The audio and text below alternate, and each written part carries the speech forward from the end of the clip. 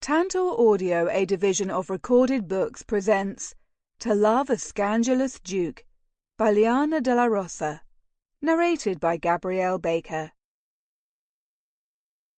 Chapter 1. May 1804.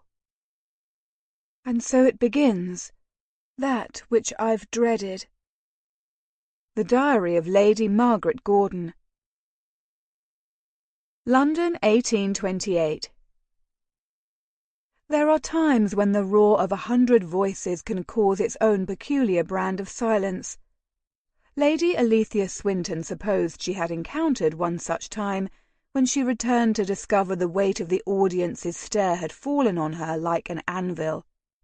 Despite the din filling the theatre, she heard no sound aside from the blood thundering through her veins.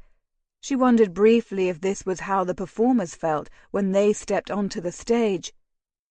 Except she sat ensconced in her father's plush box, the glow of chandeliers overhead casting light on the finely dressed guests around her and rendering them opulent witnesses to the drama. She called upon every ounce of experience she had, being paraded before the ton, and mentally scraped together the ragged pieces of her composure. Squaring her shoulders, Alethea pasted what she hoped was a serene smile on her face, and blithely flipped open her fan. Whatever has happened? Her lips barely moved around the question as she struggled to keep her smile in place. Why is everyone suddenly watching us like we're the entertainment? Her brother Finlay inclined his head in her direction, his handsome face revealing no emotion. Declan has returned. A jolt of surprise drew a gasp from her lips, and she willed herself not to search for him. And it's definitely him? She inwardly cringed when she heard the note of fervent interest in her tone. See for yourself. Finlay discreetly slid his gaze to the box across the theatre. As a girl, she had been fascinated by Declan's inky black curls, his merry obsidian eyes, his burnished gold skin. She'd likened him in her adolescent mind to a heroic Greek warrior like Achilles or Odysseus. The darkly handsome stranger sitting in the box across the theatre was more imposing, more intense, more attractive, more everything than she remembered. Lud, she thought, her mouth dry. Had his shoulders always been so broad? The rich gold brocade of his tailcoat seemed to fit him like a second skin, stretching snugly around the muscles and sinews that flexed with his every movement. His hair, which he wore loose, so the strands scandalously brushed the top of his shoulders, appeared like black silk, and she curled her hands into fists as the urge to run her fingers through them overcame her. He smiled suddenly, his teeth white against the smooth lustre of his warm, tawny skin, and her breath stuttered in her lungs. He cast everyone around him in shadows, as if his very presence attracted all the light from the room and commanded it to shine only on him. She wondered fleetingly if Penelope felt this way when Odysseus had finally returned, disconcerted, overwhelmed, relieved. He hasn't changed much. Finley's voice drew Alethea's gaze with a jerk from their one-time friend. I couldn't say. My memories of him are dim. She fanned her face in an idle manner, hoping the action chased away the telltale signs of her lie. Declan Sinclair, the new Duke of Darrington, was not the sort of man one easily forgot, even if it had been a dozen of years since she'd last seen him. Finlay drummed his fingers against his leg. I've wondered when he would return. It's been almost a year since his brother died. Do you suppose he knew? The thought that Declan hadn't learned of his older brother's death until he disembarked from his ship made her clench her eyes shut. Lord, I hope so. Her brother rubbed a hand against his brow. What an awful homecoming that would make. She nodded, and allowed her gaze to drift over the audience, and was relieved to see most people had turned their attention to the stage once presented with Alethia's and Finley's indifferent response to Declan's entrance. But there would be talk. She was used to being the centre of attention, though sometimes for no other reason than the florid colour of her hair. As the only daughter of a powerful earl, she elicited gossip by simply stepping out her front door. Her return to London after a 3-year absence had created a rush of talk and speculation. Most gossipers wondered if she'd continue to reject marriage offers with the same frequency she did during her first 3 seasons. Surely the return of her childhood friend, now a newly titled duke, would only add a few additional whispers to the clamour. The talk, the innuendo, all of it was like poisonous darts thrown at her hastily donned armour.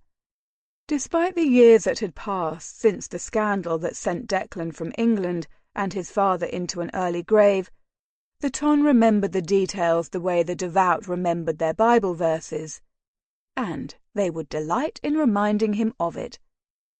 2 women in the next box were already recalling the tawdry details. "How long has he been gone, Cecilia? 10 years?" 12, Alethea thought. It had been 12 long years since Declan had stepped onto a ship and sailed out of her life. He'd always seemed too bright, too singular for life in drab England. Knowing he would see exciting sights and visit exotic locations had seemed fitting. "My, he looks quite different from his brother." Alethea noted the woman's voice contained more interest than disdain. "I'd heard the late Duke sent him away because he was embarrassed by his mulatto blood." She locked her jaw so tight she feared she'd shatter her teeth. She vividly remembered the quiet, reserved Albert looking at his rambunctious younger brother fondly, laughing at his antics. Even though their families had fallen out of favour with one another by the time Declan departed, embarrassment at his mixed blood played no part in that tale. The whole family was, and no doubt still is, a walking scandal. First, the old Duke went and married that island woman, giving her a duchess coronet when any self-respecting nobleman would have set her up as a mistress. Rolling her eyes at their mean-spiritedness, Alethea leaned closer to the partition separating the boxes. It's not surprising, then, the old Duke swindled all those investors with that counterfeit shipping venture. My Gerald almost invested funds in it, but thankfully thought something seemed fishy with the details. Too bad the king hadn't been so circumspect. The ladies tittered, and Alethea discreetly stuck a finger in her ear to muffle the sound. Declan's father had remained steadfast in his claim he was not responsible for the venture which saw all of its investors lose their funds. Ledgers in his study, however, detailed how he'd funneled the money into other accounts, but none of it was recovered before his death. Alethea would have been more inclined to believe the man, whom she had viewed as a kind uncle, had he not cast the blame on her own father and his long-time business associate, the Vicomte de Vigory. "Is it any wonder the Duke put a pistol in his mouth?" The gasp was out of her mouth before she could stifle it. She jumped up, discreetly, glancing at the box across the way where Declan was in conversation with an older gentleman. She longed to study him, to catalogue all the ways he'd changed since the last night she saw him. Time had not scrubbed from her memory the night when she'd said horrible things. Swallowing uncomfortably, she grabbed her reticule. "I need some fresh air." "Good luck finding it in London," Finley quipped before taking a sip of champagne. "You know what I mean." She glanced over her shoulder and found the Earl of Rockhaven conversing softly with a member of Parliament. Seeming to feel her gaze, he flashed her a warm smile. "If father asks, please tell him I stepped out to say hello to a friend." Finley narrowed his eyes. Must you leave? Gossip like this should be old practice for you." She looked down at her lap. "Aren't you weary of always acting like life is perfect?" "Life is deuced perfect most of the time, especially now that you're back." She suppressed an exhausted sigh, even as a flood of warmth filled her chest. "If only we were all so lucky." He grabbed her hand, squeezing her fingers tightly. "I don't remember you being this." His eyes scanned her face, concern evident in his gaze. "Melancholy. You used to love the theatre, balls, soirees. What's changed?" She pulled her hand free of his. "They've lost their allure." When he opened his mouth, she waved him silent. "Please don't. I just want some time to think." Her gaze held his. "And sharpen my sword." "Preparing for battle, are you?" The corner of his mouth lifted. "The whole season is a battlefield, but the enemy now has a trebuchet." "A trifle dramatic, don't you think?" "Perhaps." Alethea angled her chin in Declan's direction. "But considering how he was forced to leave after—" She stopped and cleared her throat. "That dreadful scandal. We may be the last people he wants to see." She stood and walked around the chairs to the door before she paused. Bending down, she whispered into Finley's ear, "And I don't blame him." After navigating through the theatre, she pushed the heavy wooden door open with her shoulder and stepped out onto the narrow rooftop. She walked carefully forward, uncertain of the stability of the framework. She came to a stop at the small wall that skirted the edge and looked out over the dark city. At this time of night, gas lamps illuminated the streets in Covent Garden, and figures hustled to one entertainment or another. The moon could be seen through the haze of coal dust and smoke, and she fancied she could make out the faint glimmer of a star or two. She dragged a breath into her lungs and blew it out slowly. The overwhelming pressure to behave just so, to maintain her pristine reputation, to act as if the resurrection of her once dear friend was nothing more than a passing occurrence, made her want to scream, or catch the nearest carriage heading north. With a deep exhale, Alethea dropped her head to her chest. "Did it help?" The rich masculine voice behind her made her jump, and a large hand gripped her arm. With her heart beating a staccato in her throat, she looked up into a pair of fathomless black eyes. "Hello, Dec." Few things had made Declan feel more at home than hearing his nickname fall like sweetmeats from the lips of Lady Alethea Swinton. With the moonlight filtered by the clouds, her features were obscured, but he'd know her husky voice anywhere. He'd returned less than a sennight before, and he'd lost track of the number of times he'd thought of boarding his ship and sailing away. To where? He didn't care. Somewhere he could be simply Declan Sinclair, explorer, businessman, erstwhile second son of a disgraced duke. For in England he was Declan Sinclair no more.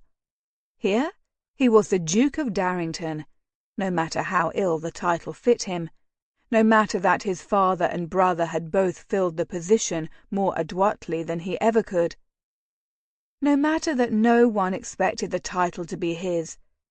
To be sure, he probably would have been treated with the respect and deference his title deserved, and not barely concealed disdain, had others known he'd one day be addressed as Your Grace. Looking down at Alethea, he abruptly wondered what she thought of his new title. Would her curtsy be deep because he was now a duke, but to his back would her tongue be sharp with criticism because she considered him undeserving? He hadn't intended to be in London long enough to visit with old friends, and, truth be told, he was unsure if he wanted to. He was far different from the boy who had been sent into exile a dozen years before. He'd travelled across the globe, succeeded at building a sugarcane empire, and done business with some of the most powerful men in the world. What could he possibly have in common with the young girl who used to fret if her pinafores became the slightest bit wrinkled? Even after his lengthy absence, it appeared his resolve toward Lady Alethea was still as unshakable as dandelion fluff. "Did the sigh help?" he repeated, squinting to make out her expression. It did." She looked down at his hand, which still gripped her upper arm. "You can let me go now?" "My apologies." He released her and took a step back. "I wanted to ensure I didn't send you toppling over the rooftop." She smothered a snort, and the sound caused a grin to stretch across his lips. "How did you know I was up here?" "I didn't, actually." He walked a few steps away and perched himself on the low wall that surrounded the perimeter. "I knew you were at the theatre, of course. People delighted in telling me your family was present." He paused as he considered how idiotic it was to share that. Surely she'd experienced the same thing. "I merely needed a moment to myself." "You need a break from your new ducal responsibilities already? Has it been a challenging transition?" Her tone was inquisitive, not reproachful, as he had expected. "Very," he said simply. "It takes some time to adjust to being a butterfly on the display board." He cocked his head to the side. "I've always been a butterfly on the board." A quick nod was her only response. An uncomfortable silence stretched between them, and Declan debated if he should say something or allow her privacy. Surely she hadn't escaped to the rooftop for titillating conversation. No doubt she'd prefer the company of someone who didn't generate rumours and suspicion merely by drawing breath. "I'm sorry about Albert." Her soft, tender words caught him unawares and slipped through his guard to stab him directly in the heart. His throat went dry. "Thank you." "Did you know?" "No." He stiffened. "I found out when I arrived at Darrington Terrace." "Oh, I was afraid of that." He couldn't make out her face, but sorrow tinged every word. Her concern on his behalf surprised him and tightened his chest. "If you didn't know about his death, why did you return?" "He'd asked me to." He didn't see the need to divulge how startled he'd been to receive his brother's summons. They had remained in close contact through the years, and Albert had often travelled to visit Declan in various locales, where they renewed their bond over foreign food, accompanied by foreign liquor, and to the tune of foreign music. Never had Albert invited him home before that last letter. "Do you know why?" Alethea asked. Declan shook his head. "No, and I suppose I might never learn." She nodded in the dim light and turned her face toward the skyline. The muted light illuminated her profile, and Declan was struck by the grace of her face. He suddenly ached for the moon to break through the clouds so he could examine her and learn the new contours and curves that time and age had given her. It occurred to him that he knew very little about how she'd spent the last 12 years.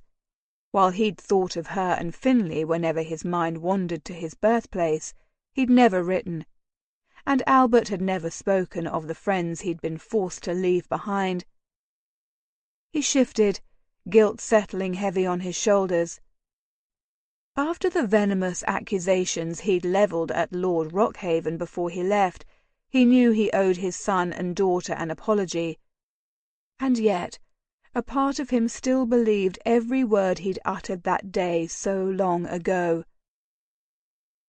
Wary of broaching that uncomfortable subject, he instead asked, "Do you live in London year-round, or are you merely in town with your husband for the season?" She looked over her shoulder. "I returned to London a few months ago, after living in Scotland." She angled her head. "And I'm not married." How was it possible she was unmarried? Even as a young girl she'd been lovely. Whenever he'd seen or met a redhead throughout his travels, he always compared her hair to Alethea's vivid locks. None had ever made him think of fiery sunsets that threatened to set the world ablaze, like hers had.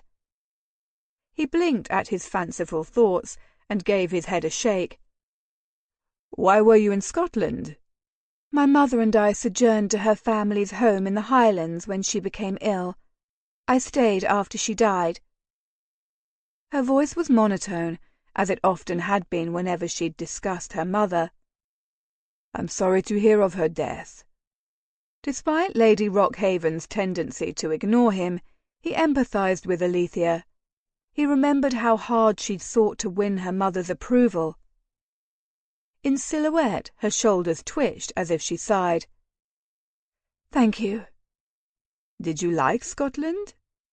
Alethea pivoted and sat on the edge of the wall. He could make out her slippered feet under the scalloped hem of her gown as she swung them to and fro. "I did, eventually." Her voice was laced with nostalgia. He held his tongue, unsure if she'd continue. She braced her hands on her legs. "Once I began teaching the village children, I enjoyed it immensely." Declan blinked. "What do you mean?" "I taught the children from the village, and even some of the servants' children. Reading, writing, arithmetic, some French." "And your grandfather allowed it? Your mother allowed it?" Even in the low light, her shrug was dismissive. "My mother was embarrassed, but my grandfather recognized my need to feel useful."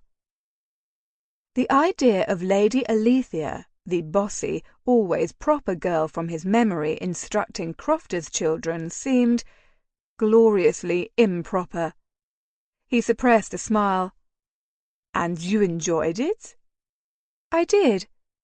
She cast her arms out beside her, and Declan found himself leaning forward in anticipation.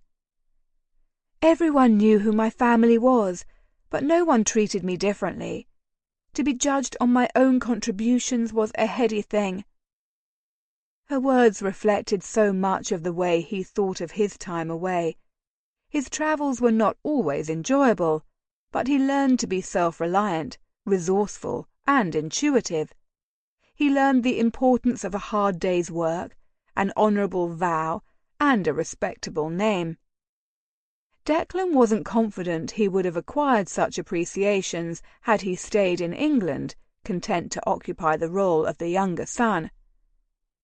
"It is indeed a heady feeling," he murmured. Apparently he was not the only one to grow up during their time apart. And of all the things that had changed during his absence, he'd secretly hoped Lady Alethea would remain proper, sharp-tongued, and yet a charming young girl with the secret heart of a hellion he'd long admired. For although he'd never allowed himself to regret the life he'd abdicated, speaking with her now made him wonder what could have blossomed between them. But such ponderings were useless exercises, for the past could not be changed, no matter how much he wished otherwise. Declan opened his mouth to ask her more about Scotland, when the door was suddenly thrown wide open. Light spilled on the rooftop, and his eyes fixed on the large figure that filled the doorway. "Ally, are you ready to head downstairs?" a deep male voice asked. "Your absence has been noted."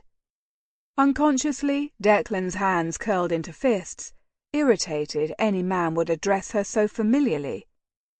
She jumped to her feet. "Oh dear, yes, I suppose I've been gone long enough."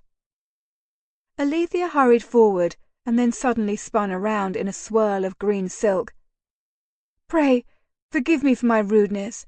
You remember my brother, Finlay, do you not?" Declan's head jerked back, and he slowly rose to his feet and walked into the light. Finlay Swinton, Viscount Firthwell, had been his first friend. However, the man looked nothing like the fresh-faced boy who lived in his memory. The tall, intimidating gentleman studied him with cool, beryl eyes, his reddish-blonde hair artfully tousled, his perfectly tailored clothes accentuating a hard, lean body. Finley would be an opponent worthy of respect in the boxing ring.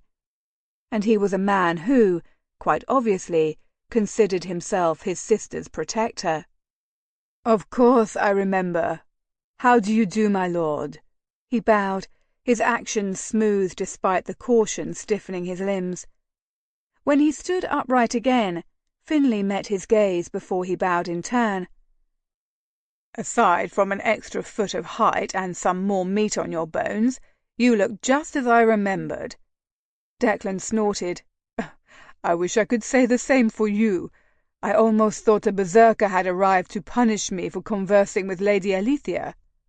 Finley grinned, and Declan was reminded of the witty, gregarious boy he once knew. "No, she's always been able to defend herself, but I like to issue a reminder I'm never far away." If Declan had a sister, he was positive he'd act the same way. He turned to Alethea, and in the soft light filtering through the open doorway, he got his first real look at her. He was almost afraid that if he blinked, she'd disappear. Curls framed her oval-shaped face and fell along her neck from a stylish coiffure at the crown of her head. The deep red locks drew attention to the delicate bones of her face and collarbone, and Declan allowed his gaze to travel over her lushly curved figure before he dragged them back to her face.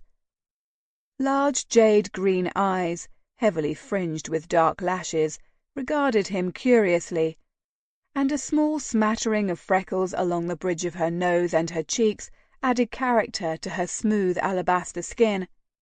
His mouth grew dry when his gaze landed on her full pink mouth, with its top lip slightly smaller than the plump bottom one. It was a mouth made for passion. The sinful thought snapped him from his lustful revelry. Alethea had morphed into an alluring, wholly tempting package of feminine beauty, and he forced himself to remember she was still his childhood friend, a woman who deserved respect, and no doubt would demand it. He cleared his throat. "Lucky for me Lady Alethea recognized me, or I fear the physical harm she could have inflicted." Finley arched a brow as he looked down at his sister. "Indeed?" He turned an intense stare on Declan. "So why are you hiding on the rooftop?" He threw back his shoulders.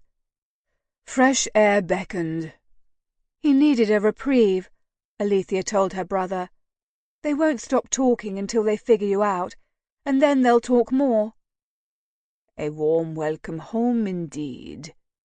Declan's tone was as dry as the wind-swept deserts of the Gobi. Finley pulled out his watch fob. "We should return." He turned to Declan and extended his hand. "Perhaps we'll meet at the club sometime soon." "I'd like that." Declan was surprised to find he meant it. "Goodbye, Declan. I enjoyed our chat." Alethea tucked her arm around her brother's and offered him a small smile. They walked away, a small cloud of regret enveloping him that their interaction was over so quickly. His chest was lighter, because neither twin had let the echo of his last words to them sour their reunion. He wasn't convinced he deserved their good humour, but he was thankful for it. After a handful of minutes, Declan steeled his spine and made his way back into the fracas. He was hopeful that with time he would grow used to the spectacle his presence created. As he manoeuvred around a group of society matrons who watched him with varying expressions before combusting into whispers when he passed, his shoulder collided sharply with another man's. He immediately turned to apologize when the words froze on his tongue. "My apologies, sir." The Earl of Rockhaven's eyes grew wide as recognition dawned. "Good gracious! Lord Declan! I almost didn't recognize you. How do you do?" Declan summoned his social smile. He'd always liked Alethia's father, until the man's business dealings all but destroyed the Darrington name. "I'm well, my lord. It's nice to see you again after all these years." "Yes, it's been over a decade, if I remember correctly." At Declan's nod, the Earl frowned. "Although I inquired after you, your brother guarded your privacy fiercely." "I'm sure he did." The words were stale on Declan's tongue. In truth, he'd be surprised if Albert spoke of him at all. "Now that I've returned, I look forward to reviving old friendships, and I'm pleased I had a chance to converse with Lord Firthwell and Lady Alethea earlier." The Earl paused, a smile brightening his face. "You spoke with the twins?" "I did. It was diverting catching up with old friends." "Like old times, I'm sure," the Earl said, dipping his head in greeting to a passing acquaintance. "Indeed." Declan emphasized the word with more certainty than it warranted. Too much history lay between him and the twins for them to ever return to the carefree friendship of their youth, but perhaps they could come to a different sort of accord, derived from mutual respect and admiration. "Well, now that you've returned, I'd welcome the chance to meet and discuss how you've spent the years." Rockhaven extended a hand to Declan. "I've heard talk that you oversee operations for a sugar-cane company, and I'd be happy to learn more about it." "I don't just oversee operations, I own the company." He was pleased the man had brought up the idea of meeting, for he had his own motives for agreeing to an audience with the Earl. Dropping his voice, he said, "I was also hoping we could discuss any information you have about Albert and his last days." "Bow Street still coming to dead ends?" When Declan nodded, Rockhaven sighed. "I'll help you in any way I can. Albert was a fine man, and his death was a shock." "Thank you, my lord." Glancing about, he noticed patrons making their way back to their boxes. "If you'll excuse me, I should rejoin my party." "Of course." The Earl clapped him on the shoulder. After exchanging goodbyes, Declan proceeded to his host's box, intent on acquiring a stiff drink. His first outing in London society had gone well, he supposed, despite his illustrious title, his attire, his accent, his background. His very bearing proclaimed him to be an outsider. Yet he refused to consider himself an outsider. He'd been born to this life, and he was Darrington now, no matter how much he wished he weren't. He'd be damned if he was treated otherwise. Alethea's jade eyes and teasing laugh flitted through his thoughts, and he admitted that seeing her had seemed a small bit like coming home. Chapter 2. March 1804. When I speak, I wonder if anyone listens. My voice was once loud, but now I fear it no longer has an echo. Perhaps it's time I realize silence and acquiescence is all that is required of me. The Diary of Lady Margaret Gordon. The carriage ride to Rockhaven House was strangely silent, with only the rumble of the wheels over the cobblestones to fill the still air. Alethea and Finlay usually teased each other, while their father laughed at their traded barbs. However, the mood inside the cab was oddly quiet, subdued. She nevertheless could scarcely keep still. She couldn't fathom how the night had changed so drastically. One moment she'd fled the crowded theatre for the rooftop, desperate to escape the talk surrounding Declan's return. In the next moment he was with her, seeking solitude beneath the open sky, just as he had when they were children. He'd seemed to know just where to find her. She was thankful their reunion had occurred privately, in the scarce lighting. She could ignore the awkwardness that lingered between them, and instead enjoy the velvet-smooth timbre of his voice and how it washed over her skin like a gentle breeze. She didn't have to hide her smile when he shortened his vowels, his French accent bleeding into his words. She could discreetly blink away her tears when he revealed he'd learned of Albert's death upon his arrival. For a short while, Alethea could imagine no time had passed since the days when they used to run across the meadows together. But then she remembered how he'd looked at her before she left the rooftop, and her skin grew warm, and her heart threatened to gallop from her chest.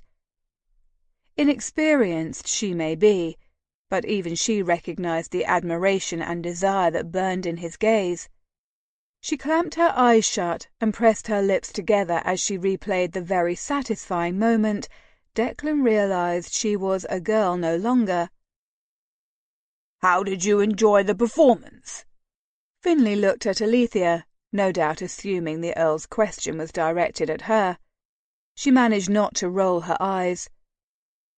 "It was—" Her words stumbled to a halt, her tongue lethargic in her mouth. All thoughts of the opera had been pushed from her mind as soon as Declan appeared. She coughed into her hand as she frantically tried to recall details of the performance. "Do excuse me. I thought it was spectacular. The new singer, John Templeton, promises to be a real talent." "I concur," her father said, turning to look out the window again. Finlay slipped forward until he perched on the edge of his seat. "Did you hear the news, father? Declan has returned." "I did." The Earl flashed a brief smile, then returned his attention to the streets passing out the window. "I actually had the opportunity to speak with the young man." "You did?" Alethea exclaimed, before she could censor herself. The dim light didn't show how Finlay's brow furrowed at her reaction. "I did. He looks much the same. Said he spoke with you both." Finlay nodded. "We encountered him on the rooftop where Ali retired for a spell." At this, the Earl turned in his seat, his gaze locking on hers in spite of the dark cab. "Alone?" When she nodded, he scowled. "Take an escort next time. But why did you need a break?" She shifted in her seat, not wanting to reveal the true reason why she'd fled. But as he continued to regard her, his silence finally forced her to blurt out, "I didn't want to hear the gossip." Her father sighed and relaxed back on the squab. "Unfortunately, I don't believe we'll be able to escape it. The new Duke has not been seen in over a decade, and he's an oddity. Naturally, people will be curious about him and how he intends to comport himself now that he's Darrington. With the rumours, I expect the gossip to increase." "What rumours?" Finlay leaned forward so far Alethea was surprised he didn't fall. "I suppose you'll hear them eventually." The man blew out his cheeks. "There has been talk that while the new Duke was away, he engaged in some illegal activities." Pressing a hand to her mouth, Alethea sensed a blast of cold streak under her skin. Declan involved in illegal activities? The assertion, even if merely speculation, seemed so far out of character from the boy she once knew that she was hard-pressed to believe it possible. "But you don't really know him any more, do you?" Heaviness weighed down her shoulders as she remembered how much he could have changed in the years they'd been apart. "Activities such as privateering, I wager," Finlay offered, his lips turning into a disgruntled sneer. She scowled. "Why do you assume it's privateering?" Finlay flattened his mouth into an exasperated line. "He spent the better part of his years in the West Indies doing God knows what. With his mysterious past and dark looks, I suspect the bacon-brained fools of the ton will whisper he's a pirate." As she bit back an incredulous laugh, the Earl cleared his throat. "Privateering is just one of the rumours being whispered about. Unfortunately, The claims are being investigated by the Foreign Office." Privateering, Alethea thought, disturbed she was not appalled by this revelation. In truth, he looked like he should be standing on the bow of a ship, commanding the wind and waves with the sheer power of his presence. She wished she had thought to ask him about what he'd done during his travels. Surely his tales were more exciting than hers. Finley snorted. "Ridiculous indeed. Does the Foreign Office really intend to arrest the newly titled Duke?" "It's highly unlikely." Lord Rockhaven drummed his fingers on his knee. "Still, until all this nonsense is sorted out, I expect both of you to do credit to the Swinton name, and fraternizing with one who's surrounded by scandal will not do." "Are you asking us to avoid him?" Finley rubbed his temple. "Not necessarily. I know the young man will need friends like you, Finn, to help him acclimate to his new role. I plan on meeting with him soon myself." He paused, waiting until each of them had met his eye. "But I am asking you to have a care, and be mindful of how your actions affect the family name. Darrington is followed by a storm of innuendo, and if you get too close, you might get swept up in it as well." The carriage rumbled to a halt, a footman opening a door to reveal the limestone walk that led to the front door of Rockhaven House. Samuels could be seen standing just inside the foyer, ready to welcome back the Earl. Their father doffed his hat and made to exit the carriage, but halted. "And although I hate to say it, I feel I must caution you both not to assume that your old friend remains the same boy you knew." "He does seem like a completely different person," Alethea admitted reluctantly. "Who's to say he's not?" The Earl raised a brow. "And you may find the new Duke of Darrington is not the sort of man you'd like to be friends with after all." With those words, he swept out the door and up the steps. Darrington Terrace felt like a mausoleum. It was obvious Albert had made changes to the townhouse. He'd updated the drapes, added tasteful paintings and sculptures throughout the rooms, and had more shelves built in the study to accommodate the mass of books he'd acquired. Despite this, Declan still sensed his parents' presence, as if they'd just walked out the front door a moment before. He ambled aimlessly before settling in the drawing-room, with its towering windows that overlooked Berkeley Square. He sank onto a damask wing-back chair, careful to not upset the rum in his glass. Peering at the room around him, memories of earlier times spent in the space washed over him. His mother used to arrange a tripod and canvas in the corner across from the windows to paint every morning, when the light was best, she said. His father would sit on the settee under the window, estate and investment reports in hand, so he could watch her paint while he worked. A flashback of the secret smiles they'd exchanged made grief lodge in his throat. Declan took a long draw of the dark liquor, the burnt caramel taste reminding him of the island. For years he'd yearned to come home to England, to finally lead the life he'd been born to, and now that he'd returned, his thoughts strayed to St. Lucia more than he'd anticipated. Perhaps his life there was what he made of it. Here in Darrington Terrace, everything was imbibed with memories of days past. Responsibilities and expectations lurked in every corner.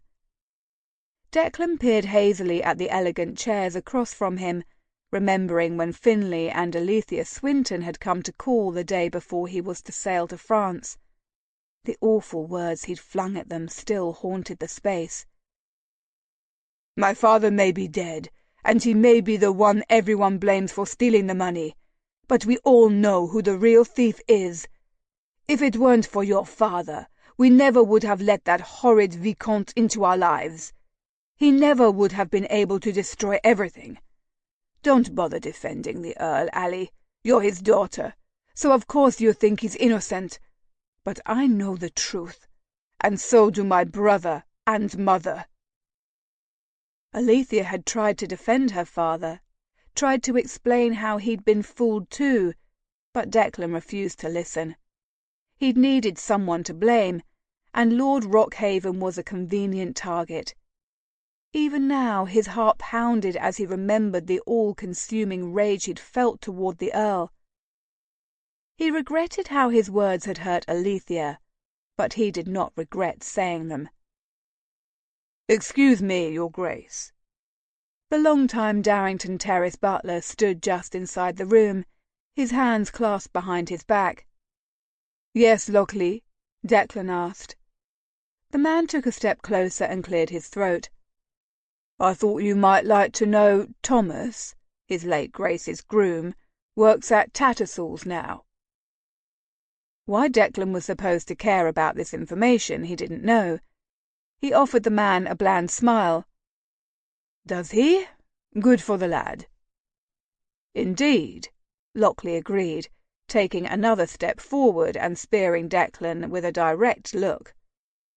"He left to work there, I suspect, because he was quite upset after witnessing his Grace's tragic death." It seemed as if all the air was abruptly sucked from the room. "I wasn't aware anyone had witnessed it." Lockley nodded. "The Bow Street runners never interviewed him, so I doubt many are aware he did." He stifled an overwhelming urge to run directly to Hyde Park Corner to find the lad. Lockley, bless the man, seemed to understand his thoughts, for he said, "I can have your horse brought around mid-morning so you can pay him a visit, if you'd like." "I'd like that very much." Perhaps helping ghosts to find rest would be easier than he expected. Chapter 3. December 1803. When I finally stared truth in the face, I couldn't say I was surprised. I'd suspected it all along. The Diary of Margaret Gordon. The scent of fresh hay and manure permeated the air, and Declan tapped his cane against the ground in a steady rhythm as he manoeuvred through the crowd gathered at Tattersall's. Bidding had begun in the centre arena on a set of handsome chestnut bays. He positioned himself near the rail to watch the auction, affecting an air of casual interest. He'd come to the popular locale under the guise of looking for a high-stepping pair to match the bright red curricule he'd inherited with his title.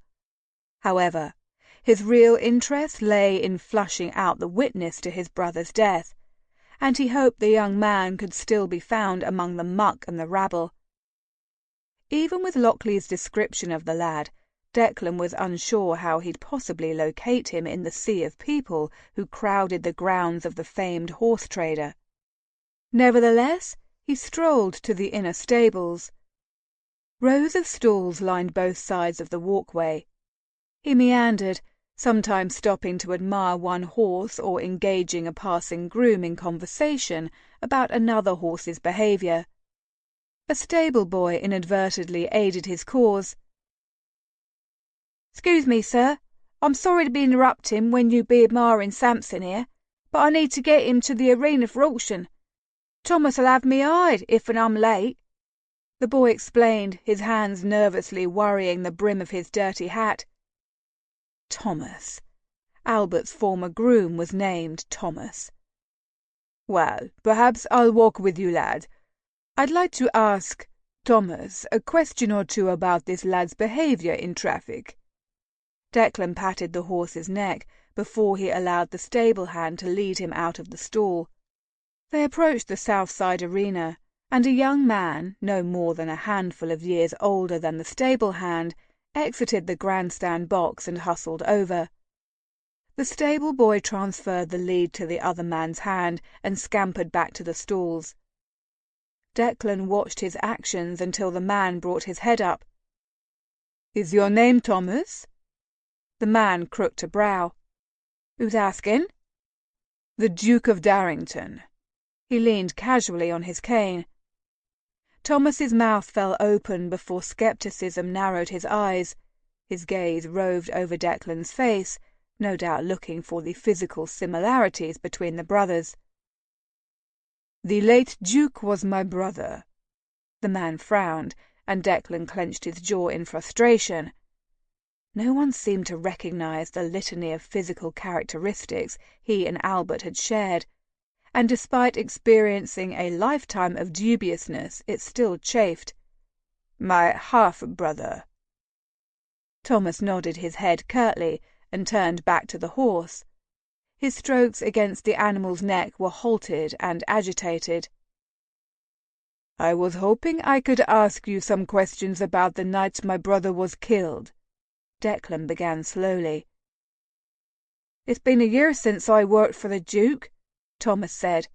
"I'm not sure what information I could give you, Your Grace." Declan bit back a sigh. This was the same answer he'd heard from everyone regarding Albert's death. But he was sure to the marrow of his bones someone, somewhere, knew what had happened to his brother. His patience snapped like a sapling in a thunderstorm. "I will only take a few moments of your time." His words were clipped, and he breathed deeply through his nose, lest he vent the full force of his frustration on the man. "Would you like me to speak to your employer and let him know you're refusing to assist the very wealthy Duke of Darrington, who happens to be in the market for a pair?" Thomas's brows disappeared into his hairline. "No, Your Grace, that won't be necessary." "Very well." "I can't talk much now," Thomas rushed to say as he brushed the horse's mane. "I have to get this feller into the ring." Under the weight of Declan's glare, he added, "But you're right that I was with him when he was set upon." "By the footpads?" "They didn't seem like footpads, Your Grace." Thomas stopped grooming the horse and met Declan's gaze. Declan's hand curled into a fist. "What do you mean?" When he first learned Albert had been killed, he'd assumed, like everyone else, his brother was the victim of an attempted robbery. The Bow Street runners had classified it as such and had been unable to determine the identity of his attackers. And yet, since Declan learned of his brother's death, suspicion had taken root in his gut. For good reason, it seemed. He closed his mouth when he tasted bile in the back of his throat. Thomas furrowed his brow. "They were too well dressed for common rookery footpads." After a moment he continued in a quiet voice, "They weren't English, neither." "They were French? Scottish?" "No," Thomas mumbled. His arm slipped from Samson's back and hung limply by his side, all pretenses of grooming the stallion forgotten. "Russian, maybe." "Russian?" A stone seemed to fall into the pit of his stomach. "Are you certain?" "No, I'm not. Your Grace, I only heard them say a few words because I was holding the horse's head. The Duke had just returned to the carriage after meeting with some bloke, and he yelled out." He rubbed his temple. "It all happened so quickly." "I'm sure it did." Declan closed his eyes as images of his brother's final moments played out in his mind, as if he'd been there to witness it, instead of travelling in South America. Guilt choked him. While Albert had lain dying on the dirty, wet streets, he'd been on the other side of the world, where he was of absolutely no use to him. That knowledge taunted him. His attention snagged on a detail. "My brother had met with someone?" "I suppose so. That's why we were in Spitalfields. Ain't never been there before." Declan wondered who Albert had met with, and could that person be why he was attacked? "Do you remember anything else?" "After the footpads fled, another man arrived and took something from the Duke's coat." "Did you see what he took?" Thomas nodded slowly, his eyes unfocused. "Not real well, but—" "Yes?" Declan prodded. "Well, it looked like he took a book." "A book?" "That's what it looked like. A book with a red cover." A red book. "Did you tell anyone about the book?" Thomas pressed his lips together. "No one asked, and I didn't think it my business." Perhaps not, but Declan couldn't help but wonder what was so significant about the mysterious book to have been taken from Albert's dying body. Could he have received it from the person he'd just met with in the pub? "Do you remember anything else?" The groom frowned before his eyes went wide. He opened his mouth. "Thomas, where in God's name is that bloody stallion?" The irate voice of the auctioneer cut through the tension blooming between Declan and the groom, and Thomas jumped. "Mr. Hardy, my apologies." Thomas grabbed Sampson's reins and pulled the beast in the direction of the ring. "Your Grace, I'm sorry, but I have to go." Declan nodded even as he followed the pair. "Can you meet another time?" Thomas handed the reins to the auctioneer, who scowled fiercely at Declan. "Tomorrow morning?" "There's an alehouse across the street. Shall we meet there? I'd say 10 o'clock?" "I'll be there." Declan watched silently as the young man disappeared into the grandstand, his heart pounding in his throat. What had the groom been about to say? What had Albert been up to before he was attacked? His brother had always been proper, decorous, the perfect duke. What had made him a target? He had so many unanswered questions, and he hoped whatever additional information Thomas had to share would finally allow his lungs to fill with air. With an irritated swipe of his cane, he forced himself to consider his next move. He had an appointment with several stewards later in the afternoon to discuss the books for the Darrington estates in northern Yorkshire and Cumbria. He suppressed a groan as he admitted that perhaps he should visit Hobey to be fitted for a new pair of boots. Edwards, his valet, despaired over his current pair. The business of being a respectable peer of the realm was more time-consuming than he'd ever imagined. A swell of laughter brought Declan's head around. A group of men stood against the rails on the far side of the ring, their attention not on Samson, who had just been brought into the arena, but on a gentleman in their midst. His interest piqued. Declan walked in the direction of the gathering. As he moved closer, his eyes alighted upon a familiar blonde head. Finlay Swinton, Lord Firthwell.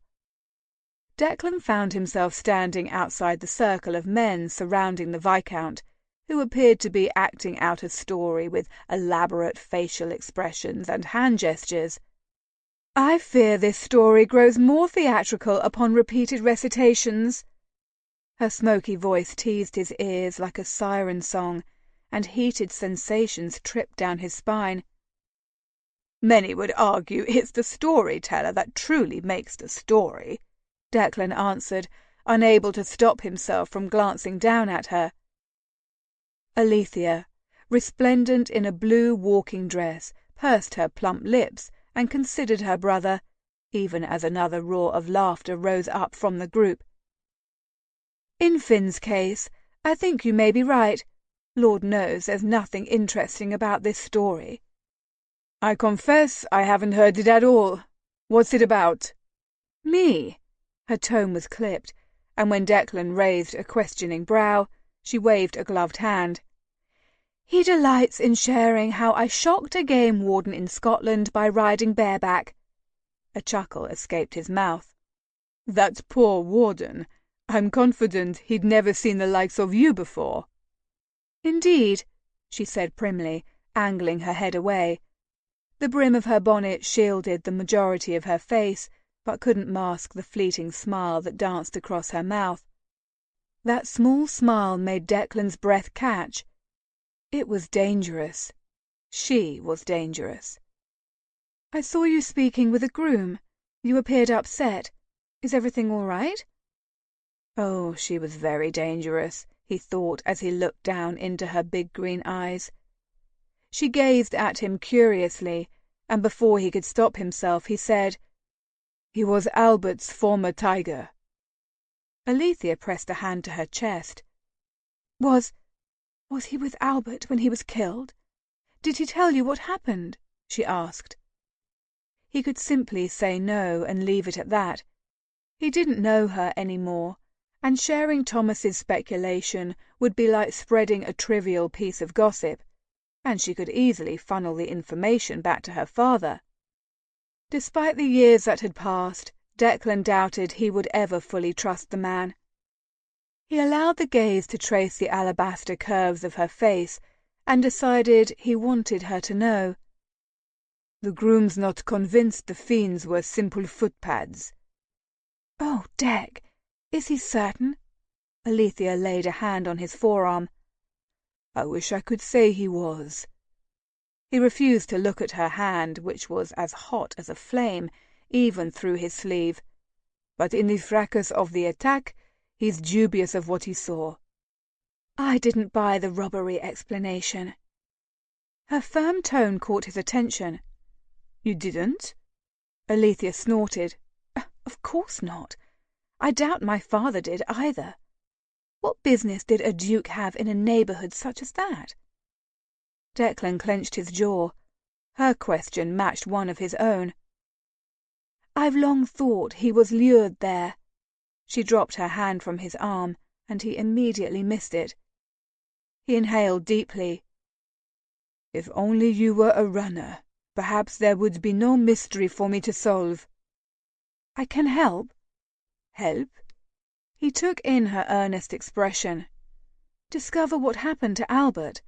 My father would be willing to assist you, but there are ways I can help as well.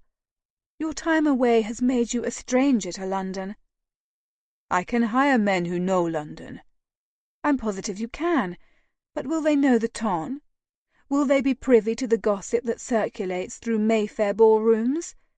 When he didn't respond, the corner of her luscious mouth lifted. I know, and I am. He found it hard to argue her point. He could hire all the private investigators he wanted, but none of them had the access to the aristocracy Alethea had. Perhaps she could help him. But did he want her to? Darrington, Firthwell interjected. Or may I call you Declan? He tore his gaze away from Alethea to focus on her twin, who'd appeared covertly by her side. If you address me by my title, I'll blacken your eye. The Viscount's eyes twinkled in merriment. We can't have that. Although, he tapped a finger against his mouth, such an injury might endear me to the ladies. I'm sure these so-called ladies you fraternize with wouldn't care, Finn, Alethea said, her tone dry but her gaze affectionate. Let's not test it, shall we? Firthwell grinned at his sister, then looped her arm through his. Did you find what you came for? Alethea asked. Sadly, no. The Viscount looked to the arena with his countenance twisted in disgust. I missed out on the stallion. So did I, Declan thought. He followed the man's glance and saw the grey stallion, Samson, being led from the ring, a sold horse. He was a fine piece of horseflesh, but his gait was slightly off. Firthwell straightened his cuff. Perhaps he had a pebble in his hoof. I checked. He lifted a shoulder. A natural gait, I'm afraid. Well, then perhaps I saved myself the hassle. Firthwell exhaled and pinned Declan with an assessing look. The man seemed intent on taking his measure, and Declan patiently waited for him to do so. He wasn't sure what had precipitated such a response, but he had a strong suspicion it could be traced back to his interaction with his sister. Pity that. Declan debated his next move. Alethea had offered to help him discover what happened to Albert, and perhaps Finlay would as well. The man's popularity and connections would supply him with ears on the ground, while simultaneously easing Declan's reintroduction to society. Gripping his cane, he offered the pair a smile. I was considering a stop at Gunter's on my way home. I haven't enjoyed an ice cream since my return, and I'm remiss. Would you care to join me? Alethea beamed her assent, but Firthwell seemed to hesitate, a muscle ticking in his jaw. After a pregnant pause, he said, We thank you for the invitation, But I'm afraid we have an appointment. Another time, perhaps?" Declan nodded, not missing the scowl she directed at her brother. "Of course." Firthwell dipped his head courteously, and Alethea curtsied, and they walked away. Declan watched them go, his footing with them obviously not as firm as he assumed. Chapter 4. April 1804. I barely recognized the person staring out of the mirror at me. The Diary of Lady Margaret Gordon. "I apologise, Your Grace, but his lordship is not home." The butler folded his hands in front of his waist, looking decidedly unapologetic. "If I may suggest you set an appointment with him through his secretary. His lordship has a demanding schedule." Declan had written the Earl of Rockhaven's secretary requesting an audience with the man. Twice. He'd received no response. Locking his jaw, he nodded. "I have done that." Raising his brows, he emphasized, "But perhaps my letter went missing in the post." The little butler nodded as if this excuse was plausible, and Declan bit back words of reproach. The fact he was still standing on the top step, outside, instead of having been shown to a parlour as befitted his station, was telling. In fact, Declan was surprised the tenth servant had even deigned to open the door to him. He attempted a different path. "Are Lord Firthwell or Lady Alethea in for visitors?" Before Declan had finished speaking, the butler had begun shaking his head. "Unfortunately they are not, Your Grace." Without another word, Declan pivoted, jerking on the fit of his kid-leather gloves. The door snapped shut behind him with a censure only a Mayfair butler could accomplish. He stopped on the walk, shielding his face from the sun with his hand, as he looked both left and right, trying to determine what he should do next. Midday traffic rumbled down the cobblestone street, and several pedestrians glanced at him in curiosity. He ignored them. Lord Rockhaven had specifically indicated he was interested in meeting him when they'd met at the theatre, but he was ignoring his requests to do so. Declan had hoped by visiting Rockhaven House he'd be able to corner the Earl in his lair, but he'd failed yet again. His questions regarding Albert's last days begged to be answered, and Declan's frustrations mounted at each day that passed without being able to pose them to the Earl. Why was the man avoiding him? Resisting the urge to tear off his too-tight cravat and throw it on the ground, Declan instead closed his eyes and counted to 10. 15. Maybe 20 was a better goal. Breathing deeply, he was markedly calmer when he finally glanced about him. If Lord Rockhaven was going to avoid him, perhaps he could track him down at the club. Surely the man wouldn't cut him in front of his illustrious members. Being a duke had to have some perks. A short time later, Declan was handing his hat and coat to a footman at White's. He proceeded into the dining-room, receiving curt nods and inquisitive stares as he weaved his way through the tables. He scanned the space, intent on finding Lord Rockhaven among the club members. His gaze landed on Firthwell sitting at a table on the opposite side of the room. When he saw Declan, he raised his hand in greeting. Declan debated whether he should acknowledge the man or ignore him. The Viscount hadn't been particularly warm at Tattersall's, but perhaps Firthwell knew how he could track down the Earl. Plus, he was relieved to see someone he knew. Declan jerked his head in acknowledgement and strode over. Firthwell stood when he arrived at the table, a frown on his face. "You appear to have had better days." Declan scowled.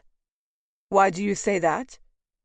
"Whenever you were upset as a child, at least, you used to get this little wrinkle in your forehead, right between your eyes." He shrugged. "It's amusing to see you haven't outgrown it." Taken off guard by the observation, Declan looked away. He'd forgotten how close he and the Viscount used to be. For a passing second he regretted he no longer enjoyed such a friendship. "Yes, well, today has been challenging." Extending his hand to the chair across the table from him, Firthwell said, "Tell me about it." With one more glance around the room, Declan sank into the chair. Firthwell summoned a footman, who took Declan's order. When the man departed, the Viscount crossed his arms over his chest. "What's wrong?" After Declan explained his attempts to meet with the Earl, Firthwell heaved a great sigh. "It would appear he is dodging you. I wish I could tell you why." Declan's chuckle was humourless. "Do you expect me to believe you're ignorant of his reasons? Despite what you may think, my father doesn't disclose his every move to me. But if it were me, I know I wouldn't be keen to meet with the man who blamed me for a crime I'm innocent of. He expressed an interest in meeting with me." Declan leaned forward. "And how do you know he's innocent? Because he told you so?" Firthwell scrubbed a hand down his face. "Dec, I don't know why my father is avoiding you, and I don't know anything about the scandal except what we've been told. But I do know I don't want to argue with you. We used to be friends, and I'd like to be friends again." The Viscount's speech took the indignant wind out of Declan's sails.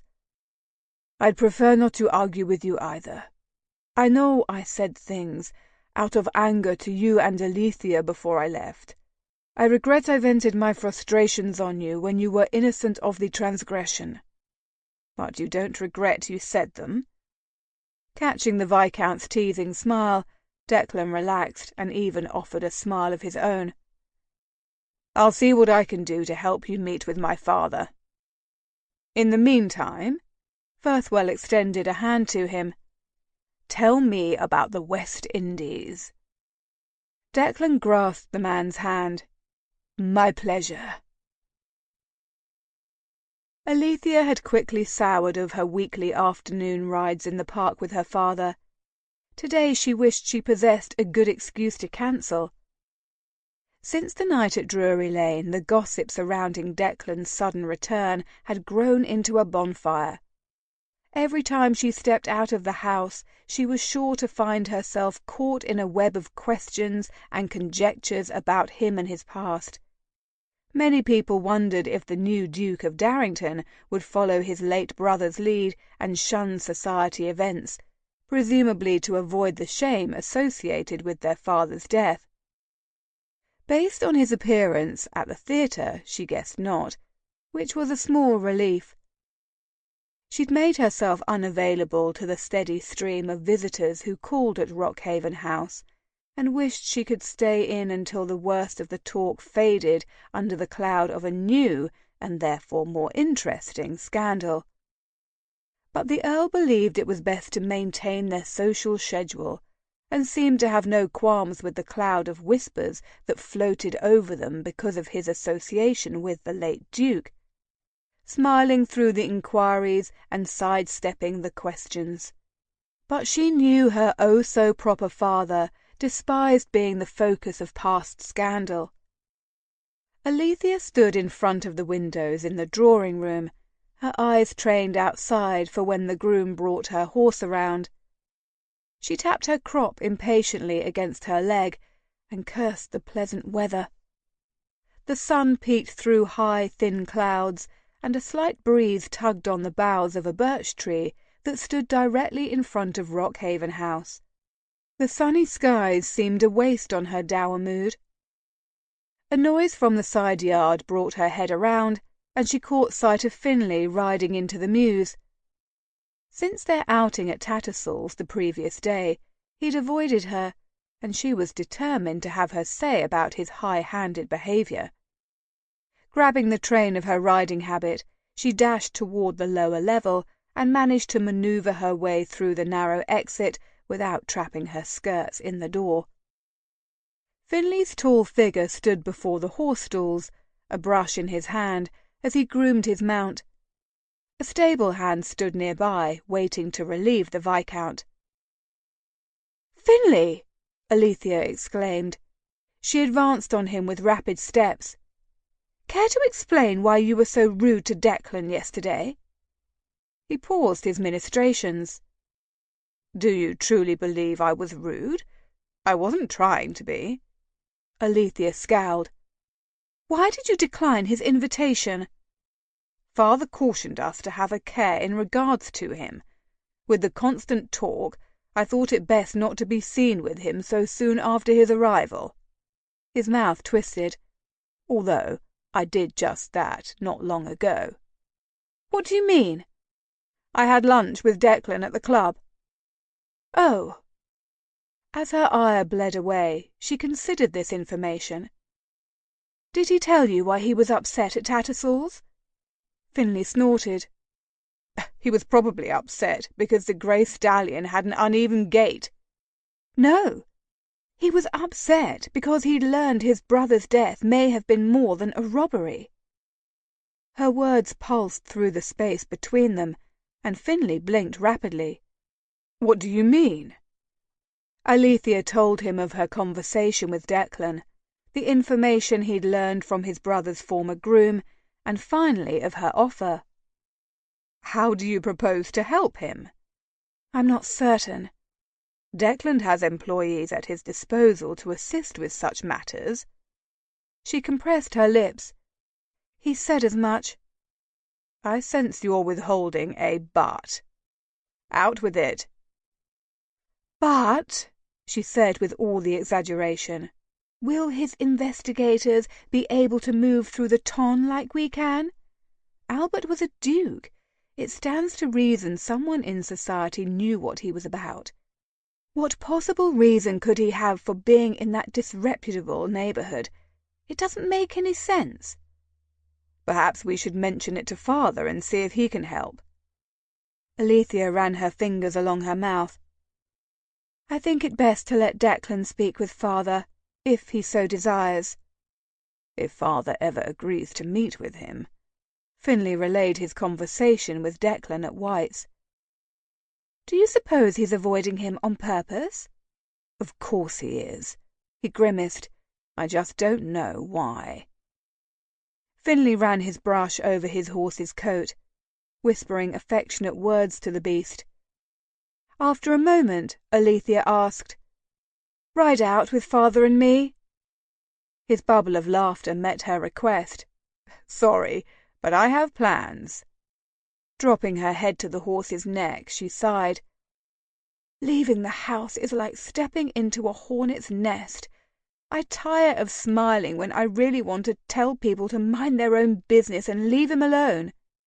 "His return really has the ton at 6s and 7s, doesn't it?" "I suppose it does, although I wish they would leave us out of it." "It's that blasted scandal." Finley exhaled in a huff, wiping a hand across his brow. "It may have occurred more than a decade ago, but people have a long memory. Albert may not have been friendly with father, but they were able to work together. I'm sure many are wondering if this newly returned Duke of Darrington will as well." "I suppose that makes sense." "Of course it does." Finley snorted when Alethea rolled her eyes. "Declan is surrounded by mystery. Rumour has it he's made a fortune in trade. Plus, he doesn't fit the mould most think of when they conjure the idea of a duke. I'm sure there's more than one person hoping he doesn't remember them from before." "What do you mean?" A perplexed frown twisted Finley's mouth. "Surely you remember how dismissive some members of society were of him, or worse, his mother, the Duchess." Finley smirked. "Even father had his moments. I remember him barely greeting the Duchess, let alone giving her the respect her title deserved. And mother was always quick to blame Declan for every scrape and tumble we got into. I can't believe you don't remember that." Oh, she remembered. Her father's brief looks of contempt when he glanced at Declan were hard to forget. They had confused her then, but now their memory simply left a dull ache in her chest. "I'm not sure what I remember." Finley grunted but said nothing. After a moment he asked, "Does this concern for public opinion mean you're going to finally look for a husband this season?" Alethea jerked her head back. "Whatever are you talking about?"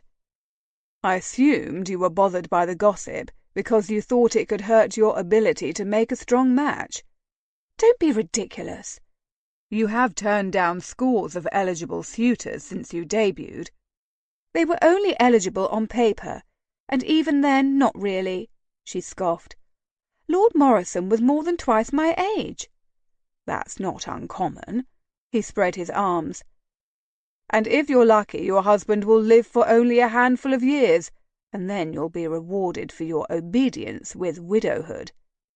"You're a toad, Finley Swinton." "Oh, that silver tongue of yours will snare you a husband in no time." Finley dodged Alethea's attempt to slap him with her crop.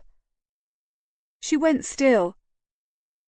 "I don't want to marry and be treated like a hothouse plant, expected to continuously bloom under controlled conditions while I watch life pass me by." She thought of her time teaching in Scotland, of the lessons she gave at the foundling home. She enjoyed putting the skills and knowledge she'd learned to use, but she wanted more. Declan's handsome face flitted across her thoughts, and she couldn't help but wonder what kind of husband he would be. Would he allow his wife to participate in running the dukedom, or would he expect his Duchess to be merely a lovely hostess? If her parents had not objected to the betrothal agreement the late Duke and Duchess of Darrington had offered, she might know the answer to such a question. The memory of the emotional pain their refusal created made her throat burn, and she swallowed, pushing down such fruitless thoughts. Apparently, she was not immune to the confusion surrounding Declan Sinclair's return, and her complex feelings derived from much more than just his new, lofty title, or alarming good looks. "Allie, there you are!" Her father's greeting jolted her to awareness. She twitched out her skirts with her hand and pasted a conciliatory look on her face. "I'm sorry, father. Have you been looking for me long?" "Some minutes, but it's of no concern. Samuel said you were here with your brother."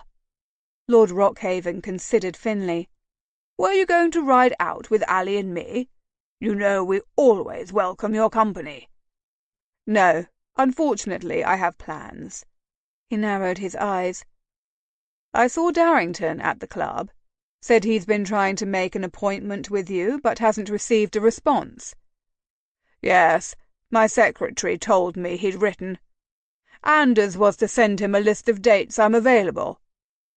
Finley raised a shoulder. "Mayhap Anders can send the list again." Lord Rockhaven raised a sharp brow.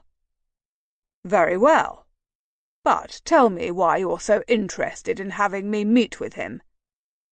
"He thinks you're avoiding him, are you?"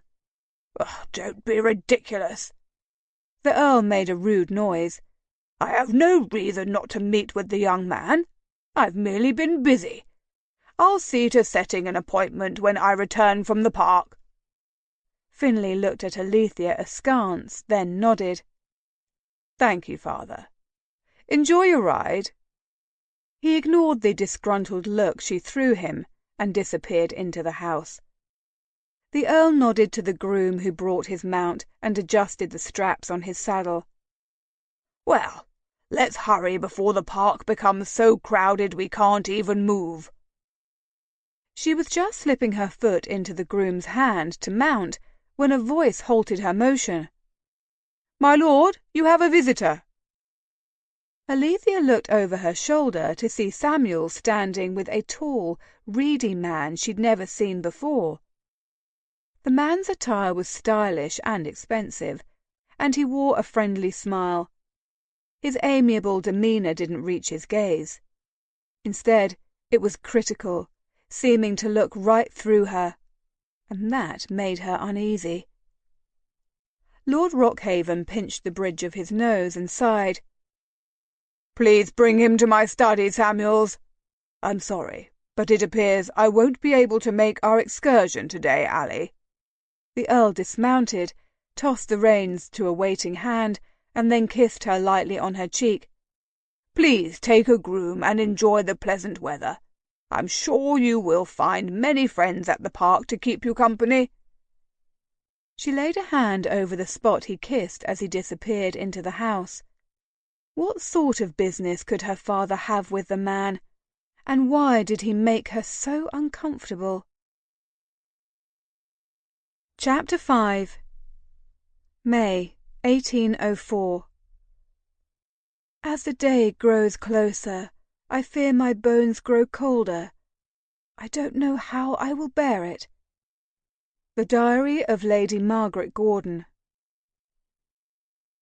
The mid-afternoon crowd filled the narrow streets, taking advantage of the pleasant late spring weather.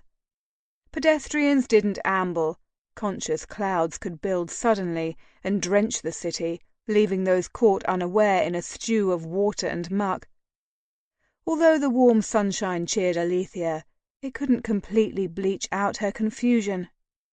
She slowly turned her horse down Piccadilly, her mount dodging pedestrians, carriages, and other riders, as her thoughts congealed into a lump of incoherent theories. Why had she responded so strongly to the man at Rockhaven House?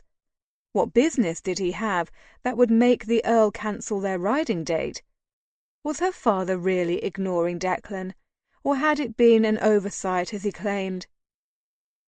If she had a more useful exercise to occupy her besides a ride in the park, or at home hours, or a slew of other pursuits her father deemed ladylike, perhaps her mind wouldn't be absorbed by what so many would see as innocuous actions. If only Declan had agreed to allow her to help him. "Do you usually allow your mare to dictate where you go? If you're not careful, she'll return to her stall." She jerked as the familiar female voice blew her mental fog away on the breeze. A laughing green gaze met hers. "I wouldn't blame her if she did. I'm a most inattentive rider today." Lady Flora Campbell smiled as she leaned down to pat her mare's neck. She was perched expertly on her black mount, with her glossy raven curls pinned up under a smart but practical riding bonnet. Her lilac habit accentuated her rosy complexion, and her charming dimples bracketed what the gossip sheets called the most winning smile in London, creating an alluring picture of English beauty. Except she wasn't English, and she was quick to assert this fact. "What snagged your attention?" Flora looked at her expectantly. Alethea raised a shoulder. "This and that." "This and that sound very boring," Flora commiserated. "Have you always been this obnoxious, and I've just been blinded to it?" Alethea chuckled as she pulled her reins to the right to avoid a street vendor who stepped in her path. "It's usually the first thing people notice about me, or so my brother claims.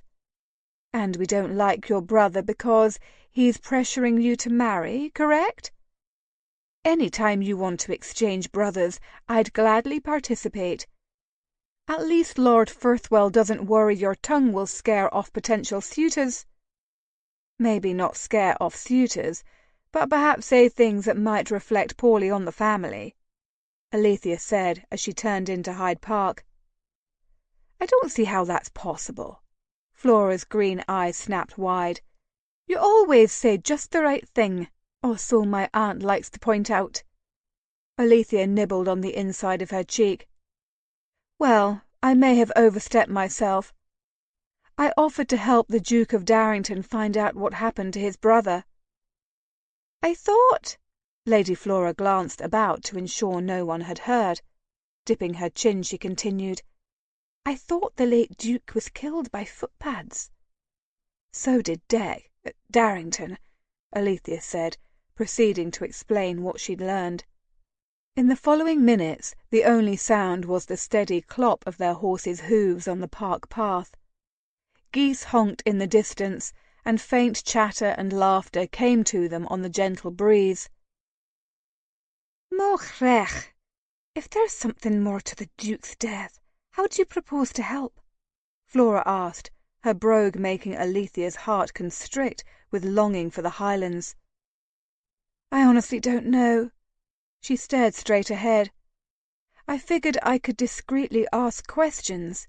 He was a duke after all. How much privacy did he really have? She sensed Flora's frown in her words. That may be more challenging than you think, considering your family's history with his. Tongues will wag if you so much as glance at Darrington, let alone ask questions about his late brother. True, Alethea grumbled, irritation making her jaw stiff. I haven't been able to escape mention of him. It is all anyone wants to discuss when we're about. Well, naturally. Darrington's return has shaken the beau monde from their boredom. Flora curled her lip. I'd ask you about it if I didn't know you'd stomp away in a huff. You know me so well. After directing a dry look at her friend, Alethea giggled and welcomed the release. Oh, Flora, I'm so glad to have encountered you today. Well then, let's have some fun. The grin that spread across Flora's pink lips was decidedly wicked. I'll race you to the lake. Before she could nudge her horse into action, Flora was off like a streak of lilac lightning. Alethea leaned low over her horse's neck, determined to exert her best effort, but her friend could not be caught. Flora the horsewoman had no equal. Alethea reached the banks of the Serpentine as her friend was dismounting, not a single curl out of place. She followed suit and patted her mount as she led her to the shoreline. Feel better? I do. Alethea filled her lungs and released a deep breath. Flora hoisted her skirts above her ankles and sidestepped a clump of reeds before she perched on a flat rock. What does your father think of Darrington's return? I'm not sure, really, but I suppose he seems pleased. Pleased? Darrington is the son of his oldest friend. I believe my father intends to offer him assistance in adjusting to his title. Do you think Darrington will allow him to help? The scepticism in Flora's voice was evident. I don't know. And Alethea hated that she didn't know. She had no notion of how Declan viewed her father, or if he still blamed him for the scandal. He hadn't mentioned the rude words he'd thrown at her before he departed to France, and had definitely not apologized. And if she were truthful, that omission irked her. Perhaps dealing with the talk would be easier to handle if she knew what he was thinking, if she knew the kind of man he'd become. But he was still very much a stranger to her. I'm surprised your father isn't concerned the gossip will hurt your marriage chances. He's been tense since the Duke returned, no doubt dreading the renewed interest in that long-ago investment scandal. If the talk continues, I'm sure he will be. Flora snorted. Oh, it will. It always comes back to marriage for us, doesn't it? She gripped the train of her habit so tightly, the leather of her gloves strained around her knuckles. As if we could possibly do anything else besides marry and bear scores of children. Alethea sighed. It must. Why else would my father prohibit me from working additional days at Little Windmill Home? Why would he forbid me from doing anything that made me feel productive? She looked down the shoreline. I've saved enough money on the household expenses since I've returned to buy new livery for the footman and a new stove for the kitchens. He hasn't even noticed. Flora dipped the toe of her half-boot into the water. Why would my brother keep me from running Loch Kilmorrow's stables and horse training? I know almost everything there is to know about it, and I'm willing to learn what I don't. But he won't hear of it. Alethea ran a hand down her mare's head. I feel guilty for complaining when we have so much more than other women. All women occupy one cage or another. Some are merely gilded. Flora's face was hard before she angled it toward the water. Alethea wrapped her arms around her waist. I fear if I don't choose a husband this season, one will be chosen for me. Why do you say that? A feeling. Alethea casually lifted a shoulder, even as anxiety crept along her spine. I wish I could pinpoint a tangible reason why, but I feel that an hourglass has been tipped on end and the sand is running out on my freedom. Freedom, indeed. Flora's nose scrunched in consideration.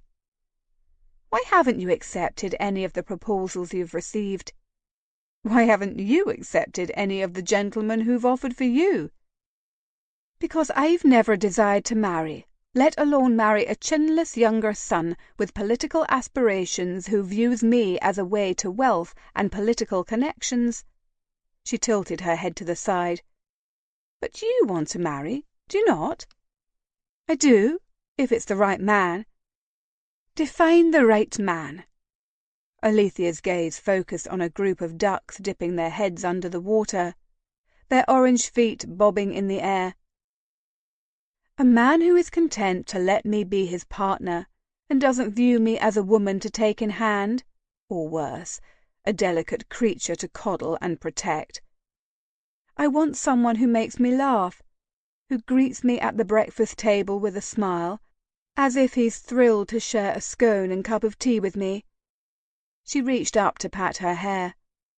When had her hands started to shake? I want the exact opposite of my parents' marriage. Is that impossible? Probably. Flora's voice was gentle. For us. She nodded and looked back at the ducks. They had swum further down the shoreline, no longer fishing for food. Even they couldn't escape beneath the water for long. Marry the Duke! Alethea whipped around to face her friend. The Duke? The Duke of Darrington? No! She turned away to hide the flush that coloured her cheeks at the suggestion. A soft chortle met her ears. My, so emphatic. Why ever not? Because I don't even know him. Not any more. Alethea's voice was strained. And I'm not confident my father would countenance a marriage between us. Flora blinked. But he's a duke. I know. I just don't think my father has ever really liked Declan. Admitting such aloud hurt for reasons she didn't wish to examine. Hastening to change the subject, she said, Plus, I doubt Declan wants to marry, let alone marry me. He may not want to marry, but he needs to marry. I'm sure it's written in the pages of the Peerage Handbook. All unmarried dukes must find a wife and beget an heir post-haste. The corners of her mouth dipped. I'm positive it's next to the chapter that outlines all the things women are forbidden to do. It should list the things we're allowed to do. Alethea reached out and squeezed her disgruntled friend's hand. I'm sure it would be much shorter. Flora's eyes turned serious. Why wouldn't he want to marry you? You're clever, witty, thoughtful, and beautiful, with all that glorious red hair. Plus you have a dowry that'd make a man as rich as Croesus. Some would say you're bloody perfect. A reluctant smile tugged at her lips. You're too kind. I know, and too honest. Flora's teasing grin melted away after a moment. Do you not find him attractive? Alethea balked. I do. He's just so much more, she finished lamely.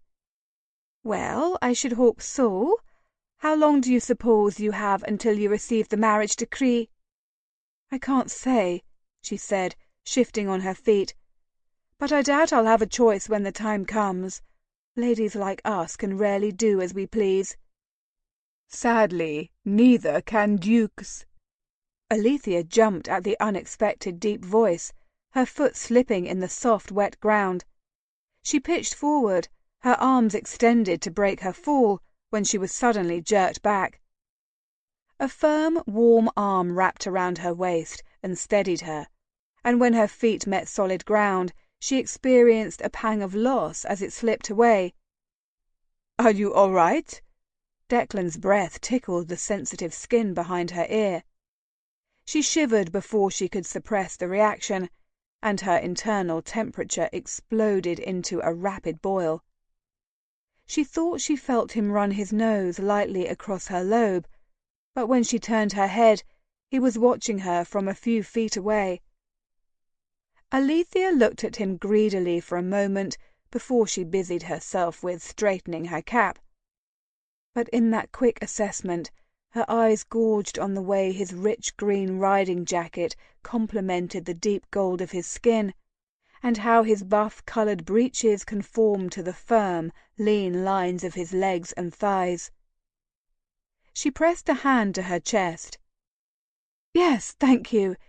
It seems to have become a habit of yours to sneak up on me. I find I don't like it."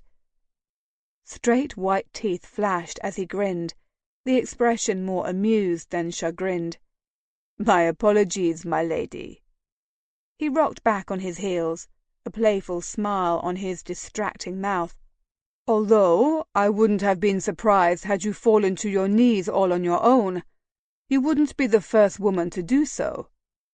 She glared at him, even as a laugh tickled her throat. She was equal parts delighted by his teasing and shocked by his gall. Flora's chuckles vaguely registered. Just as she was straightening her shoulders, Declan faced her friend and bowed. "Would you introduce me to your lovely friend?" Although Flora's dimples made an appearance, her assessing stare was fierce. An uncomfortable feeling burrowed into Alethea's gut, but she did her best to ignore it. "Your Grace, this is my friend Lady Flora Campbell. Flora, this is His Grace, the Duke of Darrington, who has apparently morphed into a shameless rogue under the island sun." "Yes, I can see that." Flora sank into an effortless curtsy. "It's a pleasure to make your acquaintance, Your Grace." She looked at Alethea with a gleam in her eye. "I must admit that I hadn't expected to find you so charming. A rakish duke will surely scandalize society, in the best ways, of course." Despite knowing her friend was jesting, jealousy nipped and clawed inside Alethea's chest. When Declan took a step toward her beautiful friend and extended his hand to help her navigate to the shore, she turned away, her hand opening and closing around the leather reins in her palm. Seeing Declan touch Flora created a painful lump in her throat, and the realization disturbed her. "I appreciate your assistance," Flora remarked as she came to stand by Alethea, her head cocked becomingly to the side, inky curls brushing along her cheeks. "I'd love to stay and chat, but I'm expected home." Declan bowed politely, his motions crisp and graceful. His eyes flitted over Flora's face for a moment before they returned to Alethea's face, and stayed. Her mood brightened. Her friend offered her a quick hug. "We'll talk more at the ball tonight. I find there are numerous things we haven't discussed." A strangled giggle escaped Flora before she twirled around. She retrieved her black mare's reins and led her up the path, crooning softly as she did so. "Did you meet Lady Flora in Scotland?" "No, I met her here in the park," Alethea explained. "She'd seen me jump a bush and complimented me on my seat." Meeting his enigmatic black gaze made her mouth go dry. She licked her lips, and when he tracked her movements with hooded eyes, her skin grew hot under her habit. She wanted to ask him a slew of questions about his life in St. Lucia, his business endeavours, his suspicions about his brother's death. Instead, she took a step back, needing to create some space between them. His intensity threatened to singe her, and she couldn't afford for him to know how much he affected her. Ali." He stopped and cleared his throat. "I want to apologize." "Apologize?" Declan's gaze burned into hers. "Yes. The words I said to you before I left were unfair. You didn't deserve my anger, and it was wrong of me to direct it at you. I'm sorry." Surprise stole her words, and she stared at him with large eyes. He looked so contrite, his forehead crinkled in the adorable way it used to when he was upset. "Thank you for saying that." She licked her lips, debating whether to minimize the incident and his need to apologize. Remembering how much his words had hurt her, how she'd replayed their parting scene in her mind over the years, she thought better of it and busied herself with patting her mare. Shifting in discomfort, she observed how very much alone they were. Her groom sat idly on his mount 24 yards away, but Alethea knew many wouldn't consider him a proper chaperone. She mentally cursed for permitting herself to be in such a situation. If they were discovered, what would her excuse be? Resolving to depart for home, she turned a bright smile on Declan, hoping it hid the anxiety making her nervous. The sound of approaching horse hooves rose from the ground. Alethea jerked around, and a sudden wave of nausea caused her to sway on her feet. Lady Banbury, the biggest gossip in London, was smiling broadly as her landau approached, her eyes narrowed in calculation.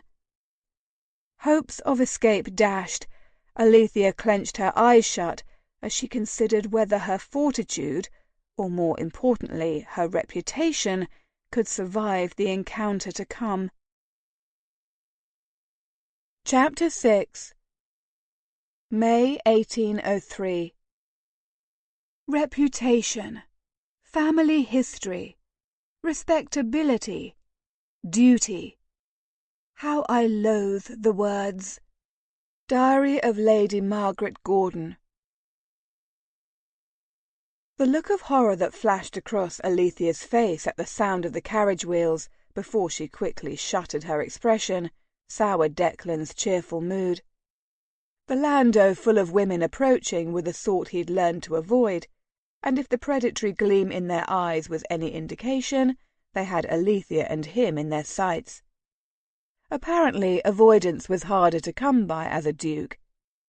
He'd wandered into the park to walk off some of his frustrations, not to be waylaid by a feral clouder of town tabbies. "It's Viscountess Banbury, the town's biggest gossip. Just smile and follow my lead," she said through her teeth. She sent the women a welcoming smile. The landau jerked to a halt next to them, and an elderly woman with a bonnet adorned with large garish-coloured roses leaned out toward them. A grin stretched across her face, leaving Declan thinking he'd inadvertently stumbled across a macabre show. "Why, Lady Alethea, what a delight it is to see you!" The woman cast her gaze dramatically around, alighting on the waiting groom. "But where is your father?" "He had an appointment." Alethea flicked her hand in a cavalier fashion. "How do you do, Lady Banbury? Ladies?" "We're well, dear. Delighting in this lovely weather," Lady Banbury said, even as her eyes focused on Declan. "And it appears you and your male friend are too." From the way her brows disappeared into her white hairline, and how she was practically hanging out of the carriage, the woman was positively salivating at the possibility she'd encountered a scandal in the making. Alethea stiffened, although he was convinced no one else noticed. But his every sense was trained on her in his effort to play along with whatever storyline she concocted. Or so he told himself. She gestured to him with a solicitous smile, and Declan amused himself that she could produce the expression without willing it. Years of practice dealing with busybodies had obviously made her an expert. "Your Grace, please allow me to introduce you to her ladyship, Viscountess Banbury. Your ladyship, this is his Grace, the Duke of Darrington. As I'm sure you remember, we've known each other since we were children." Declan's breath hitched at the reminder. It seemed a lifetime ago since his happy, carefree childhood. Pleasant days spent dodging his tutors so he could explore the Herefordshire countryside with his friends, the Swinton twins. And despite her scolds, Alethea had always concocted the best schemes and plans, which had captivated the young boy he'd been. He suspected he was still vulnerable to her appeal, even now. "Of course. Everyone remembers how close your families were," Lady Banbury crooned.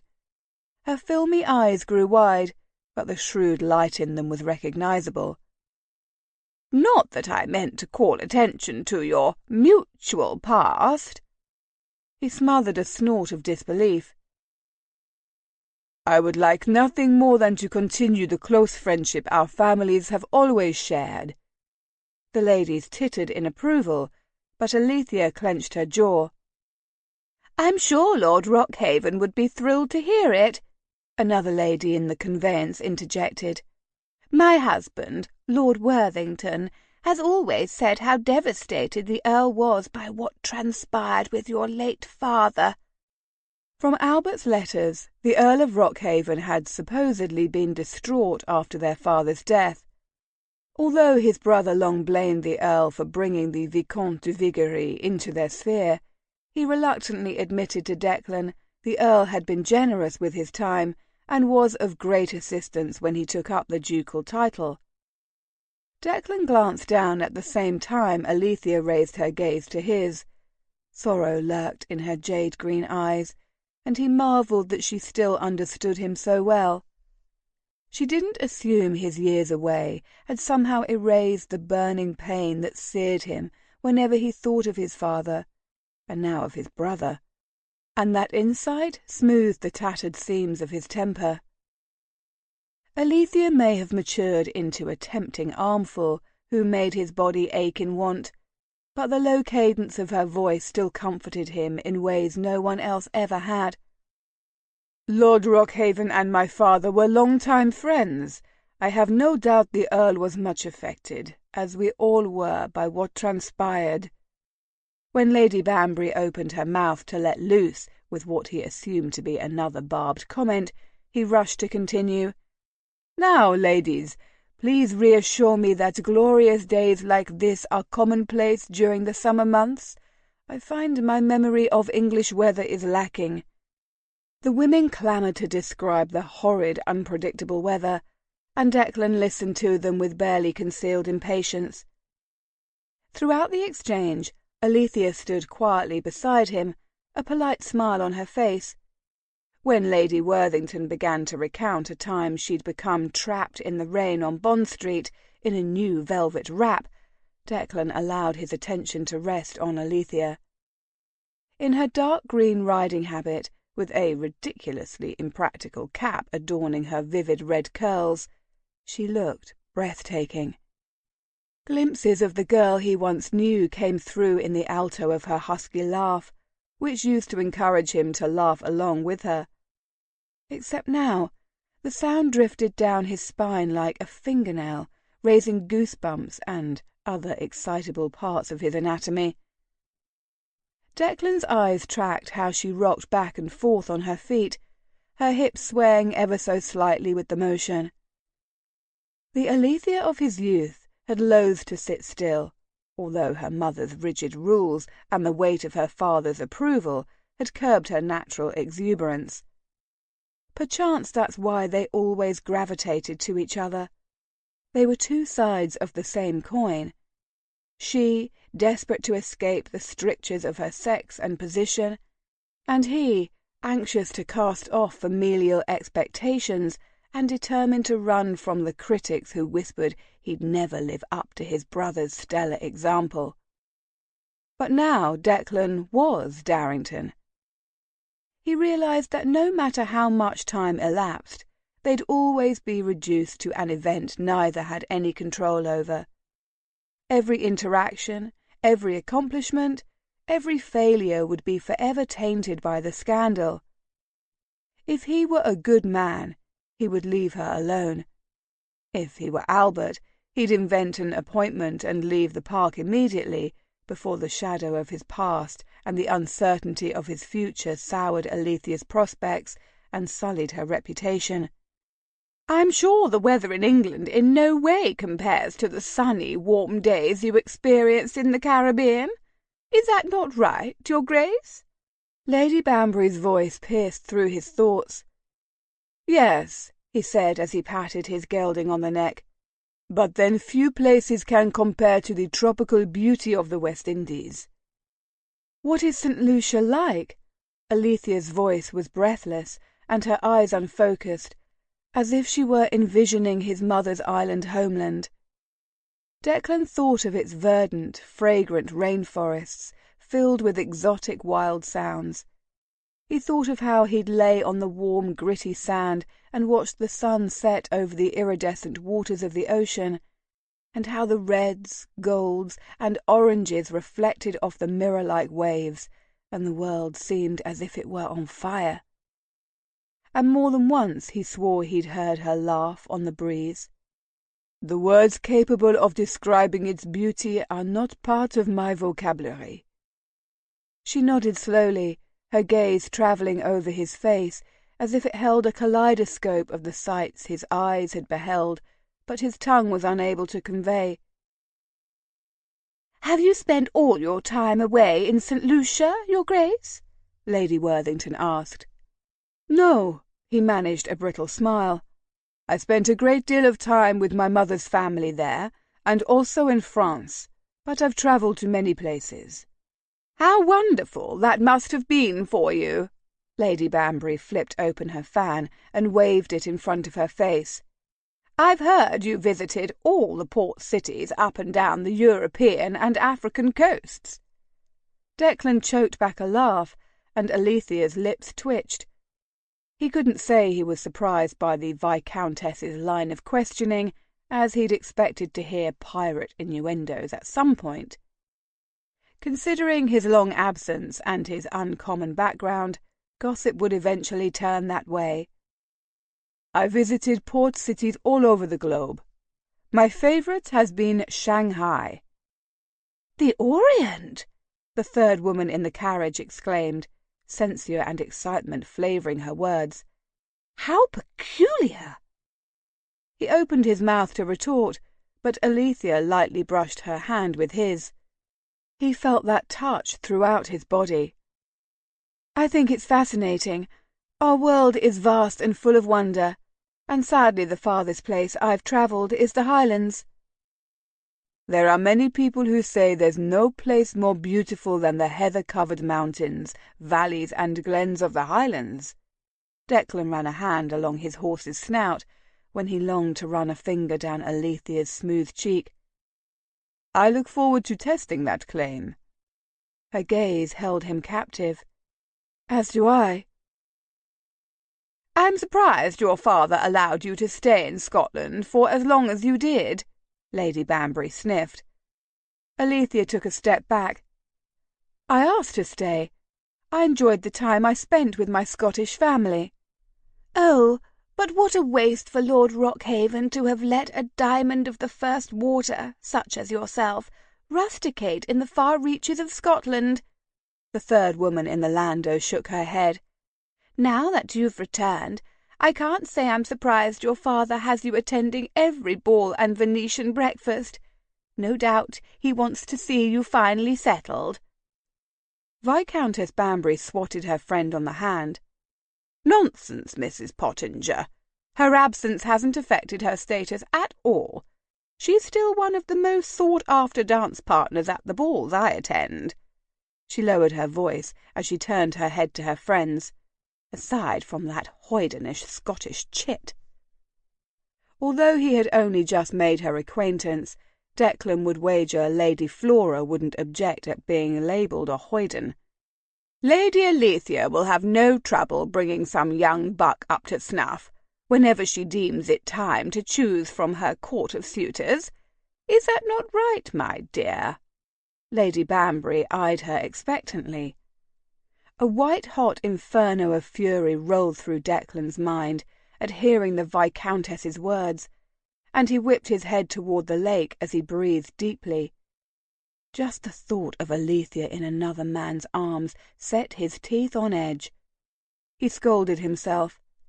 Any claim he had on her was the result of adolescent emotions and dreams, and had been relinquished long ago. She could marry whomever she chose, or her father chose, more likely. His mental chiding did not lessen the ferocity of his response.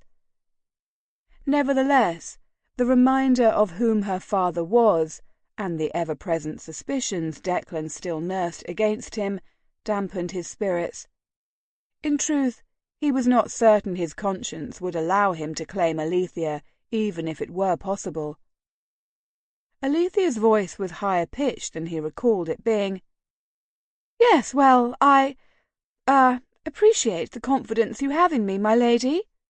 The older woman clapped her knobby hands together, and Declan turned as she bounced in her seat.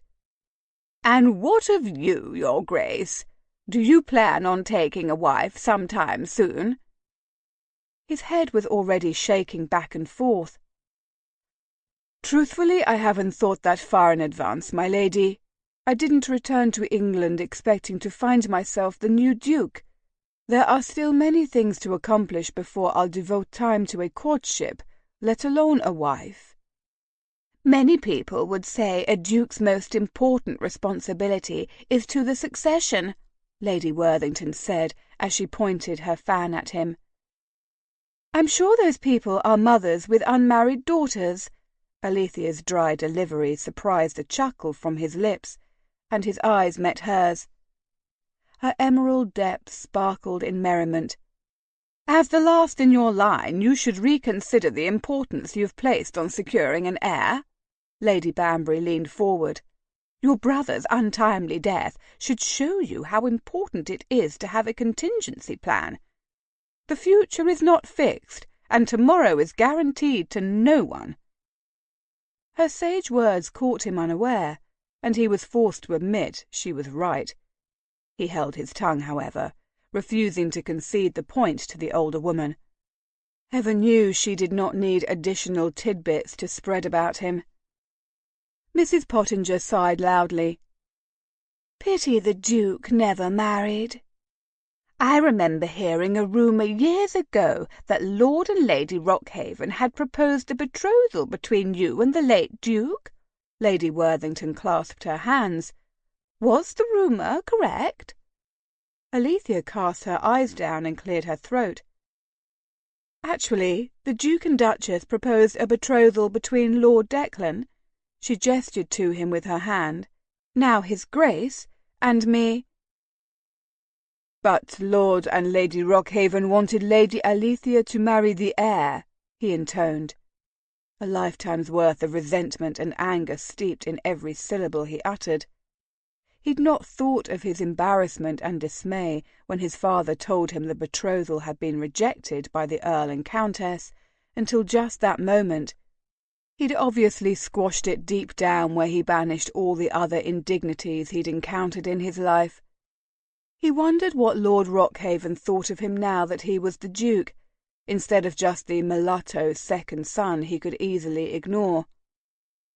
Alethea offered him a small, fleeting half-smile. He liked to think he read regret in the gesture, but he was too irritated to trust his judgment. "Just think, my lady, if all had gone as your parents had suggested, you could even now be a duchess." Mrs. Pottinger's smile held a malicious edge. "What a drastic set of circumstances that would offer," Lady Worthington agreed with a nod. "You would never have had to return, your Grace. You could have continued your private—" The carriage horses suddenly leapt forward, as if an invisible whip had spurred them on. Declan jumped out of the way as the horses ploughed into the water, their front legs rearing up as they realized their folly. They jerked their massive bodies to the side, and Alethea fell into the water in her haste to escape their flailing hooves. The 3 older women screamed as the horses darted back up the path, the landau disappearing over the rise, their lingering cries trailing in their wake. He stumbled into the water, intent on pulling Alethea from the chilly waves. Before he could reach her, she regained her footing and launched herself to shore, her feet making sucking sounds as she wrenched them from the mud. She pushed strands of wet hair from her face, then dashed water from her eyes. As Declan inspected her body, making sure she was uninjured, every one of his muscles suddenly seized. Her camlet clung to her skin, each curve and dip accentuated. The wet material seemed to celebrate her perfection, even as she attempted to squeeze excess water from the material. His eyes refused his attempts to haul them away. They acted of their own volition and revelled in their rebellion. Seeing Alethea thus was like watching Aphrodite emerge from the clamshell. She was an earth-shattering revelation. "Bollocks!" she exclaimed, as she gripped her train tightly before dropping it to the ground with a thud. "That wasn't supposed to happen." "What do you mean?" She cut him an impatient look. "The horses weren't supposed to run toward the water. Daft creatures." "They weren't? They should have turned away from the shore." She stomped her foot and huffed. With her wet red hair hanging around her face, she looked like a selkie. His thoughts condensed into a mass of confusion and lust. "So you're wet and uncomfortable because the horses didn't run the way you expected?" Alethea looked down at her sodden skirts and lifted a shoulder. "Essentially, yes." Laughter exploded from his mouth. When only spasms remained, he met her irritated gaze. "What did you do?" She crossed her arms over her chest, and Declan did his best not to track their movements like a well-trained pointer. "I may have swatted a horse's flank. Thankfully no one heard me above Mrs. Pottinger's nasally voice." "Still, that wasn't the smartest way to rid yourself of the coven." Her lips twitched, but she quickly pressed her mouth into a firm line. "So I discovered. If I had known you were so desperate to escape that you'd spook 2 perfectly innocent horses, I would have simply excused myself." She rolled her eyes. "I was waiting for you to do that exact thing as soon as I heard them approaching." Declan jerked back. "You were? Do you honestly think I wanted to stand there while they discussed our pasts like it was on display at an exhibition?" He frowned. "No, I suppose not." Alethea raised a brow. "You could have left at any time, you know." "I was schooled to be polite and respectful of women. It would never have occurred to me to interrupt the conversation so I could depart." "Admirable of you," she smirked. "But I believe you'll quickly become adept at extricating yourself from trying situations. With all politeness, of course." He studied her again, but kept his eyes trained on her face and away from the delectable sight of her in her wet habit. "There she is." She glowered. "There who is?" "The girl who delighted in trying to manage every situation. I thought she'd been lost, but she was apparently lurking behind this sophisticated facade." A blush crept up over her cheeks and disappeared into her hairline. "I apologize. I was taught how to navigate every societal trap, so I'm particularly skilled at recognizing them." "I apologize for placing you in such an uncomfortable situation." Alethea coiled her wet hair over her shoulder and looked away. "The whole season is an uncomfortable situation." He smiled despite himself. "So I'm learning." "I almost pity you. Unless you learn fast, they will delight in chewing you up and spitting you out." "As long as they don't bite hard, that doesn't sound so bad." She made a rude sound, and Declan chuckled. "Perhaps I require a tutor." She slowly arched a brow. "Perhaps you do. but I don't think you can afford my services." His grin was wolfish. "I think you underestimate me and what I will do when I want something." They stared at each other, heat stretching like an invisible web between them. Declan saw a torrent of emotions in her eyes before she blinked and glanced away. Clearing his throat, he asked, "May I escort you home?" A somber expression transformed her face. "I don't believe that will be necessary." "I'm not letting you walk back to Rockhaven House like that." Declan allowed his gaze to rest on her wet garment for a moment, although the sight sent fresh heat through his bloodstream. "My request was merely a formality. I will escort you home." Her jaw firm, Alethea studied him for a moment before she clamped her eyes shut. "Very well."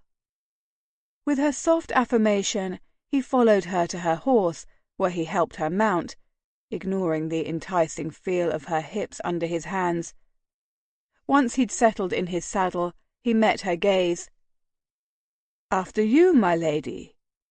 Her shoulders drooped, and he wondered at her defeated mood. Not 5 minutes earlier, she'd engaged in a verbal fencing match with 3 formidable society matrons, and now she was returning home. She was dejected? Declan frowned as he urged his horse to follow hers. He told himself it didn't matter if she was embarrassed to be seen with him. It was of little consequence if his return was raising questions about the past and making her family uncomfortable. Her father's poor choices had been disastrous for his family. Alethea Swinton was not for him. Now, if only he could convince himself that was true. Chapter 7. February 1813. I've learned questions are appeased when encountered with a smile. My face tires of the expression. The Diary of Lady Margaret Gordon. The feel of the comb running through her hair and pins sharply pulling it into the latest fashionable style did little to disturb Alethea's tumultuous thoughts. She knotted her hands over and over again in her lap as she recalled the look on her father's face when he'd stood in the foyer. She'd forced herself to hold his gaze, even though she'd wanted to run to her room and throw the latch. The Earl had regarded her intently, even as 2 maids dried the puddles she'd dripped onto the marble floor behind him. "What happened?" "I fell in the lake." "Were you injured?" She'd lifted her sodden skirts. "Just my pride." "Were you seen?" Her throat had suddenly been as dry as his tongue. She had forced down an uncomfortable swallow. "Considering the hour, I'm sure." He'd said nothing else before he walked away, but he didn't need to. His disappointed expression said it all. She could follow every social norm to the letter, be propped up by the ton as an example of ladylike behaviour, but one misstep earned her censure from her rigid father that usually reduced her to tears. "Pray tell, how does one find herself in the Serpentine?" Finley's voice startled her, and she scowled at him where he stood in the doorway of her chamber. "I don't know what you mean." He approached and tugged on one of her curls. "In spite of a lifetime of evidence, you still seem to think you can lie to me." She raised her chin stubbornly. "Did father tell you?" Finley plopped down on the end of her bed and adjusted the sleeves of his dark blue superfine coat. "My valet heard talk below stairs. Did you really fall in the Serpentine?" "Lady Banbury's horses spooked while I was conversing with her, and as I tried to save myself from their flying hooves, I stumbled into the water." "Norris said Declan escorted you home?" Despite Finley's casual tone, his eyes narrowed speculatively. Feigning interest in her appearance, she stood and walked to the full-length mirror on the other side of the room. In truth, While she registered the stunning combination her mother's emerald jewelry made with her slate-grey ball gown, the glow in her cheeks could only be laid at Declan's feet. And when she'd found him scrutinizing her as she attempted to wring water from her soaked habit, his appreciative gaze had warmed her better than any roaring fire. She caught Finley's expectant look in the mirror. "Yes, he did," he exhaled. "How did you come to be in his company?" As she recounted her experience in the park, first with Flora, later with Declan, and lastly with Lady Banbury and her coven, as Declan had called them, Finley's expression grew darker and darker. "I can only imagine the look on Lady Banbury's face when she saw you standing there with Declan. She must have been in a tizzy." "Of all the people I could have encountered on the afternoon Father decided not to ride out with me, it would be those three." She sank onto the bed next to him and laid her head on his shoulder. "Did you see who Father met with this afternoon? Do you know what they discussed?" "I don't. When I questioned him about it later, he said the man oversaw the watchman at the warehouse by the docks." She wrinkled her nose. "I suppose that makes sense." But something about the stranger's presuming gaze still left her unsettled. He rose to his feet and adjusted the fit of his waistcoat. "The carriage will have come around by now. We'd better hurry." The oppressive heat and cloying sense of patchouli and perfume that filled every ballroom Alethea entered that season never became easier to endure. She discreetly wiped a bead of sweat from her brow as she inched closer to the open terrace. At least the Carltons had the good sense to open the windows and doors that lined their cramped ballroom, or she was confident she'd have swooned into a pile of grey silk. Studying her dance card, she breathed a deep sigh when she saw Finley's name scribbled next to this waltz. He sometimes reserved dances with her, so she'd have a break from her suitors.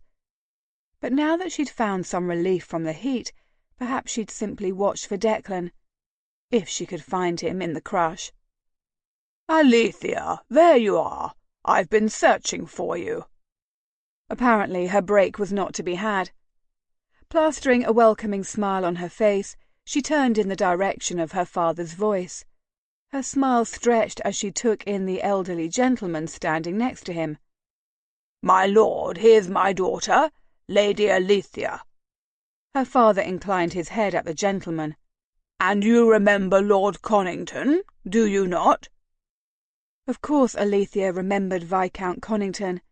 He'd been a friend of her father's from her earliest memories, and with his slight frame, perpetually white hair and tremulous hands, he'd always reminded her of a little old bird. "Lady Alethea, how lovely you've grown to be." He took her hand in his frail one, bowing over it properly. "I see Scotland was kind to you." "Thank you, my lord. I confess it was hard to leave." Lord Connington leaned close, as if sharing a secret. "I don't blame you. I have to work up the energy to come to town for the season every year. I find I'd much rather take walks with my hounds than attend one more ball." "And yet here you are," Alethea said, giggling when the older man grinned. While Alethea attempted to smooth away her smile, the Earl cleared his throat. "I believe you expressed an interest in dancing with Lady Alethea for this waltz, Connington." Without glancing at her father, the older man nodded. "If you are free, my lady, I would be honoured to share this dance with you." A voice sounded behind her. "Actually, she has already promised this dance to me." Her heart stuttered at the sound of Declan's deep tone, and just when she thought the room couldn't get any hotter, he appeared and incinerated all her good sense. Turning, she met his twinkling onyx eyes as he said, "Did you forget you saved this dance for me? My pride is wounded." "Darrington, I hadn't realized you were here." Rockhaven offered Declan a curt nod and motioned to the Viscount with his chin. "I don't believe the two of you have met, especially considering you've only recently returned, and Connington here eschews London." Declan offered the elderly man a friendly nod, bowing courteously. Alethea was surprised, however, when Lord Connington's lips curled ever so slightly before he returned Declan's bow. Lord Rockhaven clapped his hands together, his gaze darting between Declan and Connington in obvious speculation. "Well, since Alethea and Darrington are already engaged for this dance, perhaps she can save you a later set, Connington." The Viscount shook his head. "Unfortunately, I will be leaving for another engagement." Meeting Alethea's eye, he chuckled. "I only came to steal a dance with you." She mumbled an apology when the Earl raised a brow at her. Her father and the older man took their leave, and her attention finally settled on Declan. Her face must have worn a pained look, because he frowned and took a step back. "I apologize for lying. I didn't want to lose the chance to share a waltz with you. You needn't worry you'll be embarrassed." No. I... She snapped her mouth shut and breathed a gulp of tempered air into her lungs. "After today, I'm more concerned with embarrassing you." His irises widened a fraction, and a wave of dizziness assaulted her when his heart-stopping mouth stretched into a grin. She reached out her hand to him. A dance with Declan was unwise. Lady Banbury had surely spread the on-dit of their almost betrothal, and the knowledge her father had once disapproved of a match between them would cause their every interaction to be closely scrutinized. The Earl would despise the talk. Nevertheless, like waves along a rocky seashore, Alethea was helpless to pull away. At that moment, she seemed destined to crash and splinter against Declan and the potential scandal he represented. "I'd love to dance," she said softly, willing to gamble the gossip and her father's censure for a few moments in his arms. Chapter 8. September 1801. My mother believes waltzing is scandalous. I find I agree with her, which is exactly why I hope to dance it. The Diary of Margaret Gordon. Air rushed fast and heavy into his lungs. He'd almost say he was panting, but dukes would never do anything so uncouth, would they? Declan wondered at his reaction to Alethea's lean but surprisingly firm arm on his own, and its mysterious ability to throw him off balance. He'd only agreed to attend the Carlton ball because he'd learned Rockhaven would be in attendance. The fact the Earl continued to avoid him frustrated Declan and did nothing to alleviate his growing suspicions that more than scheduling difficulties prevented them from meeting. So he'd allowed himself to be at his competent valet's mercy for the occasion, and affixed his most amiable smile onto his face, determined to charm the ton. He may have decided to largely be an absentee duke, his urge to build a life in England diminished with his brother's death, but winning favour with the beau monde would benefit him.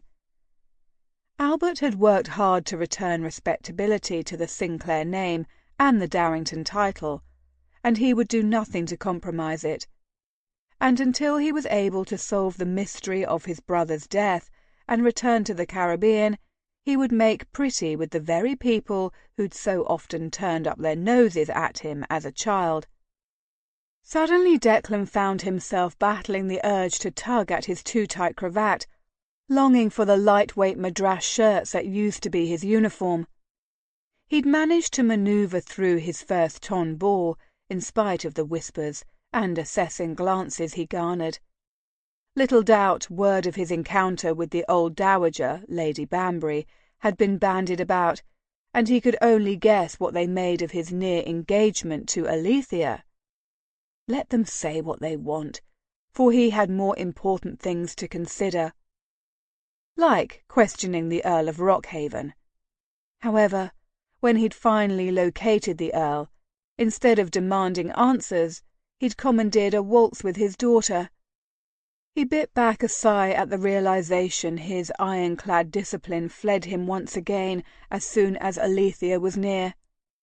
It was an alarming weakness, for he feared it could make him forget all the reasons why she could never be his. Still, the most beautiful woman of his acquaintance consented to dance with him. The evening suddenly showed more promise than he'd expected just a quarter of an hour before. Gripping her hand, he led Alethea toward the centre of the dance floor. He circled her, his gaze discreetly admiring her hourglass figure, until they faced each other. Her eyes held him captive as he stepped forward, his other hand sliding along her side to encompass her slim waist, his fingers spreading wide. Heat seemed to radiate from the places where their bodies touched, and Declan revelled in the sensations of holding a very grown-up Alethea in his arms. He had danced the waltz on 3 continents, with numerous partners, some more beautiful and memorable than others, but the fluidity with which Alethea moved erased all memories of his previous partners.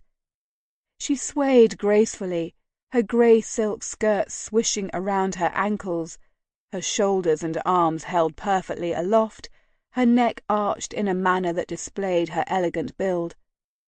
Her every movement was with a natural ease that made her appear weightless, as if the music alone held her upright. As they twirled and stepped around the room, she watched his face, and the heightened colour of her cheeks and the luminous quality of her large jade eyes caused his lungs to seize. Despite the numerous women he'd held in his arms, it was the girl next door who stole his breath. He forced his gaze away and glanced around the room. The anonymity he sought at the centre of the dancers had instead made them the epicentre of the room's attention. He imagined the fevered conversations taking place about what their waltz meant and what Lord Rockhaven would say about it. Looking down at Alethea's lovely face again, he decided it was she, more likely, who held them all transfixed. "Have you been home?" she inquired after a silent moment. "Just last week. After I learned the news, I headed straight for Darrington Manor." The ducal seat in Herefordshire was much as Declan remembered it. His brother had made changes to some of the facilities, expanded the stables, and upgraded much of the tenant housing. However, the sprawling manor, with its oversized red brick facade and climbing ivy, was the mirror image of what he'd clung to on the nights when homesickness descended over him like a black cloak. "I miss Herefordshire." A fond smile lit her face. "I'm surprised to hear that." Declan laughed when Alethea's lips twisted into a scowl. "Whatever is so funny?" she demanded quietly. "You." When her expression didn't change, he hastened to add, "If I recall, you couldn't wait to come to London." "Yes, well, that was before I got here, before my every movement was splashed across the broadsheets." Declan stroked his thumb over her knuckles. "You're quite popular, I take it." Her rhythm faltered for just a moment before she corrected herself. "Now more so than before I left for Scotland." Tiny lines appeared around her mouth, and Declan wondered if she was annoyed with her dancing misstep or the circumstances of her return. "I'm sure our adventure in the park did not help." She went rigid ever so slightly in his arms. "No one has said anything to me directly, but I've heard there's been talk." "The sight of you fresh from the water is something even the most conservative members of society would be hard-pressed not to comment on." The memory of her habit clinging to her every curve made his mouth run dry. "I didn't deserve to fall into the water. That hateful Mrs. Pottinger did." Declan didn't argue her assertion. He led her around another couple, allowing them both to concentrate on the music for a time. "Have you learned anything new regarding Albert?" Her question was breathless, as if she'd feared asking it, but he'd expected her to return to the subject. Had known she would. Alethea's curiosity had always been indomitable. "I have not." He twirled her around the edge of the dance floor. "I had hoped your father might be able to tell me about Albert's business associates, but we have not had a chance to speak. I don't know much about Albert's life here in London." "I've discreetly asked a few people tonight, but he was notoriously private. I wish I knew something, but I only saw him on occasion, and then he never encouraged an acquaintance." "I would say I hope he was never rude, but I know Albert would never be so ill-mannered." He glanced at her and shook his head. "He's left quite the shoes to fill." "He was always polite," she whispered, "but we never exchanged more than simple pleasantries." A long silence elapsed, and Declan thought on how he could better direct his efforts to discover what happened to Albert, when her voice cut through his thoughts. "How did you get the scar on the side of your jaw?" "It's not the sort of tale that should be shared in Mayfair ballrooms. As much as I delight in making your cheeks turn pink, I don't want to scandalize you," he said, his head dipping to whisper in her ear. He pulled back and smiled when he noticed her blush. "It wouldn't do for me to behave scandalously so soon after my arrival." "I'm sure you could get foxed at this ball and fall asleep on the stairs leading into the gardens, and people would still think you dashing." "Do you think I'm dashing?" His lips curved slowly into a smile. "I think you look dashing. I also think you're insufferable." He smothered a snort. "I wonder if you'd think me dashing or insufferable if I wore my gyp attire instead of these ridiculous garments Englishmen cram themselves into. I dare say you wouldn't have consented to this waltz." "Nonsense. I'd love to see what attire you'd wear in St. Lucia." "Truly?" "Of course. You've seen things and places I've only read of. I envy you." The absurdity of her comment made him laugh. The corners of her eyes crinkled. "I used to feel like I'd done something wonderful when I was able to make you laugh." "And yet you frequently made me do so." Alethea scoffed. "I also made you grind your teeth in frustration."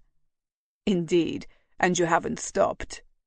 Her alluring smell, the feel of her lush curves moving under his hand to the music, and the beauty of her face were currently causing his body no small amount of frustration.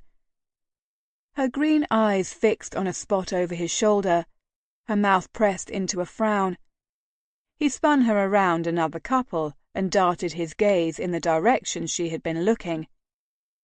The Earl of Rockhaven stood on the edge of the crowd bordering the dance floor with several gentlemen, a snifter in his hand of what was definitely not the watered-down punch the other guests were drinking. "What is it?" "He said the Foreign Office was investigating you for privateering." Her voice was gentle, as if she were afraid of offending him. He snorted. "Is that all?" "Are you in earnest? Isn't an investigation heinous enough, without belittling the charges?" Her pretty pink mouth warped into a grimace. "There is no investigation. There never was." "But why would my father make that claim?" She stopped, licking her lip. "He said you were suspected of being—" She looked askance at the couples around them. "A pirate." "Just because I've travelled extensively." Declan hesitated dramatically and lifted his brows. "And look like this doesn't mean I'm robbing from king and country on the high seas. Do you remember my mother's family owned several large sugar-cane plantations in St. Lucia and neighbouring islands?" Alethea nodded. "Well, after I was sent from England, I went to stay with my maternal grandfather in France, and then travelled with him to St. Lucia not long after. My mother was my grandfather's only child, and thus I was his only grandchild, And I was—" Declan paused, memories of his doting grandfather burning his throat. "Sufficiently indulged." "How blessed you were to have someone who loved you after you were forced to leave your mother and brother behind." Her voice dipped into a consoling whisper. "I was." He stared at the curve of her face while he willed his emotions back into order. "He died 4 years ago, and I was left in control of all 6 plantations, not to mention the ships, the warehouses, and the factories used to process the cane." Declan allowed his finger to stroke across her back once, and although it twitched to repeat the motion, he willed it into obedience. "I've travelled throughout the West Indies, as well as the Gulf Coast and East Coast of America, and most of the European coast, from various Mediterranean ports to Belfast and beyond for business." Alethea stared at him, unblinking. "I'm just a simple businessman." "There's nothing simple about anything you described. Considering your many responsibilities, do you intend to stay in England?"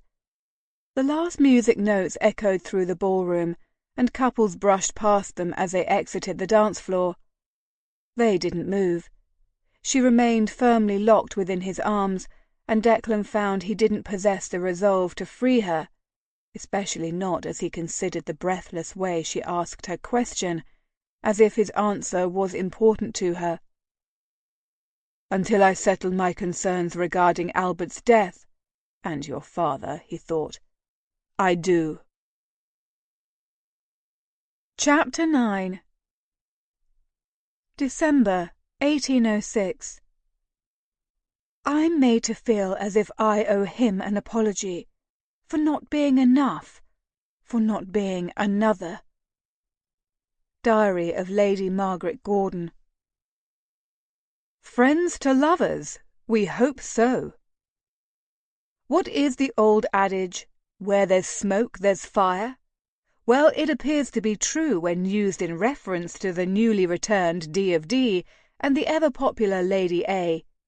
Diverted chatter reached our ears. The pair were spotted in Hyde Park, laughing and making merry, while others reported seeing the Earl's daughter trudging home sopping wet, with a certain ducal escort fighting a smile. We here at the Examiner were willing to assume the meeting in the park was accidental and, in the lady's case at least, unfortunate. So imagine our surprise when our flock of little birds cooed in our ears that the pair were seen together again at Lady Carlton's ball. This time, however, the crush of guests observed them within each other's embrace, scandalously and deliciously close, and oblivious to the company around them. Could Lady A's streak of denied proposals be in threat of ending? Could the mysterious and darkly handsome Duke be off the market so soon after his arrival? Could their budding romance heal the rift their families suffered, or is mere flirtation in the air? So many questions remain to be considered, but one thing seems clear to us. The grounds for scandal become more and more fertile with each longing look that's exchanged. Reading one's name in the paper was still a surreal experience to Alethea, despite its irksome regularity. But seeing her name printed so closely to Declan's made her stomach flip in ways she was hard-pressed to decide were good or bad. "What put that look on your face?" Finlay asked from the other side of the table, where he was quickly demolishing a plate of eggs, kippers, and a rasher of bacon. She picked up her cup and took a sip of hot coffee. "I don't know what you mean." "Of course you do. You're wearing a 'something has sparked my fancy, but I better not let on' sort of expression." Alethea rolled her eyes. "I am not." Finlay paused, a forkful of eggs suspended before his mouth. "Yes, you rather are." He pointed to his chest with his other hand. "Twin, knows all your looks, has named many of them." "You have not." He dropped his uneaten eggs onto his plate and sighed. You're being contrary this morning." "I am not—" Alethea snapped her mouth shut and smothered a laugh. "Right." He grabbed his napkin, wiped his mouth, and held up his closed hand. "There's your 'I'm smiling when I really wish I could plant you a facer' look." He ticked off a finger. "Or the 'if I had access to a medieval torture device you'd be in trouble.'" Another finger met its brethren. Her outraged gasp couldn't quite mask the snicker emitted by one of the footmen. "That's horrid, Finn. I have no such looks." He smirked. "You wear the last one every time Mr. Remington comes to call." "Yes, well—" Seizing her cup once more, she lifted her chin a notch, thoroughly dismissing his nonsense. She lowered her eyes back to the newspaper in front of her, intent on finishing her reading, until it was snatched from under her gaze. Finlay plopped back into his seat with his stolen contraband. He flipped through the paper, skimming rapidly over the pages. Alethea knew the moment he'd found the article when his eyes widened before his brows lowered. "It appears you have a new sobriquet to add to your collection. Duchess." Finlay drew the last syllable into a snake-like sound. "They're being absurd." Alethea picked up a piece of toast and slathered raspberry jam on it, feigning a casualness she didn't feel. Not at all. "Or they're saying what everyone else thinks. It's obvious they saw you and Declan waltzing and heard of your little excursion in the park." "So we danced?" "I'd say you did much more than dance." The hairs on the back of her neck stood on end. "What do you mean?" "Hathaway found me in the card room for the express purpose of telling me about your waltz with Declan. For that reprobate to notice means something." "What rubbish!" "If it's rubbish, would the paper have printed the story of your waltz? And what they're calling your budding romance on the first page of the gossip section?" "Yes," she exclaimed, and smacked her hand on the table, coffee sloshing over the rim. "Every move Declan has made since his return has been bandied about, and we both know the rags love to analyze every breath I take." The unfairness of it gripped her throat, briefly strangling her of reason, and she ran a hand down her neck as if she could loosen its hold on her. Alethea had already learned there were specific things she could not change, and the press's fascination with her was one of them. But the feeling of helplessness that swamped her whenever she thought about it didn't lessen the time or experience. "If you already knew how closely you and Declan were being scrutinized, why did you ever agree to dance with him?" She ran a napkin over the spilled coffee on the tablecloth, her eyes tracking the way the white material turned brown. "He asked, and I couldn't exactly tell him no." Finlay snorted. "Yes, you could have. After the debacle in the park, I would have thought you'd keep the entire length of the ballroom between the two of you to quiet the gossip." His censure irritated her, and she tried to remain calm under his accusatory glare. "Don't you think it would have been worse if I cut the Duke of Darrington in front of Lord and Lady Carlton's guests? Can you imagine the talk a move like that would have elicited?" Finlay stared at her, so she rushed to continue. "I think you're overreacting. People would have talked whether Declan and I danced or we exchanged obligatory greetings. Believe me, I'm not seeking attention." Finlay pinned her with a serious gaze for once. "What I believe is the Ally of old would have told him no. You would have thought of a polite excuse to deny him. You would have pulled me away from the card room by my cravat if need be. Did that Ally stay behind in Scotland?" Alethea released an exhausted breath. "Yes, she did. This Ally finds the strains of conforming, or fitting into her oh-so-proper mould, a feat she's no longer sure she's capable of." She looked at the delicate cup in her hands. This Ally is appalled she's supposed to decline a waltz with a childhood friend because others think he's an interesting topic of discussion. Father asked us to be cautious. Can you honestly say you have been? Any retort she had died on her lips. Her brother's question left her mentally grasping for footing. Had she done her best to consider the family name, or had her own desire to be with Declan been more important? Her father had doted on her for her entire lifetime, and her memories of him were happy, idyllic even. Why had she allowed her new attraction to Declan to overshadow her usual devotion? Finlay sobered.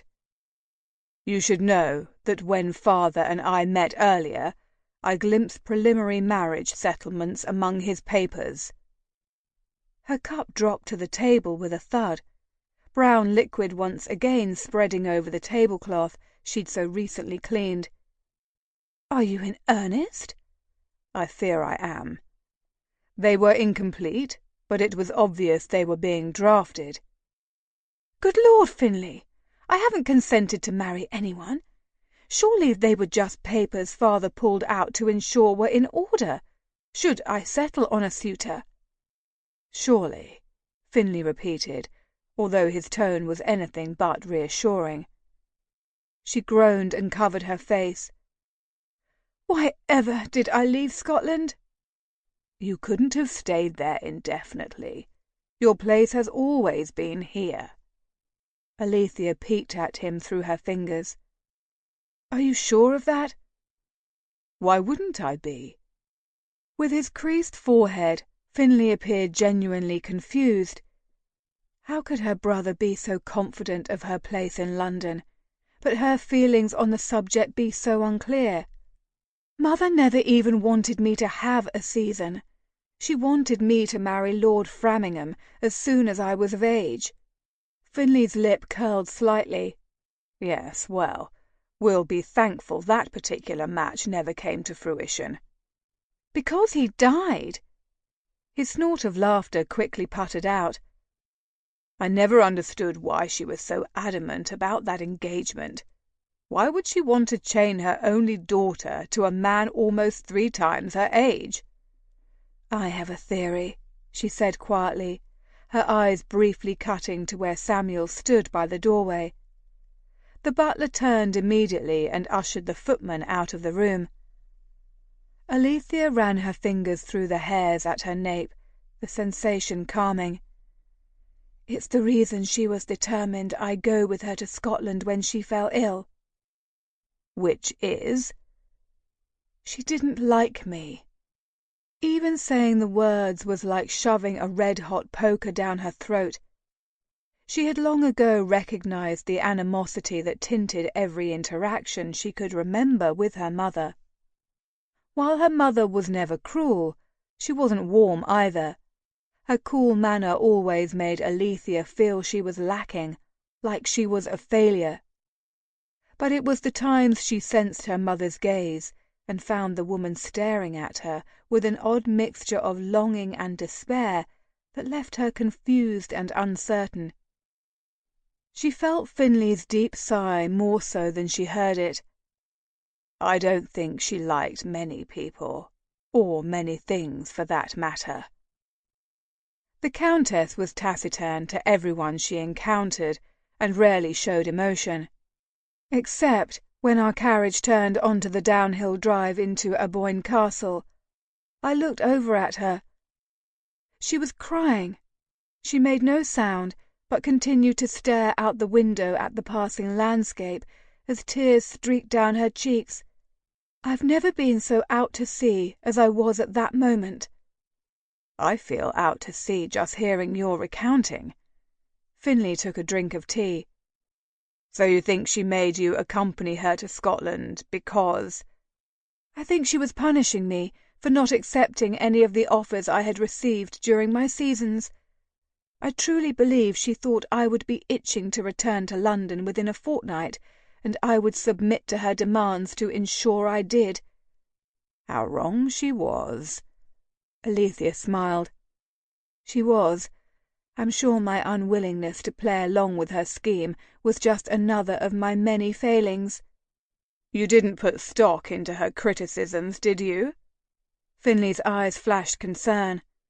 "I always thought you viewed her the same way I did, as a sad, unhappy woman who would be miserable no matter what anyone did. So I stopped trying to please her." "But you're the heir, Finn. No matter what you did, the fact remains you are the only living male heir and are important." She released a deep, painful breath. "I'm just a female, and a ginger at that." Finley opened and closed his mouth several times. "She loathed your hair, didn't she?" "Loathe might be too mild an adjective." She wrapped a red curl around her finger and studied the way the colour gleamed in the morning light. Red might be a most unfashionable hair colour, but she loved it. She'd always delighted in the vivid impression it made and fancied it secured her place in people's memories. "Aunt Catriona had red hair, didn't she?" "Yes, she did." Alethea released the curl and tucked it back into place. "I received numerous comments about how much I looked like her when I was at Aboyne." "You do look like her," the Earl said as he walked into the room, his cravat already askew from his habit of tugging on it while he worked. He sank into the chair at the end of the table. "Very much so." Alethea took a sip of coffee to wash down the accusatory words sitting on her tongue, but she didn't wish to cause Finley trouble if he wasn't to have told her about the marriage settlements he'd seen, and a quick glance in his direction earned her a look of gratitude. Samuels must have slipped in silently behind the Earl, for he set a plate piled high with food before Lord Rockhaven and poured him a cup of tea. The Earl took several hearty bites of food before he turned his attention to his children. "What are your plans for the day, Finn?" "I have an engagement with Lord Reynolds to discuss whether the printing and paper venture he's invested in would be right for me." The Earl nodded his head. His actions busied with the consumption of his food. "And you, Ally?" "I have lessons at Little Windmill Street." "It's an admirable thing you're doing, helping those foundlings." Lord Rockhaven gave her an approving nod. "This is the sort of deed others should talk about, just as long as you don't spend too much time there. That would be unseemly." Finley covertly slid the newspaper off the table and onto his lap. "I've already read it," the Earl said in between bites. "This is why I asked you to have a care with how you interact with Darrington. The young man has always been a lightning rod for gossip for his—" the Earl paused, his lips pinched. "Uncommon lineage. Now that he's returned looking like the pirate everyone suspects him of being, I don't want you to be tainted by association. Make sure stories such as that don't appear again." A hot flush spread over her cheeks. She longed to argue his assertions, but knew it would be pointless. The Earl's opinion of Declan appeared to have been set long ago, and she doubted his many successes or elevated title would change it. "Yes, father." "Very good." A few minutes of silence reigned, and Alethea toyed with the uneaten piece of toast on her plate, certain it would taste like sawdust. Lord Rockhaven wiped his mouth with his napkin and stood, tossing the dirty linen on the table. He placed a kiss on Alethea's head and turned to go, but stopped, pivoting to face them. "I almost forgot. We've been invited to attend the Gold Cup with Lord Conington. You know the Viscount is rarely in town, so to receive such an invitation is a compliment we cannot turn down." Alethea and Finley nodded and watched as their father departed.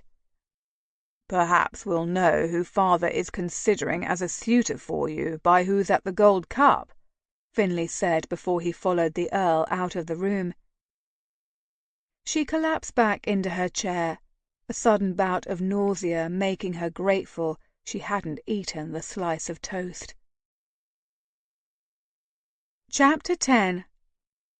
February 1804.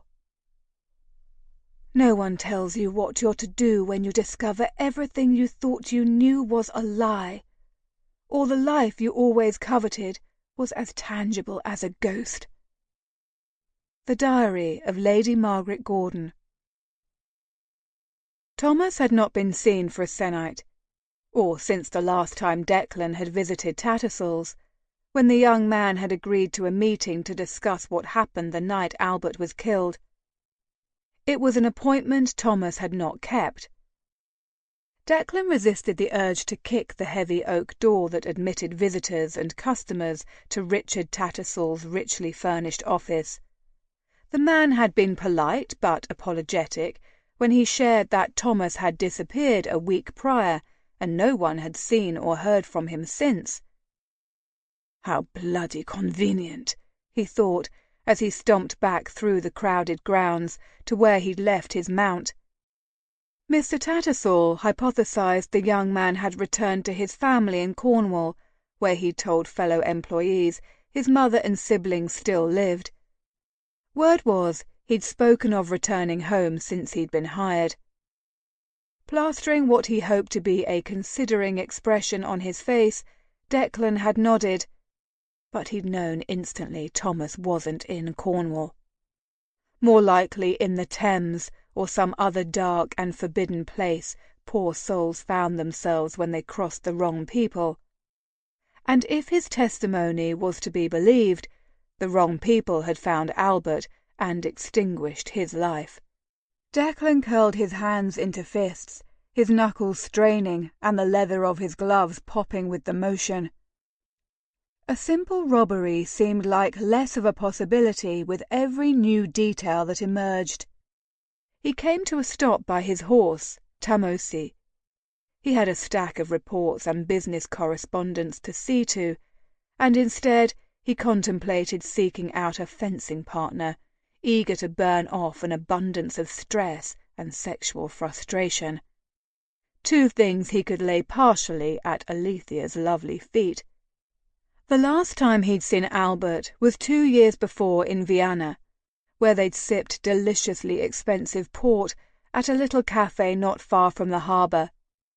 Declan had told him a story about racing to outrun pirates off the coast of Hispaniola, and his brother had laughed. But when Albert's chuckles had subsided, envy filled his gaze.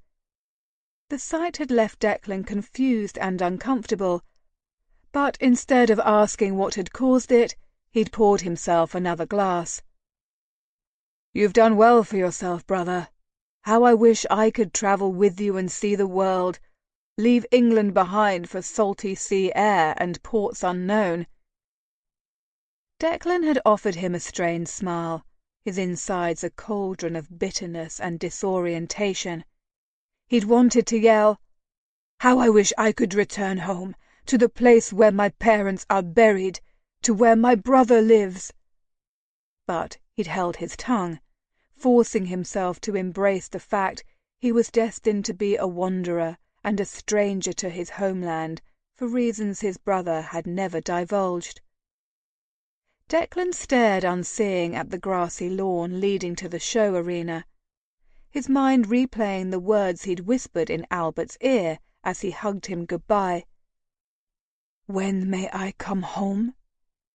Albert had pulled back and met his gaze, his hands still resting on his shoulders.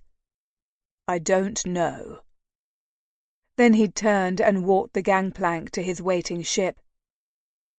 Declan had watched him go, his only surviving family member, and had breathed deeply through his nose to endure the torment that squeezed his chest.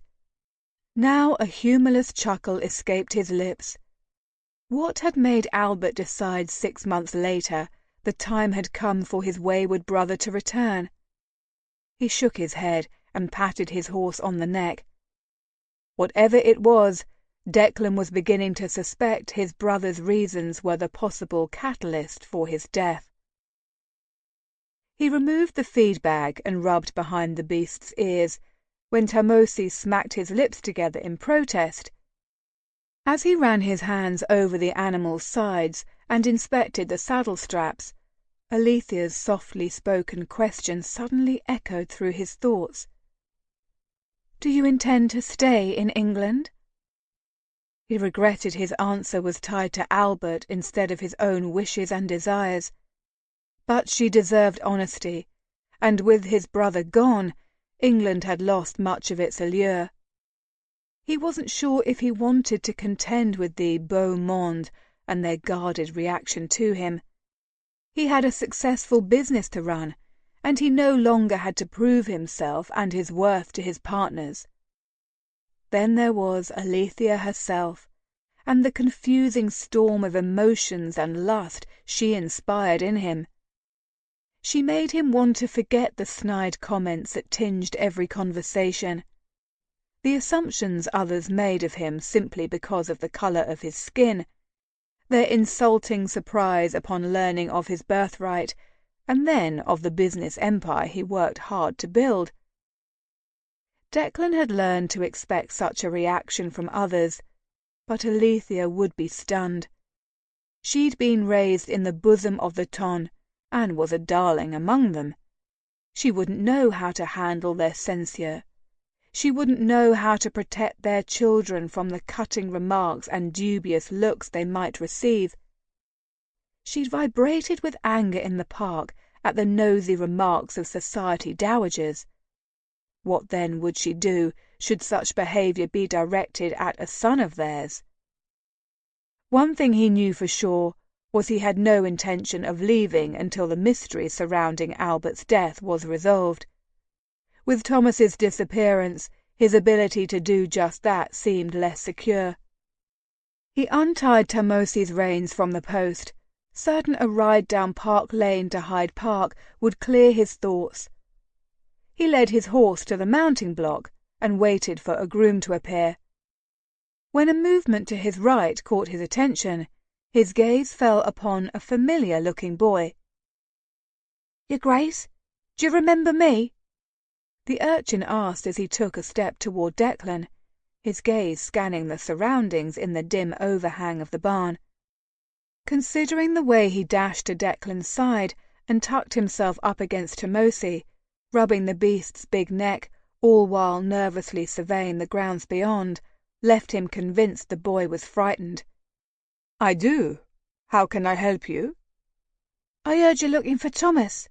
The boy's voice quivered on the name. Declan directed his eyes to the back of Tamosi's head, unwilling to draw attention to the lad. "We had agreed to meet, but he never arrived for our appointment." "Last I saw Thomas was the day you asked me about the grey stallion." The boy stopped abruptly and turned to the side, tilting his head as if listening. "Later, after you had gone, I brought a pretty black filly round, and I saw Thomas with a great big brute of a man. Short hair, tall as those great bears me ma said lived across the North Sea." "What were they doing?" Declan asked, every nerve tingling. The boy rubbed a hand across the back of his neck. "Arguing from what it looked like." "Arguing?" "Aye. At least, Thomas was whipping his hands around and talking angry like. The big man just stood there, looking mean." Thomas could have been caught up in any sort of unsavoury pursuit to send big hulking brutes after him. But why would the man show up to talk to Thomas so soon after Declan had? "And you've never seen the man before, then?" "Nay." The boy took several steps back until he was in the shadows.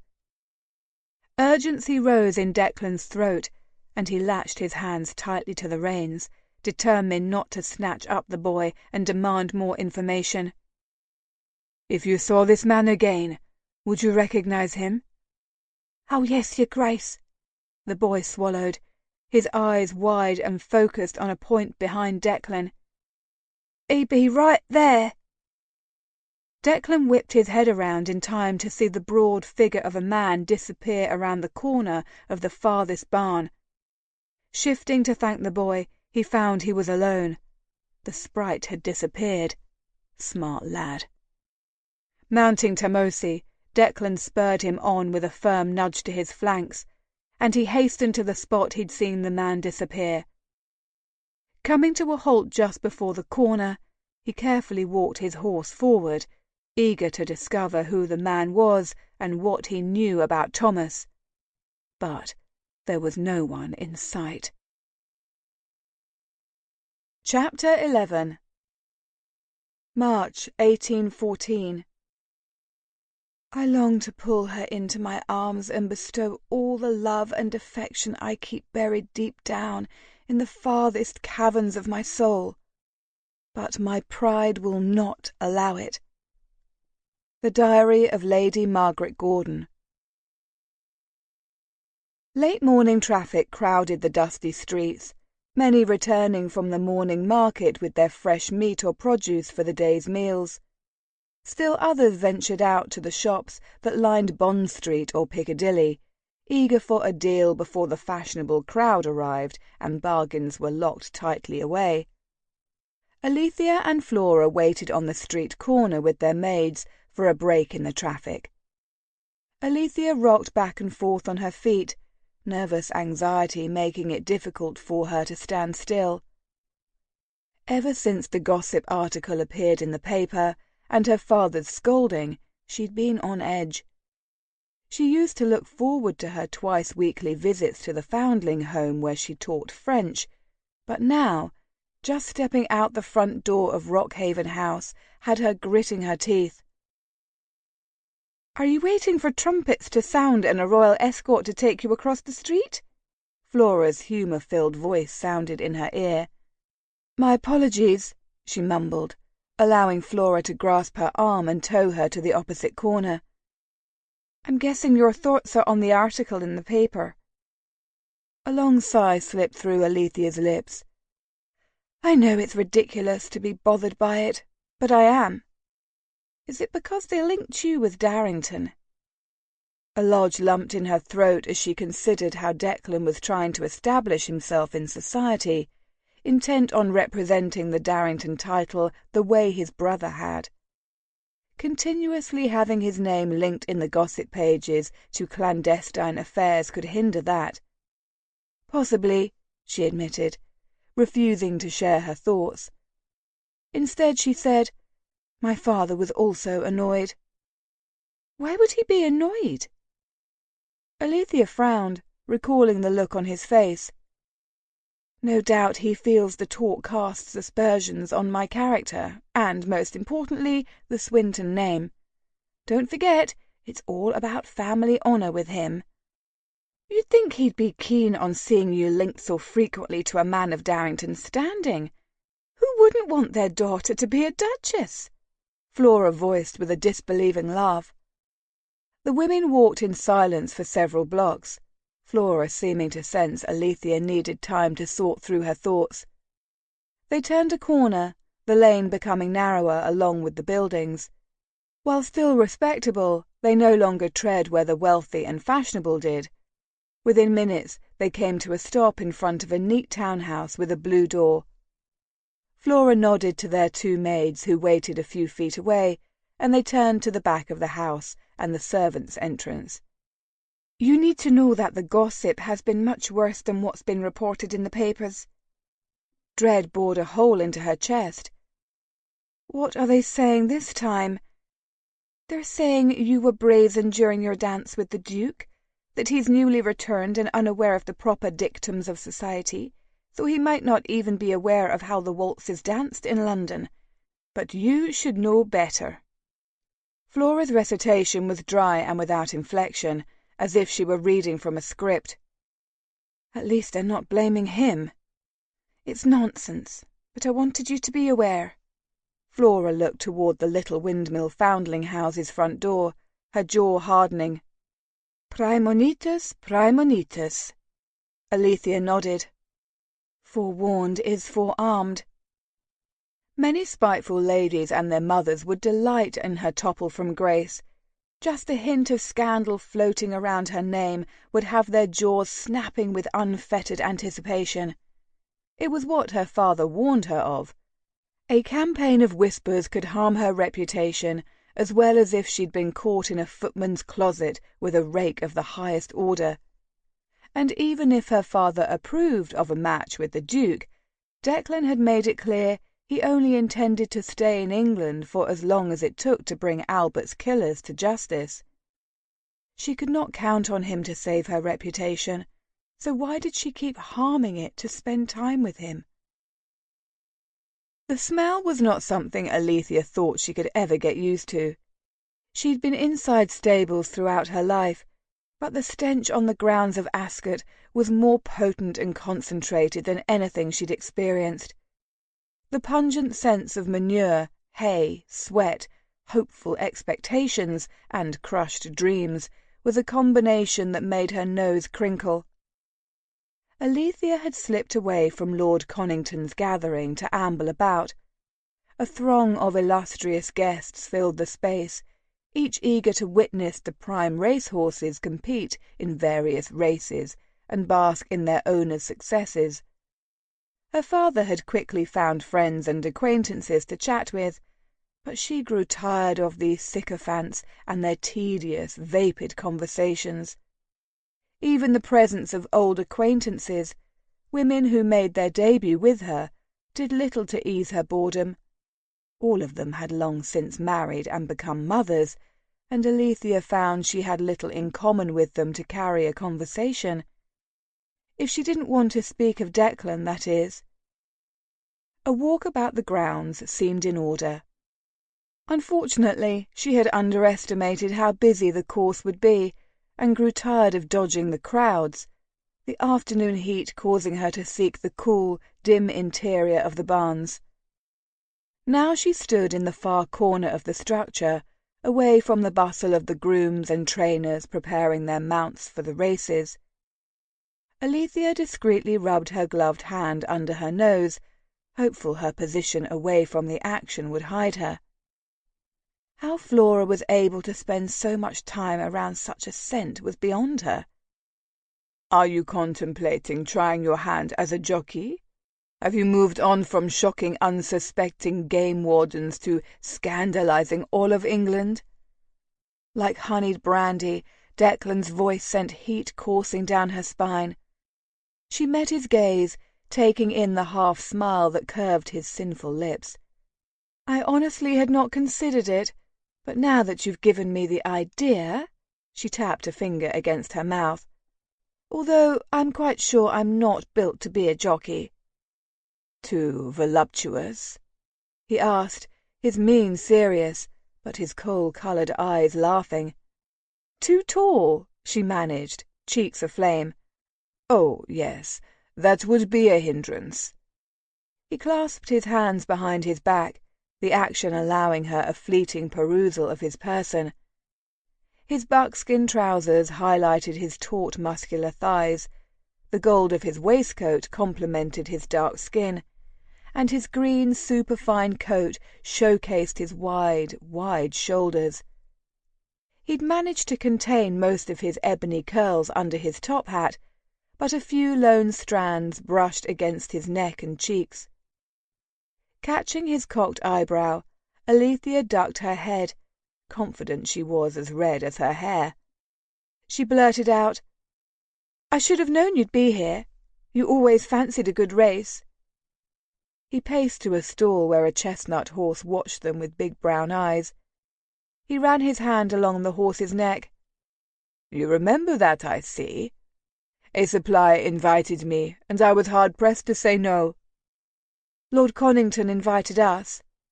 "So I was told." He dropped his arm and rocked back on his feet. "After that gossip article, people seem very inclined to tell me all about you." "Lud, I can imagine the things they've said," she grumbled. Straightening her spine, she continued, "If we're caught together, the innuendos will be deafening." "I'm sure you're right." He took a step toward her, his gaze intent on her face. He didn't seem at all concerned about the possibility of being discovered together. "I don't understand why our actions are of such concern to everyone. We knew each other as children. Our families were close. It seems to reason we'd have plenty to talk about." "But you're a duke," she swallowed. and everyone now knows we were almost promised to each other." "Almost," he chuckled, but his gaze quickly grew somber. "You're a diamond of the first water. If I weren't now a duke, the ton would have thought Lord Rockhaven quite wise to have kept us apart. Albert would have made a better husband." "Ridiculous!" she exclaimed, even as she felt a pinch in her chest. "Even with the stain on the Darrington name, no one would have questioned a marriage between you and Albert. You would have been well suited. A match between us, well, it would raise brows and wag tongues for years to come."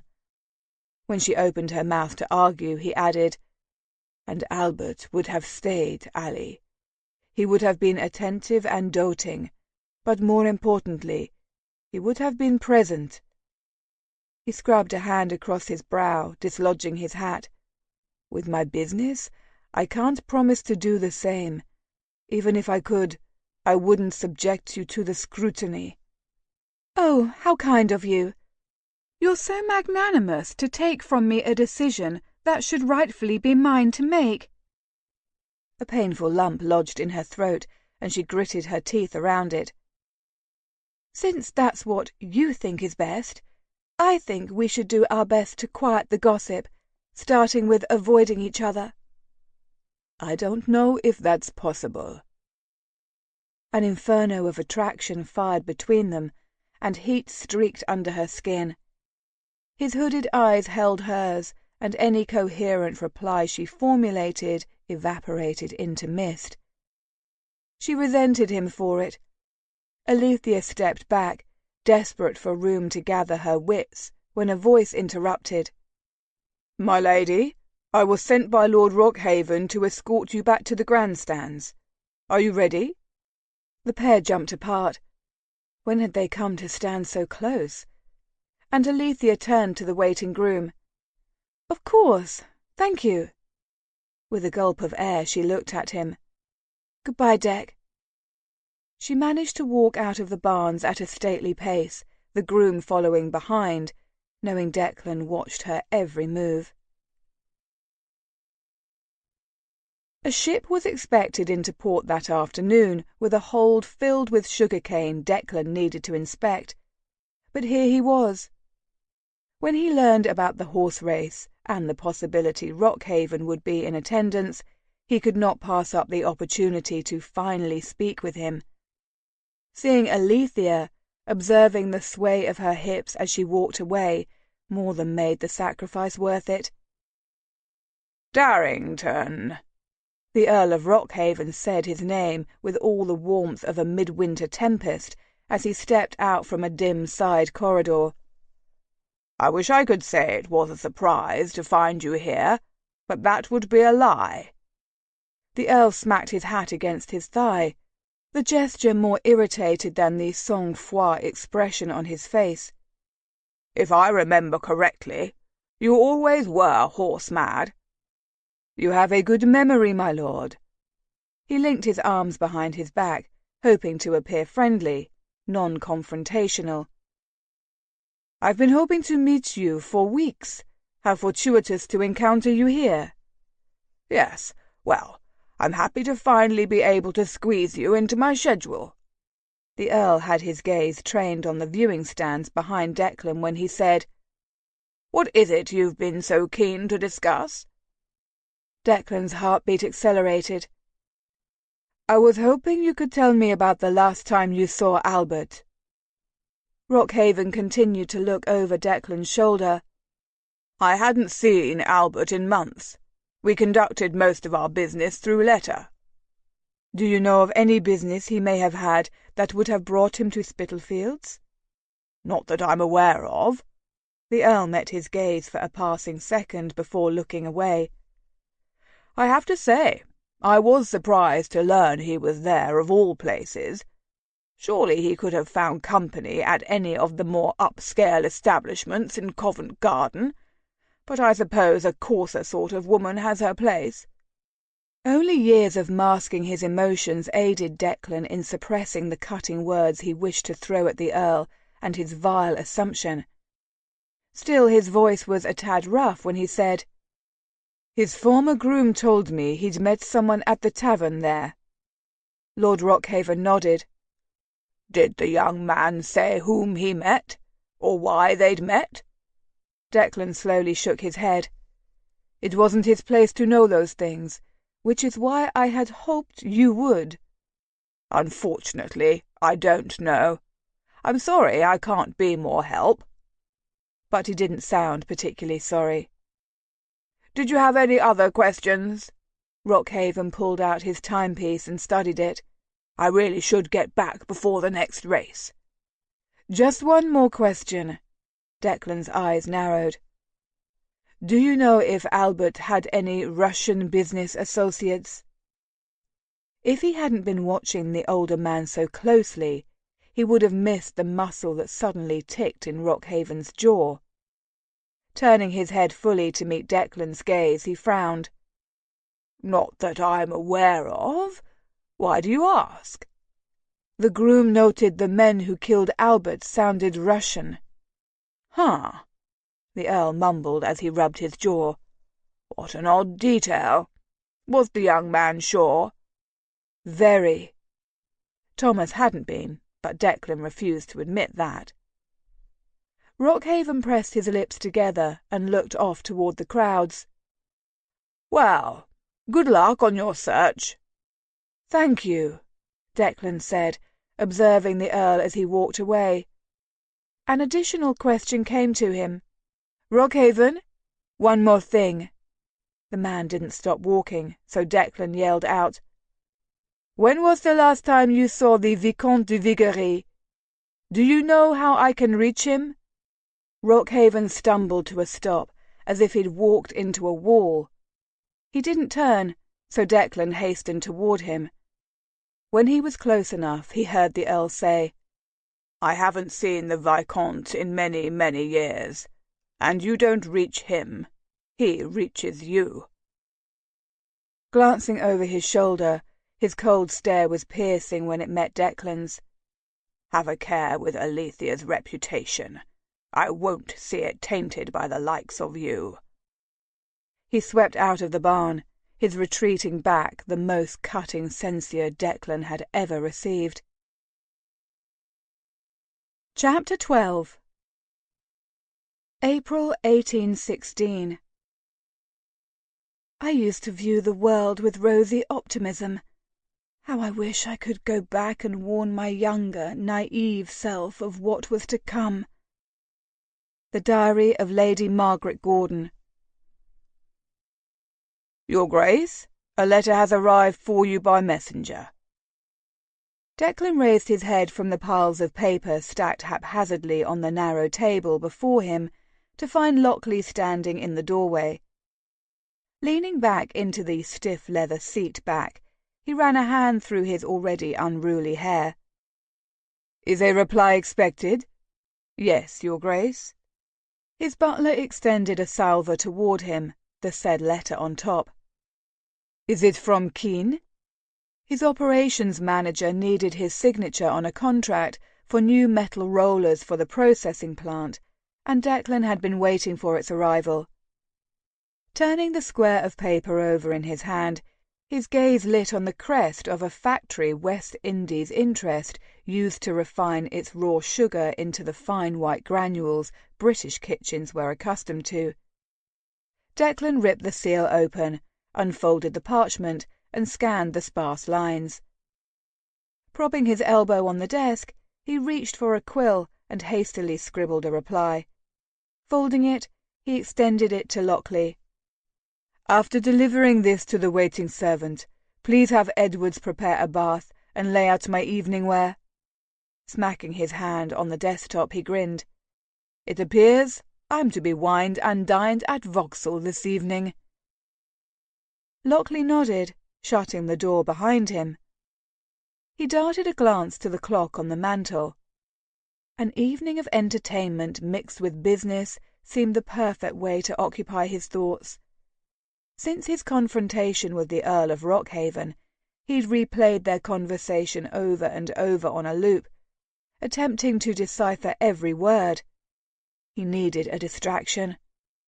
He rose to his feet and paced the room, tucking books back into their proper positions, sweeping quill shavings into the rubbish bin, and taking a moment to determine if anything was out of place. The oak-panelled study, with its massive fireplace and bookshelf-lined walls, looked as it always had. He remembered playing with tin soldiers in front of the hearth while his father worked. Occasionally the Duke would join him, and together they'd lead a charge on the enemy forces. With a hitch of his breath, the uncomfortable churning that settled in his gut every time he entered the room returned. By straightening the space, he'd erased the evidence of his time spent there. He may now be Darrington, but this room would always belong to his father and to Albert. The wonder of Vauxhall Gardens could enthrall even the most jaded of London misses. Alethea strolled on her father's arm down the lantern-lit Grand South Walk to where they would meet Mr. Brown and the rest of his guests. Finlay followed close behind, his faint hum dancing in her ears. Apparently she was not the only one excited for the evening. Despite long entertaining London with its delights and losing some of its lustre along the way, Vauxhall Gardens still enchanted her. She'd been thrilled when she'd learned a factory owner desirous in acquiring her father as an investor invited them to the famed park. With its lush tree-lined walks, impressive rotunda with its massive chandelier, and the collection of Rococo-inspired statues and paintings lending a playful, whimsical feel, she always felt light-hearted when she stepped off the boat she insisted they take to reach the gardens. Crossing the Vauxhall Bridge, instead of travelling by boat, stole away some of the allure the gardens possessed. A small party waited under a cluster of lanterns that hung near the piazza, which was crowded with diners loudly chatting over the orchestra music. Two gentlemen stood with a cluster of ladies, each of whom was richly dressed in colourful silks and luxurious wraps. An evening at Vauxhall was as much about being seen as it was about the delicious food and entertainment. She clasped her deep blue satin pelisse robe in front of her chest and resisted the urge to brush at the curls that hung over her ears. Seeing the other women in their evening finery made her more confident about her own choice of attire.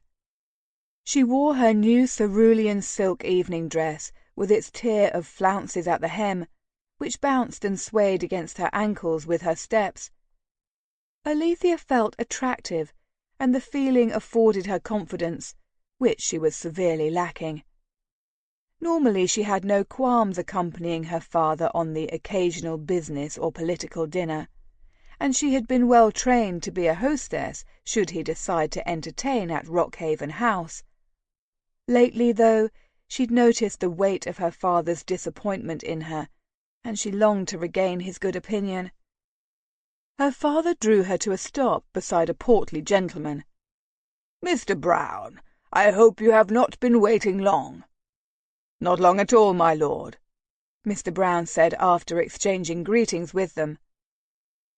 "Are we ready to take our seats, then?" her father asked.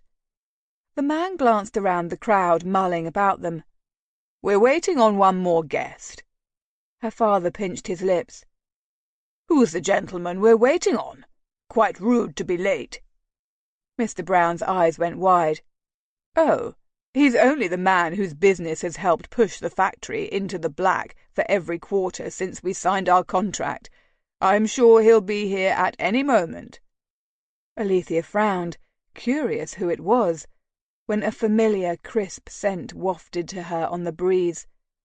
Her mouth instantly went dry, and she scanned the garden guests to locate its source, to locate him.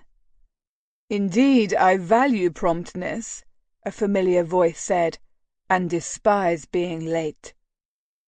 Mr. Brown's guests turned curious expressions his way, and despite her resolve, Alethea turned with them. All thoughts of proper behaviour dissipated into the May night. Chapter 13. February 1810.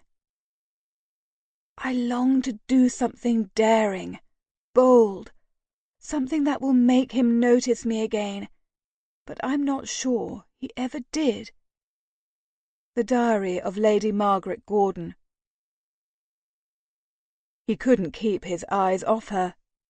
Declan tried, while he exchanged nods with the Earl of Rockhaven, was welcomed cordially by Firthwell, and inquisitively by Brown's other guests. His gaze kept returning to her.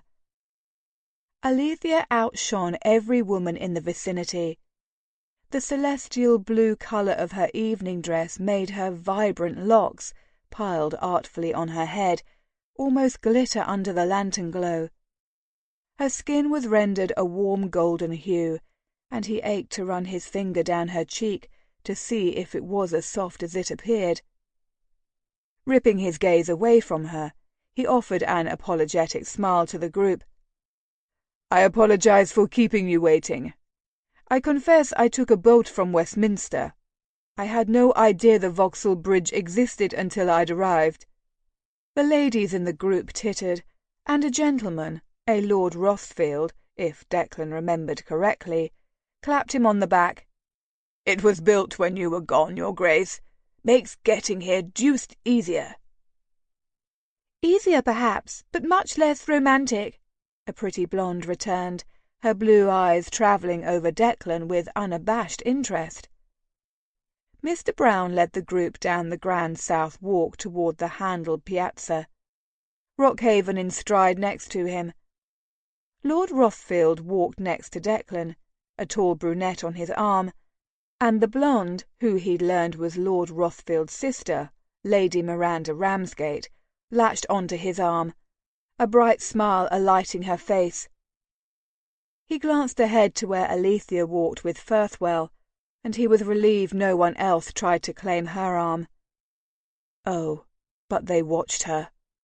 A quick scan of the men who comprised their party, and even those who walked past, revealed they were just as enchanted with her as he was. Declan found he could handle their admiration, for how could they not admire her? But the sight of her on another man's arm would gut him. Which would happen. It was only a matter of time. A woman possessing her connections, dowry, and lovely face would not be permitted to remain on the shelf indefinitely. He refused to allow himself the luxury of reflecting on what life would be like with Alethea by his side, because with her came her father, and that connection was enough to set his teeth on edge. Forcing himself to remember the myriad responsibilities he possessed for his company, he engaged Lady Miranda in friendly conversation. She needed little encouragement, and chatted at length about all the things she saw that struck her fancy. When she laughed in delight at an observation he'd made, Alethea turned to look at them over her shoulder. She seemed irritated, or perhaps he was imagining what he wanted to see. "Surely you've seen the whole world," Lady Miranda remarked, leaning into his side. The press of Lady Miranda against him turned Declan's attention to the lady herself. She was easy to converse with, as she did most of the talking. She was pretty, lively, and the daughter of an earl. Furthermore, her family did not have a soiled history with his own. If he was searching for a bride, or more importantly, a duchess, she'd be a perfect candidate. But it seemed unfair to select an English bride only to ferry her away from her family to live her life in the Caribbean. She also didn't make his heart pound or his mouth run dry. So he endeavoured to keep his words and actions as nothing but friendly, polite overtures. When they arrived at their supper box, he escorted her to a seat and chose a chair on the opposite side of the table from her. Only as he accepted a glass of wine from a servant did he realise he'd sat next to Alethea.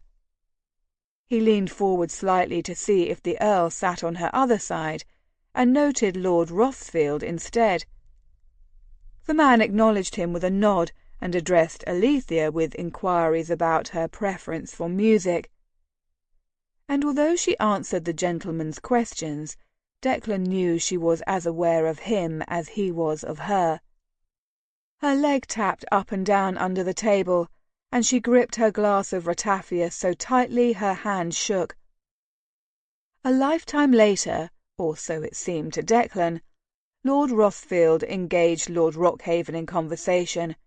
Raising his glass as if he intended to drink, Declan angled his head toward Alethea instead, and whispered, "Together again. Whatever will the scandal sheet say?" She turned her chin slightly toward him, but kept her gaze fixed straight ahead. "They're going to be in a tizzy." He raised his napkin to cover his smile. "I should have invested in a newspaper." She made a strange noise, and Declan suspected she'd choked on a laugh. She took a sip of her drink. How clever that would have been. Her gaze travelled around the table, and Declan's followed suit. Thankfully the other guests were immersed in their own conversations or in watching the dancers who whirled around the dance floor. Lady Miranda caught his eye for a moment, curling her lips flirtatiously, before she returned her attention to the gentleman beside her. Alethea snorted softly, and when Declan darted his gaze to her, he noticed her glowering at Lady Miranda before she dropped her eyes to her lap. "Interesting." "I'm surprised you're here," she said, her fingernail tapping rapidly against the side of her glass. "Many would say it's unseemly for a duke to be socializing with those who make their fortune in trade." "But I made my fortune in trade." He arched a brow. "And your father is here at the invitation of Mr. Brown? So are Lord Rothfield and Lady Miranda. Mr. Brown may be in trade, but he is quite respectable, or so my valet told me when he learned who my host was. He's quite the stickler for propriety, and sees it as his responsibility I don't run amok." "As he'd hoped?" she chuckled. "Do you know Lord Rothfield well? Is he a would-be suitor of yours?" The words were released before he had a chance to consider them. He breathed a quiet prayer of thanks that none of his resentment bled into the question. Her full lips turned into a smile, an impish smile. "We've known each other since my debut. I wouldn't consider him a suitor, but he's always been attentive and charming. But I suppose if he were to express interests in courting me, I'd be hard-pressed to say no. He's the heir to an earldom. He's well-connected, well-liked, obviously has a head for business if he's here as a guest of Mr. Brown's. And he's handsome." Her gaze locked with Declan's. "I'd be a fool not to find the prospect tempting." "I'm surprised you'd be swayed by such superficial trappings." Although he'd attempted only to tease, his tone was harsh. "I'm sure it's easy to regard such considerations as superficial when you have the freedom and wealth to make your own choices." Her eyes sparkled emerald fire. "My father may be an earl, but my choices are limited by my gender." Declan recognized the truth of her claim, but still he pushed. "Surely you'd rather marry a man you admire and respect, and one who admires and respects you in return." "Naturally. But again, that's a freedom women of my station aren't always afforded." She looked away, her gaze troubled. "You have been, from what I gather." She scowled, and then her face relaxed. "Now that I think about it, Lord Rothfield appears to have a fire in him I believe would pair well with my own sensibilities," she said, her eyes narrowed as she studied the young man who was still talking with Rockhaven. Unclenching his jaw, he asked, "If you had to choose, would he have been your choice?" She dropped her head, and he noticed she twisted a napkin in her lap. "I don't know." Would you have considered me?" Her hand stilled, and she slowly drew her head up. Declan was alarmed to see a haunting sadness in her eyes. "It doesn't signify, though, does it?" They stared at each other, and 100 different words danced along his tongue. What if I found a way to stay? He longed to ask. Was there a chance they could start anew, without the spectres of their combined pasts haunting their steps? With Alethea, England was home. She gave him the sense he belonged, like he could create a life here, with a family of his own, as if he truly was Darrington and a businessman in a manner that honoured and remembered the family he'd lost. He was saved from his uncomfortable introspection by his dinner companions' questions about his travels. They enjoyed his tales, and even Lord Rockhaven appeared interested in his accounts of business dealings in India and Southern Africa. While he talked, Alethea sat quietly next to him, the sound of her soft breathing a tuning fork that set his every nerve ending on alert. "Your life sounds like it's been one adventure after another," Finlay said. "It makes me wonder if you would have returned if you'd not been compelled to do so." "I've always hoped to return. No matter how long I was away, I always thought of England as home. And yet I can't stay." Smiles greeted his announcement, but Alethea wouldn't look at him. It was like she'd heard his unspoken words as clearly as if he'd said them aloud. Rothfield rose to his feet, his chair screeching as he pushed it away from the table. "Lady Alethea," he said, extending his hand down to her, "would you do me the honour of dancing this set with me?" When her answer was immediate, Declan ground his teeth together. "I'd be delighted, my lord." Rothfield led her out onto the crowded dance floor, and he swallowed back a bubble of rage when the man pulled her close, their fingers lacing together. "He seems like a good sort of fellow," a voice said from next to him. Declan caught Finley's mild look of sympathy. "That he does." The Viscount nodded, his gaze on his twin, where she skipped up a line of dancers, her movements graceful. "He also appears quite taken with her. My father would be thrilled to see her finally settled, and as a future countess at that." "Alethea didn't seem to think he was a suitor."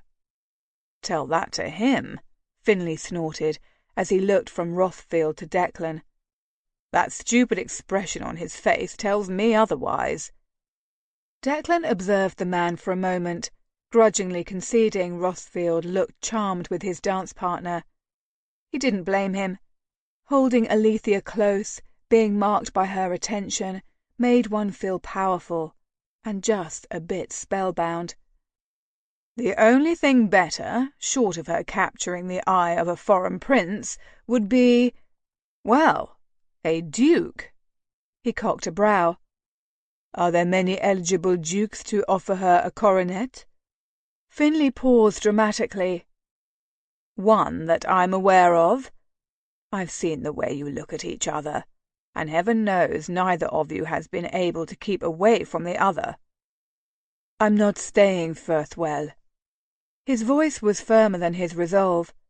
"I have several matters to see to, but once they're settled, I plan on departing. Business requires me to return to the Indies. My life is not in England any more." "But it could be." Finlay paused and stared at him. "What of your talk about always considering England home? Can you not make London the base of your operations? You have an opportunity to make it so." "Easy to say, but much harder to do." Declan glanced toward where Alethea laughed at something her partner said, and something within him sparked. "But perhaps worth fighting for." Declan stood, determination to claim the next dance with Alethea motivating his limbs into quick action. With a nod at Finlay, he approached the dance floor, navigating around people exiting and others taking their places with their partners. But Alethea and Rothfield were nowhere in sight. A crack reverberated through the night, and couples stumbled to a halt as they turned large eyes and gaping mouths to the sky. Fireworks illuminated the darkness, their bright, multicolored splendor rendering the piazza in a wash of rainbows. Declan fell victim to the spectacle, and as he stared, enraptured, a flash of red to his left snagged his attention. Lord Rothfield's attention was riveted on the light show, and Alethea stood silently beside him. But she didn't watch the spectacle like those around her. She watched him. Declan circled around the back of the dance floor until he stood behind them, his every breath coming in ragged gasps. Slowly, ever so carefully, he slipped his hand into hers and slightly tugged. She angled her head, locking eyes with him, and allowed him to pull her away. She gripped his hand tightly, and that was all the affirmation he needed to direct her down a small side path that led off the main walk. Soon they were encased in shadows, the only light borrowed from the fireworks above. He turned Alethea to face him, his gaze taking in her flushed cheeks and the way her chest rose rapidly with her breaths. The bright flashes in the sky highlighted the beauty of her face, and he almost staggered at the sight. With slow movements, he placed his hands on either side of her jaw and cradled it, its fragility tightening his chest. He ran his thumb along her plump bottom lip, and she trembled slightly, but her eyes sparkled in the dim light. When her pink tongue came out to trace his thumb's path along her lip, Declan's self-control disintegrated, and he lowered his mouth to hers. Chapter 14. October 1806. Passion? I almost believe it's a word fabricated to tease women such as I. The Diary of Lady Margaret Gordon. Alethea wasn't sure if the booms she heard were from the fireworks exploding overhead or from the erratic hammering of her heart. The exotic scent of bay rum left her feeling delightfully, sinfully light-headed. Or perhaps the delicious taste of Declan's lips was the culprit. His mouth moved over hers as if it had been born to do so, its familiarity surprising. But they'd known each other their entire lives. If any man should know how to kiss her, shouldn't it be the one who'd known her first?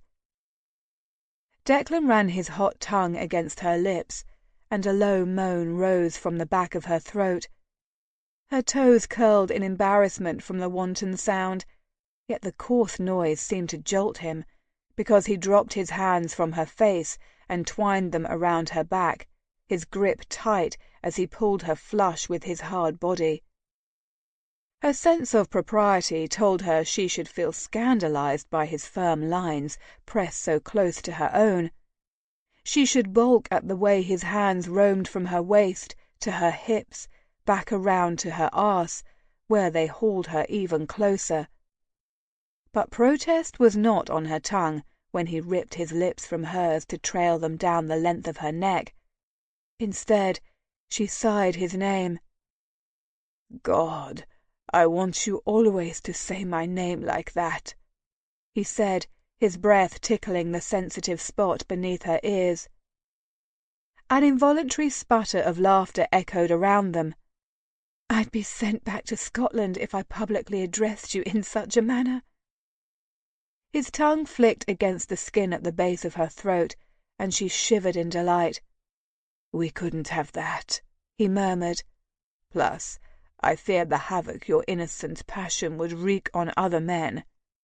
"I don't care about other men." Declan bit down softly on the spot between her neck and shoulder, the pressure travelling straight to her most private place. "And what of Lord Rothfield?" "Who?" she exhaled, her arms circling around his waist, holding him closely. A growl rumbled along her spine, making her arch her back into his hands. "That's the right answer," he said, before his lips met hers again. Alethea ran her hands up Declan's chest, reveling in the hard muscle that lay under her fingertips, before she looped her arms around his neck. She returned his kiss with ardor, the fierceness of it overwhelming her. He nibbled on her bottom lip, the sensation sending streams of pleasure radiating through her body. She wondered when she'd stop thinking of him as her childhood friend, and instead as the only man who could transform her into a piece of dried kindling, his touch the spark she needed to ignite. When she tangled her fingers in the hair that curled against his collar, he abruptly lifted her, his large hands spreading over the swells of her bottom, and walked several steps until the rough feel of bark pressed into her back. Declan's thigh wedged between her legs, and she found herself rejoicing in the exquisite pressure it provided. Alethea flexed her hips to relieve the mounting ache building inside her, and a low moan reverberated from Declan. "God, you're driving me insane." He gripped her hips, and her frantic movements ceased.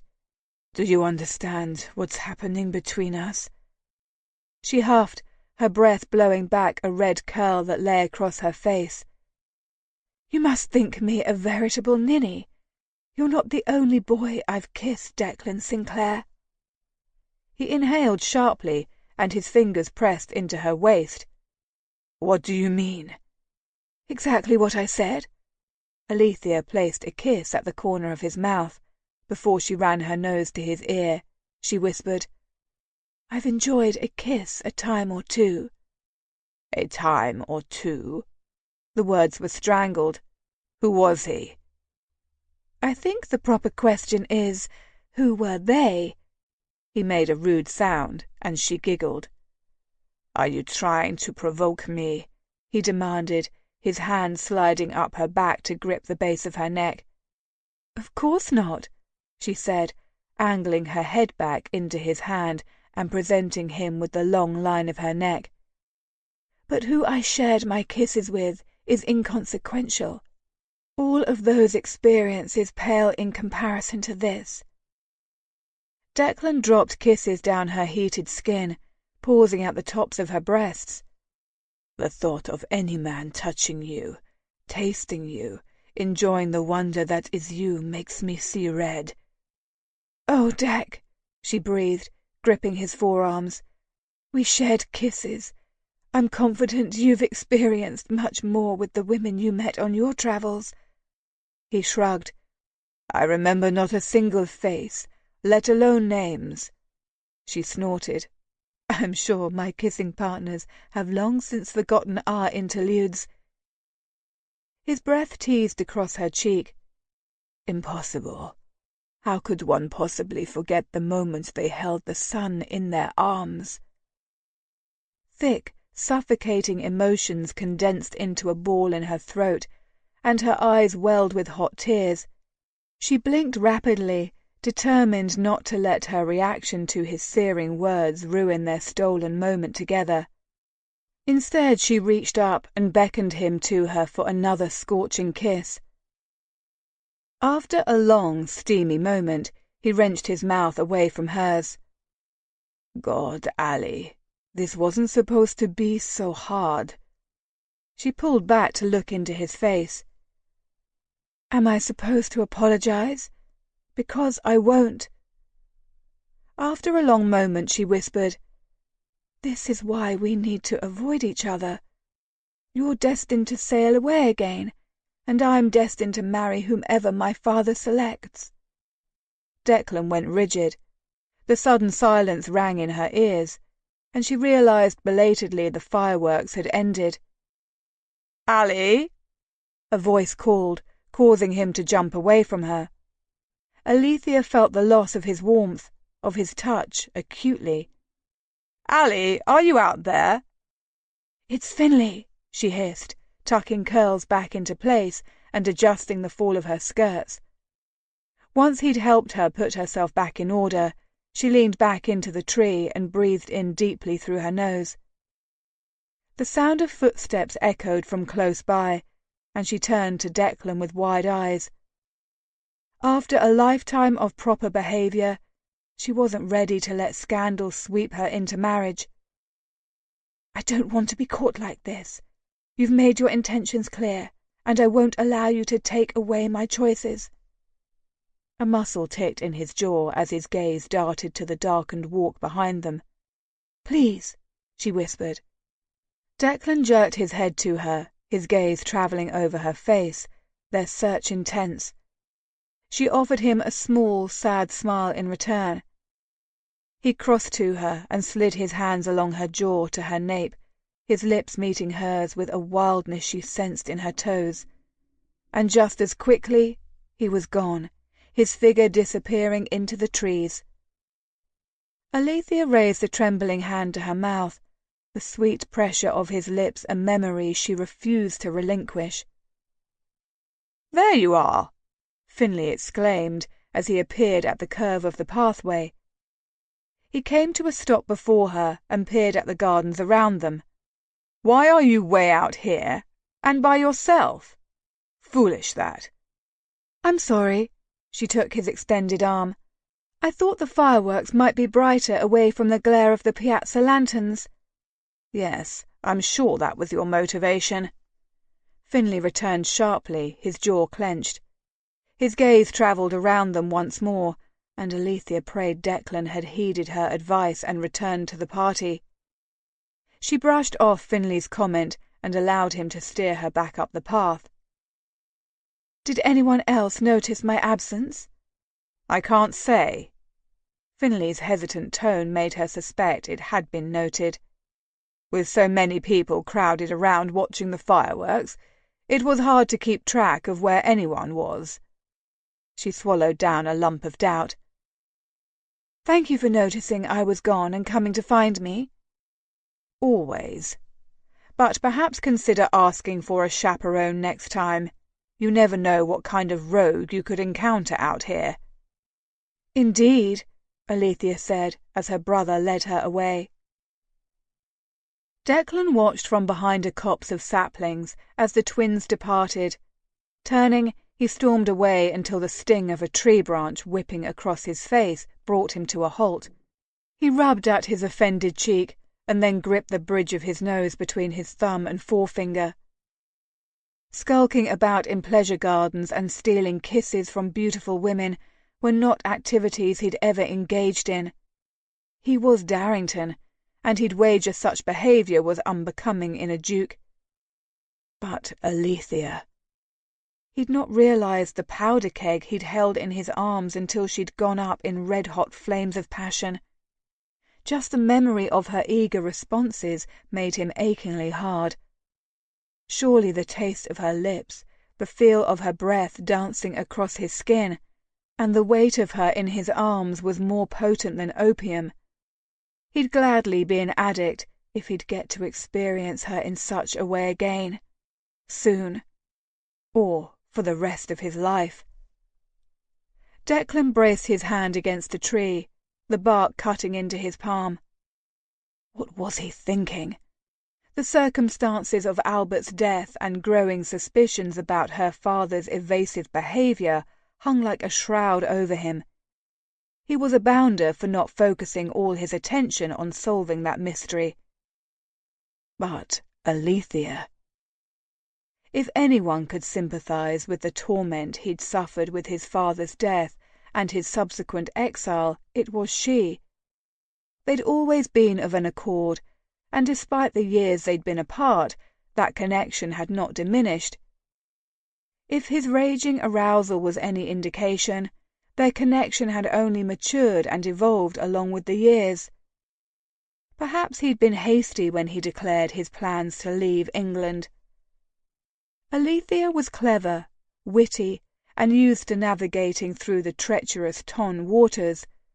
Surely her experience would aid him in establishing himself as a viable member of society, a step he knew he owed the title. He admired and respected her above any other woman he'd ever known, and he wanted to bed her with a fierce intensity that had him gritting his teeth in suppressed lust. Lord Rockhaven had warned him about fraternizing with Alethea, but such a demand was merely the start of negotiations as far as Declan was concerned. He doubted the Earl would be surprised if Declan approached him about courting his daughter, and he would probably have a list of demands ready that he'd want met before agreeing. Declan would consider most anything if it meant being with Alethea. With a new resolve, he pushed away from the tree. He straightened his waistcoat, then smoothed the folds of his elaborate cravat to look more like a respectable peer of the realm instead of a Lothario frolicking about the trees, even if that's exactly what he'd been. Just the memory of Alethea's sighs brought a smile to his face. Chapter 15. March, 1818. I delight in the fact that despite his schemes, that which he most desires is still out of reach. The Diary of Lady Margaret Gordon. Her taste lingered. Even the next morning Declan could run his tongue along his lips and taste Alethea. Despite forcing himself to see to business, their interlude in the shadows replayed on a loop in his mind. More than once he'd had to reread a piece of correspondence because he'd been distracted from the words with thoughts of soft sighs, lush curves, and heated kisses. He sat in the library, ensconced in the familiar leather chair at the narrow table beneath the large 12-paned windows. Late morning sunlight bathed him in warmth. Declan glanced at the mahogany desk, which dominated the other side of the room.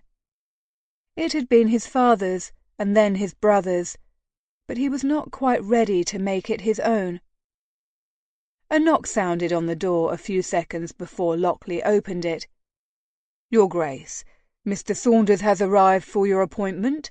Shall I escort him in?" "Yes, please do." The butler nodded and left. Declan took a moment to consider the papers strewn across his small workspace and work to bring them into some sort of order. He glanced down at a stack of books and ledgers by his feet, all Darrington business he hadn't begun to tackle.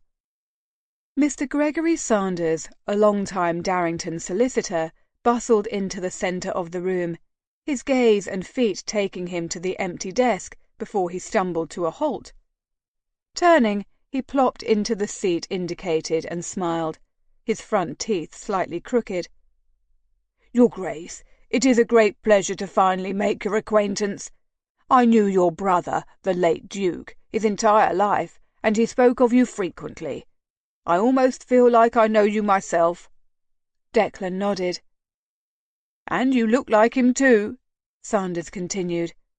"Not that you look similar exactly, but rather you have the same eyes." He must have recognized the dubious expression on Declan's face, for he held up both his hands. "Their colours might have differed, what with his blue and yours so dark, but they contain the same shrewd light, the same sadness." A long silence stretched, and the older man shifted in his chair, the leather squeaking in the quiet room. "Ah, here is what I needed to discuss with you." He extended a yellowed, worn piece of parchment, its frayed edges a testament to its age. It was dated more than 10 years before Declan's birth. As his eyes scanned the looping script, the importance of the words unhinged his jaw. This was their agreement, then?" "Yes, it's the agreement between your father and the Earl of Rockhaven. It has not lapsed, your Grace." Saunders met his gaze directly. "The terms are still in effect." "This is why Albert continued to conduct business with the Earl?" "Yes, your Grace. The agreement is still valid." The solicitor pointed to a clause near the bottom of the page. "As you can see, each partner's share would be inherited by his heir, But if either man died without a legitimate heir, their share would be absorbed by the other party." "Why would my father agree to that?" "Forgive me for pointing it out, Your Grace, but you forget your esteemed father had been long-time friends with Lord Rockhaven. It seemed reasonable at the time to agree to such measures, as it would ensure business operations weren't interrupted and would protect the interest of heirs, should there be any." Declan rubbed a hand along his stubbled jaw. "And there was, of course, Albert and me." Sanders tilted his head. "But now there's only you. That means I now own a stake in the Darrington-Rockhaven Investment Partnership?" "The controlling stake, Your Grace. The initial Darrington investment was 60%. Surely at some point in the years since my father's death, the Earl offered to buy out Albert's share?" "Multiple times, from my understanding." Sanders paused and shrugged.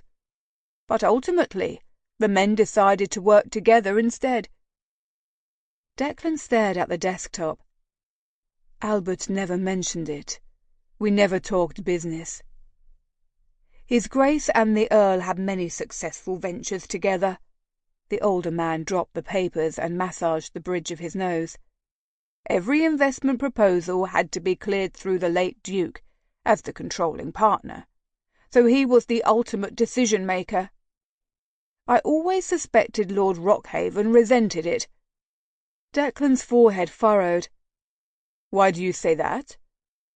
Sanders tilted his head, his eyes unfocused. "Well, the Duchess refused to allow your brother to do business with Lord Rockhaven for many years after your father's death. Legally, she had no say in the affairs of the partnership, but your brother held her in the highest esteem and would not go against her wishes." He looked up at Declan. "The Earl had capital funds locked up in the partnership and, from my understanding, was quite upset." "I'm assuming her reasoning stems from the disastrous shipping venture and its horrible consequences." "I was not privy to her reasons, but your explanation seems most likely." Declan's mother had never been fond of the Earl, and in the days after his father's death her words about him were particularly filled with vitriol. With a shake of his head, Declan realized Sanders had continued to speak. "So it wasn't until after her death that His Grace finally consented to Lord Rockhaven's proposals?" "I understood the family coffers were emptied paying back the victims, and everything but the entailed property was seized. Without active ventures generating a profit, wouldn't the dukedom have been on the brink of ruination?" "Yes, Your Grace." Sanders lowered his chin to his chest. "These settlements crippled the dukedom, and with your partnership inactive, it was your mother who saw your brother through those first few years. I'm not convinced the estate would be as prosperous as it is today if it wasn't for her. The late Duchess poured her own funds into the changes and renovations your brother made to the different estates. Renovations that have proven wildly successful, as I'm sure you know." Declan ran a hand down his face. Finally he had a glimpse of what had occurred in those first few months of his exile. Irate investors, including the then Prince Regent, demanding justice. His father's suicide, and the catastrophic grief it had plunged them into. He never knew why he was sent away, but he now suspected his mother was trying to shield him from the uproar. She'd also done everything in her limited power as the ostracized Duchess of Darrington to protect his and Albert's inheritance. She'd shepherded a young 17-year-old duke into his responsibilities with the love and encouragement Declan could remember her lavishing on him. The dukedom also prospered because your brother invested when he could on his own, ensuring his wealth wasn't tied solely in the partnership or the estates," Sanders said. "Where did he invest them?" A small smile curved the older man's mouth. He invested them, through a third party, in West Indies interest. Declan hadn't known. Several smaller investors owned a 30% share of the business, but he didn't know them by name. The thought that his brother had believed enough in his business acumen to invest his funds with his company gratified him. So while the dukedom eventually flourished under Albert, the partnership floundered? For many years it did, Your Grace. Declan held up the worn partnership agreement. This still confirms that I, as the current Duke of Darrington, hold the controlling stake, correct? It does, Your Grace. In the year since Albert died and I returned, did the Earl of Rockhaven assume complete control over the partnership? Declan asked, his words slow and precise.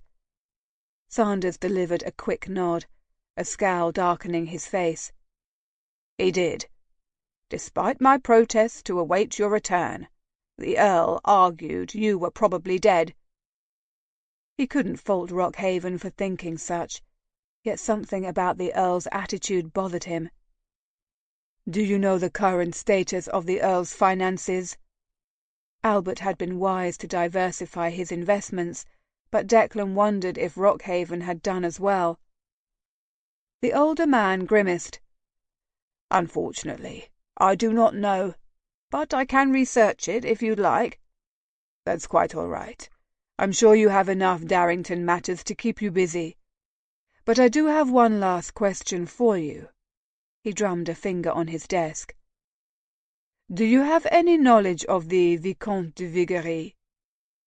Sanders's eyes grew large. I'm sorry, Your Grace, but I do not. He wasn't surprised by Sanders's denial. In the long years since their father's death, Albert had tried unsuccessfully to track down information to prove their father's innocence. He'd confided in Declan the numbers used as evidence of the late Duke's corruption seemed off, and suspected they had been substituted for the legitimate ledgers in an effort to frame him. Albert had not been able to prove it. He'd even hired private investigators to find the Vicomte to bring the man to justice, with no success. The solicitor departed an hour later, having reviewed several key pieces of business with him and agreeing to help him find a secretary. The Darrington-Rockhaven partnership was still active. If the majority of the Earl's funds were tied up in the partnership, what did that mean for the man's coffers? A desperate man was capable of desperate things. Rockhaven's connection to the Vicomte de Vigerie had all but shoved the pistol into his father's hands. Mayhap the Earl had found himself forced into another terrible position.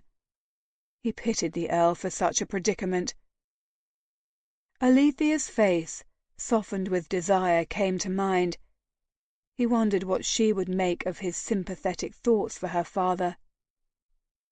Declan grabbed his hat and cane and headed to the front door, his thudding footsteps echoing through the marble-floored foyer.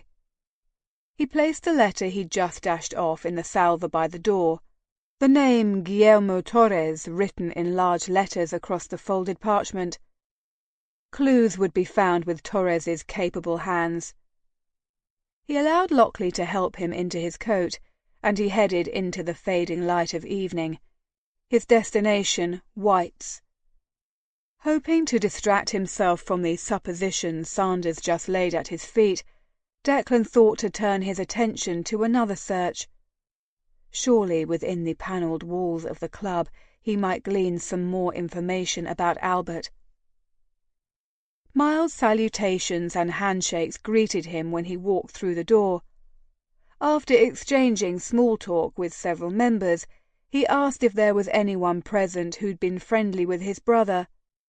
Most gentlemen apologized, reiterating that Albert had not been terribly social and was not seen at the club often. Declan was not surprised, but frustration set his teeth on edge. That is, until an older gentleman tapped him on the shoulder and recommended he speak with the dark-haired gentleman sitting by himself in the corner. Declan cautiously approached the table, striving for a friendly tone when he said, "Good evening. May I join you?" Glancing up, the man locked eyes with him. He slowly stood, surprising Declan with his tall, powerful frame. He was definitely not a dandy about town. The man considered him with a cocked head, a furrow wrinkling his forehead. "You look like him." The man narrowed his eyes. "It's in the mulish set to your jaw, and that brow that knows just how to convey an air of disdain that all dukes must possess." Declan blinked. "I'm afraid you have me at a loss. Have we met before?" "Excuse me, I've forgotten my manners. I have so few of them anyway." The man held out a hand. "Amstead. And you're Darrington, are you not?" "I am." Declan extended his hand, his attention snagging on the man's name. "Wait, are you the Marquis of Amstead? I won a pretty penny on one of your horses at the Gold Cup." A smile creased Lord Amstead's face. "I'm happy to hear it. I was pleased with our showing at Ascot." He paused. "I'm assuming you want to talk about Albert." "Were you friends?" "Albert was a reticent man. After the scandal that followed your father's death, I never blamed him. But I was as close to being his friend as anyone could claim. Even shared a room at Eton." He gestured to the chair across from him. "Did you see him in the days leading up to his death?" Declan asked as he sat. "I did, actually. About 2 days prior. He was excited, or as excited as Albert could be." Declan's chest tightened. Albert had never been an expressive person. "Did he tell you why?" A confused look contorted the man's face. "What did he tell you when he asked you to come home?" "Nothing." Irritation with his brother crept into his tone. "He just asked me to return with all haste." "That's all?" "Yes," Declan bit out. "When I arrived, I was greeted with the news of his death." The Marquis's colourful curses spread through the air. They weren't much different from the ones Declan had spat upon learning the news. Lord Amstead turned to him, his eyes sharp and wary. "Albert asked you to come home because he'd discovered something." A thread of unease pulled taut in Declan's chest. "And what was that?" Amstead hesitated. "He'd been promised proof that would exonerate your father." Proof of his father's innocence? Was it really possible evidence existed that supported what they'd long claimed but had never been able to prove? The possibility stole his ability to speak for several seconds. Lord Amstead summoned a footman, who brought them 2 tumblers of liquor. Declan downed it in one large gulp. The smooth burn of whiskey shocked his senses and unlocked his tongue. "Did Albert tell you what the proof was?" "No. I doubt he meant to tell me as much as he did." Leaning forward to brace his elbows on the table, Declan asked, "He didn't tell you anything else?" Amstead shook his head. "When I continued to press him, he changed the subject." Disappointment settled heavily in his bones. "I would have thought he'd left you a note to explain. He was a consummate planner and would have had contingency plans in place should things go awry." Thinking of the thorough and descriptive will he'd left behind, the carefully calculated and notated ledgers and records, the perfectly ordered files, there was little doubt Albert was meticulous in all things. Even so, there had been no note. Chapter 16. June 1816. He thinks I don't notice how my every move is watched. The Diary of Lady Margaret Gordon. I thought you enjoyed your lessons at Little Windmill House. Alethea blinked, unsure what Flora meant. She'd been wool-gathering about Declan. "Of course I do. Was I scowling?" "Not scowling so much as wishing fire and brimstone on the world."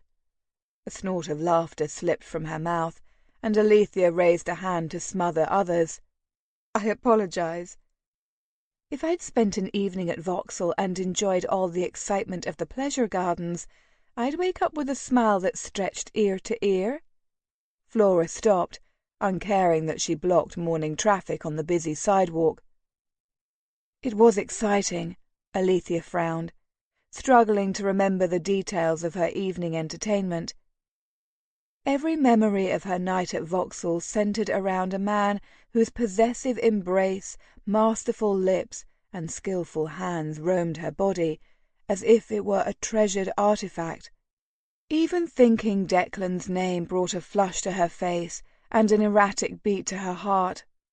Flora's humph of annoyance jerked her from her daydreams. Blinking, she said, "Did you say something?" "I asked what exciting events occurred." Darting her gaze quickly up and down the block, she turned to her maid, who stood several feet away. "Sarah, please go on ahead and let Mrs. Stevens know Lady Flora and I will be there shortly." Sarah nodded gratefully, and after a quick curtsy, hurried to the narrow townhouse with the blue door. "Let's sit." She gestured with her chin to a bench between two oak trees near the street. Alethea relieved Flora's curiosity as she told her how Declan kissed her under the lights of the fireworks at Vauxhall. Flora leaned back, her eyes far away. "My goodness! If I am to remain your friend, I should begin carrying smelling salts. How deliciously scandalous!" "I confess it was." "What will you do?" "What can I do? He's made it clear he intends to leave England as soon as his business is settled," Alethea parried. "And even if he decided to stay and spoke with my father, I'm not certain he would give his consent." "But you could be a duchess. The man is daft, I tell you." Flora snatched her hand and squeezed it. "You'll let me know if Darrington comes to call?" "Of course," Alethea assured her. "As much as I adore," Flora said, sarcasm emphasizing the word, "discussing your love life. We'll be late for our lesson if we don't hurry." "I know," Alethea said, rising to her feet. "How many children will you have at the park today?" "6." Flora led the way to the house with the blue door. "You?" "3," Alethea said as she climbed the front steps and knocked on the door. Soon after, Flora left with her gaggle of students for their riding lesson in St. James's Park, and Alethea gathered her trio of eager children about her in the music room to learn French conjugations. An hour later, Alethea stretched her arms overhead. Her students had made admirable progress, and satisfaction rushed to her limbs. She summoned Sarah, and together they set off for the park. The pleasant weather had not abated during their time indoors. If it stayed this pleasant into the later afternoon, maybe she'd take a ride in the park during the fashionable hour. She might even see Declan, and the idea put a spring in her step. Heavy footsteps on the lane drew her attention. She glanced behind them, but aside from the gentleman who had bustled past them seconds before, the path was empty. She faced forward again, offering Sarah a half-smile when the maid looked at her in question. The pair walked the length of a block when the footsteps sounded again. She looped her arm through Sarah's and increased their pace, an uncomfortable sensation in her chest. As they approached a side street, she whipped her head around and was again greeted with a bare walk. "Is everything well, my lady?" Sarah asked, confusion punctuating her words. Alethea wrinkled her brow. "Did you not hear those footsteps?" The woman's brown eyes grew large, and she slowly shook her head. "I didn't, my lady." She looked over her shoulder. "Perhaps you were hearing our footsteps echoing off the buildings?" "Mayhap," Alethea agreed, although the lump in her throat challenged that notion. She was sure of what she'd heard. Someone was following them. They crossed the street, picking their way through pedestrians that loitered around the produce stand on the corner. People chatted loudly, haggling over prices, sharing gossip and the latest news. Alethea took comfort from the crowd, and some of the tension left her shoulders. St. James's Park stretched out before them, and Flora and her group of students had already left. With a sigh of disappointment, she turned toward home. "My lady," Sarah whispered several blocks later, her grip on Alethea's arm becoming uncomfortably tight. "I hear them." She paused, her every sense honed to the walk behind them. Her heart thundered in her throat, and she heard them too, their tread heavy. Alethea's gaze darted about. The narrow street they were on was deserted, but the distant chatter of people at the market stand captured her attention. Without a second thought, she yanked Sarah forward, increasing their pace. The maid emitted a small squeak, but immediately bit it off and did her best to keep up with Alethea's long strides. "Just follow me. We're going to head back to the produce stand. We need to be around other people," she whispered. "I know a short cut from there to the house." The little maid gripped her hand, her face resolute. "I'll show you. I'll have us back in a lick." The women walked quickly, the sound of their rapid steps echoing off the silent street. Alethea had never considered the neighbourhood surrounding Little Windmill House as dangerous, but in that moment, with her heart thundering in her ears, she had never been more vulnerable. "They're getting closer," Sarah whispered frantically, and Alethea clutched the woman's hand harder. "We won't make it to the stand." When they reached the end of the lane, they sauntered around the side of the building, and Sarah suddenly pulled her into an alleyway. They tucked themselves into a small doorway, which was barely large enough to fit both their bodies. The air was filled with their heavy panting until the sound of approaching footsteps cut them off. The maid pressed her hand to her mouth, and Alethea closed her eyes while she willed her breath under control. With slow care she peered around the edge of the doorframe. A figure came to a stop at the head of the alley, and even from her hiding spot she recognized him. Her tongue rooted to the top of her mouth as fear congealed in her throat. The man stared down the alleyway for a long, agonizing moment before he walked away, his steps reverberating into a silence that pulsed with apprehension. The women remained in place for a handful of minutes, fearful of moving before the man was truly gone. Eventually, Sarah offered her a wobbly smile, and with a collective gulp of air, they darted in the opposite direction. True to her word, Sarah led Alethea back to Rockhaven House in a fraction of the time it would have if they'd taken the traditional route. With a thankful hug, Alethea sent her maid to the kitchens for a cup of tea. Alethea raced to her father's study, where she found him hunched over a stack of reports. "Father, forgive me for interrupting, but I must speak with you," she exclaimed, coming around the side of his desk and stopping with a jerk beside his chair. He pushed back his chair and yanked her into his arms. "What's happened?"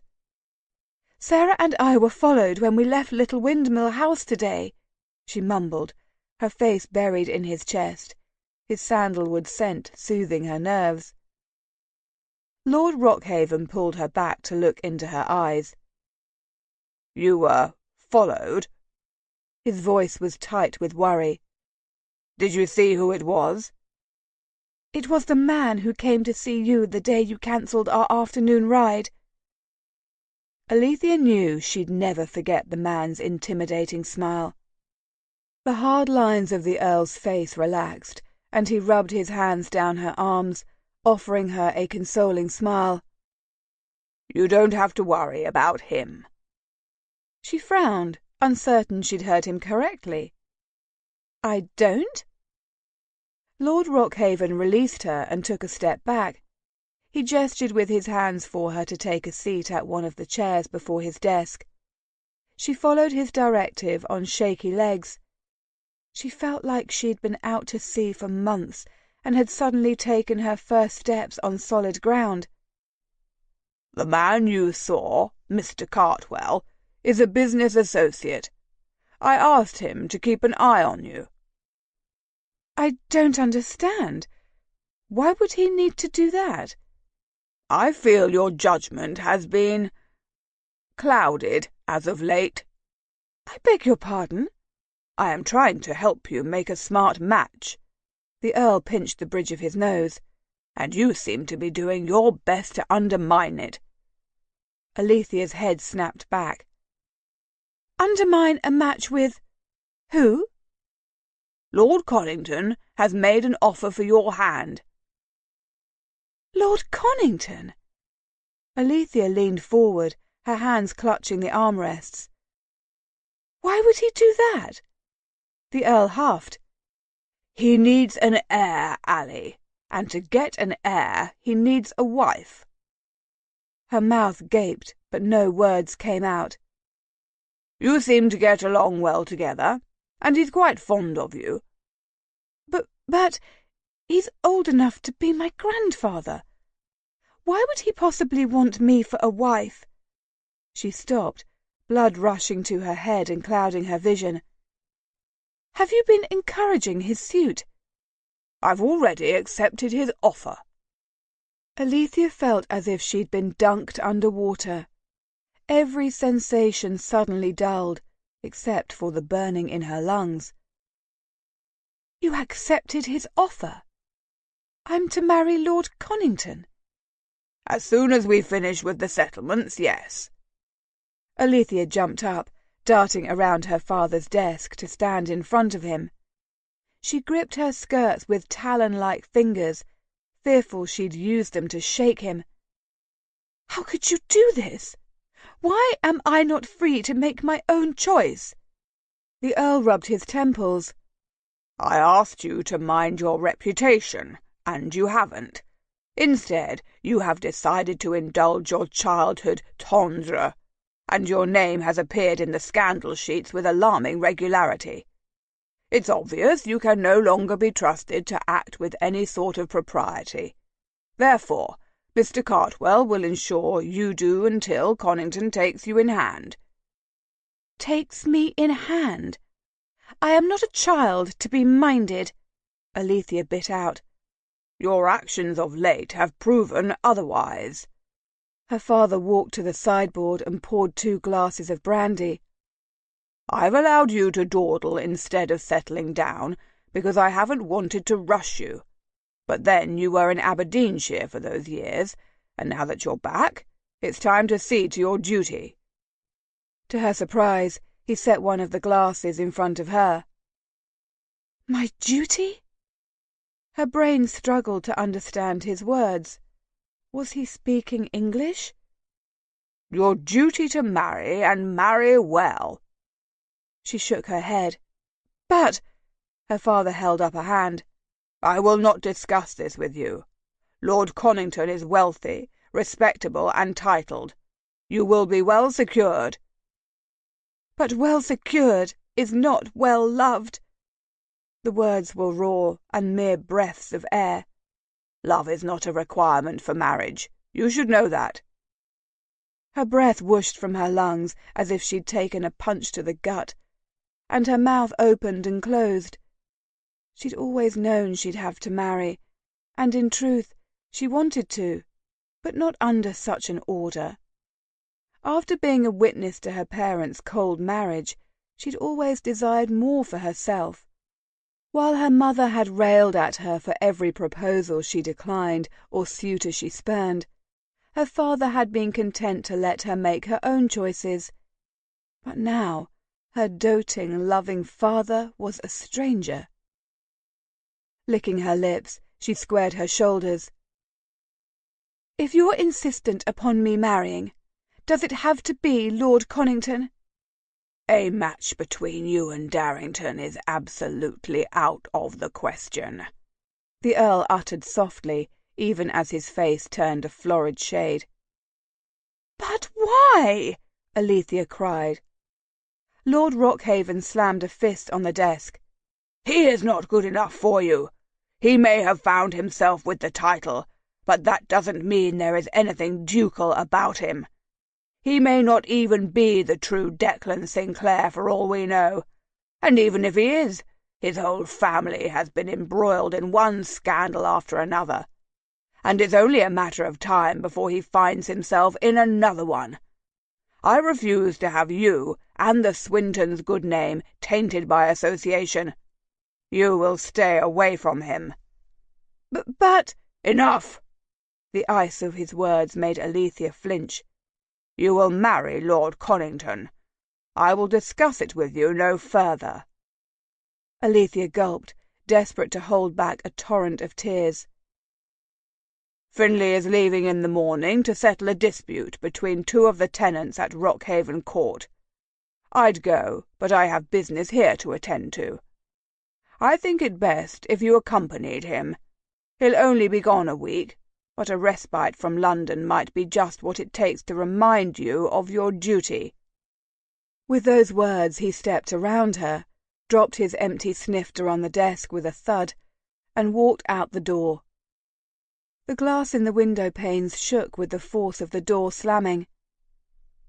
Alethea watched him go, shock and confusion rooting her to the floor. When life returned to her limbs, she grabbed her glass, swallowing the brandy in one large, searing gulp. As she climbed the stairs, she contemplated whether Declan could find a reason to sojourn at Darrington Manor. She needed to see him, to breathe him in, needed to feel his arms around her, needed to be reminded that the budding romance between them was worth fighting for.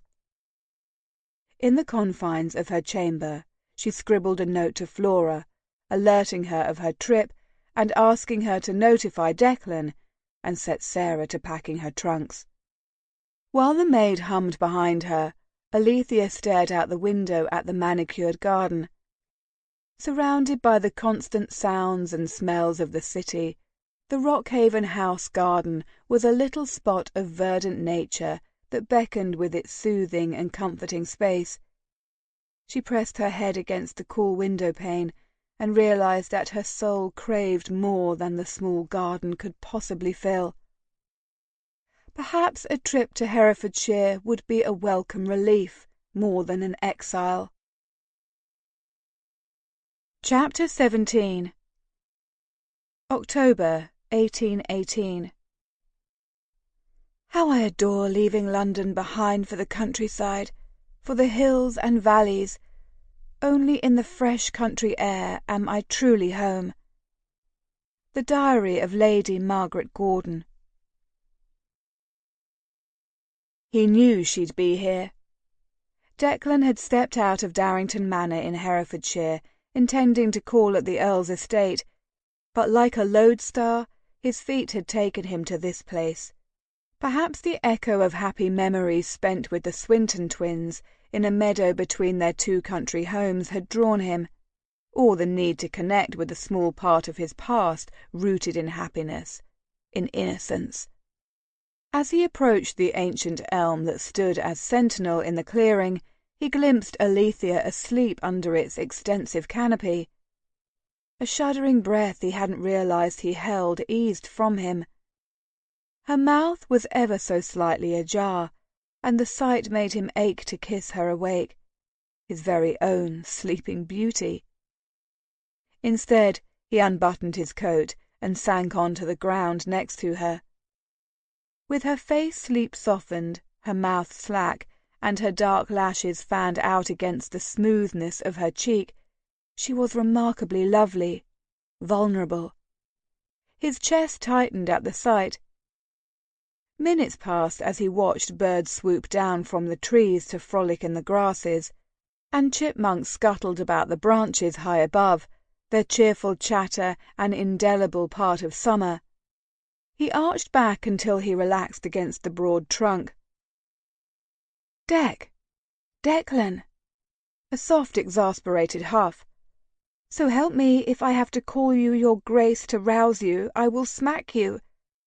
His eyes opened. When had they closed? And met Alethea's jade-green stare. A small smile curved her pink lips. She smacked the side of his cheek lightly with her gloved hand. "I knew you'd awaken if I used your honorific." Declan sat up and immediately grabbed his neck as a sharp pain streaked down into his shoulders. He rotated his head, hoping to loosen the tight muscle. "Have you been awake long?" "No, I awoke only a few minutes ago."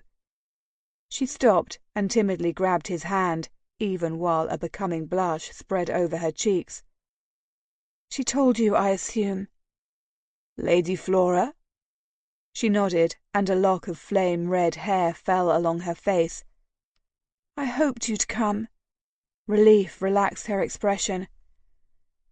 "Did you have business at Darrington Manor?" "I did." He tucked the curl behind his ear. He didn't reveal his business entailed digging through Albert's belongings at the manor house, hoping to unearth any clue of what he'd learned about their father. "You just gave me an excuse to move that particular business to the top of my list." "I'm glad," she whispered. She relaxed next to him and laid her head on his shoulder, her gaze fixed on the meadow that stretched out before them. "It's comforting to know it hasn't changed in the years since I've been gone." The sweet weight of her head, the ease of the gesture made him smile. 3 years is not so long a time to be away. Surely this elm with those wild flowers, or some very much like them, have held court in this meadow long before we ever stepped foot in it, and I'm sure will do so for lifetimes after us." Alethea eased away from him and met his gaze, her head cocking to the side and the same errant red curl falling across her brow. "It's been longer than 3 years. I haven't been back since the last time you, Finn, and I raced our sleds down the far hill." "Why not?" She shrugged and looked away. "I knew it wouldn't feel the same without you." Declan jumped to his feet to walk off the regret of so many years lost without her pressing down like Sisyphus's boulder on his chest. He ambled from under the elm's canopy and into the waning sunlight, beams snaking through the western trees. He sensed her come to stand beside him. "Lady Flora said you had been sent here." He looked down at her. "Why?" Alethea kept her gaze trained on a far-off point. "Because I wasn't obedient enough." He frowned. "I find that hard to believe." "He told me I'm to marry Lord Conington." She swiped a strand of hair off her cheek. "I, of course, rejected such a proposal and was sent away to remind me of my duty, as he said." "Marry Lord Conington?" he heard himself say, rage bubbling up from the depths of his core. "Absolutely not." "You don't have a say in the matter." Alethea ran her fingertips along her brow. "Like hell I don't." He turned to her until she met his eyes. "After our night at Vauxhall, how could you think I wouldn't have something to say about this news?" "You've made it clear, Dec, on more than one occasion, that your future does not lie in England." She dropped her gaze to his chin. "And even if it did, you still would not choose me." How could he be so stupid to have thought he could enjoy Alethea's smiles and wit, sample her kisses, and then just leave her like the other women he'd met at ports all over the world? How could he have let her think she wasn't important to him? He'd been a fool. "I was wrong. I should never have made you think I could leave England without you." She stared at him with luminescent jade eyes. "I'm afraid it's too little, too late." "It will be too late when you're Lady Conington." He cradled the back of her head with his hands. "Until that time, I intend to talk to your father and tell him of my intentions to pay you court." Alethea pulled free, turning back to him. "I don't believe it would do much good." He scowled. "He doesn't think I'm good enough for you, does he? Even in spite of my elevated title?" "No," she said softly, the word almost captured and tossed away on the breeze. He'd been second-guessed, underestimated, and judged by superficial factors his whole life, but he'd be damned before he allowed the Earl of Rockhaven to use those same measures to keep him from being with Alethea. He moved until he stood behind her, so close his chest brushed against her back, and her delectable bottom nestled in the curve of his hips. He dipped his head until his breath coasted over the delicate arch of her neck and the curve of her jaw, letting any lingering reservations about his decision tumble to the ground below. "Do you believe I would be here if I was unaccustomed to fighting for what I want?" A low growl sounded from the back of his throat. "I will call at Rockhaven House every day, rain or shine, winter or summer, until I convince your father I can take care of you in the manner you deserve." Alethea shook off his hands and spun in his arms. "I don't need you to rescue me, Dec. You don't have to sacrifice your plans out of some misguided sense of chivalry." Declan advanced on her, his eyes never wavering from her face, and he silently cheered when her own grew wide. "If you don't believe my words, then believe this," he rumbled, before he snared her waist and crashed his lips down on hers. Chapter 18. May 1818. She's made of sunlight and laughter. I long to return to the time when I was, too. The Diary of Margaret Gordon. How had they come to be on the ground? The thought entered Alethea's mind as a particularly large rock wedged between her shoulder blades, the pain it induced releasing her from her lustful haze. "Is something wrong?" Declan asked, even as he pressed a kiss to the spot behind her ear that made her purr like a content feline. She began, hesitant to mention her uncomfortable position, lest it cause him to stop his mind-numbing kisses. She'd gladly lie upon a heap of jagged rocks if it meant Declan continued to touch her and taste her. He didn't stop, but merely rolled until he lay beneath her, his broad chest cushioning her from the rough ground. She blinked down at him, suddenly shy as she noticed how hard and delicious he was as she straddled his waist. She had never allowed a man the liberty she had Declan, and she'd certainly never touched a man in the way she touched him. And while she may be an innocent, she was not naive. "Comfortable?" he asked, his hands rubbing circles on her thighs. She nodded, her palms coasting over the firm planes of his chest without her permission. Caressing him in this way made her hot all over. Declan propped himself up on his elbows, and the motion tipped her back in his lap. She stretched her arms to keep from falling, but one long arm wrapped around her waist before her hand hit the ground, and his other came up to grasp her behind the neck. In a swift movement he brought her mouth to his. Alethea's eyes drifted shut as she sank into his embrace. His bay rum scent made her toes curl as she reached around to clutch at his black curls. When he nipped at her bottom lip, she opened for him readily, a deep sigh rising from her when he slipped his tongue alongside hers in a spine-tingling caress. Gone was her bonnet, gone was her light muslin shawl, gone were her cumbersome gloves that made touching him skin to skin impossible. More importantly, gone were her inhibitions when she pushed him back to the ground, eagerly following him until she lay stretched out across the length of him. the hard length of him that made her itch to free him of his bothersome clothing, and hers. She latched her lips to his as he ran his large, talented hands up the back of her thighs. Cool air drifted over her skin, alerting her that he'd pulled up her skirts. Alethea found she didn't care. A deep longing settled between her thighs, and she burned to feel his hands there, everywhere. When he gripped her knee, she tore her mouth away from his and tucked her head into his neck, breathing him in. She needed to concentrate.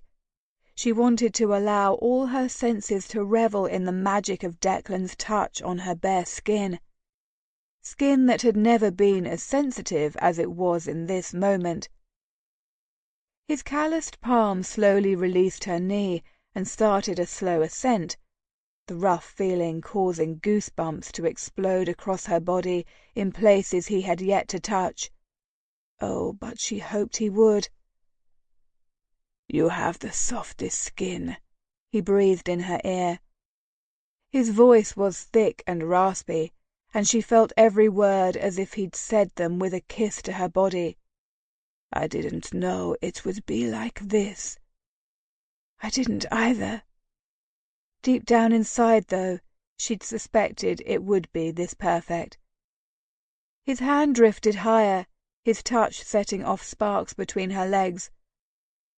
"I was completely unprepared for you. You've lived in my memory as a young girl with red braids in crisp white pinafores. I was flabbergasted by the Alethea I encountered on the theatre rooftop." With a speed she couldn't begin to fathom, he turned her again, until they lay facing each other in the cool grass. His hands remained warm and possessive on her hip, and she could swear she sensed her heartbeat where they touched. "But since the night at Drury Lane, I can't get you out of my mind." Declan leaned forward and placed a kiss under her jaw. "Your scent haunts me." His hand yanked her skirts up higher, and he traced a long finger up across her thigh. "Your touch leaves me crazed." He leaned back and his gaze danced across her face and cascaded down her body. "The sight of you, Lord, it makes me weak." Alethea tried to smile, but feared her shaking lips were incapable of the gesture. "But what really brings me to my knees," he murmured, his finger running against her bottom lip, his eyes tracking how her tongue followed the movement, "is your taste. God, it's ambrosia." He kissed her again.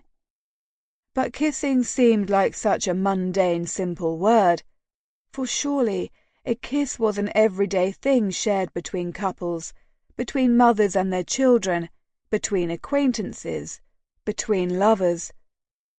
As she grabbed the front of Declan's shirt and brought their bodies flush once more, every dip and curve of her body supporting his, she knew what they shared far exceeded those everyday acts of affection. This, whatever was between them, was explosive. Minutes ticked by, or perhaps they were days, when Declan pulled back. His soft breath panted against her cheek. "I have no intentions of pushing my attentions further than this." "What if I wanted you to?" The words tumbled from her mouth unchecked. A deep moan reverberated through his chest. "Don't say that. I'm barely hanging on to my control as it is." She wanted to press him, to demand more of everything, but she didn't. With deep breaths, each a desperate gasp for restraint, she nestled by his side, her head coming to rest on his chest. Declan's heart pounded under her ear, and soon she fancied her heart matched his rhythm. He pressed a kiss against the crown of her head as a ridiculous grin spread over her face. The sun had already slipped over the horizon, but its rays still illuminated the western sky with streaks of crimson, gold, and umber. Deep shadows stretched across the meadow, as if taking the secret of their clandestine meeting and hiding it from the prying eyes of outsiders. Fireflies appeared overhead, their glowing bodies darting around the space, and the sight made Declan smile. "When was the last time you saw a firefly?" Alethea asked, her voice loud in the quiet field. "I honestly haven't paid attention." Declan watched a glowing insect as it hovered above them. "In St. Lucia, swarms can be found throughout the rainforests. There are rumors locals have seen some as large as hummingbirds, whose light can illuminate an entire hut." He chuckled. "They probably were hummingbirds. The island is known for them." Alethea closed her eyes, and he fancied she was trying to imagine the sight. "I don't believe I've caught a firefly, however, since the last summer we were in this meadow together." "Before the scandal," she whispered. "Before my father died." A dark mantle settled over them, smothering what had been an intimate moment. As Declan's mind raced for a way to recover the accord, Alethea asked tentatively, "What are the sugar-cane fields like?"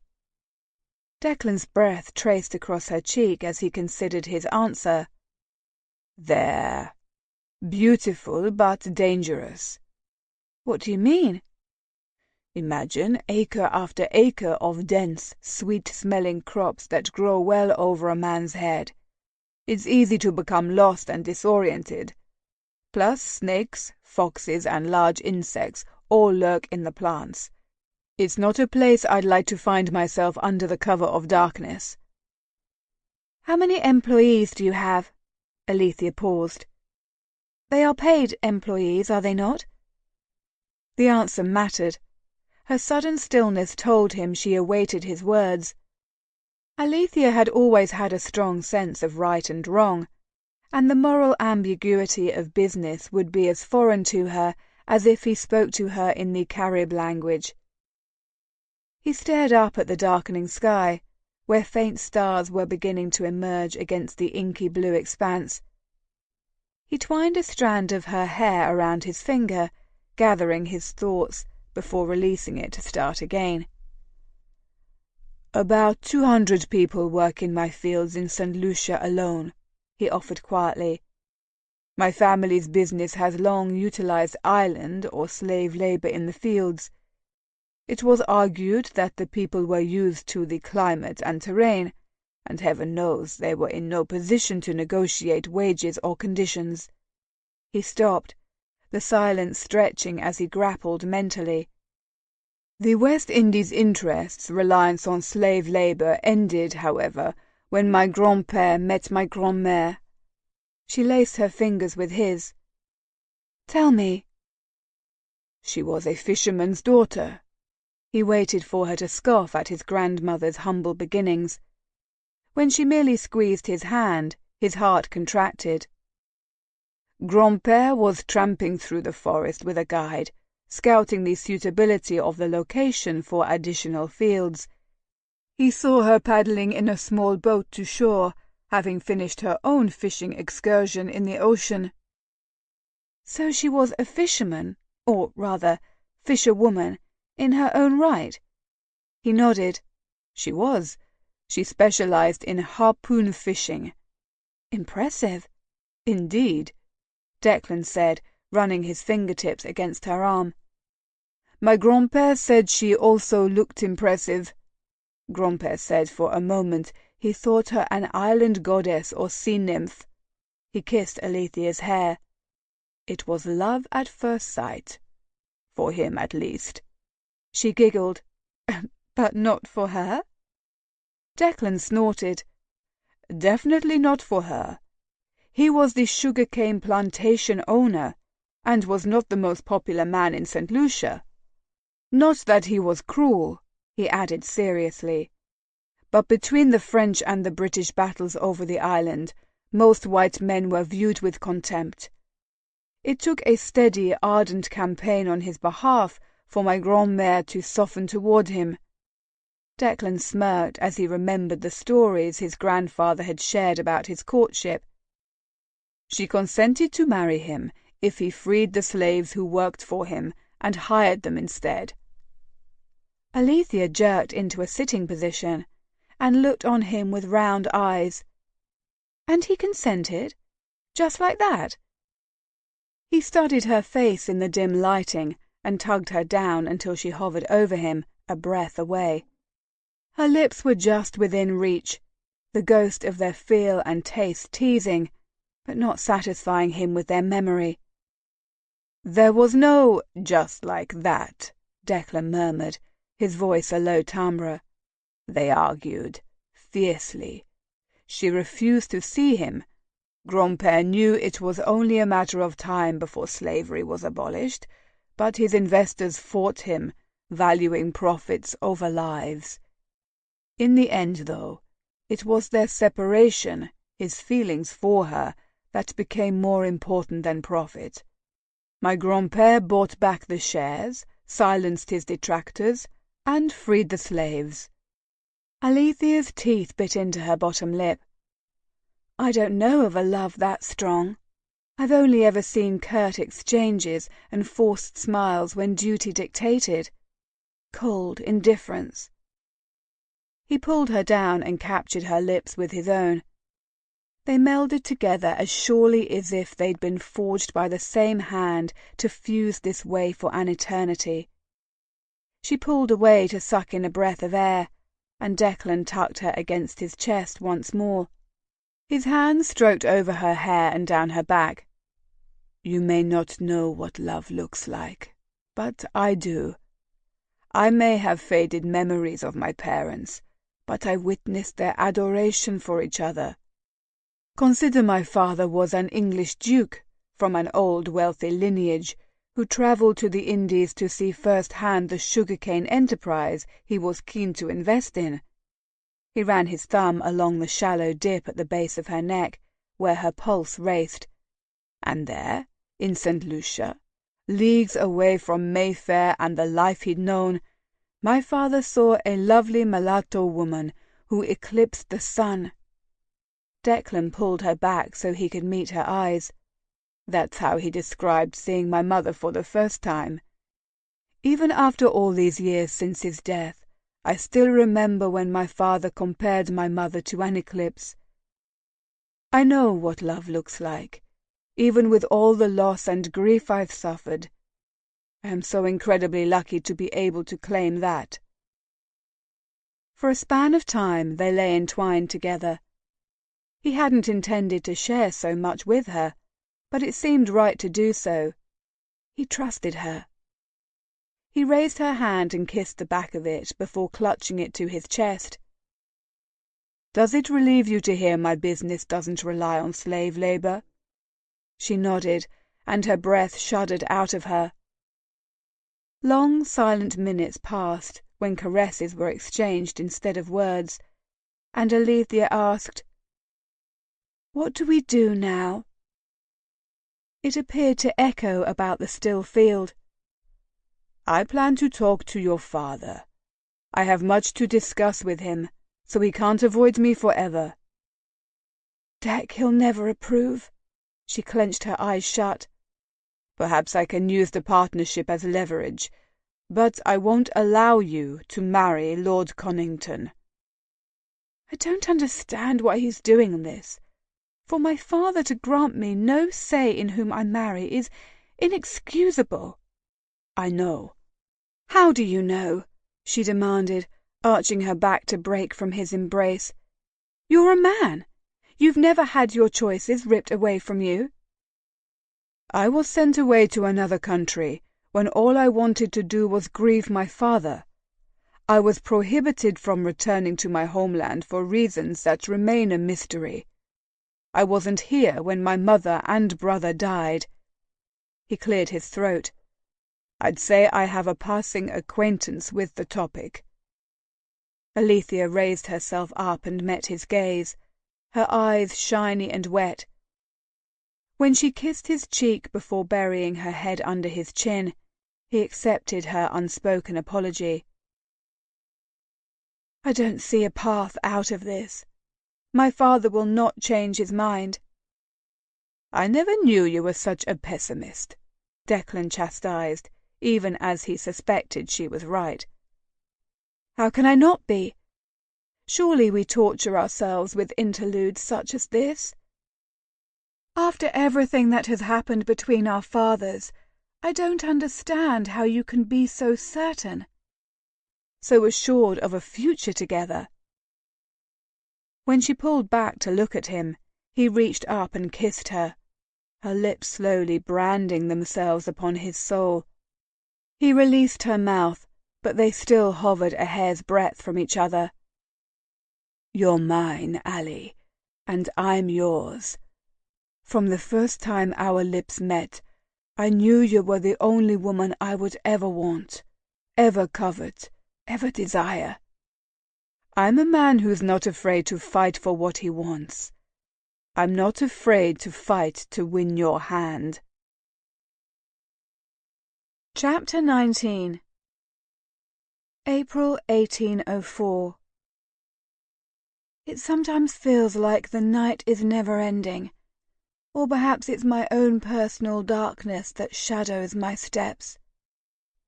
The Diary of Margaret Gordon. "That's where you bested Firthwell and me in that foot race." A torrent of vivid, light-hearted memories swamped Alethea as her gaze followed his finger to the area Declan indicated. The walk behind Darrington Manor had grown wild and unruly in the time since their childhood races. The heavy boughs of the hawthorn trees that lined the old path greedily captured the sunshine, only consenting to allow ribbons of light to penetrate. But it was enough to encourage swaying grasses and legions of wild flowers to conquer the forest floor. It had transformed into an otherworldly place, which was the perfect setting for such a moment. Alethea smiled from where she walked by Declan's side. He had her hand firmly clasped in his larger one, and she revelled in the intimacy of the gesture. She'd walked arm in arm with many gentlemen, at balls, soirees, dinner and garden parties, and park promenades, yet she'd never walked hand in hand with one before now. Even while he made casual conversation about his memories of the countryside, his finger slowly traced an invisible circle across her palm, and she was hard-pressed to think of anything else. Such a simple contact made her mouth dry and turned her thoughts to mush. Declan squeezed her fingers, and she jerked her gaze to his. He arched a brow and she blushed, realizing his touch had flustered her once again. She shook her head to clear it. "If I recall correctly, both you and Finn scoffed at me when I insisted on competing." "You were wearing a pink muslin dress. I seem to remember it having lace at the hem." "How do you possibly remember that?" she asked, although a thread of pleasure ran up her spine that he'd memorized such a detail. His forehead puckered in thought. "I suppose the impracticality of it, the sheer femininity of it, made an impression on me." "Femininity? Is femininity incompatible with speed, with strength, with endurance?" Alethea sucked air into her lungs, realizing her defensiveness had made her breathless. Declan drew them to a halt. His grip on her hand tightened and he leaned close, his gaze intent on hers. "You beat us in a fair race, no matter that we told you not to do it, that you were a girl and it wasn't done, that you weren't fast enough or strong enough. Nevertheless, you persisted, and you won." She pressed her lips together and glanced away, surprised by his easy agreement. "I walloped you both. Don't try to diminish my victory." His chuckle was like a caress across her skin. "I would never dream of it." When she snorted, he drew back to offer her a mock bow. "My apologies for offending you, my lady." He considered her for a moment. I'd like a rematch. Her jaw unhinged. You cannot be serious. Of course I am. Why wouldn't I be? To start, she shook out her skirts. He frowned, and Alethea resisted the urge to smooth it away with her fingers. Yes, that would be a hindrance. A heartbeat passed, and he smirked. Take off your dress. I beg your pardon? If your dress will encumber your movements, simply take it off. She huffed. So you're suggesting I run in my stays? Precisely. Tell me, do such practical suggestions work on your lady friends abroad? She asked with a glare. I've never suggested it to anyone but you. He paused. Pity that. Alethea rolled her eyes so hard she feared she'd lose her balance. We don't have to race, of course. I just thought you might be up for a friendly wager. Laughter tinged his voice. Ladies don't gamble, she said automatically, and clamped her mouth shut in censure. That's right. I had forgotten. He looked about them. Still, it is only you and me. I definitely will not discuss with others what we do here. When she raised a solemn brow, he spread his hands. Don't you ever just want to feel the wind against your face? Feel the sun kiss your skin? Of course she did. She'd always longed for the freedom he spoke of. But growing up with a strict father and a critical mother, she'd only been able to engage in such spirited behaviour on rare occasions, and usually in Declan's company. She exhaled as her gaze skimmed the landscape around them. No one, however, was about to tell her not to enjoy this innocent fun with her childhood friend. Except nothing of how she felt for Declan was innocent. Alethea reached behind her to undo the buttons that ran up her back. The chore was a bit awkward, but she managed, even as she refused to relinquish her hold on his attention. She could ask him for help, but, as always, Declan seemed to know this task was as much about asserting her autonomy as it was about the actual race itself. She didn't need his help, and never had. Declan watched her with a heated gaze as she pushed her loosened bodice down, pulling her arms free of the muslin before allowing it to pool at her feet. Stepping from the puddle of green fabric, she flipped her slippers off and faced him. She threw her shoulders back and lifted her chin, standing proudly in only her chemise and stays. "Shall the 6th tree be our finish line once again?" He coughed into his hand, then looked at the tree in question. "I suppose that works." Gliding past him, she picked up a stick and aligned it across the path in front of them. "We'll use this as our starting point." The corner of her mouth lifted. "Past experience has taught me not to allow you to set the course." He halted in the act of removing his coat. "That was only one time, and it didn't take long for Firthwell to get over the bit of rash he got." "I will take no chances, Declan Sinclair, of you trying to sabotage this race in your favour." "I would never dream of doing such a thing, my lady," he said, clutching a hand to his chest. In the next breath he shouted, "Go!" Alethea gritted her teeth when Declan shot away in a mad dash. However, his boots made running cumbersome, and she gained on him. She had been quick and sure-footed as a child, and she was delighted to see such traits had not left her. A giggle escaped her on a laboured breath as she passed him. She was sprinting past the 5th tree, the 6th tree finish line within sight, when a pair of thick arms encircled her waist from behind. She was lifted into the air as if she weighed a sixpence, and Declan clutched her close to his heaving chest. "I thought you said you wouldn't do anything to sabotage the race," she puffed, reaching for a sense of irritation, but finding none. "Sabotage? I did no such thing.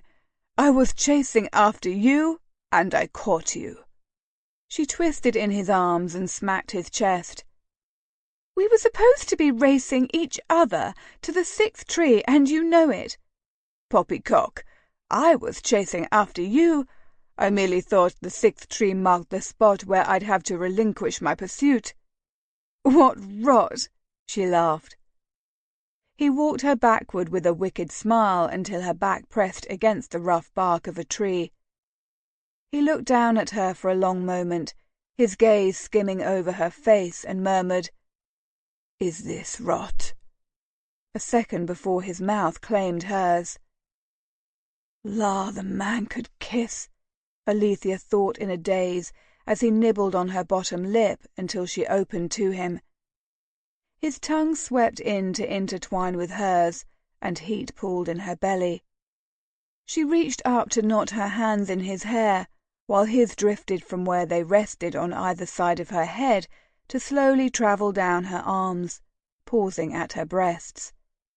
She quivered in nervous anticipation. To have him touch her there made her nipples harden into points, and she arched her back ever so slightly. He pulled his lips from hers, but his mouth hovered a breath from her own. He locked gazes with her, and she gasped at the desire and tenderness in his onyx depths.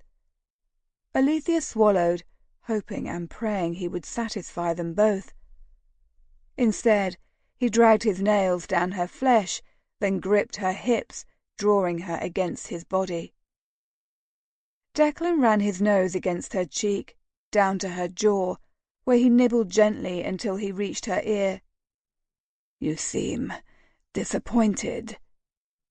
"I don't know what you mean," she sighed. "Tell me where you want to be touched." Heat spread like a roaring inferno from her face down to her toes. She opened her mouth, but no sound came out, so she snapped it shut. "You know where I wish to be touched," she whispered. "Do I?" His eyes twinkled. "Was it here?" He raised his hands to cradle her head, his fingers loosening her curls. With bridled ferocity he kissed her until she sagged against the tree. "Did I get it right?" She blinked her eyes open. When had she closed them? And gaped at him. "I beg your pardon?" He chuckled. "You're not paying attention, my dear." She braced her hands on his chest and pushed until he took a step back. "That's because you're always distracting me.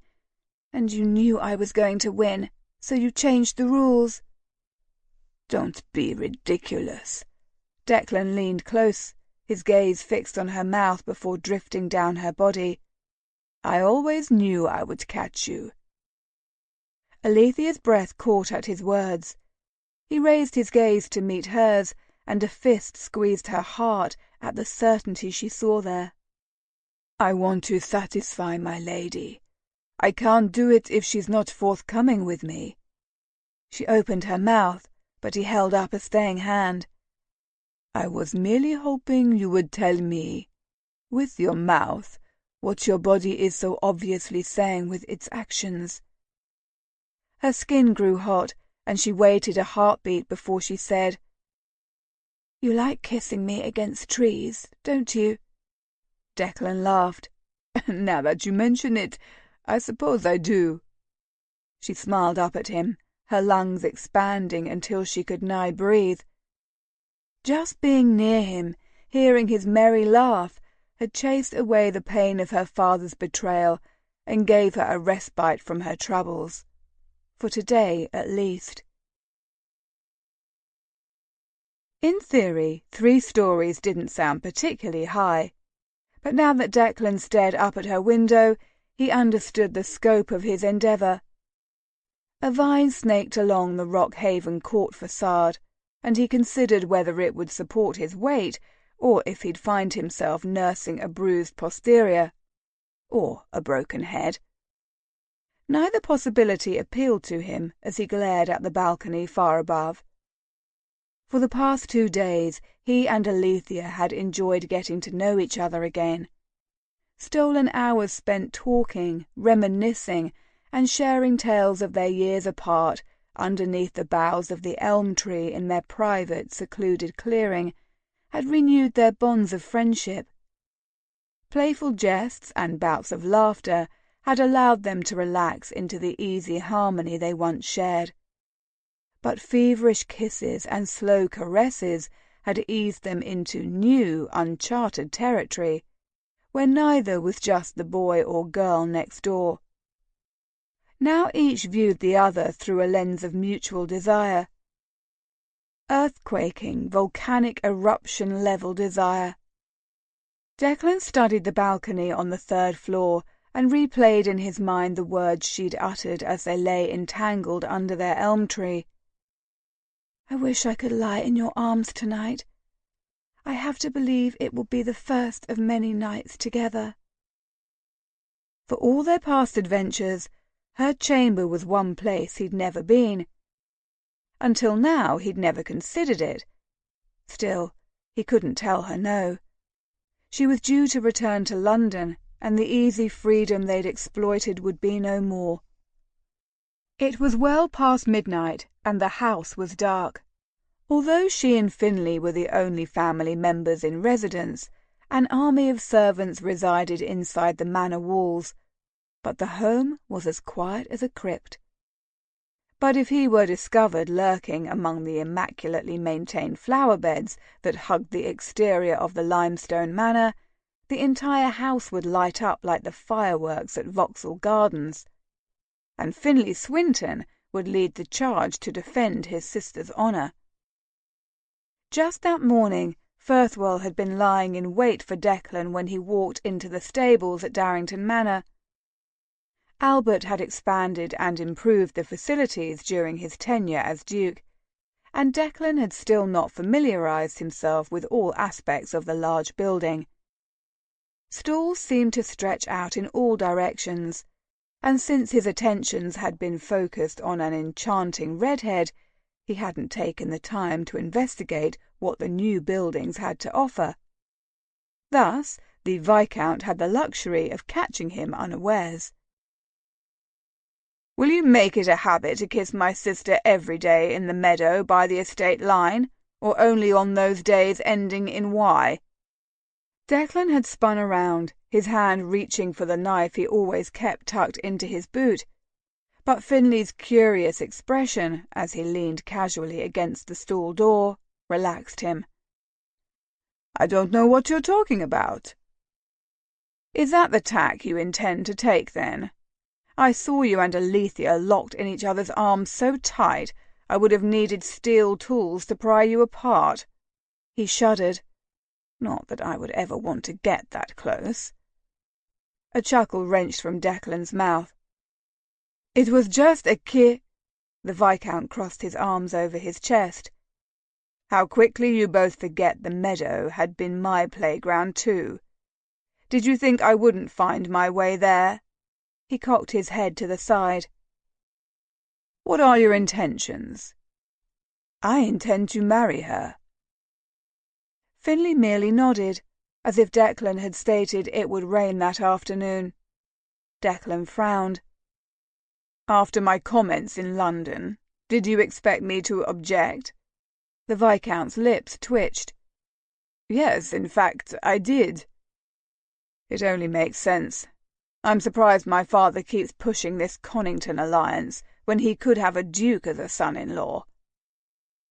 Declan looked at Finlay askance. "Do you know why the Earl wants to marry Ally off to Connington? Surely she's had multiple offers before this one.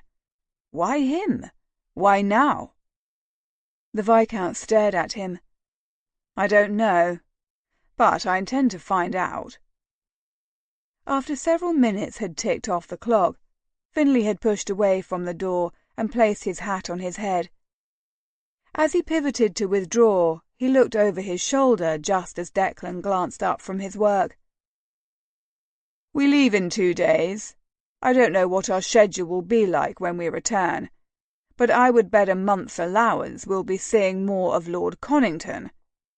Until our departure, I will conveniently be busy with estate matters.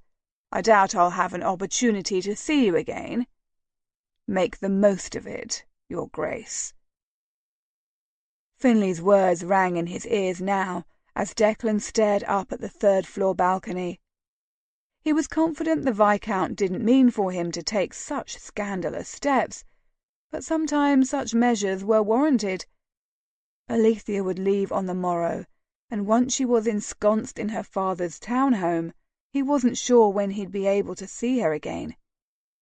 The thought of wasting their last unhindered night together was a sacrifice he was not willing to make. With a soul-strengthening breath, Declan reached and grasped the vine, relieved to find it thick and sturdy in his hand.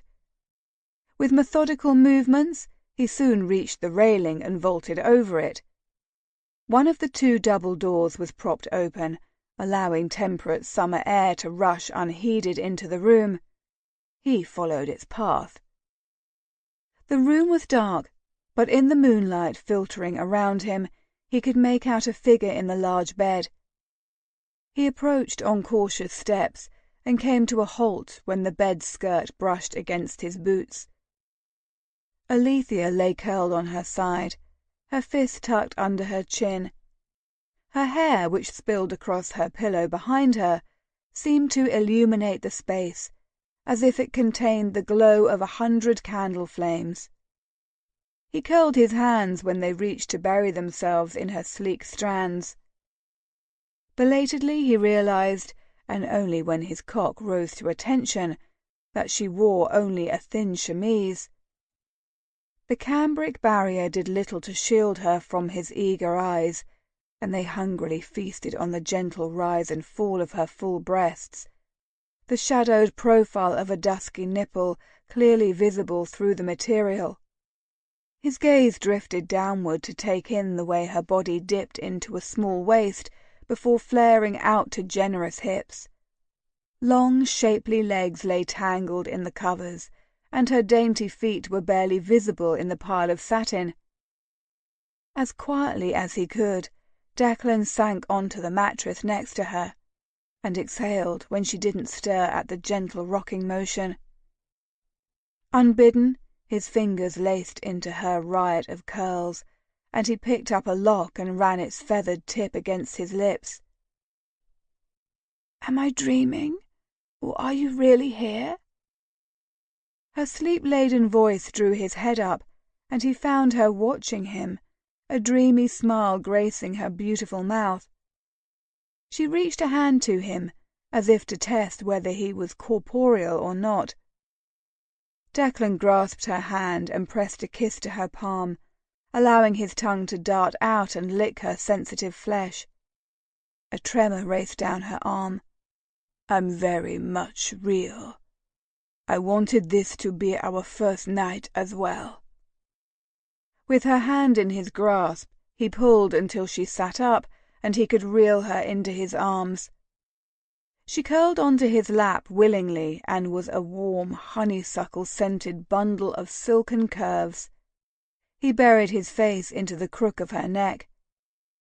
"I wish I could wake up to this every day," he said hoarsely, suddenly overcome with frustration. Being together should be as easy as the laughter they shared. And what girl wouldn't delight in waking to a handsome man in her bed? Her breath tickled the fine hairs on the back of his neck. They sat silently for several minutes. Perhaps she sensed, too, how different things would be once she returned to London at sunrise. And like him, she was willing to court disaster to cling to what they shared for as much time as they could steal. "Can we leave talk of what's to come for later?" she whispered. "I didn't think a man would be interested in conversation when he worked hard to sneak into a woman's room on the 3rd floor in the middle of the night." Declan turned onto his back and forced himself to remain still while she explored him, her lips sliding across his jaw as she slowly unfurled his cravat before tracing down his neck to the drawstring of his shirt. When she untied it and allowed her slim hand to dip below the collar, her fingernails gently skating over his chest. He shuddered as he tried to tamp down the rush of desire battering the dam of his self-control. "What did you think a man would be interested in when he found himself in a woman's bedchamber in the middle of the night?"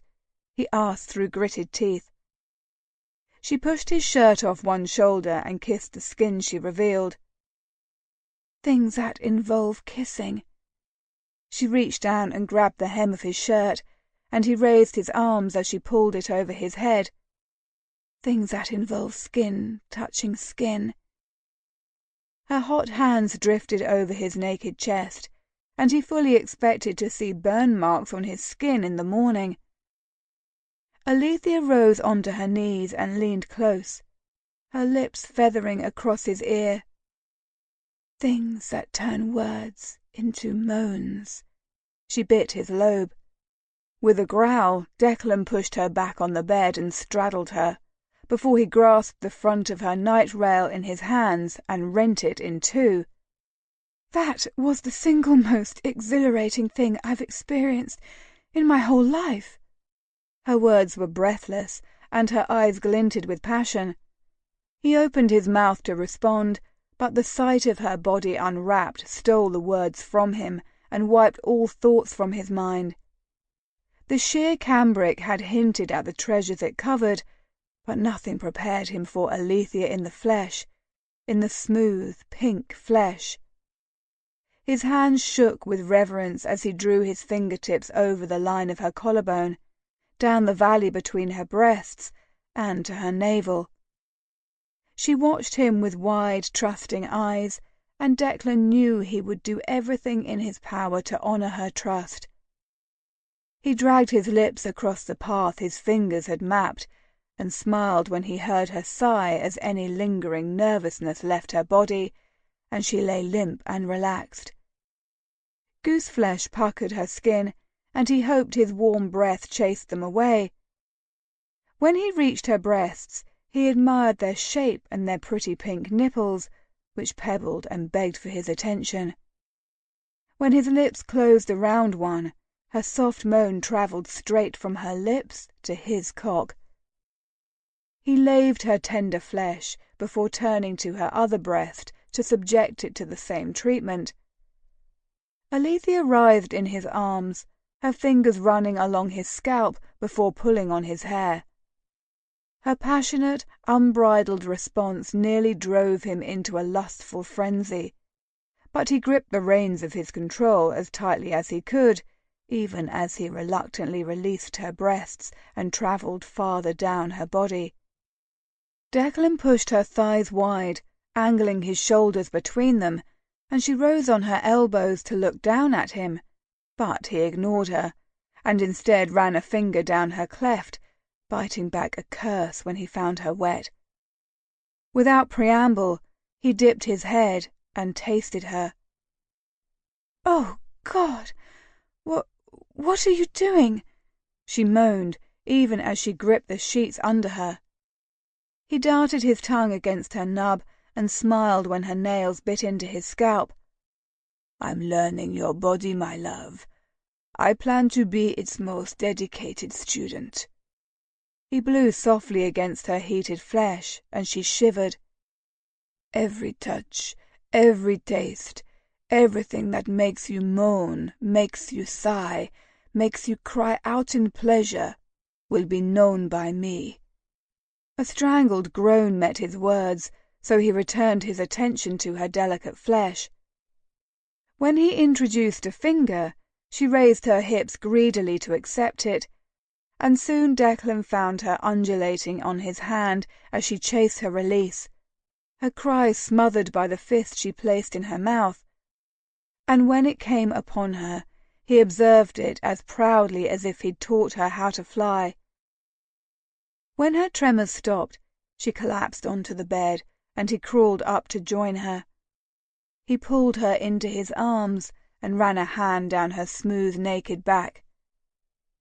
"That was unbelievable," she managed, her voice raspy.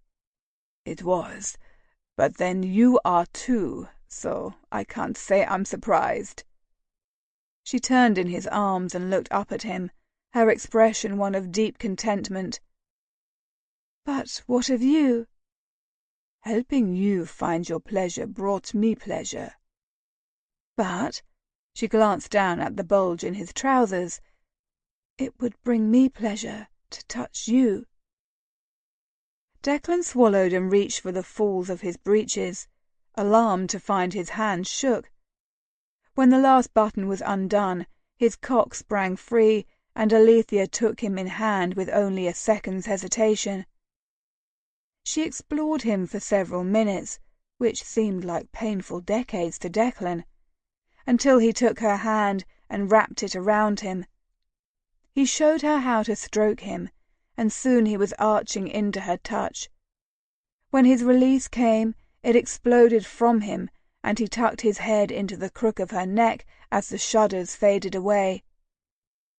He reached for a handkerchief in his coat and quickly cleaned himself before he relaxed on the bed once more, as sated as she.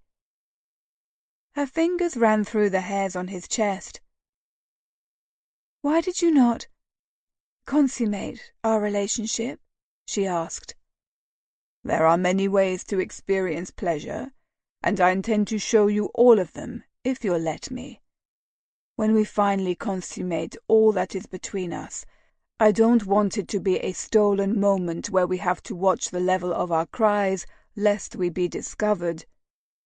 Propping himself up on his hand, he looked down at her, rubbing her lip with his thumb. "I intend to make you scream my name to the heavens the first time I join with you, and I have no intention of doing that with your brother down the hall." A giggle escaped her. "That would be mortifying." Determined not to allow anyone else to enter this private moment, he brought his lips to hers.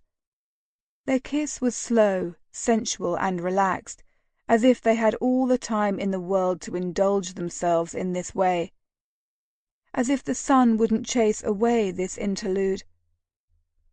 When he finally pulled back, her green eyes were dark with passion. "How did you learn to kiss like that? To do that wicked thing you did earlier?" He collapsed on his pillow and stared up at the ceiling. "I've not led a celibate life." He turned onto his side and brushed a strand of hair from her cheek before he allowed himself to meet her gaze. It was guarded. "But you've been the only woman to live in my memory." The grin started slowly, just a twitch at the corners of her well-kissed mouth. But when it finally dawned, contorting her lips into a bow of pure happiness, its brightness thrilled him. She nestled her head next to his on the pillow and twined her fingers with his. They lay companionably, neither talking, and Declan reflected he'd never experienced such a moment with a woman. Once again, the rightness of them together seemed destined. "Dec," she said, "why haven't you let me help you?" He smirked. "I thought you did just help me." A delectable pink color washed over her cheeks, visible even in the dim light. "I meant, why haven't you let me help you discover what happened to Albert?" Dodging Alethea's inquiries was so much easier when she wasn't pressed against him, soft and trusting. He battled whether to ask for her help in searching through Albert's study.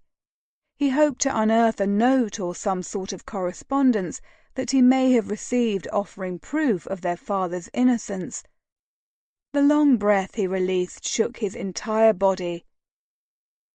"Because I'm not sure what I'm up against." She shook her head. "What do you mean?" Declan jerked himself upright, drawing her into his arms. "I'm still chasing a lead. Until I have a better understanding of what I've learned, I don't want someone to use you against me." He pressed a kiss to the crown of her head. "Isn't it enough we're linked together in all the gossip rags? Everyone knows there's something between us, but I don't want them to suspect you know more than you should about Albert's death." "I only know he wasn't the victim of a robbery, like we'd heard." When he stiffened, she twisted in his arms to peer up at him. "Or was he robbed?" "A red book was taken from him as he lay dying." "A red book? That's odd. Do you remember him possessing a red book?" Declan shook his head. "Not that I'm aware of.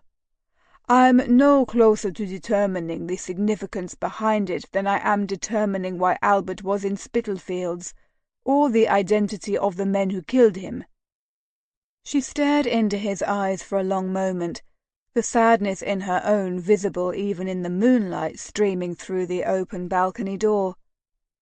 When she slowly pressed her lips to his, the tension that settled in his bones at the mention of Albert's name eased like an icicle in the sun. "If it makes you feel better, tell me nothing more." She rubbed her nose against his. "But should you ever want my help, I'm here." The happiness he'd experienced with Alethea over the last several days had driven thoughts of his brother and his mysterious death from the forefront of his mind. However, he could no longer put off his search. Chapter 20. March 1804. Why I must lie in a bed I did not make. The Diary of Lady Margaret Gordon. He wished he had taken Tamosi. Now trapped in the cramped carriage, Declan stretched his arms overhead and stretched his neck. With a sigh he eased back onto the seat and pulled out a scrap of paper he'd found in Albert's desk from his coat pocket. Unfurling the foolscap, he reread the words, although they had been imprinted on his mind.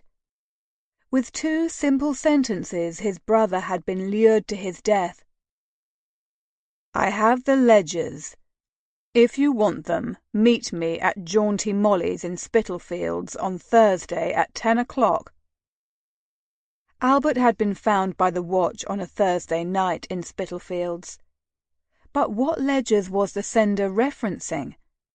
Declan carefully re-rolled the note. A memory of his father gripping his head as he paced in front of his desk, muttering, "The ledgers were falsified! The ledgers were falsified!" flashed. Declan had hated the silence that had descended over the household. He'd stumbled upon his usually cheerful mother sobbing, and his brother had begun biting his nails again. But his father's withdrawal, his frantic babblings, had unnerved Declan. Could his father have been referring to the ledgers from the shipping investment project? Someone had offered Albert ledgers, and his brother had obviously thought them important enough to meet this mystery person in a seedy rookery tavern. The only logical explanation was that Albert believed they were the true ledgers that would exonerate their father of the crimes that had driven him to suicide. And if his father was innocent, he didn't have to look very far for a viable suspect. After Albert's death, the Earl of Rockhaven had taken control of the partnership management, assuming there was no Darrington heir. He had had sole control over the financial decisions, and then Declan had returned. Instinct told him the Earl was in Dun territory, and, he suspected, to not very good people. And how was the Vicomte involved? The carriage jerked to a hard halt, and he barely caught himself from flying into the seat across the cab. He reached for the set of pistols stored under the squab and cocked them. "Stand and deliver!" rang out in the clear air over the neigh of the horses and the bark of a distant dog. Declan released a silent huff of irritation. Couldn't the highwayman be more original with his demands? He moved stealthily, careful to not rock the conveyance, and crouched next to the door. After a moment of listening to shuffling feet, the carriage dipping to the side as presumably John Coachman disembarked, Brief bits of a whispered exchange could be heard. "Are you certain?" "Of course. Don't question me again." Declan offered up a silent prayer his employees would remain unharmed. The door opened slowly, and the barrel of a pistol preceded the arm that held it. The highwayman swung the weapon through the cab, not bothering to peer to the side before he withdrew. Throughout the short exercise, Declan had his pistol raised, waiting for his target to appear. "Ain't no one in there," the highwayman called over his shoulder. "Where's your master?" a gruff bass voice demanded, and Declan's ear caught its guttural Slavic accent. Interesting. "The carriage is empty, you dolts," John Coachman's raspy voice answered. "We be taking it back to the London townhouse. You lads bungled this mark." And like that, the man earned himself a healthy raise. "I saw him enter the carriage, old man," the Slavic voice said. "For lying to me, I should shoot you." So this was not a random attempted robbery. He'd been scouted and followed. "'Tis best if the Duke exits before I put a bullet in your head." Declan held his arm steady. The men didn't know he was armed, or even where he was, though they threatened to harm his coachman and could still turn their pistols on his groom. The advantage still rested in his favour.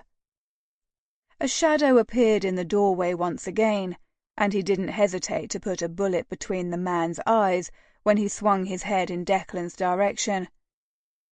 The peal of the shot rang out into the void.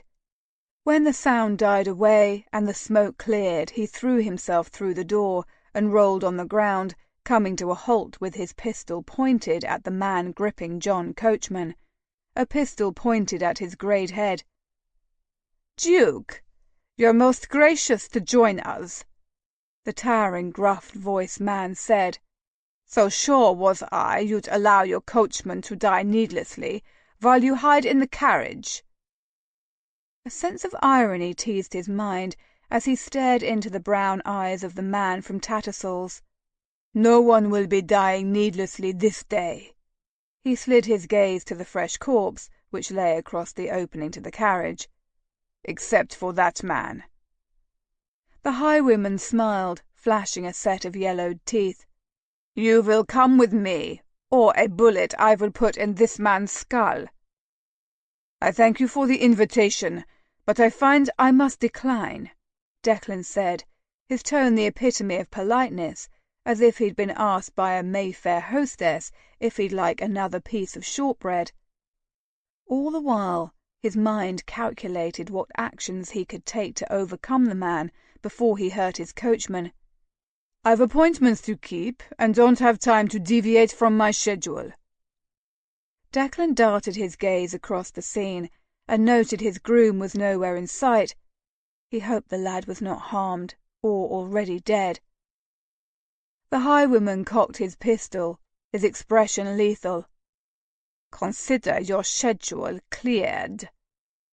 He poised to leap at the thief when a loud shot echoed around them. Declan had a brief glimpse of his errant groom charging into the clearing as he threw himself onto the ground. A long moment later, he raised his head in time to see the highwayman galloping away. He drew himself to his feet and ran to where John Coachman lay prone. "Are you harmed?" The coachman sat up, by all appearances completely hale. "Daniel there grew a set of brass balls and drove that bastard away." When Declan's mouth quirked, the man cast his eyes down. "Begging your pardon, your grace. Finding my head still attached to me neck makes me forget me manners. I'm sure if I found myself in the same position, my choice of words would be much worse." As the coachman mumbled his thanks, Declan turned to the groom, who stood, pistol still outstretched, his gaze fixed on the cloud of dust that marked the highwayman's escape. "Nice work, Daniel. I think it's safe to say you saved John Coachman's life, if not my own." Daniel's gaze darted to him, and a deep, frustrated sound slipped from his lips. "But I missed! I can't believe I missed!" Declan patted the young man on the back. "The important thing is that the fiend is gone. You and I will have another opportunity to pay him our respects." He turned away from Daniel and approached the body of the dead highwayman. His shot had been true. He contemplated what lay in store for him in London, for he suspected the men who killed his brother now had him in their sights. "I was wondering when you'd join me," Alethea's father remarked as she slipped into her seat at the breakfast table the following morning. Her smile was guilty, well aware she was usually the one to greet him and Finlay as they wandered into the room. But guilt was quickly smothered by anger, thoughts of the Earl's marriage decree making her head pound in fury. "I apologize, father," she said roughly. "I apparently lapsed into town hours." "Are you unwell?" He peered at her curiously. That he didn't consider she could still be upset with him for his high-handed, unfair treatment shocked her. She raised her coffee cup to cover her face. "I'm just weary from the trip." The Earl appeared unconvinced. "Well, I'm glad you're home. I missed your bright presence at the breakfast table." Unable to think of an appropriate response, she attempted a smile. "What did you do to entertain yourself while at the court?" he asked, as he picked up a scone and slathered it with butter. Alethea considered what to tell him. She didn't think he would appreciate her recounting of laughing and kissing Declan in the meadow, or the scandalous liberties she'd permitted him in her chamber. Liberties she'd never dream of taking back. Just the thought of Declan's hands on her bare skin, his lips on her breasts, tugging and sucking, his mouth between her legs. Well, the thought had her heart thundering in her chest and her blood roaring through her veins. With just his talented tongue and hands, he'd brought her immense pleasure. She could only imagine the ecstasy she'd experience when he joined with her in truth. Fighting the urge to fan her face, she instead stirred her coffee. "Oh, I visited some old friends in the village, read some books, walked the estate, helped Finlay when I could." "I'm sure he appreciated the help," the Earl said with a nod, approval evident in his gaze. "I'm surprised he's not up. He must have taken to heart the duties I assigned him." Alethea bit back a snort.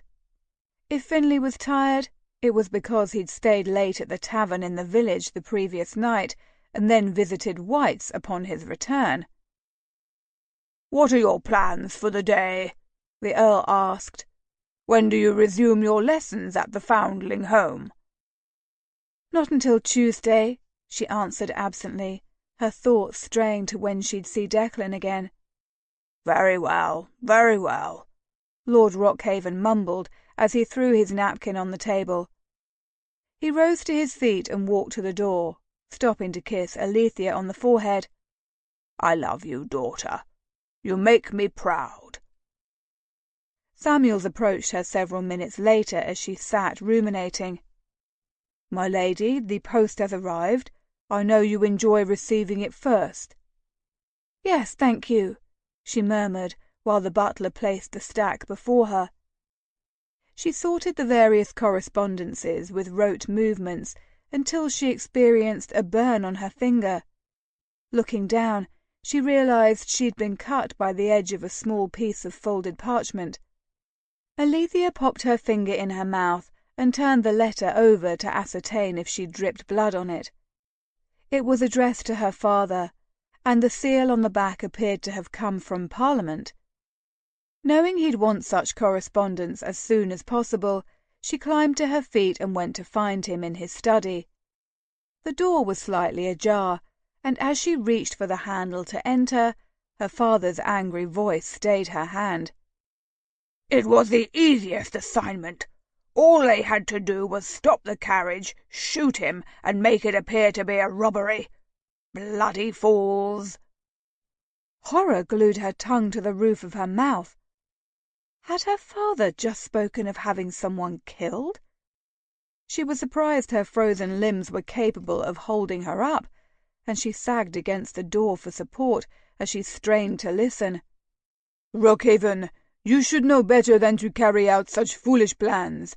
I told you the man would be armed. When will you listen?" "Do you want your money or not?" was her father's gruff question. "Oui, and I expect to receive it." Her father released a growl that seemed to shake the door under her cheek. "Well, then don't criticize how I get it." A very Gallic sigh filled the air. "I thought you were already prepared to pay your debt." "I was, but I need a cushion now that Darrington's returned." "Conington must be desperate for an heir." "My ally is worth every penny he's paying." Stuffing her fist in her mouth to keep from crying out, Alethea clenched her eyes shut. She knew there had to be a reason her father had agreed to a marriage between her and Lord Conington. She just hadn't expected to learn he'd sold her to repay a debt. Bile crept up her throat, but she managed to push it down. My, and here I thought you were fond of your children." A tusking sound met Alethea's ears, and she fancied she could see the man wagging a finger at her father. "Instead, you're selling your beloved daughter to a relic of an earl, and if your son is lucky, you'll have recouped a portion of his inheritance. Sod off, Viggory. I've been more than kind in my dealings with you. I still balance the chair you stand on while the noose around your neck gets tighter and tighter. Don't give me a reason to kick the chair away." Voices approached from the opposite end of the hall, and Alethea grabbed her skirts and dashed away as quietly as possible. Once within the confines of her chamber, she collapsed onto her bed, burying her face in her pillow.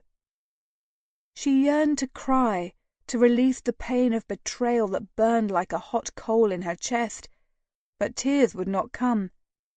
Instead, as the minutes and then the hours ticked by, her heartache melted into something so tangible she could taste it and feel it bubbling under her skin.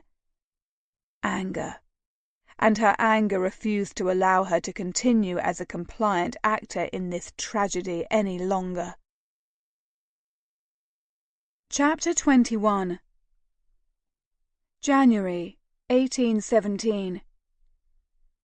He obviously believes me stupid as well as blind.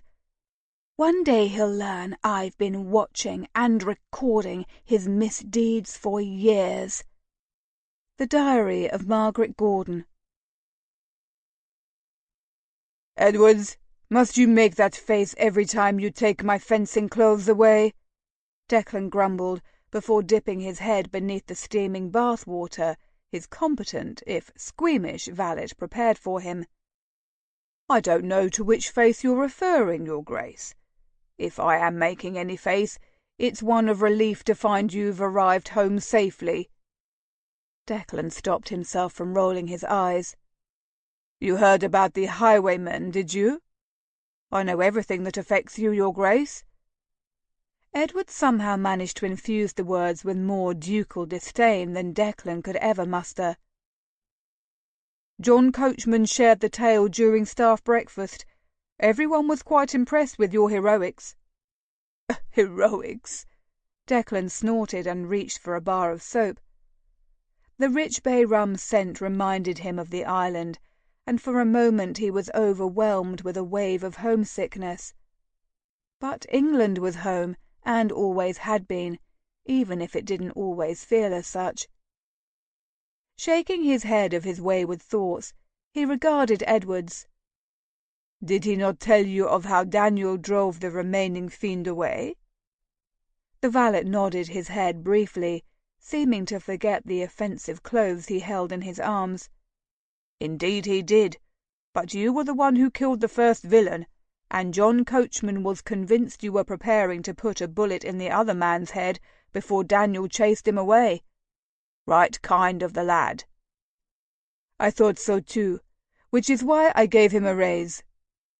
When the man wrinkled his nose, Declan exhaled in vexation. "I know it's uncouth to speak of finances, but you forget, Edwards, that before I was thrust into this role, I was just a businessman." "Balderdash!" the valet exclaimed. A second passed before the man's eyes opened wide. "Forgive me, your grace, for my rudeness.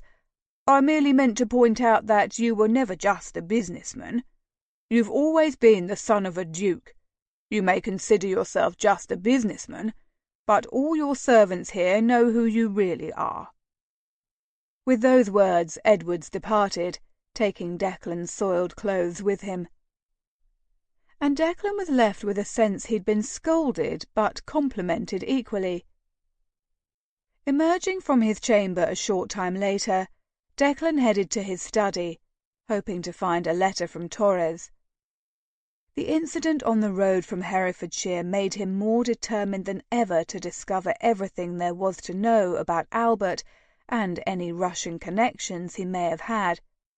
He went to his snug workspace beneath the windows, his hands quickly sorting through the post. "Is this what you thought?" a low-pitched, strongly accented voice asked from behind him. The corner of Declan's mouth lifted before he slowly swiveled to face the speaker. "I don't want to know how you gained entry without alerting a single footman." Guillermo Torres lowered his hand, a small square of parchment enclosed within, and raised a black brow. His mouth spread into a wide grin. "They're in need of some training. It shouldn't be this easy to slip into a duke's home." Declan crossed to the sideboard and poured 2 glasses. He offered one to Torres before sinking into his own seat. "I was wondering when you'd arrive." The other man took a deep drink, closing his eyes and tilting his head. "You've always stocked the best liquor. I would have come sooner had I known you had whiskey this good, but I had nothing of note to share before." Taking his own long sip to steel himself, Declan set his glass down on the table before spearing the man with an intent look. "And what information of note have you learned?" Torres leaned farther back in his chair, his look of casual relaxation in perfect harmony with the subtle elegance of the room. The man had never told Declan about his family, or the life he'd led before he came to work for him 6 years past.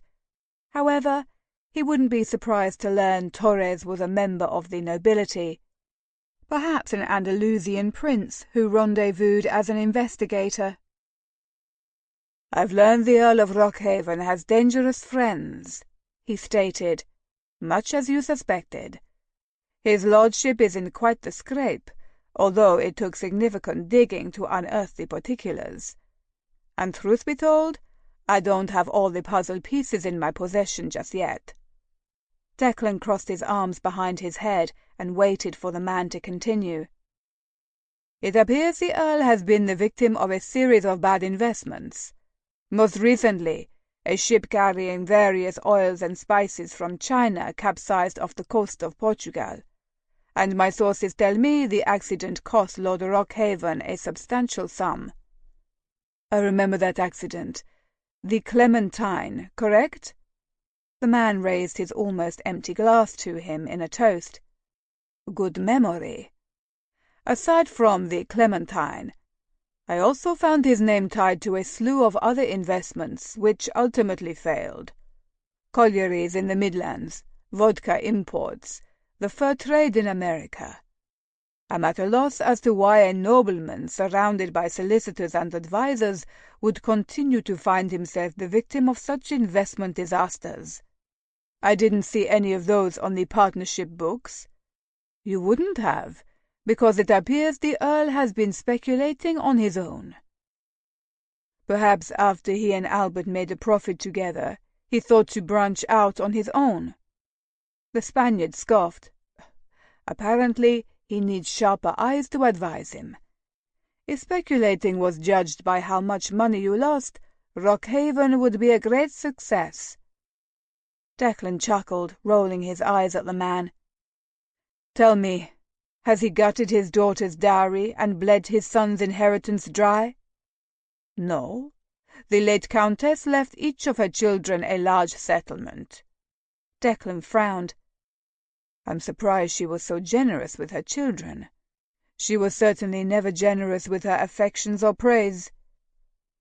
Torres lifted his shoulders, the gesture insouciant.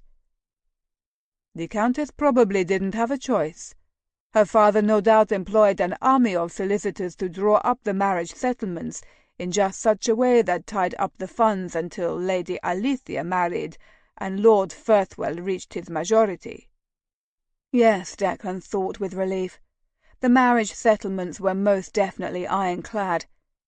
He'd only met Alethea's grandfather, the Marquis of Huntly, on one occasion when he'd been merely a boy, but the great bull of a man had left a lasting impression on his mind. The Scottish Marquis would not have left any loophole for his son-in-law to divert funds from his grandchildren. "There was another piece of information I thought you should know.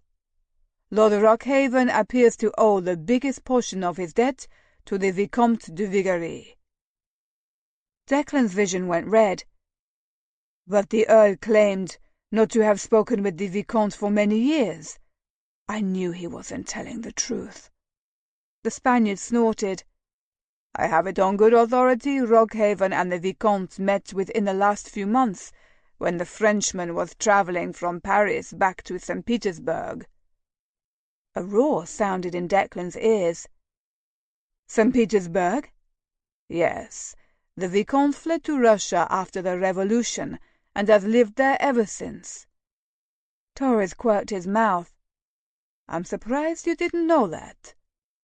"The Vicomte was never a friend of my father's, and from what I can gather, Albert had been unable to discover much information on him."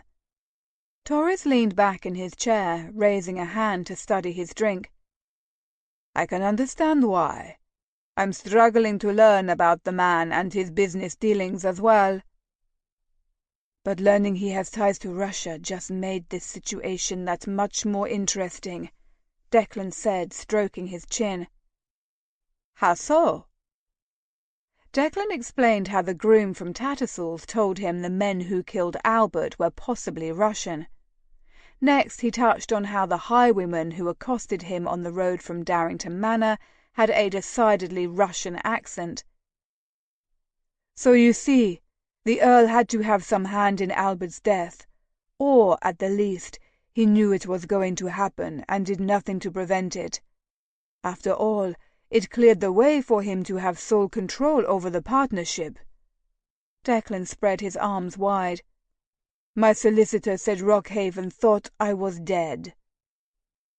"Returning to England was supposed to bring you peace, or so you claimed," Torres murmured, rising and filling his glass with more whiskey. He turned with the decanter in one hand and topped off Declan's glass. "Nonetheless, since you've set foot on these blasted shores, you've discovered your brother is dead, you're the new Duke, and someone is trying to kill you. Quite possibly the very men who are responsible for your brother's murder. Plus, you're in love with the daughter of the man at the center of this drama. It's more gripping than any saga I've seen acted on stage." He took a sip and flashed Declan a sympathetic smile. "Pity it's your life." "I'm not in love with her," he grumbled, each word sticking to his tongue like treacle, although none of them tasted as sweet. But he didn't want to think of his blossoming feelings for Alethea when his suspicions of her father were so damning. Declan waved his hand dismissively. "How I feel for Lady Alethea is irrelevant." Torres paused, his snifter hovering in front of his mouth. A scowl of disbelief twisted his features. "You're in love with the daughter of the man who brought death and scandal to your doorstep. Twice. How is that not relevant?" The truth of the man's words stunned him. Declan brought his glass to his lips, and the whisky seared down his throat. Rather than warming him and bringing clarity, it seemed to solidify into shards of glass in his gut. If the Earl had orchestrated Albert's death, would he be able to separate Alethea from her father's crimes?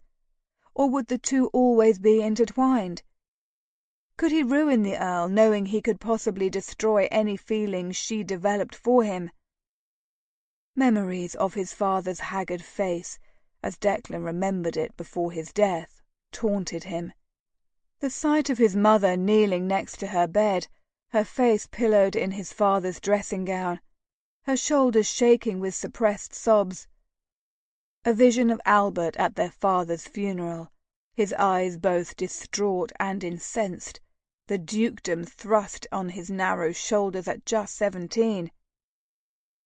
So much had been taken from him, and the mounting evidence that suggested a connection between the Earl, the Vicomte, and Albert was impossible to ignore. Declan wasn't sure he had the fortitude to offer absolution to the Earl for his crimes in exchange for the hand of his daughter, however much he cared for her. "There's one additional item I wish to bring to your attention," Torres said softly, as if he knew he was interrupting the tumult of Declan's thoughts. "I heard talk, nothing specific, exactly, but there have been whispers of some great scandal Rockhaven has managed to keep hidden." "Could it be the hold Viguerie has over the Earl?" Declan asked, interest and hope kicking his heart into a swifter pace. "More so than the man's debts? I hope not," Torres said, setting down his glass and rising to his feet. He paced to the fireplace and propped his elbow on the mantel, his brows drawn low over his eyes.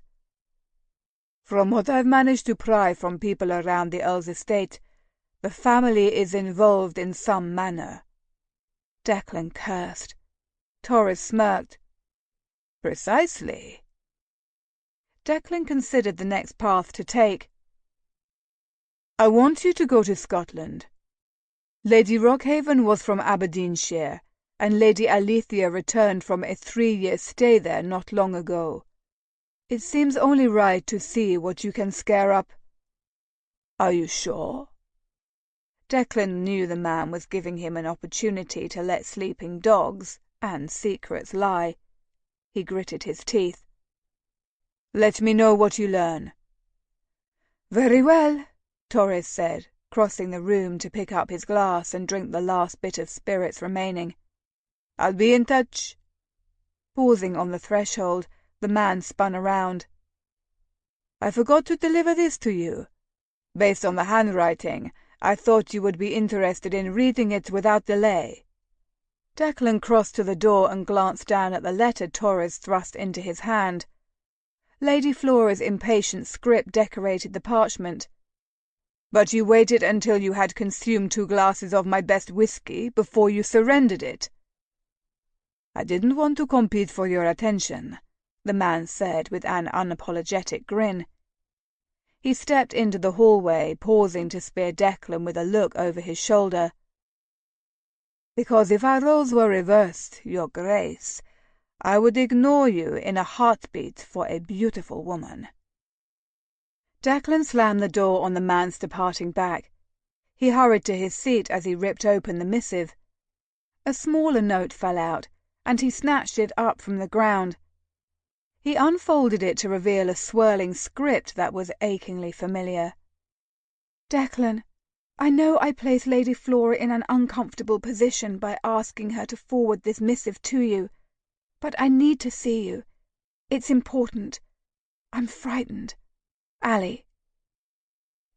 Anxiety crept along his skin. What had happened to scare her so severely? Declan pulled out a piece of parchment and scribbled a quick reply. He scratched Lady Flora's direction on the front and summoned a footman. He would not leave Alethea waiting. Chapter 22. August 1812. Although she tries to hide her adventurous spirit under a guise of refined behavior, it shines through. She's surely her mother's daughter. The Diary of Margaret Gordon. Meet me in the mews. The note arrived with the tray of tea Alethea had requested in her room. Her skin had tingled when she recognized his handwriting, and she dropped her head to her chest in relief. After the conversation she'd overheard, she'd been anxious to see him. She inspected her appearance in the gilded mirror by the armoire to ensure she looked her best, then stepped out into the hallway. The house was silent. With careful steps, she crept down the stairs and slipped down a side hall that led to the back of the home. The door leading outside stood at the end of the hall. She could hear the muffled chatter of the kitchen staff as they prepared the evening meal, and hoped she didn't draw their notice. A door on her left abruptly opened, and a hand shot out and grasped her wrist. With a tug, she was pulled into the room. She blinked until she could make out dim shapes. With a gasp, she realized a tall man loomed in front of her. With frantic, almost desperate movements, she dragged his head down until his lips met hers. The feeling of lightness, of rightness, invigorated the farthest reaches of her body. This was why she'd been at 6s and 7s since her return from Rockhaven Court. She wasn't with Declan. "How did you get in here?" she managed to ask, between fevered kisses to his cheeks, his jaw, his brow. "That's irrelevant," he said softly, brushing stray hairs from her face and clasping his arm tightly around her waist. "I have a place we can go to talk, but I need you to follow my lead. Can you do that?" "Just this once," she replied, her smile teasing. Declan patted her bottom, and she smothered a laugh. "Just this once." He handed her a satchel. "Put these on." "What are they?" she asked, even as she loosened the drawstrings and peered inside. "A groom's livery. Allow me to assist you," he said, reaching around her back and undoing the clasps that held her dress together. "Oh!" she exclaimed as her bodice dropped low, and she reached forward to shield herself. When the last of the clasps had been freed, Declan took a step back and peered at her, his eyes trailing down her body. If the room weren't so dark, he'd surely see the blush that followed the path his eyes blazed. "Are you going to turn your back so I can change?" she asked, unnerved to find her voice breathless. She may delight in his attentions in the privacy of her chambers, but she suspected they'd never leave the room if he didn't turn around. The grin that slid over his wicked lips was taunting. It had never occurred to me to do such a foolish thing. Although his words warmed her in places better left unsaid, she scowled. "Please." "Oh, very well," he said, his tone all suffering. He propped his shoulder against the wall and gazed out the small window while she quickly divested herself of her dress, petticoats and stays, and stepped into the livery. She adjusted the fit the best she could, although it swam on her in the waist. He grabbed her hand and slowly cracked open the door, angling to peek through it with one eye for a long moment. Holding a finger to his mouth, he beckoned her to follow him with a jerk of his head. They encountered no one before they stole out the door, and Declan led her to a sleek gig parked on the opposite side of the mews. He tapped her lightly on the bottom as they came abreast with the tiger's seat at the back of the conveyance. "This would be your place, darling." He looked down at her with serious dark eyes, and she saw the question lurking there. "Of course, your Grace," she said as she hopped onto the ledge, her tone oozing mockery. "Hold on, lad," he said as he ordered his horse onward. Alethea wrapped her fingers around the wooden ledge and tried not to emit a squeal as the conveyance jerked forward. The dusty road disappeared beneath her dangling feet, and she worked hard not to allow her lips to stretch into a grin. Her father would be appalled to see her riding in such a fashion. Just as he promised, Declan stopped the gig behind a narrow building just east of the docks. The mews were small, but large enough to house his solitary horse. When he unhooked the animal and guided him into a stall to enjoy hay and fresh water, Alethea leaped down from her ledge and looked around. The neighbourhood was in close proximity to the harbour, lending it an unsavoury atmosphere. The simple limestone building in front of her, though, with its swept steps and tidy walk, looked respectable. "These are offices for West Indies interest," Declan explained, as he grasped her hand and led her up the stairs. He produced a key from his pocket and ushered her into a small but elegant foyer.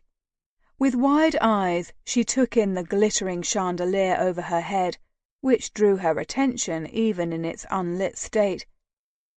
She came to a halt in front of a vividly painted expanse of green crops that stretched to the horizon, where a burnt orange and yellow sun hovered in its last desperate blaze of brilliance before it extinguished for the night. "That's sugar cane," he said from behind her. "It's breathtaking. Is that really how it looks?" He stared at the painting for a long, searching moment. "My mother thought so." "Your mother?" There, in the corner, was the artist's signature. Emmeline Sinclair. Her chest expanded. "She painted it?" "She painted all of them." Declan gestured to the other paintings, pride visible in his stance. "They were a tribute to her homeland," she said. "She always longed for St. Lucia." Alethea cast her gaze to the stretch of painted sugar-cane, the detail so realistic she'd swear she could smell the sweetness in the air. "I long for it too, and I've never been." She returned her gaze to him, and found him regarding her with an indecipherable look.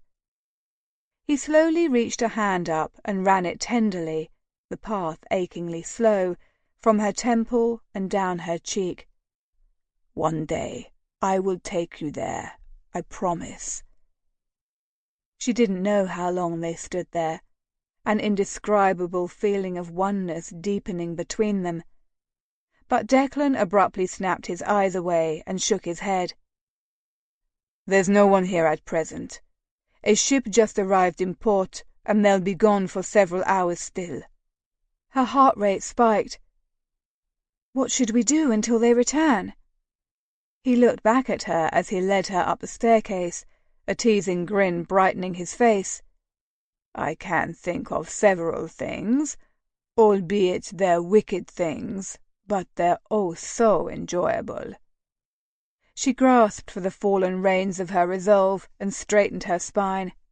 "I'm sure you can, but I must speak with you about something first." The stairs opened onto a large foyer, various doors leading off one central hall. He escorted her to a room at the end and closed the door. "Is this your office?" "It is. I haven't been here in at least a se'nnight, and never before that, but the staff knows to keep a space ready for me." She glanced back at him, and any words she intended to utter died a slow death on her tongue. Her eyes, though, could feast on him for an eternity. He'd removed his coat and hung it on a rack behind the door. His simple but exquisitely tailored blue waistcoat added a subtle flash of flair to his conservative ensemble, and in expertly polished hessians he looked like an elegant, urbane London gentleman. But his eyes told a different story. They travelled over her, in her ridiculous groom's clothes and hat, with an intensity that threatened to singe said clothes right off her body.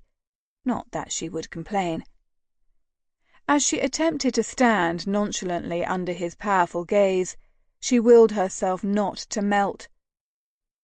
He stalked slowly to where she stood and grasped her hand, leading her to a small settee she hadn't noticed on the far wall.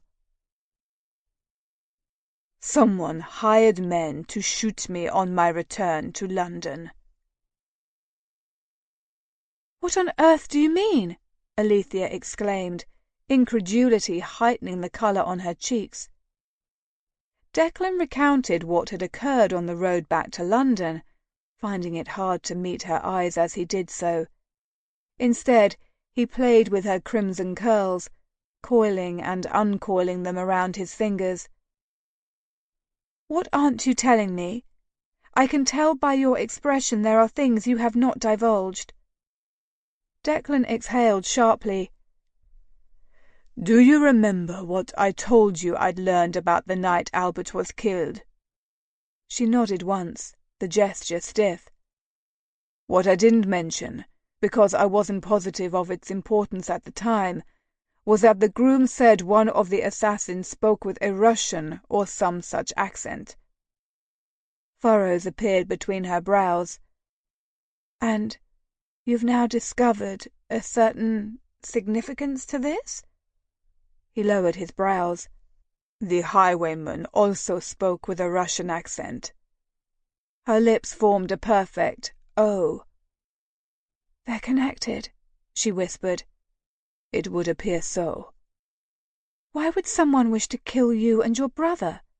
She faced him, determination evident in the set of her shoulders. "I want to help, but you merely parcel information to satisfy me, as if I don't know you're only sharing part of the story." "There was an investment agreement between our fathers. If one died without an heir, the other received the man's share. Your father was in considerable debt to the Vicomte de Vigerie, who makes his home in St. Petersburg."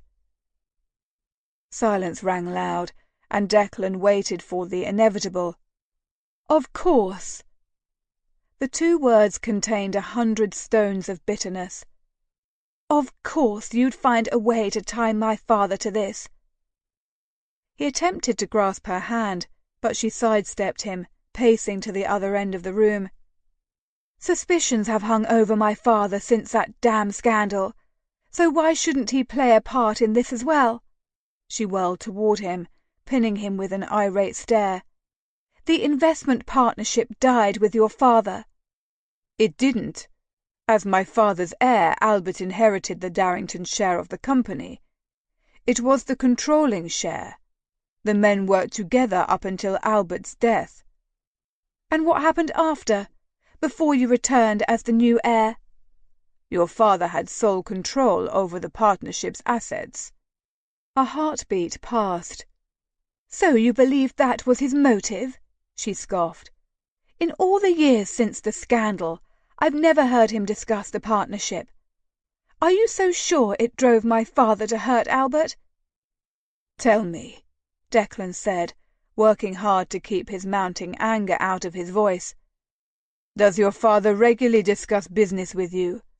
Does he seek your counsel on speculation opportunities?" Alethea flinched, the question apparently hitting a sensitive spot. "He does not, but he's reviewed estate business with Finlay. Surely he would have mentioned it to him in the last, 12 years." "But this wasn't estate business, and perhaps he didn't want your brother to know his debt was owed to the villain who caused that horrid scandal." "It always goes back to that scandal." She pressed her forehead. "There was never any proof Vigerie was involved in the investment scheme, let alone my father." "Perhaps not." He took a step toward her. "But I discovered the reason Albert was in Spitalfields that night. He'd received a note promising him ledgers. I believe, and I'm confident Albert did too, that they were the real shipping venture ledgers that outlined how the investment funds were dispersed and by whom." She blinked. "How did you learn that?" "Albert sent a letter to Darrington Manor, addressed to me. The note was inside. It had been placed in his desk for safekeeping, and the butler forgot it was there." "He wanted you to know," she murmured, her eyes glazing over. Obviously, although I wish I knew whom he'd met with. Alethea jerked her head. That still doesn't mean my father's involved, and I refuse to heap censure on him for what happened with your father. With both Albert and myself gone, your father would have control of the partnership. He'd be able to pay off all of his debts. Before he'd finished speaking, she'd turned her back on him, rapidly shaking her head. You are accusing my father of scheming to commit murder? He sighed and continued with a calm he didn't feel. I don't believe you know your father as well as you think you do. She spun around, an odd expression contorting her suddenly pale face. I must leave. What do you mean? You still have not told me why you wanted to meet. Alethea was already advancing toward the door. I've been away too long. My father will discover I'm gone. She crammed her hat on her head and fled out the door.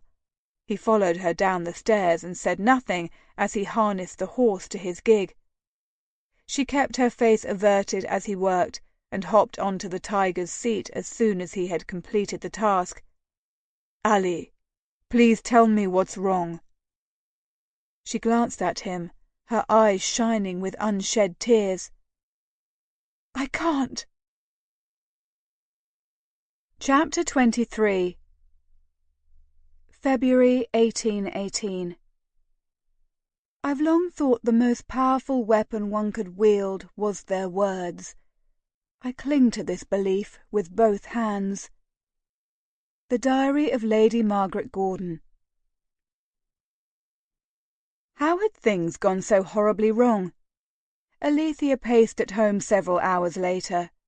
After Declan had delivered her home as stealthily as he'd stolen her away, she'd snuck inside and changed before departing to Campbell House.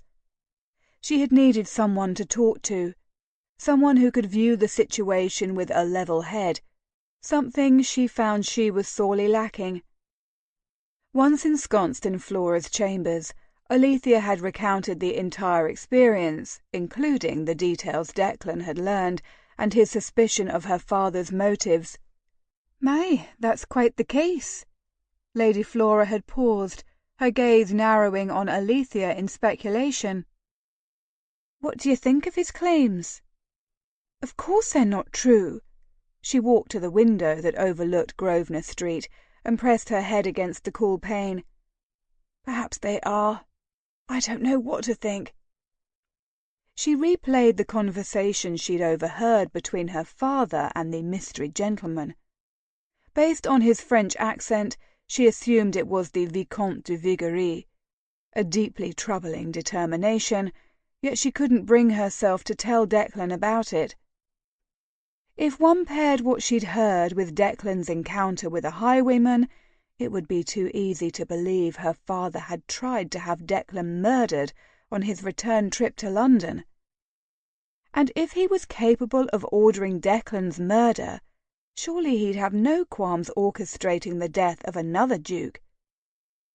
The possibility had overwhelmed her, and she'd fled. Even now, she didn't dare utter a word of what she'd overheard to her friend. Flora dragged her to the bed. Once they were seated side by side, Flora linked their hands together.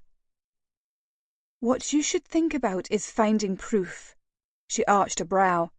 If there is any truth to the accusations, there has to be some sort of evidence. Without the truth, how can you and Darrington have a future together? And that question troubled Alethea as she found herself prowling her mother's old sitting-room. Samuels was not sure when her father would arrive home, as proceedings at Westminster were running late, and for reasons she didn't understand, she needed to feel close to her mother. As if she could absorb her thoughts, her secrets, through the panelled walls. Her pacing, her fretting, delivered no insight. The only thing she knew for certain, and it filled her with shame, was she'd sided with her father, who sold her off in marriage to repay a debt, over the man she loved. A sharp thrust of pain pierced her chest, and she staggered, grasping onto the desk like a lifeline. She loved him. But of course she did. Alethea suspected she always had. From the time they climbed the towering elm in their clearing, he'd always been the keeper of her heart. From the first, the very attributes others found offensive because they were outside the norm.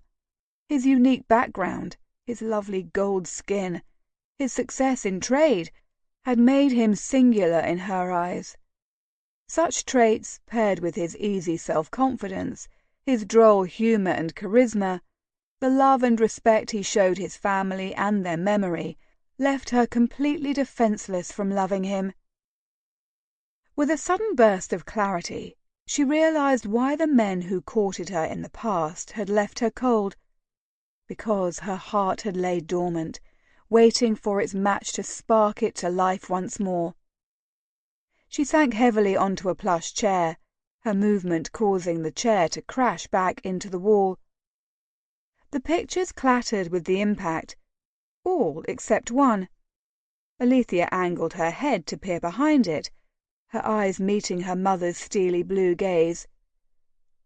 Although, truth be told, they didn't appear steely. The portrait had been done before the twins were born.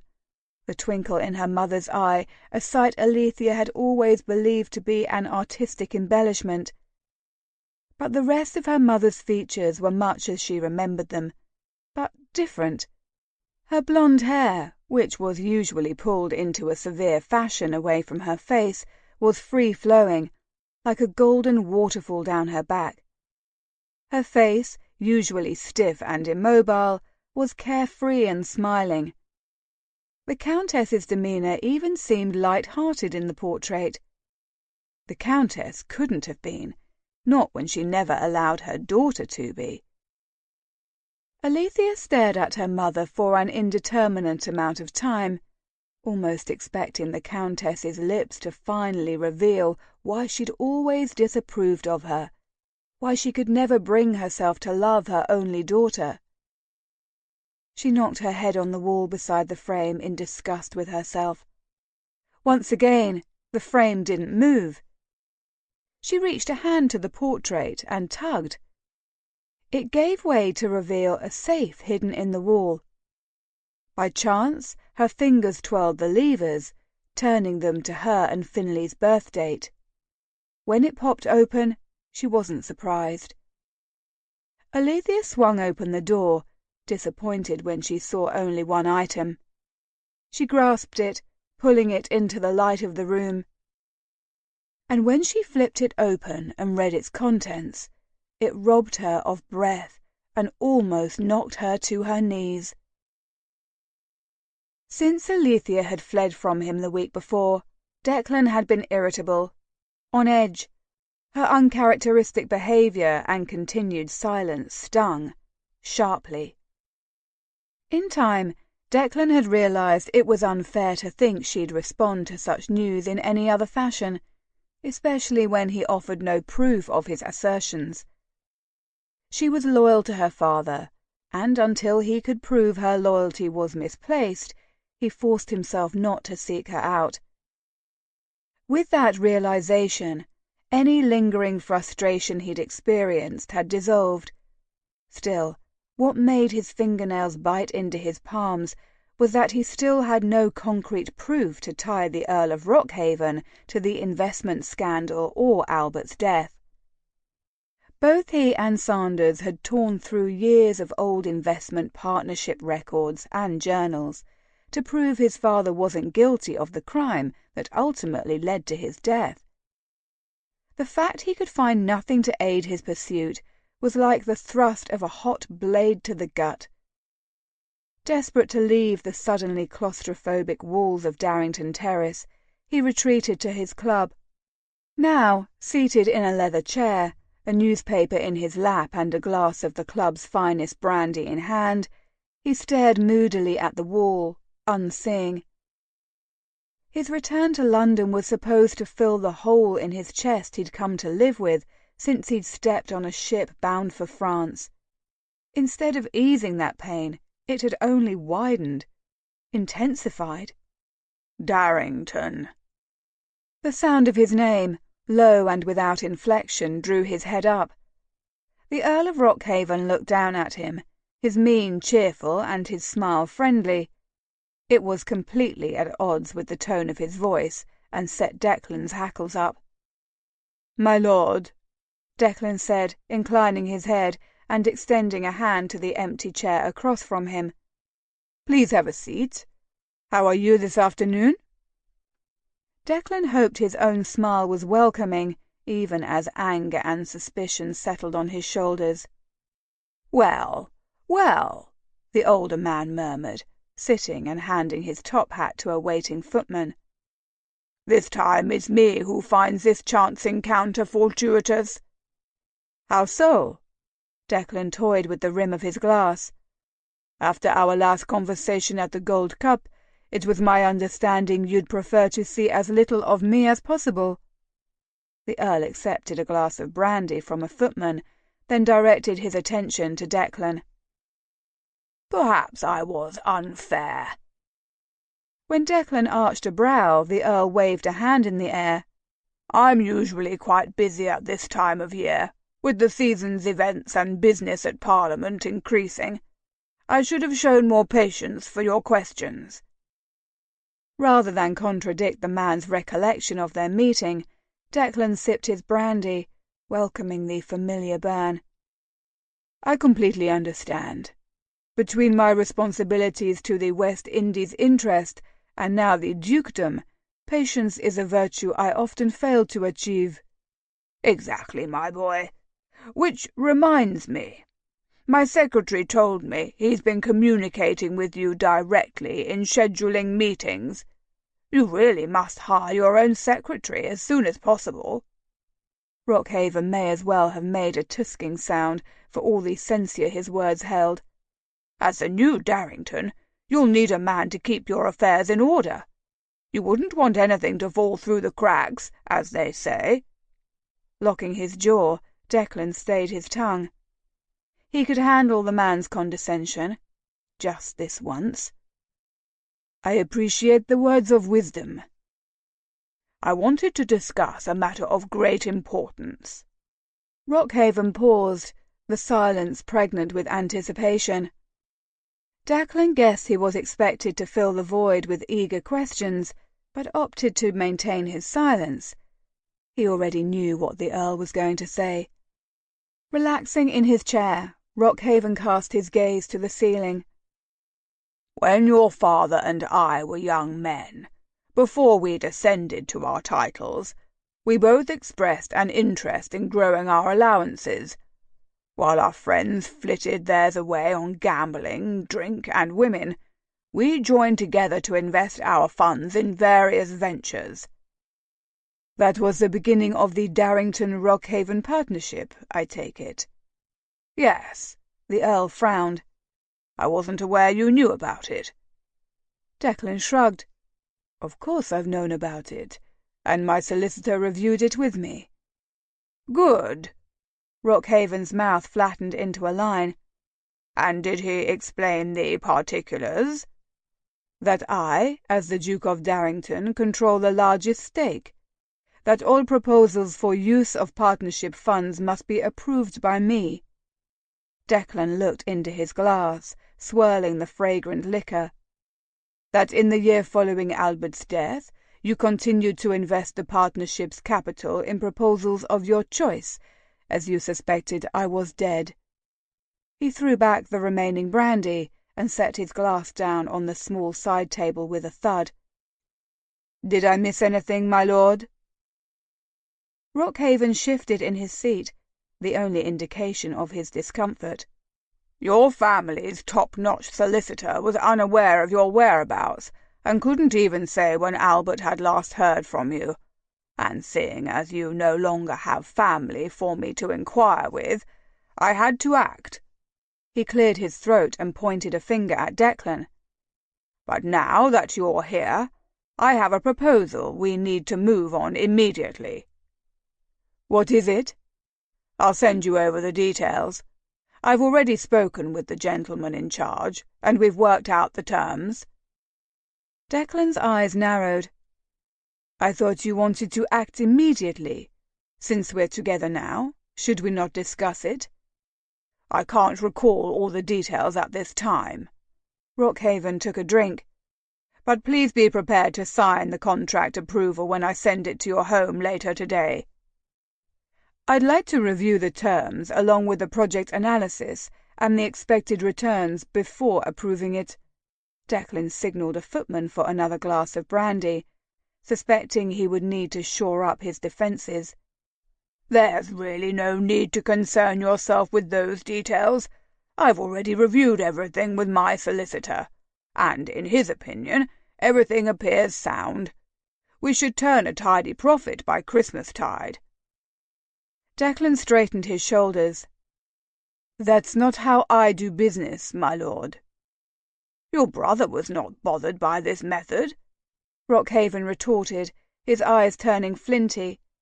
"I oftentimes did the research on prospective projects, and he approved them, trusting me to present only stellar opportunities." "But I am not my brother." Declan's voice was low and firm. "No, you are not." The words were said without malice, but the Earl gritted his teeth around them. "I'll send the details around tonight. I'd like to move on this as quickly as possible." "So you've indicated." Declan took a long sip of alcohol. "I will review the information as soon as I receive it." "Good." The Earl stood, adjusting his waistcoat and signalling for his top hat. He glanced down at Declan, the thoughts on his face undecipherable. "Until next time, Darrington." Declan watched him leave, curious what the Earl would do when he rejected the proposal. He didn't have to look at the details. He was denying it on principle alone. Chapter 24. June 1806. She toddled to me and wrapped her pudgy arms around my neck. "Mama," she cooed, before she kissed me on the cheek with an open mouth. My heart shattered. The Diary of Lady Margaret Gordon. It had been a week since Alethea had left the house. Since her discovery in her mother's room, she'd been terrified to step outside Rockhaven House, convinced someone would recognize the truth as if it were written in red letters across her face. The truth that she was a bastard. She, Lady Alethea Swinton, only daughter of the Earl of Rockhaven, was illegitimate, and, as her twin, so was Finlay. Her mother's diary sat in her lap even now. She clenched her eyes shut, hoping it would disappear, along with the secrets it exposed. But the weight on her thighs told her it remained, taunting her with the knowledge its pages contained. Lady Margaret Gordon had begun recording her thoughts when she was just an adolescent girl, the beloved daughter of a Scottish marquis. But as Alethea read her words, she couldn't fault her mother for her transformation from a lively, open-hearted girl in love with her young husband to a bitter, scorned woman. In truth, she herself hardened under the weight of the scandalous truths she'd learned. March 1802. He's proposed, and of course I've accepted. I shall be the happiest woman in the world to call Alistair Swinton, Earl of Rockhaven, my husband.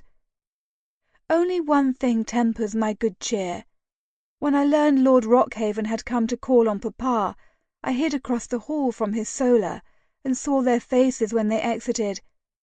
Papa's face had been red, and sweat rolled down his brow. The Earl had looked pained. His lips had been pursed in displeasure. Perhaps they'd argued over the settlements. June 1802. I'm officially titled the Countess of Rockhaven. I could almost pinch myself, I'm so happy. The kirk at Aboyne was packed with nobles from around the Highlands and beyond, and I was almost like a fairy princess as I was escorted to my prince's side. And in his expensive wedding attire, Alistair had been sinfully handsome. He smiled as he took my hands during the vows, and yet I noticed his gaze seemed distant. Perhaps he was as overwhelmed as I was. A wedding and a marriage is no small feat. July 1803. After losing 2 babies, you would think I would no longer feel pain. But after this last pregnancy, which lasted longer than the others, I had hoped. Hope. And when I lost that babe too, after 5 months, and had to deliver her like she was still alive and hale, well, I lost a piece of my soul. The look in Alistair's eyes as I cradled our stillborn daughter in my arms and wept will haunt me until I join her in the grave. September 1803. Alistair encouraged me to invite my sister to visit after we buried our daughter. I'm eternally thankful Alistair suggested I invite Kate. Her company has been a tonic. February 1804. As my maid styled my hair before our long ride to Aberdeenshire, she asked how I was feeling. I know the question was mundane, a polite inquiry. I longed to shout, "Destroyed!" How else was one to feel when they learned their sister was pregnant with their husband's child? They told me Alistair had loved her for years, since he'd first set eyes on her. He'd asked my father to marry her, but somehow the Marquis had convinced him to marry me, his eldest daughter, instead, as if I were the consolation prize at the town carnival. I am the Lear to her Rachel, and I despise it. The betrayal feels like a poison that slowly maims. Kate was my dearest friend, my beloved sister. She offered words of love and encouragement to me, even as she slept with my husband, the man I loved. And every time my husband looked into my eyes, words of admiration falling from his lips like false diamonds, he'd been imagining my sister, wishing for my sister. Alethea dropped her head into her hands, her mother's heartfelt plea ripping her asunder.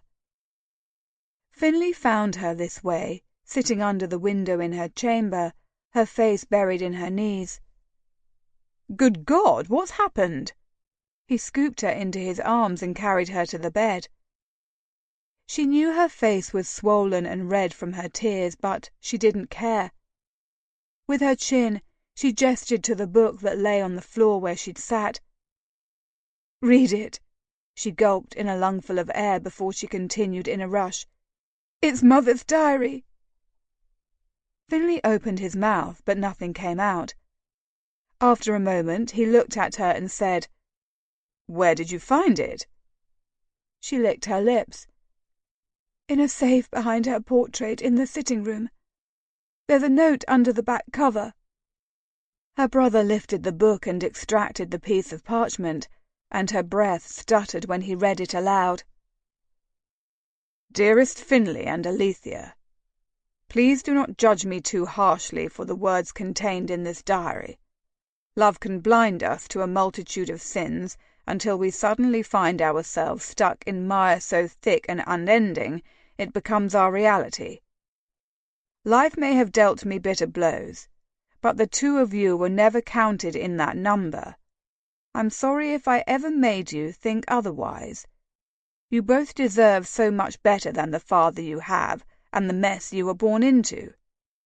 Please, I beg, have a care in how you use the secrets these pages contain. With love, Margaret Gordon Swinton, the Countess of Rockhaven." "What does she mean?" Finlay demanded, a muscle jumping in his neck.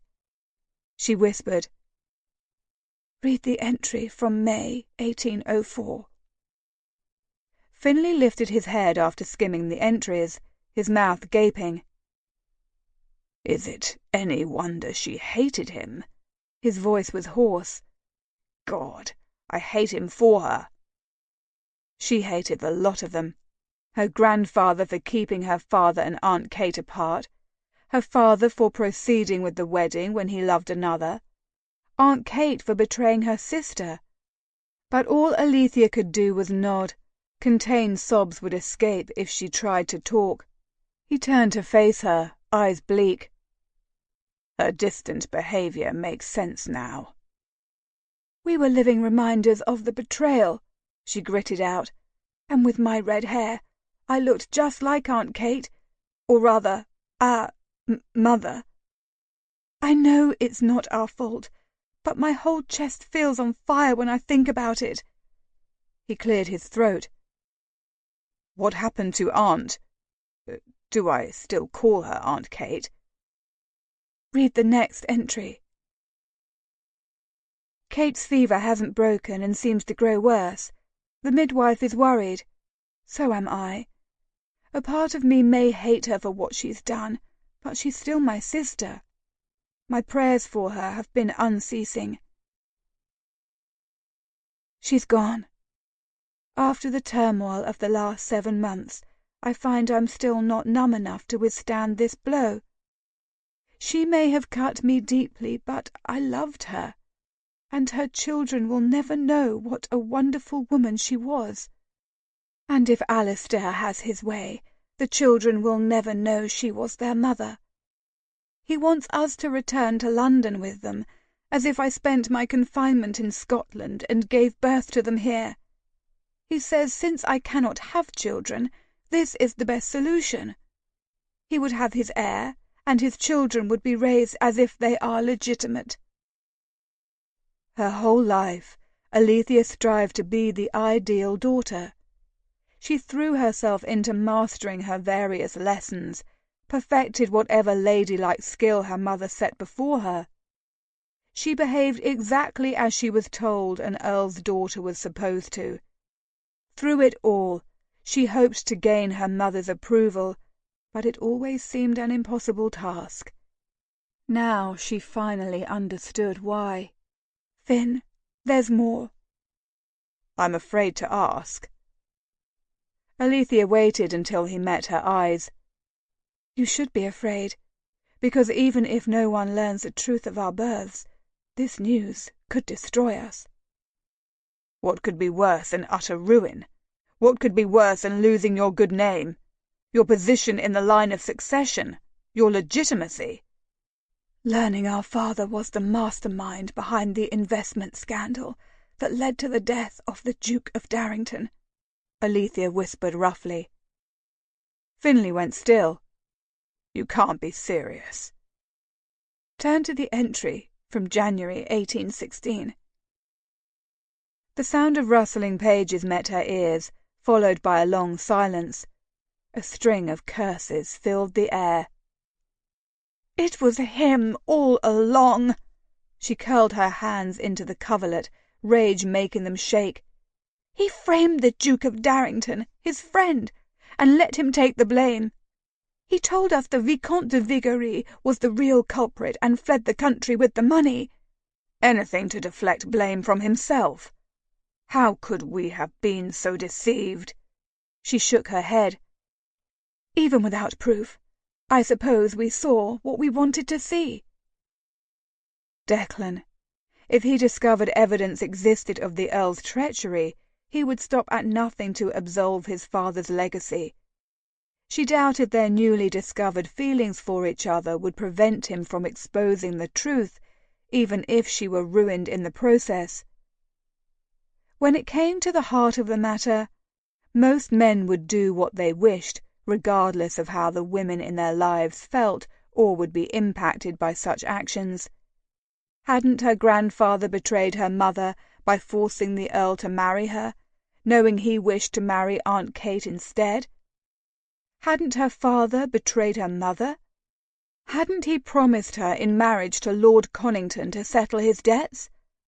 And while Declan was an honourable man, he was also in search of his own absolution, regardless of how the consequences might ensnare her. She absently watched Finlay read their mother's diary as her mind wrestled with the questions of whether she had the fortitude to do what she must. Consequences be damned. Chapter 25. September 1819. So many times I've wondered why I have recorded these things. Should such truths, such torment be written, where they can haunt me in another form? But perhaps some day they will be read, and someone will finally understand me, will understand how I came to be this shell. The Diary of Margaret Gordon. My trip to Scotland was fruitful. Torres crossed the study in Darrington Terrace to pour himself a snifter of liquor from the sideboard. I wasn't able to get all the particulars, but I do know that whenever I bring up the year 1804, the year your sweetheart and her brother were born, every damn Scot in Aberdeenshire suddenly suffers a case of memory loss. Declan raised a shoulder, not altering his comfortable position in the overstuffed armchair near the fireplace, despite how his curiosity flared. Loyal lot, I suppose. From what I could piece together, the Earl of Rockhaven and his Countess arrived at Arboyne Castle, the seat of the Marquisate of Huntly, around Christmas-tide of 1803. Her sister, Lady Catriona Gordon, accompanied them. But this is where the details get fuzzy. Declan couldn't stop himself from leaning forward expectantly. The Countess apparently returned to her family home to convalesce during her pregnancy. Word was she'd miscarried several times, and the trip to Scotland was to allow her to carry the pregnancy to term. Torres took a sip and placed his glass on the sideboard. Lady Rockhaven and her sister retired to a small manor on Huntly's grand estate. I don't know what occurred during the Countess's confinement, because no one could tell me. But at the beginning of June, the Countess returned to Arboyne Castle with 2 babes and no sister. It was said Lady Catriona died of a fever while they were away. That is definitely odd. Declan's mind raced with possibilities, none of which were positive. Secret scandal indeed. Was there anything else? Torres's gaze turned speculative. I've collected more information on the Vicomte de Vigerie.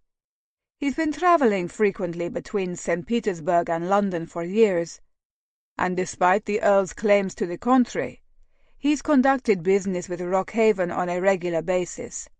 Textiles, vodka, a gaming hell in 7 Dials. Torres leaned his hip into the sideboard.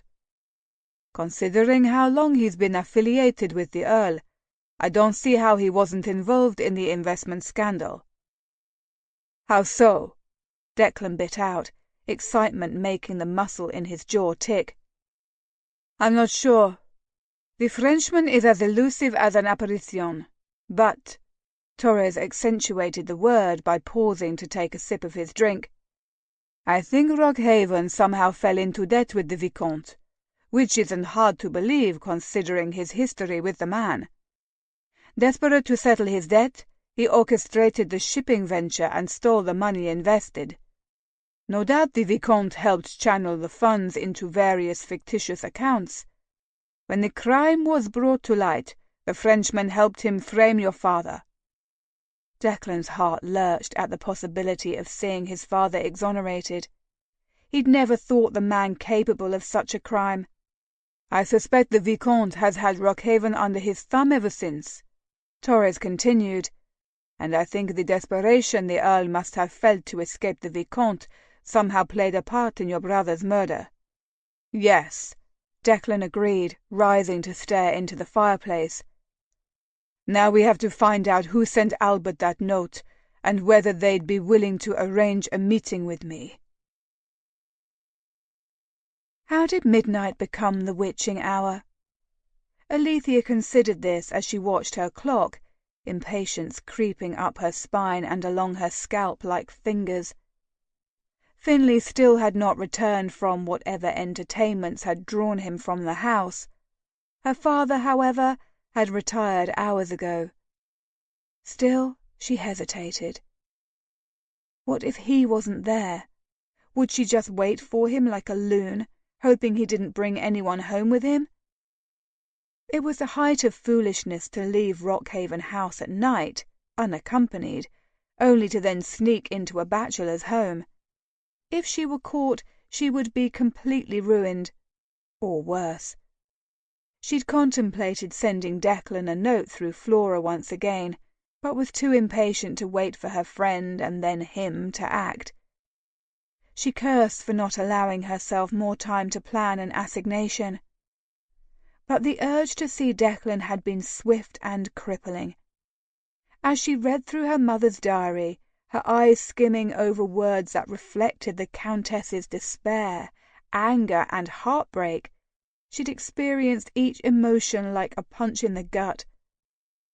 When she remembered the moment she'd overheard her father discussing how he'd sold her off for personal gain, Alethea knew she needed to see Declan. It was imperative he knew that her blinders were off, and she could finally see just the sort of man the Earl of Rockhaven truly was. With another glance at the clock, Alethea groaned. 2 minutes had gone by since she'd last checked. How was that possible? It was as if she'd relived the last words she'd spoken to Declan over and over for an eternity. She crept out of bed, donned her slippers and threw her dark wool cloak over her shoulders, pulling the hood over her curls. She opened the door, looking first one way and then the other down the hall. It was empty. A lamp remained lit on a small table at the far end, and in its weak light she inched toward the stairwell. She descended as quietly as possible, breathing a sigh of relief she encountered no one on her way down. On the ground floor, she paused at the back entrance, her every sense tuned to the rooms around her. When nothing stirred, she opened the door and slipped through. Alethea inhaled and peered at the sky. A quarter moon provided just enough light for her to see the outline of the mews and the path that led to the alley behind Rockhaven House. Squaring her shoulders, she disappeared down the lane. 2 blocks. 2 blocks was what she repeated to herself as she dashed from shadow to shadow, determined to reach her destination unseen. A handful of minutes later, she peered at it from around a tree in Berkeley Square. A soft glow could be seen through the curtains on a first-floor window that faced the square, and she sent up a silent prayer it meant he was home. Darting around to the back of the townhouse, Alethea glimpsed 2 footmen chatting near the servants' entrance. Surely their presence must mean their master was home, for wouldn't they be in bed if he wasn't? Or they could be waiting for him to return. When the men entered the house, she hurried after them, determined to make it inside before the door was locked. She pulled on the handle. It gave under her hands, and she dashed through undetected. It shouldn't be this easy to enter a duke's home. She gave herself a moment to gather her bearings. Alethea slinked up the back stairwell to the first floor and paused. Raising her chin, she advanced down the hall, and soon she found herself standing in front of a heavy oak door, a glimmer of light slanting under the wood. Before she could talk herself out of it, or a servant came along and noticed her lurking presence, she pulled the handle and glided through the door. Alethea leaned back on the wood as her pulse slowed its frantic beat, and she scanned the room. Her heart felt lighter as she spied him sitting at a small table beneath the large windows that dominated the wall across from her, his eyes glued to a piece of paper in his hands. He looked tired. The skin under his eyes was bruised, and tight lines of worry fanned out around his mouth. Her heart squeezed at the sight, and remorse spread through her blood anew at the thought she could be the cause. "Please leave the tray here," he said, gesturing to the small table beside him without looking up. "I'll pour." She padded closer, coming to a stop in front of him. Her feet almost met his where they stretched out from under the table. It really was too small for his large frame. Why ever would he work at it? "I'm afraid I didn't bring tea." Declan's gaze snagged hers. It reflected surprise and a fierce longing that weakened her knees. He blinked, and the look was dispelled. He rose and reached out to grasp her shoulders. "Whatever are you doing here?" He glanced to the closed door and clenched his jaw. "This is unwise." It was imprudent, daft even, but she couldn't stay away. "I know, but, well, I've missed you." His face softened, and without relinquishing his hold on her, he came around the table to draw her into his arms. "I've missed you too, love."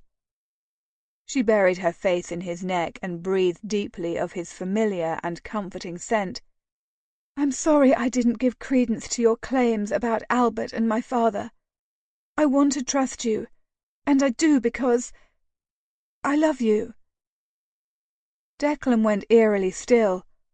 Alethea hadn't intended to reveal her feelings, but she wouldn't take back the words either. She did love him. Being separated from him this last week, the stress and pain of keeping dark, dreadful secrets from him had reinforced how deeply she loved him. Even knowing he had the power to ruin the life she'd crafted for herself, and that she intended to provide him with more ammunition to do so, did not lessen the strength of her emotions. When he pulled back to look at her face, she boldly met his eyes. "You love me?" he asked, his expression doubtful. She noticed, however, that his grip tightened around her waist. "Since I was 10 years old," she replied, brushing a tuft of dark hair from his forehead. Declan closed his eyes and leaned forward to press his lips to her brow, her temple, her cheek, and finally, when he laid his lips on hers, she moaned into his mouth. She pulled away for a gasp of air a moment later, and he continued to ply her with kisses along her chin and neck. "Is that why you're here?" he asked. "To tell me this?" "Yes." He paused, his mouth hovering over the sensitive spot beneath her ear. "And I must beg for your forgiveness. It was ill done of me to malign your father, to give voice to my assumptions without proof. I apologize." Alethea swallowed, her fingers curling into his shoulders. "I know, but that doesn't matter now." Declan met her gaze. "It doesn't? Was there something else you wanted to tell me?" As he turned to lave her skin with his tongue, the sensation sending sparks of pleasure down her limbs before condensing between her thighs, she urged a half version of the truth to fall from her lips. She swallowed down a wanton sound and whispered, "What matters is I wanted to be with you. I need to be with you." He broke from her embrace and offered a wicked smile. "I need you, too," he said, a second before he swept her in his arms and carried her out the door. Chapter 26. August 1820. I often wonder what would be worse, the twins discovering the truth, or them not learning it at all. The Diary of Margaret Gordon. Declan had never climbed the staircase at Darrington Terrace with more determined purpose. Alethea loved him, and he was intent to show her how deeply he cared for her, if he didn't spend in his trousers first. "The servants will see us," she whispered, streaks of pink staining her cheekbones as she looked about anxiously before burying her face against his chest. Her sudden transformation from alluring seductress to a blushing innocent amused him. "You know how servants gossip. All of the ton will know I was here." "My servants will not gossip. I pay them too well, and most have been with my family since my father was the Duke. If they do see you, they will not talk." Declan was absolutely certain of this. For she would be his Duchess. He squeezed her, resolve and hope propelling him forward. When he reached the second floor, he turned left and hastened to his chamber, shutting the door with his shoulder. He carried her to his large bed on the far wall and placed her gently on the counterpane, as if she were a fragile figurine. Not taking his gaze off her, he traced back to the door and turned the lock, the sound ringing in the silent room. Her eyes grew big as she watched him prowl back to her, and she looked away. "I like this room," she said breathlessly, her gaze darting about. "It's a soothing space." "It is," he forced himself to say as he sank on the bed next to her, stifling a laugh when the mattress dipped and she rolled to him. He caught her in his arms, and still she would not look at him. "This colour is lovely," she chattered, running a hand over the dark blue stitching on the bed cover. He tipped her chin up with his hand. "You're lovely." She shook her head slightly, even as her eyes fell to his mouth. Thank you," he cut her off with a kiss. And like that, the room went up in flames. Every place their bodies touched sparked, and as he ran his tongue across her lips, demanding entry, it was as if he held a Roman candle in his arms. She opened readily for him, and he stroked his tongue against hers in slow, languid movements that had her wrapping her arms around his neck and pressing her glorious curves against him. Her soft moans reverberated against his tongue, a sensation so erotic he fought the urge to throw up her skirts to see if she was as aroused as she sounded. Declan tugged free the knot that held her cloak closed and pulled the garment from her shoulders. When his fingers met warm silky skin, he released her mouth and studied her. She wore only a night rail, a diaphanous pink satin creation that flattered her creamy skin and made her lips appear as if she'd rubbed ripe strawberries against them. Her hair was pulled back in a simple braid, loose strands pulled free with abandon, and its colour matching the very flames that threatened to burn down the room. She was breathtaking, but not just because of her physical beauty. She was lovely because of everything else that comprised her: her clever mind, her unfailing kindness, her witty sense of humour, her fierce loyalty even in the face of daunting odds. "What?" she asked, wide-eyed. Declan cupped her delicate jaw between his hands. "I just realized how right this feels, as if we were always meant to share this with each other." "You've only now realized this?" Her teasing smile was sunshine. He ran his thumb across her mouth. "Hush, I've never been as quick as you." She nipped his finger, her tongue running over the spot to take away the sting. "I know." Coherent thoughts evaporated. He dropped both hands and slipped the thin straps from her shoulders and dipped his head to kiss the expanse of flesh he'd uncovered, like a tot with a new Christmas present.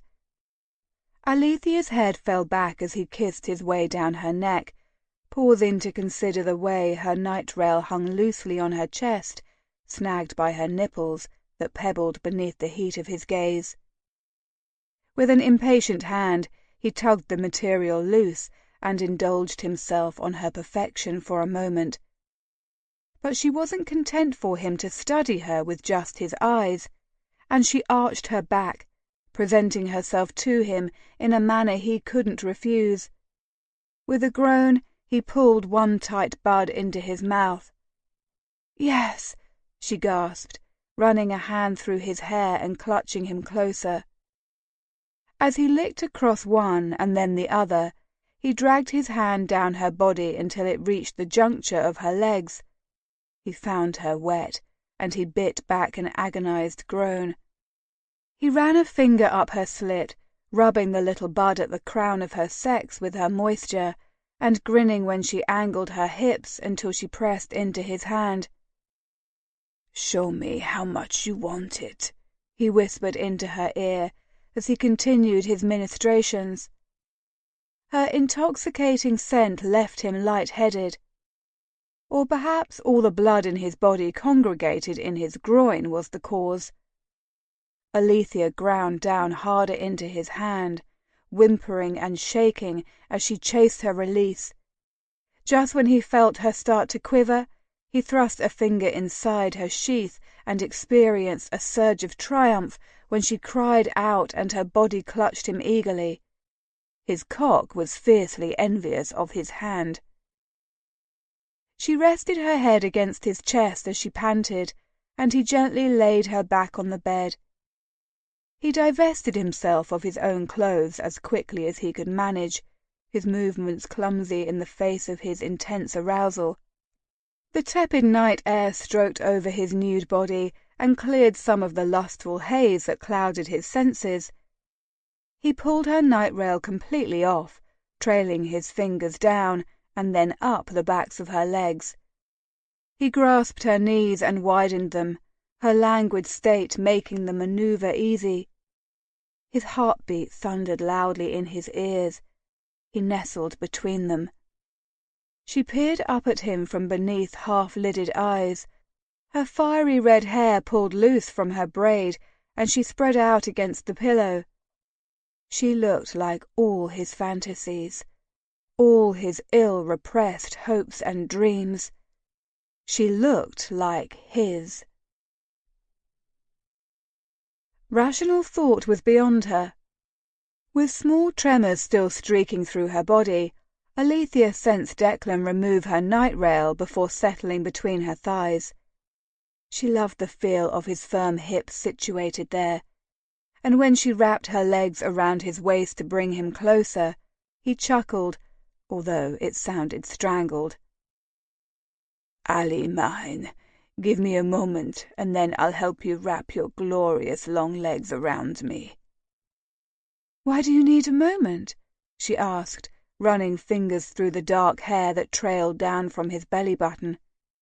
She didn't miss how his shaft pulsed against his abdomen when she dragged a nail against his skin. "Because I thought you might enjoy this," he said, grasping his erection and rubbing the smooth tip against her slit. A deep moan rose from her toes, and she trembled with the wicked sensations he was subjecting her to. "Oh, God, Dec, I... She couldn't finish, the delicious movements erasing all thought. After a long, exquisite minute, Declan paused at her entrance, his frame suddenly tense.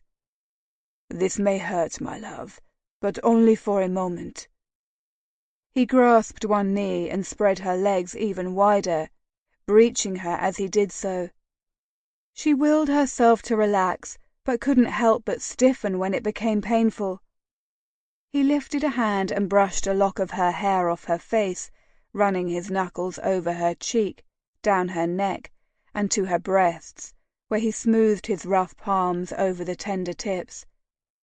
She grew wetter around him and closed her eyes as she lost herself in the feeling. Declan chose that moment to thrust his hips forward, and a sharp, stinging pain shot through her body. A whimper fell from her lips. "I'm so sorry." He kissed her deeply. "Give your body a moment to adjust, and the pain should dissipate." Alethea gritted her teeth and nodded, and he quietly nuzzled her jaw and neck with his chin until the tension slowly leached from her body.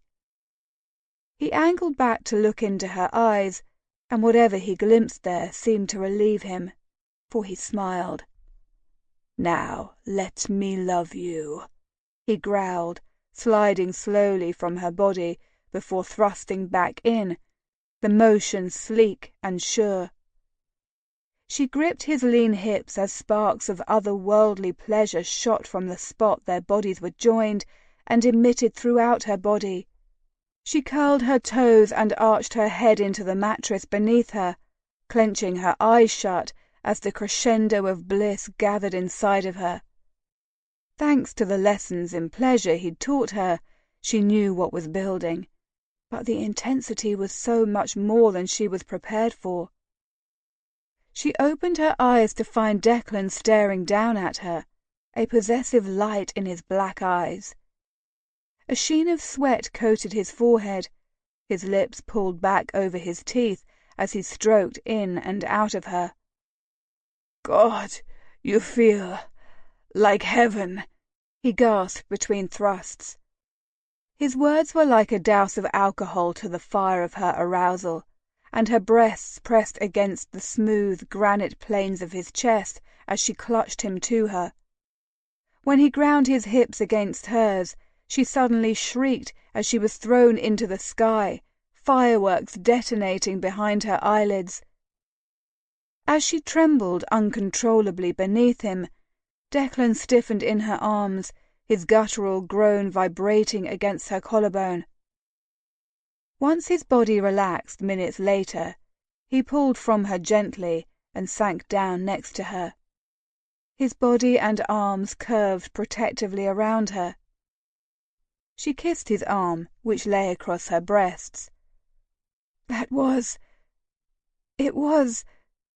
magnificent," he whispered, pressing a light kiss to her temple. "How soon can we do it again?" she asked, startling a laugh from him. He ran a calloused hand down her side, raising goose flesh in its wake, and smacked her bottom. "My lusty wench, I want nothing more than to make love to you every second of the day, but I'll need just a moment if I'm to entertain you all night." "All night?" she asked tentatively. The prospect was tempting. Despite her years of proper decorum, she was determined to perfect wickedness with all the practice of a dedicated acolyte. "I suppose I can be patient?" They lay in silence, offering and receiving soft caresses, for though they shared no words, their bodies shared sentiments of their own. When Alethea sensed Declan's hard shaft pressing against her thigh, she turned in his arms and plied him with a series of scorching kisses that left little doubt of what she wanted, what she needed. He draped her leg over his hip and entered her with one strong thrust, and she cried out his name. The fire in the hearth had burned down to embers when they finally collapsed, panting and spent. Alethea's arms lay limp above her on the pillow, and Declan rested his head on her breasts, his talented fingers stroking across her belly. "Will it always be like this?" His hand paused. "It will be for a long, long time. It will take an eternity for me to have my fill of you, if I do at all." A lifetime of passionate moments with Declan made her breath hitch. If they could find a way around their past, their future promised to be glorious. And if she wanted to embrace that future with him, she had a task left to accomplish. She was unsure if it was the right thing to do, but she wanted no secrets between them. She hoped fervently they could work through the turmoil ahead, together.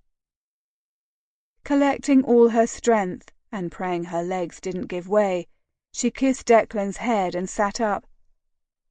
He uttered a disgruntled sigh to be jostled from his comfortable position.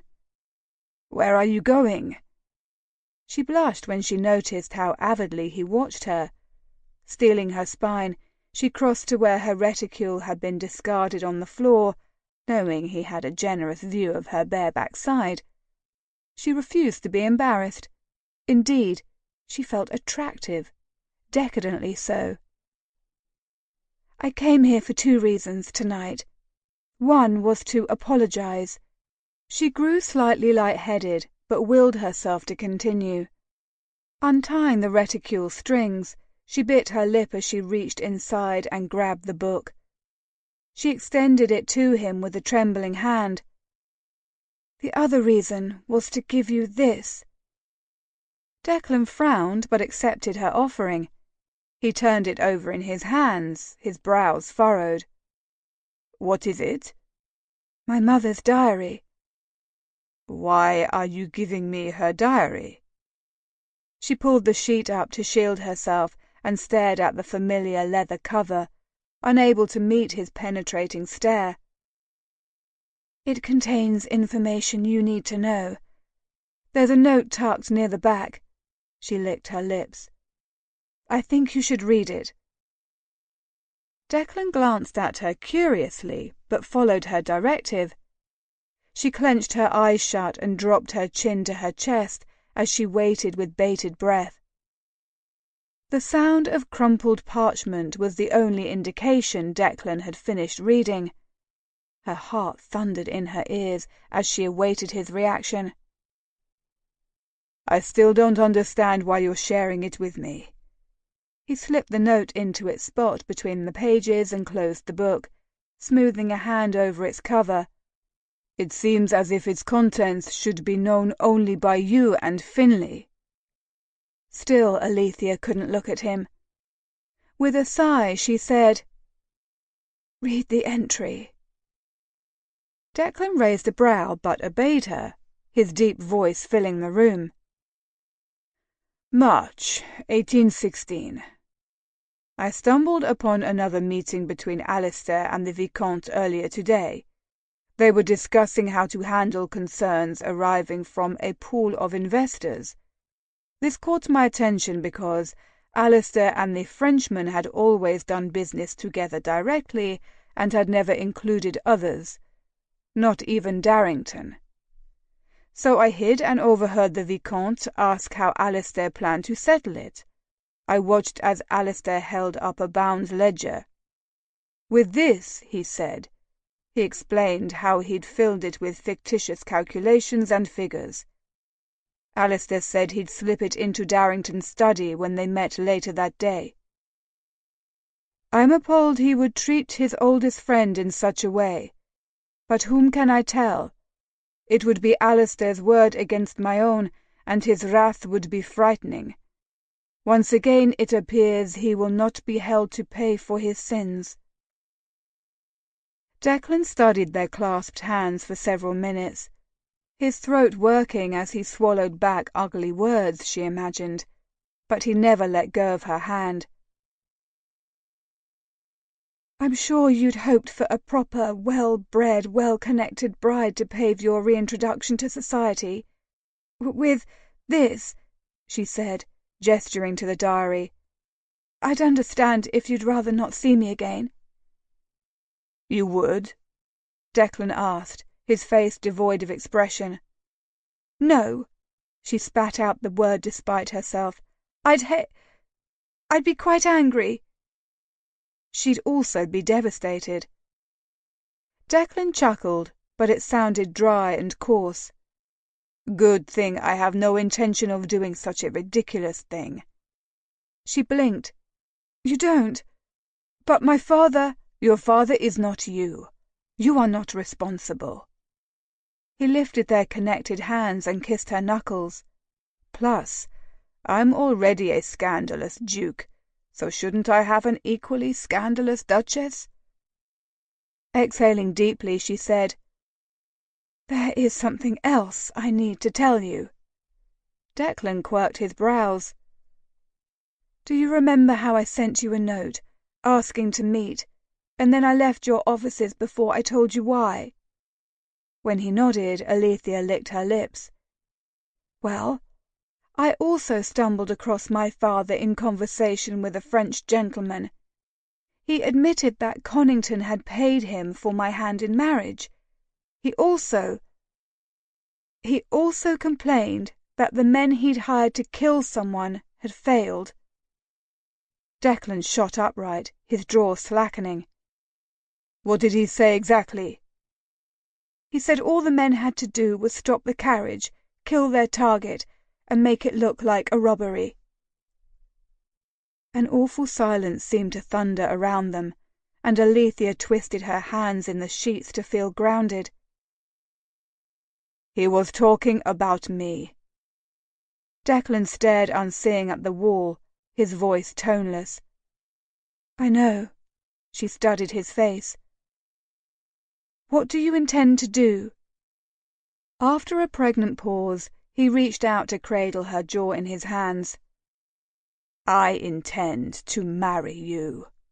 He pressed his lips firmly to hers, and her body responded in kind, growing loose and heated, while her heart filled with relief. And then I'm going to have my revenge.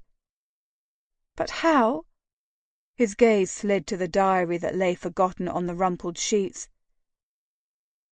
You'll reveal the truth? A knot of dread suffocated her. Declan shook his head furiously. The book contains proof your father and the Vicomte schemed to not only defraud investors, but to also implicate my father in the crime. Since I haven't been able to determine who sent Albert that blasted note about some mysterious ledgers, I don't see how I can pass up this opportunity to finally see justice done. He ran a hand through his hair. For 12 years, this shame has clung to my family's name. My father took his own life over it. I have to see that the Earl of Rockhaven is destroyed. He paused, his breath becoming erratic as he took in her horrified expression. I don't want to hurt you. I'll do whatever I can to protect you. When she continued to stare at him with large eyes, he frowned. What did you expect me to do with the information? Sadly, his response was what she'd expected, but disappointment still lanced her. I thought you could use it as leverage so we can marry. After everything that villain has done, you and I don't have to ask him for anything, Declan growled, and if I did release the information, it would be after we married. With your new title, you'll ride out the storm easily enough. She pressed her fingers to her forehead, hoping to dispel the megrim building behind her eyes. And what of Finlay? Declan remained mute. He will be ruined. He'll lose his position as the heir to Rockhaven. He'll be labelled a bastard. I know. Alethea clamped her eyes shut. I'm his twin. Therefore I'm a bastard as well. When she opened her eyes, it was to him studying her with a remorseful look on his face. She had to leave. She jumped off the bed, diving for her night rail that lay draped over the footboard. She pulled it over her head before she quickly slid into her shoes. Scrambling to find her cloak, she saw it peeping out from under the bed. Dropping to her hands and knees, she retrieved it and quickly threw it about her shoulders. "Come back to bed," Declan said from the nest they'd made in the silk sheets. "Now is not the time to go marching off into the night." "I can't stay if there's a chance you'll ruin my brother." "I don't want to ruin Finlay." He released a beleaguered sigh. "Please stay. Help me find another way." Alethea wrapped her arms around her waist and shook her head. "I can't discuss it any more right now." She stepped out into the hall, slamming the door shut behind her. She raced down the stairs lest he catch her. Retracing her earlier steps, she soon found herself in the rear of the house, listening with annoyance as the sound of thundering footsteps could be heard in pursuit behind her. With a grunt, she took off running, her cloak and nightdress whipping around her legs, her hair streaming like a red banner behind her. When she finally reached Rockhaven House, she managed to slip inside and up to her room undetected. She made her way directly to the window, peeking through the curtains. A dark figure stood across the street, hatless, his shirt untucked and his coat unbuttoned. His shoulders rose and fell with rapid breaths as he stared up at her window. Declan. Despite all her desperate beliefs to the contrary, he'd proven himself akin to the other men in her life, intent on his own wishes and desires. Damn the cost. Sinking to the floor, she finally allowed the tears to fall. Chapter 27. March 1814. I wish I could have done more, been more. Wishing is a futile and painful exercise. The Diary of Lady Margaret Gordon. The tap on the door made Declan bolt upright in bed. He scrubbed a hand across his face. Hadn't he only fallen asleep minutes before? Considering how he had tossed and turned following Alethea's hasty departure, he probably had. A knock sounded again, louder. "Come in, Edwards," Declan grumbled before flopping face first on the mattress. His spirit sank when he realized the sheets smelled faintly of honeysuckle. The door opened and his valet approached. "Your Grace, you have a visitor?" Declan groaned. "What time is it?" He couldn't bring himself to lift his head to peer at the clock. "It's 7 o'clock, Your Grace." "Who in God's name is calling at this unholy hour?" "I am.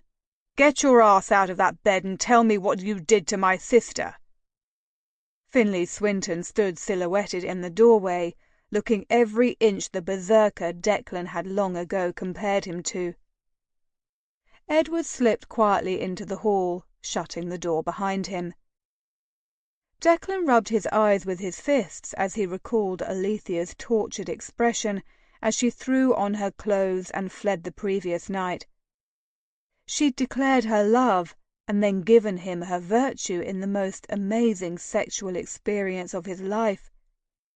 Dreams of a lifetime spent indulging in such moments had played happily through his mind until she'd given him that damn book. And then their beautiful interlude had dissolved into anger. "Why do you think I've done something to your sister?" "Because I know she snuck out of the house last night, and I heard her crying in her room when she returned." White-hot emotions flared in his chest at the thought he caused her tears, and it took him a moment to speak. "I'm sorry to hear that. But what makes you think I'm the cause?" Finlay slowly arched a blonde brow, his green eyes turning stormy. "Because that is on your night table." Declan followed the man's gaze to where the diary sat. The Viscount advanced a step to the bed and raised his hand, pointing a finger at Declan. "And before you scramble to invent some excuse for why that book is in your possession, know her perfume still lingers in the air, so don't lie to me." The fight left Declan's body on a long, weary exhale. "She was here, but she stormed out last night when we argued." A muscle ticked in Finlay's jaw, his face flushing scarlet. Declan tamped down a trace of sympathy. It was unwise to show weakness at this moment. "What I don't understand is why you let her leave. How could you let her depart at that time of night?" "I didn't let her do anything," Declan roared, jumping to his feet and wrapping a sheet around his waist. "I chased after her, but you know how devilishly quick she can be. I raced to Rockhaven House and saw a light on in her bedroom window, so I knew she'd made it home safely. How did you let her leave the house in the first place?" "I didn't." Finlay slashed a hand through the air. "I went to check on her and found her bed empty." He pivoted to a chair by the fireplace and sank into it. "She's been so fragile since she found that bloody diary. Learning everything you thought you knew about yourself is a lie delivers a blow even the hardiest of souls would be hard-pressed to withstand." He yanked his cravat, leaving it askew.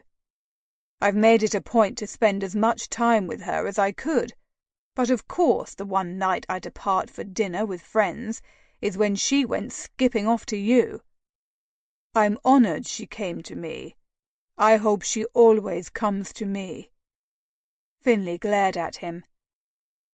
"But you made her run away. What did you argue about?" Declan disappeared into his dressing-room.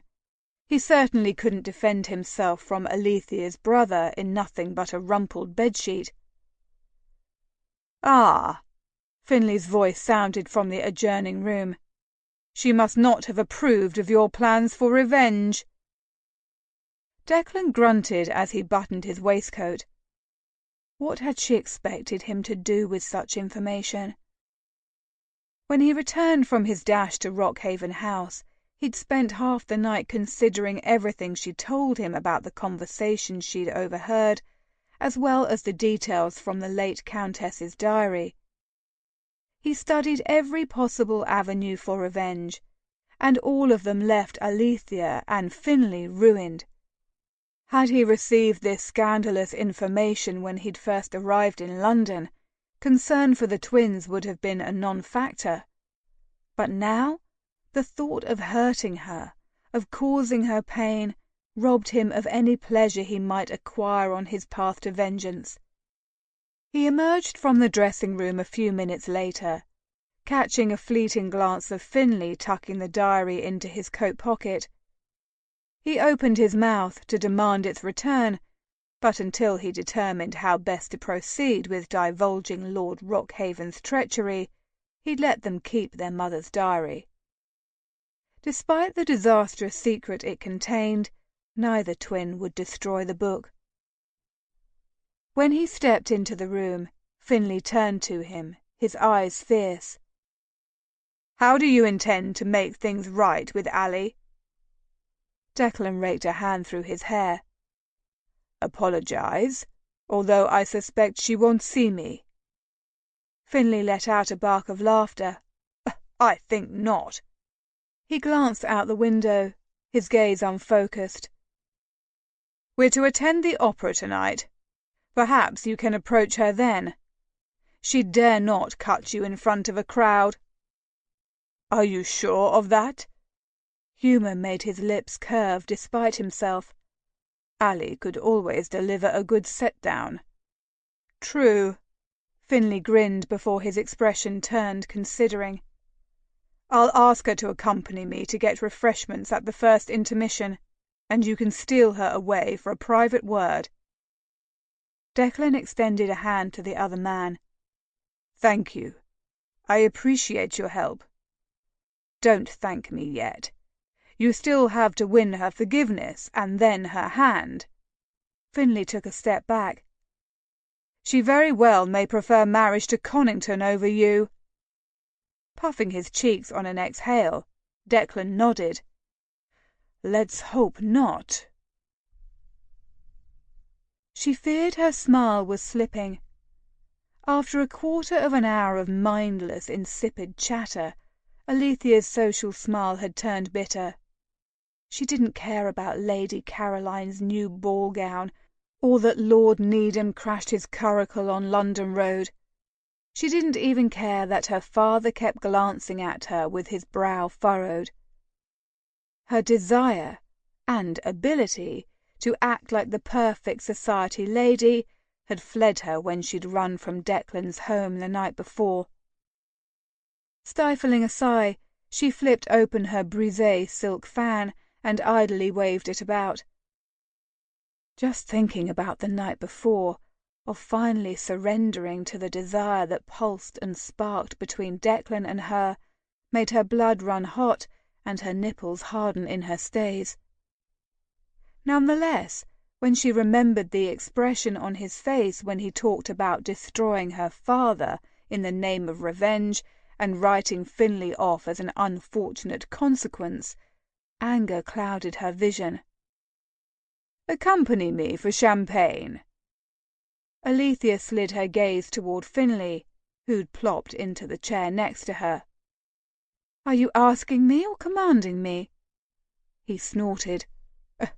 "I've learned long ago how useless it is to command you to do anything." "Why do you want my company anyway?" She indicated the lively crowd around them with her head. "Surely any one of these individuals would make better company than me." "I suspect you're right," he agreed, dodging her attempt to smack his arm. "But then I find I'd rather suffer your ire than the meaningless conversations I'd face from this lot." "Oh, very well. If you procure me a glass of champagne, I'll even attempt to smile." "Deal." They squeezed around a group of laughing men. Finley dipped his head close to hers. "Has something happened you wish to talk about?" "No, thank you for asking, but I don't wish to discuss it right now." "Very well." He escorted her to a quiet corner. "Wait here and I'll return shortly with a glass for you." "I should have known you'd abandon me in the first corner you came across," Alethea said, shaking her head. "I'm afraid all the champagne will turn flat under the force of your sour stare." He lifted a shoulder as he started to back away. "In this way, the only champagne losing its delightful fizz is yours." Alethea's mouth twitched. "You hope?" "I do. Try to control yourself." He tossed her a smile and entered into the crowd. Resisting the urge to tuck herself farther into the darkened corner, Alethea watched the teeming crowd without really seeing it. She wished she'd been allowed to stay home. "Ali." She clenched her eyes shut at the sound of her name uttered in Declan's smooth, deep alto. Dragging in a raspy breath, she spun on her heel. "Now I know why Finley was so insistent I come tonight. Traitor!" "Did you not want to come?" Although she didn't look at him, she could feel his gaze moving over her face. "I thought you loved the opera." "I find I wasn't in the mood for a love story." "Ali, I'm sorry. I didn't handle last night's revelation well. I'm sorry I hurt you." She nodded, still averting her gaze. "Now that you've had a night to consider, what are your plans? Are you still eager to ruin Finley's and my good name?" "Of course not." Forcing herself to look at him, she found his beautiful dark eyes appeared dull, their usual sparkle absent. The skin around his mouth was taut, his lips a grim slash. Meeting her gaze, he engulfed her hand in his own. "I don't know what I'm going to do. I'm hopeful my man will find additional information or evidence that's separate from—" he cleared his throat, "separate from what we discovered. Regardless, let's decide how to move forward together." "Together?" A lightness came over her, and the ghost of a smile curved her mouth. "I'd like—" She glanced over Declan's shoulder, and her words and renewed spirits dissipated into the air. "Ali, Darrington, I didn't expect to find you two together." Steeling his spine, he pivoted to face her father. "Rockhaven." He thought he'd done an adequate job of disguising his loathing, but realized he'd voiced the Earl's name harshly, with condemnation. Observing how the Earl bristled, the man had noted the tone as well. "I did not realize you would be in attendance, Darrington." The Earl dipped his head. "I would have invited you to view the performance from our box." Declan made to reply, but Rockhaven interrupted. "Actually, I don't believe there would have been room in the box this evening, because our last guest has just arrived." Alethea's breath hitched as Lord Connington made his way toward them. He came to a stop next to the Earl and greeted him and Alethea with amiable nods. He looked at Declan critically before greeting him properly. "Conington, so glad you could join us this evening. Lady Alethea has been asking after you." A grin brightened Rockhaven's face. A stone settled in Declan's gut, even as Alethea turned wide eyes to him, her head shaking to and fro. "Ally dear, don't play coy now," the Earl chuckled. "I'm sure Darrington is aware that you and Lord Conington will marry." Alethea groaned under her breath. Even knowing Rockhaven was baiting him did little to stop the waves of rage beginning to roll off him. "Father," Alethea began. "Lord Conington, will you please escort Lady Alethea back to the box?" Rockhaven asked.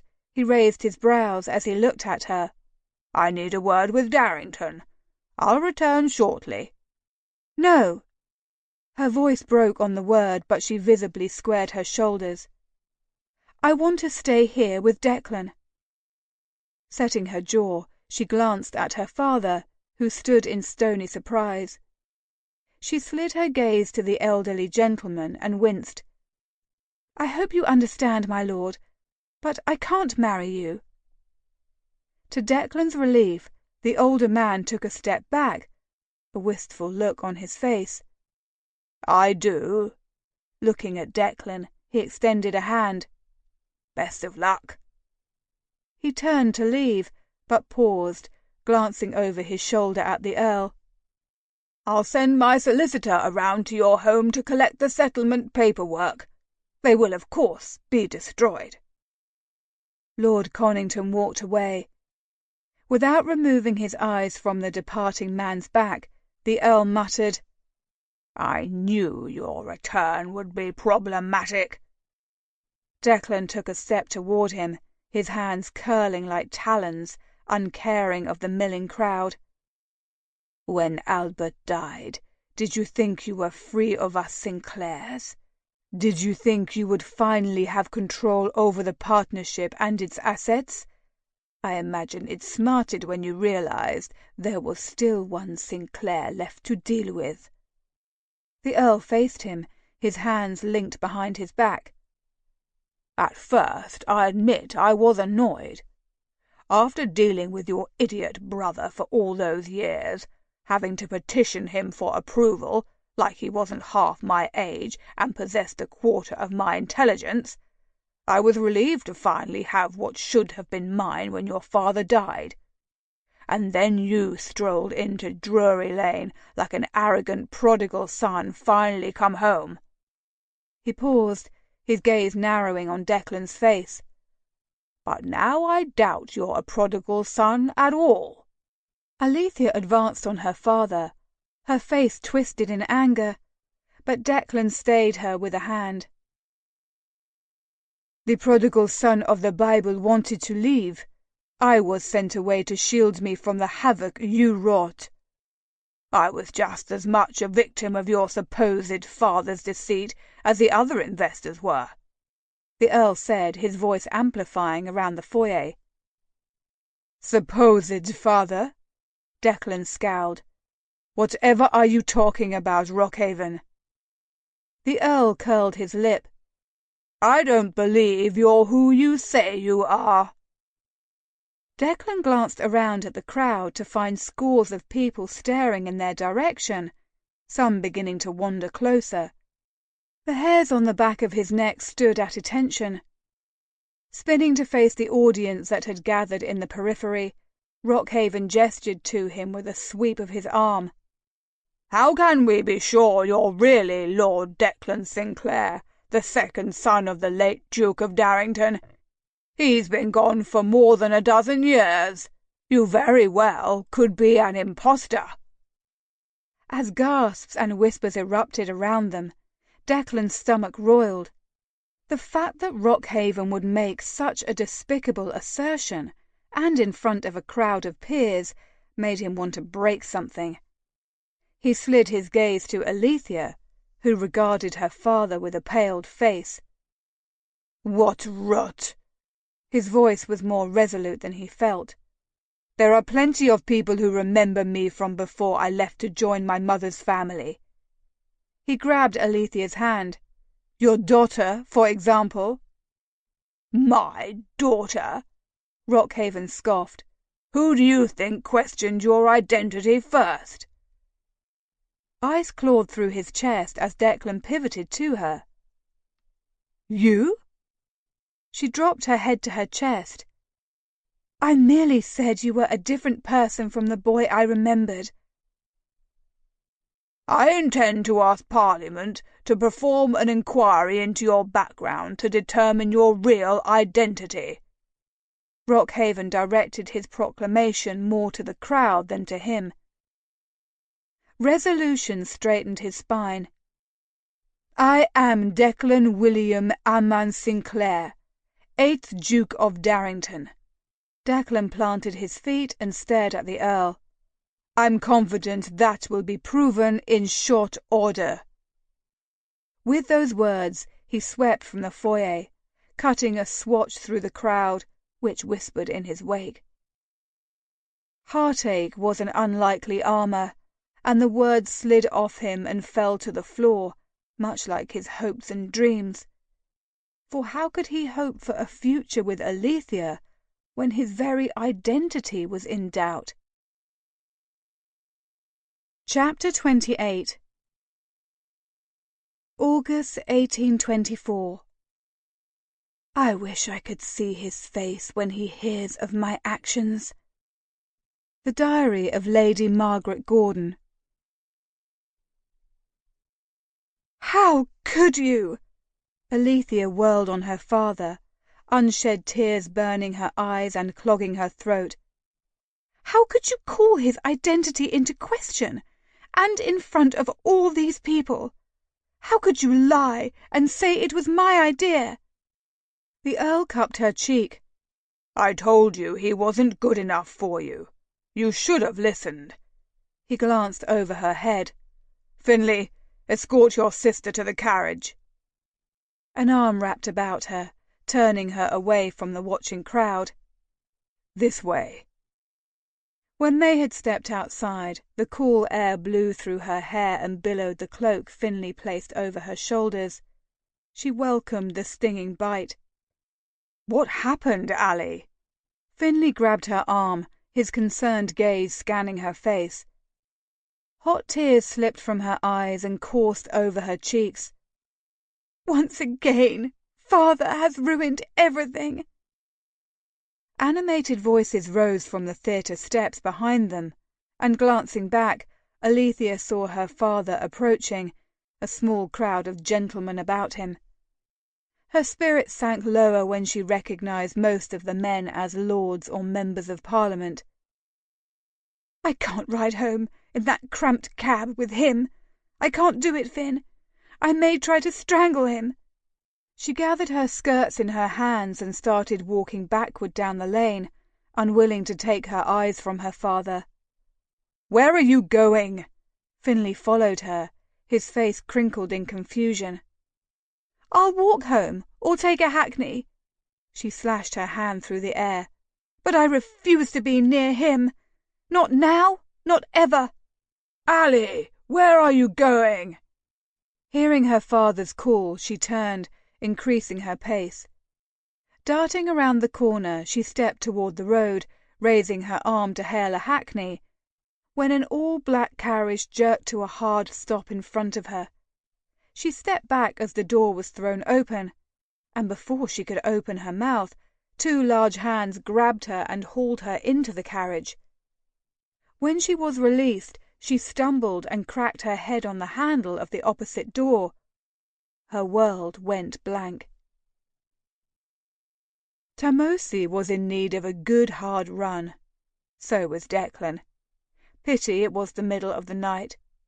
He stood in Tamosi's dark stall, brushing the stallion's coarse mane while the beast snoozed. Declan wished he could sleep, but despite his efforts, his thoughts kept returning to the humiliating scene at the opera. For a fleeting moment the pain of Alethea's betrayal pierced him anew, and he gritted his teeth against it. It wasn't until he walked into his chambers, the faint scent of honeysuckle still present in the air, that he could reflect on the situation without the lens of hurt and betrayal distorting his view. Alethea had appeared just as shocked as he had by the Earl's revelation, and everything she'd shared with him, the trust she'd shown by revealing her most scandalous secret, he should have shown more faith in her. Still, after the Earl's treacherous ploy, the urge to reveal the truth of the twins' birth was tempting. He hated Rockhaven more for forcing him to even consider it. But he was unwilling to play that ace unless there was no other way, and he'd allowed Alethea and Finlay time to prepare properly for the scandal. He dropped his head to rest on Tomosi's flank. After proving himself, his worth, his expertise his whole life, why was he so surprised he now had to prove his very identity? In truth, Lord Rockhaven's move to delegitimize him was clever. If the man sought to gain control over the partnership, having Declan proclaimed illegitimate would mean there was no Darrington heir to stand in his way. He'd see Sanders immediately on the morrow to determine what needed to be done to prove his identity, should Rockhaven push for an inquiry. Surely, signed affidavits from old friends and servants, as well as a record of his memory of past events, would hopefully prove adequate. The sound of rapid footsteps crunching over the gravel brought his head around. He exited the stall, grabbing a lantern as he walked out of the stables. Finlay appeared at the yard gate a moment later, his evening clothes askew. "Deck! She's been taken!" Finlay exclaimed, bracing his hands on his knees. "Do you know who would do such a thing?" "Ali?" He gripped his old friend's shoulder. "What's happened?" Finlay scrubbed a hand down his face. "She was pulled into a carriage outside of the theatre." A lump of fear coalesced in his throat. "Tell me what you remember about it." The Viscount released a tremulous breath. "Carriage was black. 4 horses, one was grey. A large bloke with short hair grabbed her and pulled her in." "You remember the colour of the horse?" "It reminded me of the stallion from Tattersall's." Finlay quirked his mouth before he frowned. "Deg, the carriage pulled right up in front of her. It's like it was waiting specifically for her." Declan pounded a fist into his palm. "Of course it was. I'm sure narrowing down the culprit will be easy." Finlay cocked his head. "What do you mean?" "Let's go ask your father," Declan said, his teeth clamping down in rage. The men raced to Rockhaven House, fear and urgency giving life to Declan's tired body. Finlay led the way to the front door, flicking away the butler's concerns for their sudden and harried appearance. Without preamble, he burst through a door at the end of a hall and blurted out, "You know who took Ali, don't you?" The Earl of Rockhaven jumped to his feet from where he sat behind a desk, rifling through a haphazard stack of paperwork. He hastily removed spectacles from his nose. "What on earth are you talking about, Firthwell?"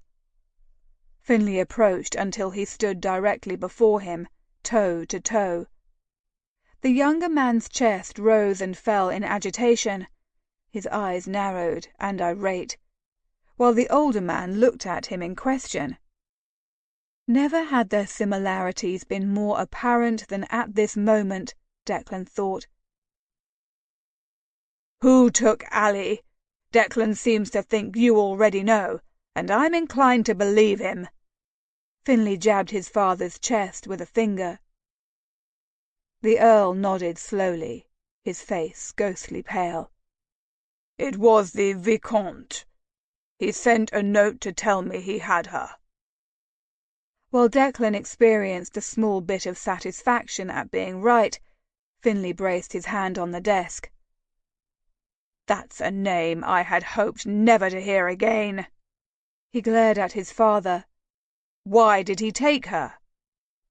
"Your father hasn't paid the Frenchman what he's owed." "Why the deuce not, father? How could you allow yourself to be in debt to such a man?" Rockhaven crumpled in his chair. "I would have. I should have. But I couldn't. He won't release her until I've settled with him. However many years it takes, he wrote, but warned me to be quick about it." Finlay raised his brows in question, appearing to be a second away from grabbing the Earl and shaking him. Rockhaven glanced up and pinned Declan with a look of deep loathing. "Because he came back and destroyed all my plans." Finlay looked back and forth between his father and Declan. "Explain. Don't talk to me in that tone of voice, Finlay Swinton." The Earl rose to his feet, his mouth pulled into a grimace. To Declan's great shock, Finlay grabbed his father's shoulders. His hold on the Earl tightened until the older man winced. "I will talk to you in the manner you deserve. Ally is gone, because of you and your schemes and lies. Wasn't it enough you hurt Mother and Aunt Catriona, not to mention the entire Sinclair family? Now your selfish acts have harmed Ally, and I'll be damned if I court your goodwill ever again." Rockhaven slumped in his chair, any fight within him seeming to have been extinguished. "So, you know that Aunt Kate was actually our mother? That you were unfaithful to Mother with her own sister? That you got her with child and forced Mother to accept Ally and me as her own children, despite the heartache and humiliation she experienced?" Finlay shook his head, disgust surrounding him like a toxic cloud. "How you probably organized the late Duke of Darrington's murder?" He bent down until he hovered in his father's face. "Oh, I know, and Ally knows. And unfortunately for you, Declan knows."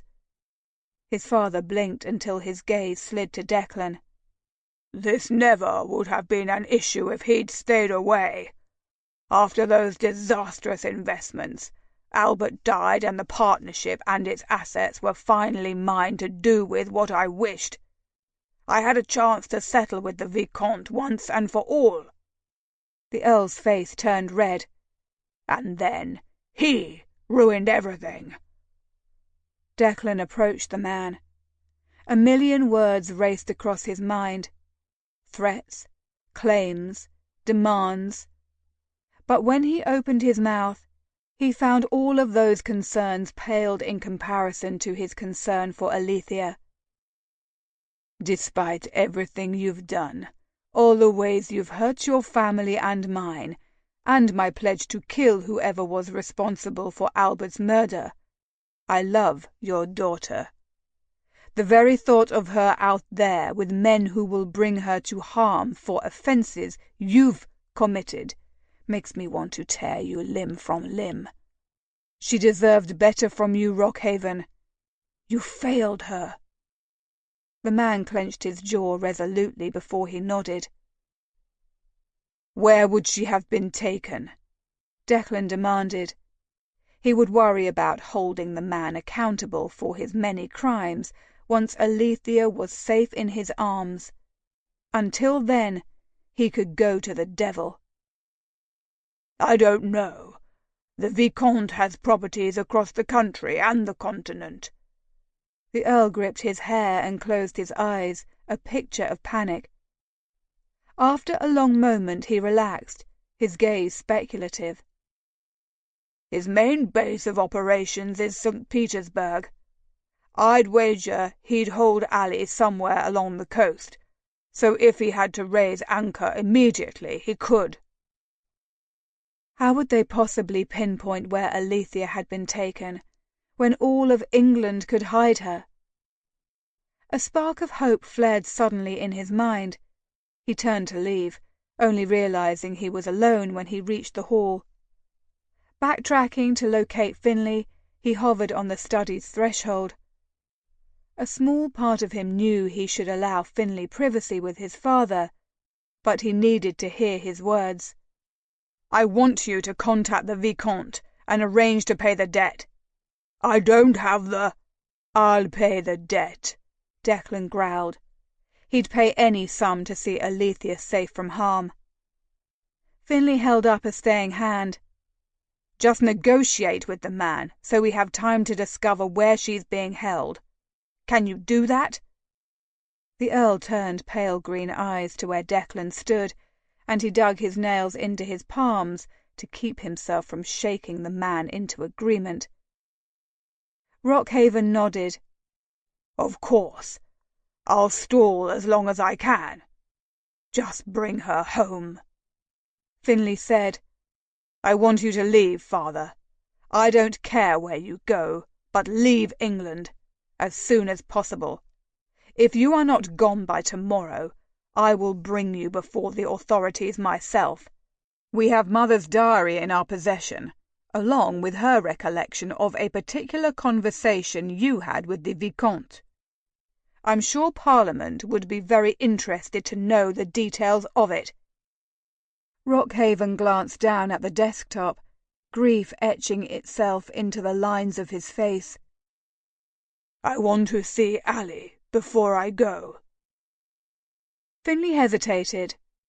"Very well, but I doubt, after everything, she'll want to see you." And with those words he turned and stormed out the door, Declan following close behind.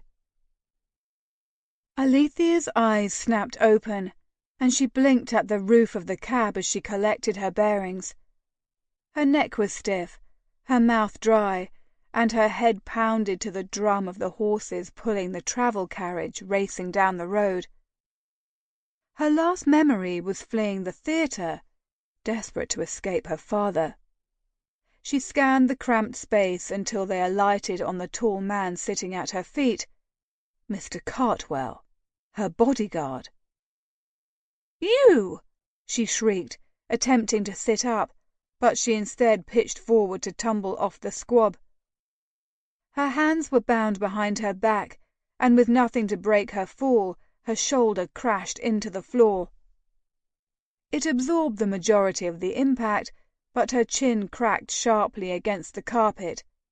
Bursts of light flashed before her eyes.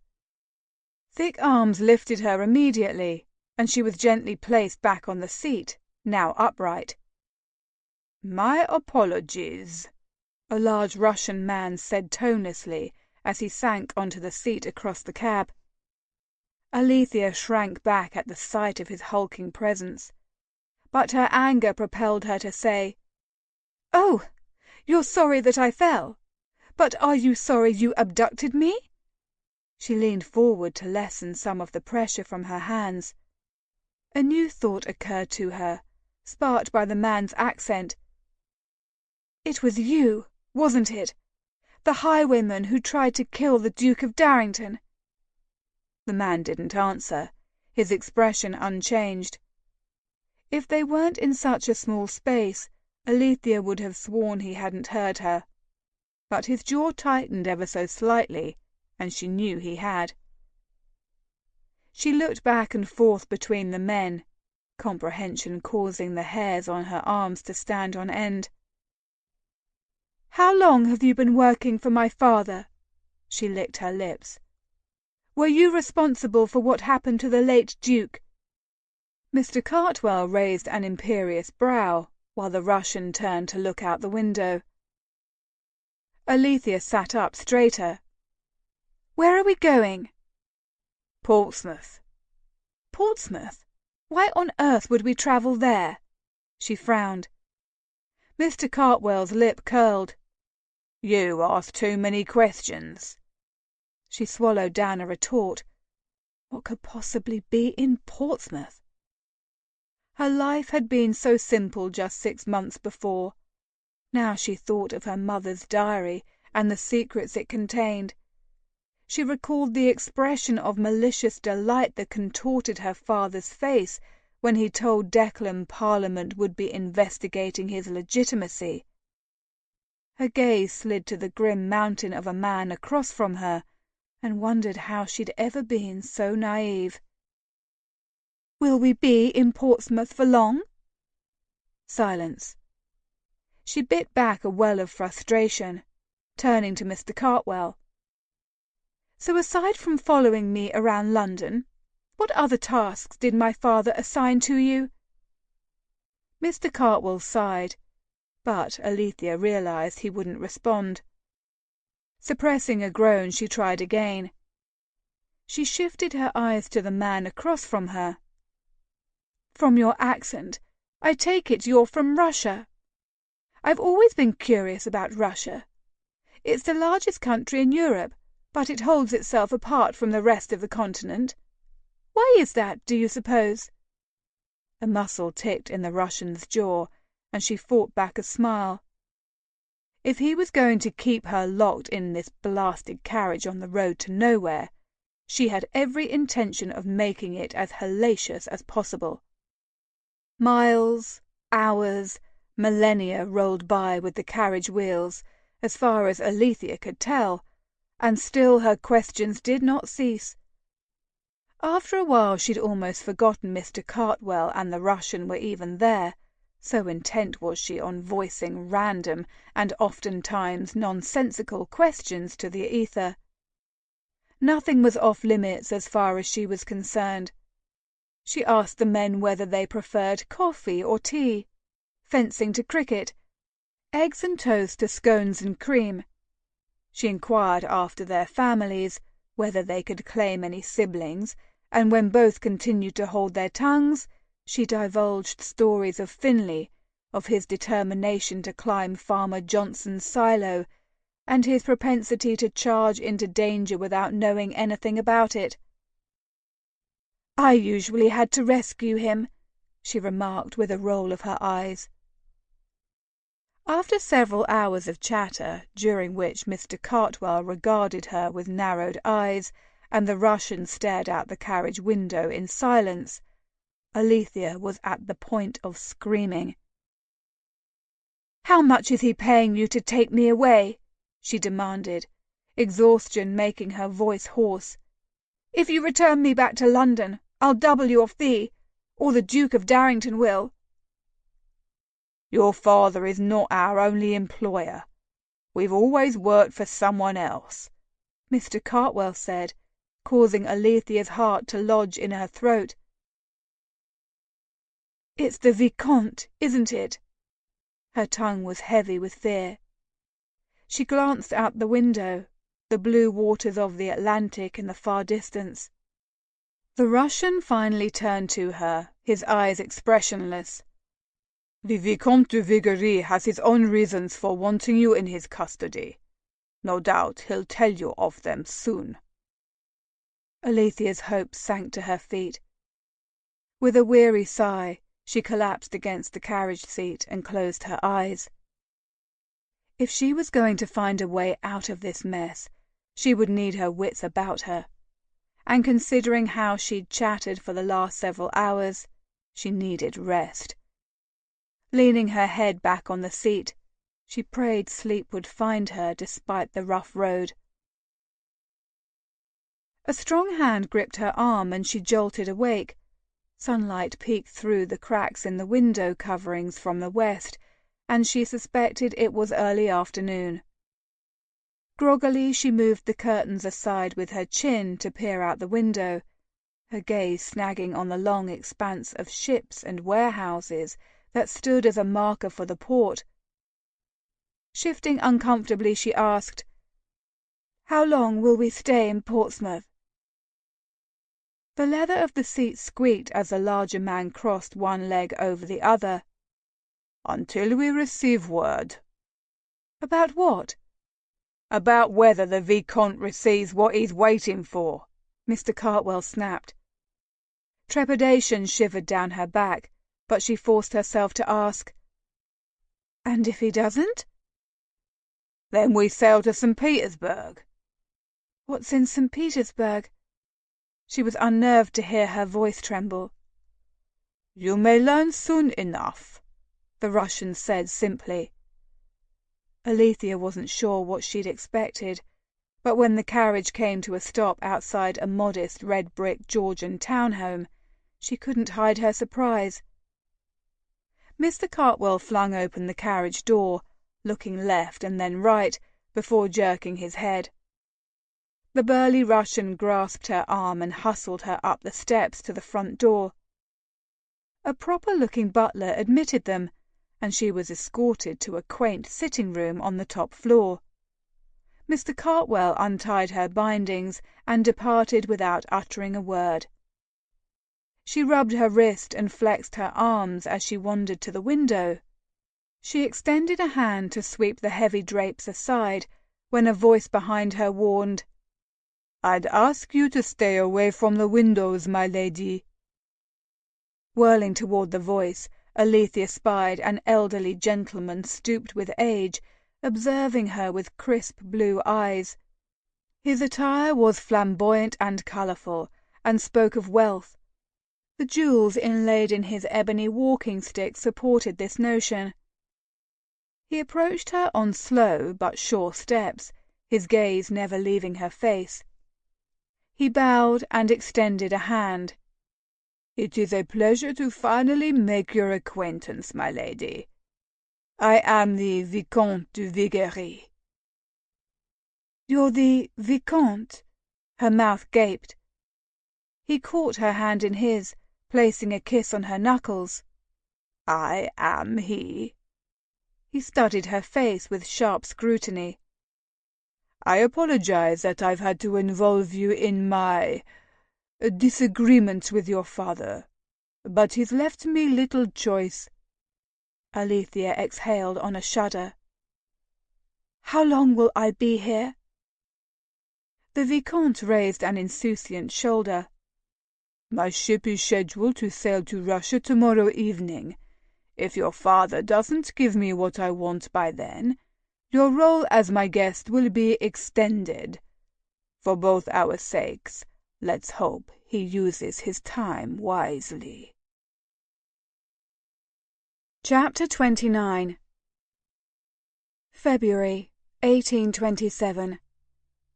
With my mortality bearing painfully down on me, I find I no longer care for the things that have held me silent. Justice can't be realized if the guilty are not held accountable. The Diary of Margaret Gordon. The soft ticks of the clock on the desk had never sounded so loud. After parting ways with Finlay, Declan had returned home and drafted an epistle to Torres, and had a messenger deliver it. He'd thanked every deity he could remember by name when Torres walked into the study at Darrington Terrace within the hour, a satchel in hand. "Here is everything I have about the Vicomte de Viguerie." The Spaniard held up a folder. Declan snatched it and spread the contents across the weathered surface of the mahogany desk. His gaze snagged on the addresses of several warehouses and buildings in various coastal cities, and he ran his finger down the list as he considered them. After quick deliberation, he settled on the direction of a warehouse in Portsmouth. Its port location made it as good a place as any to start their search, and they could work their way east from there. He prayed they'd find her in time. "I came prepared," Torres said. The man patted his sides, the outline of pistols showing through his coat. Declan nodded. "Excellent." He extracted a key from a pocket in his coat lining and knelt, inserting it into the lock on the bottom drawer. After pulling the drawer open, he lifted a teak box from its depths and placed it on the desk. Lifting the lid, he revealed a matching pair of flintlock pistols, resting on plush red velvet.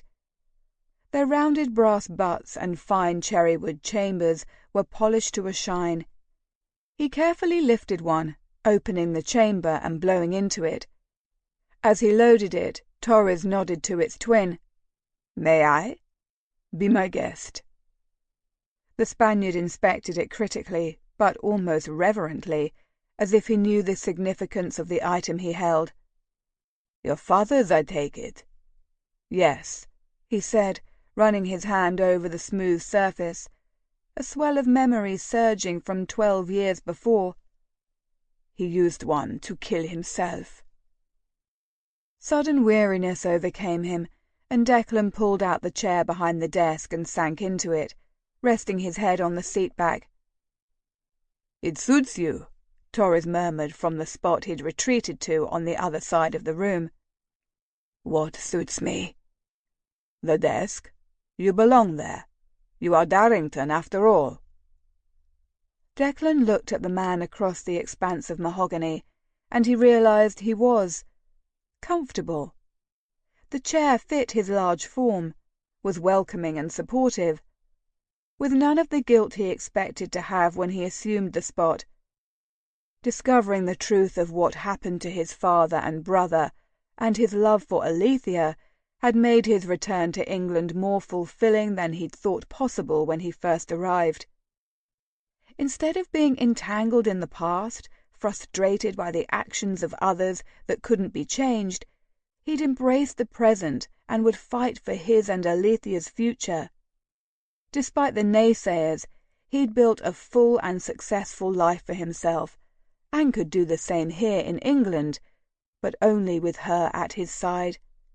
Together, they could raise their children with a love and acceptance Alethea never knew and Declan experienced for a fleeting moment in time. Declan tucked the pistol box under his arm. "Yes, let's be off.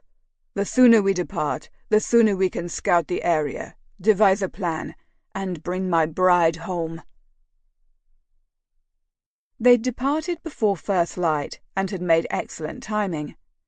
Torres had cautioned him on more than one occasion to slow down lest he tire Tamosi needlessly. But fear for Alethea was a powerful master to contain. "We'll be at the docks within the hour," Torres said, taking off his hat to wipe a hand across his brow. The late morning sun was beginning to turn warm, and the ride had been rough and dusty. "Although I know we shouldn't, my every instinct clamours for me to ride immediately to the warehouse," Declan shared, pulling a water jug from his saddlebag and taking a healthy slug. "Try to be patient. There's a small pub near the water where we can make some quiet inquiries. If Lady Alethea has been taken there, the Vicomte's ship is probably in port or will be shortly." "My company has a ship in port, I believe. The Island Jewel. Mayhap we should send a message to the captain in the event we need additional manpower." "Excellent idea, Your Grace," Torres said, flashing a piratical grin. The men turned their horses loose, and the smells and sounds of the port descended upon them in a blast of heat. Torres led him down narrow streets teeming with midday traffic before coming to a halt outside a dingy tavern. The interior of the pub was dim and smelled of sweat and decades of sea rot. Several patrons sat at the bar, tankards of ale in front of them, while tables here and there housed small groups of sailors, fishermen, and dock workers. Torres selected a table in the far corner, and a haggard barmaid brought them each an ale. Declan glanced around the room. "Is there someone in particular you're waiting for?" "A young sailor named Brandon. He frequents this pub when he's in port." The men spoke little while they consumed shepherd's pie before their target arrived. Brandon sauntered through the door with a group of fellow sailors, his worn waistcoat and shirt still leagues more refined than the other patrons, and his blonde hair brushed until it lay flat on his head. As the man sank into a seat across the bar, Torres rolled his eyes before he plopped his tankard down onto the tabletop with a thud. The sound, even from across the noisy taproom, brought Brandon's head up, and his gaze immediately darted to where Declan and Torres sat in the corner. The rangy blonde man made his way to where they sat, gesturing to the barmaid for a pint as he went. When he came to a halt at their table, A friendly grin creased his face. "Señor Torres, I'm surprised to see ye here." "I'm sure you are. I find I'm surprised to be here as well." Torres reclined into the hard-back seat. He gestured to Declan with his chin. "Make your bow, Brandon, for this is your employer."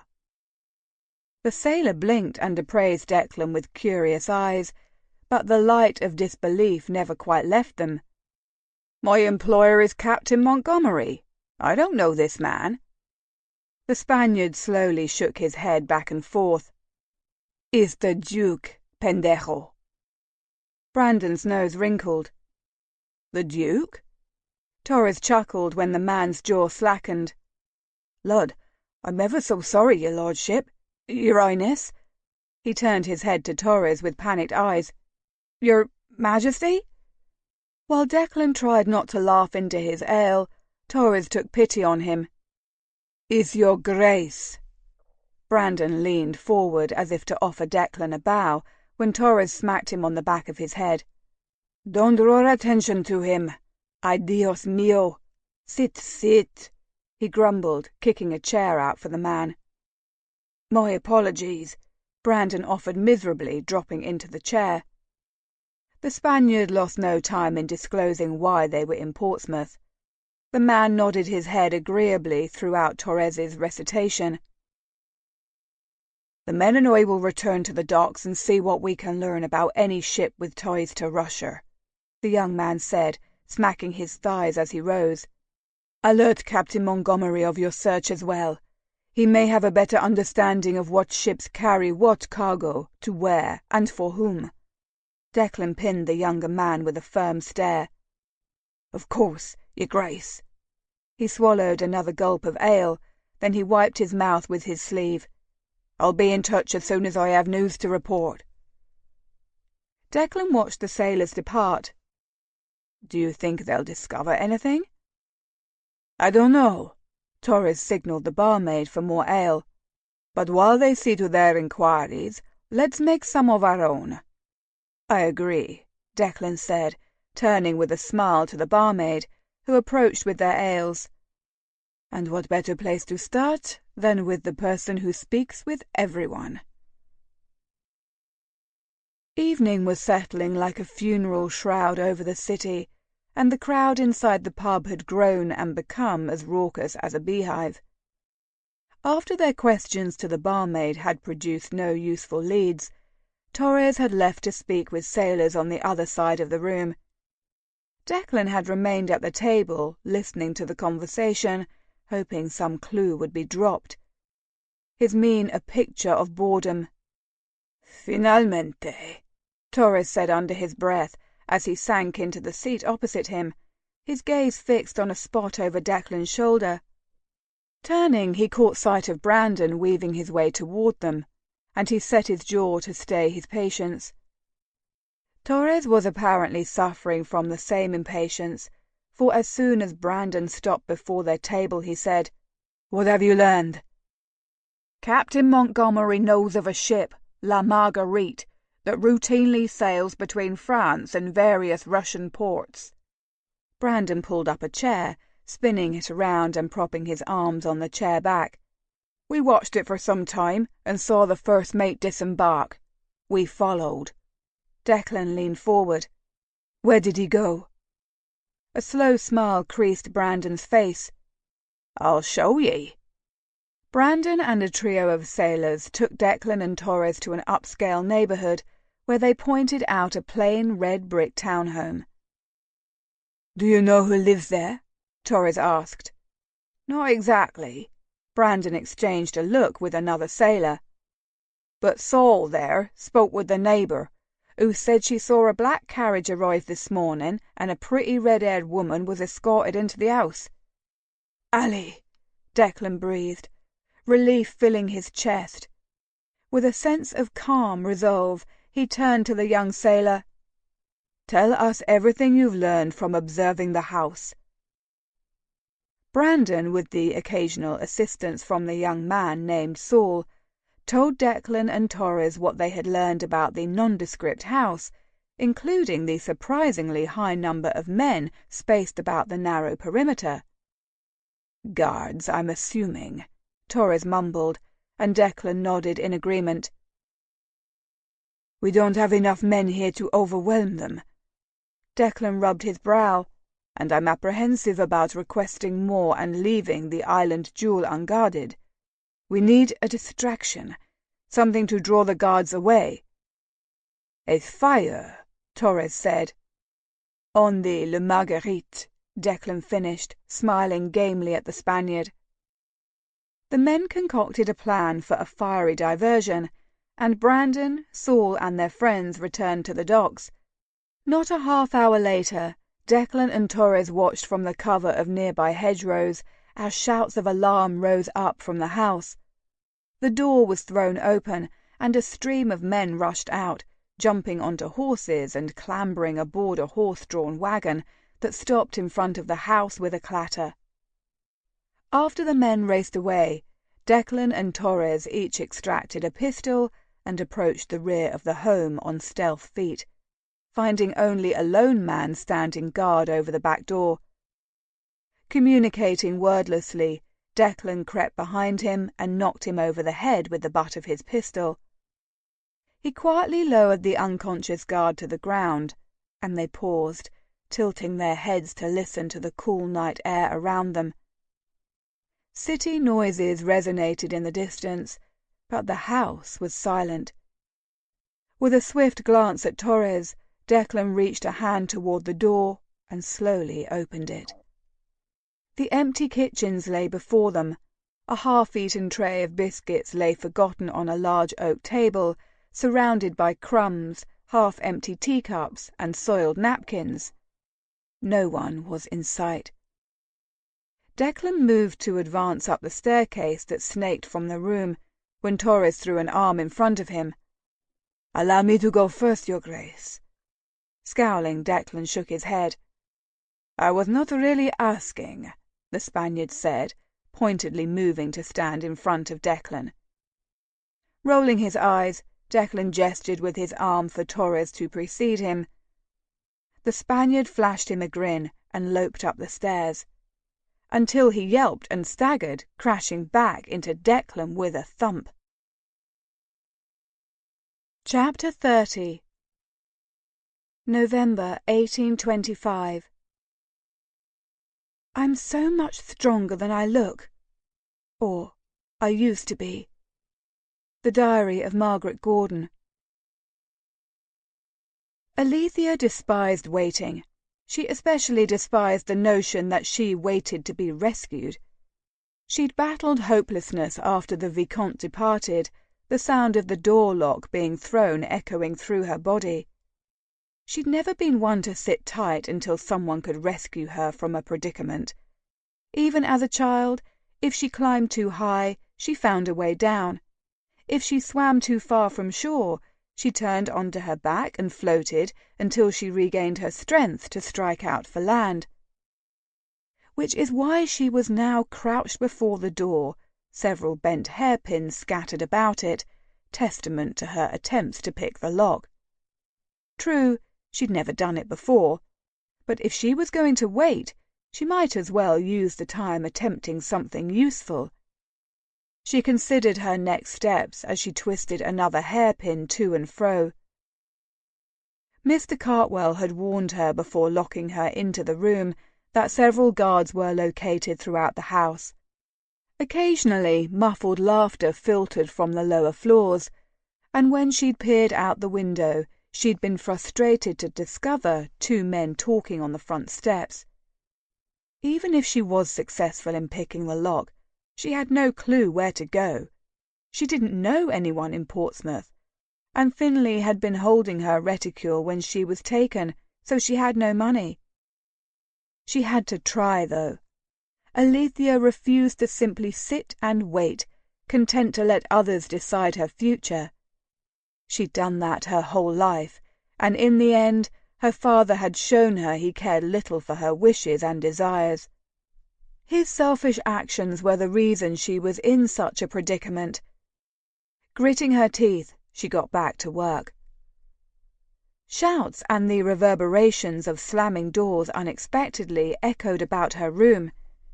She rushed to the window to see men dashing from the house, rapidly departing in a cloud of dust. Where were they going, and in such haste? A new thought suddenly occurred to her, and she gasped. With the house free of its regiment of guards, now was her greatest chance to escape. She sacrificed several more hairpins in her rush, but she finally heard the telltale clicking sound of the tumbler. She jumped to her feet and stared at the door, expecting the Vicomte or Cartwell to burst through at any moment. When the house remained still, she smoothed her hands down her skirts, gulped a bracing breath, and pulled down on the handle.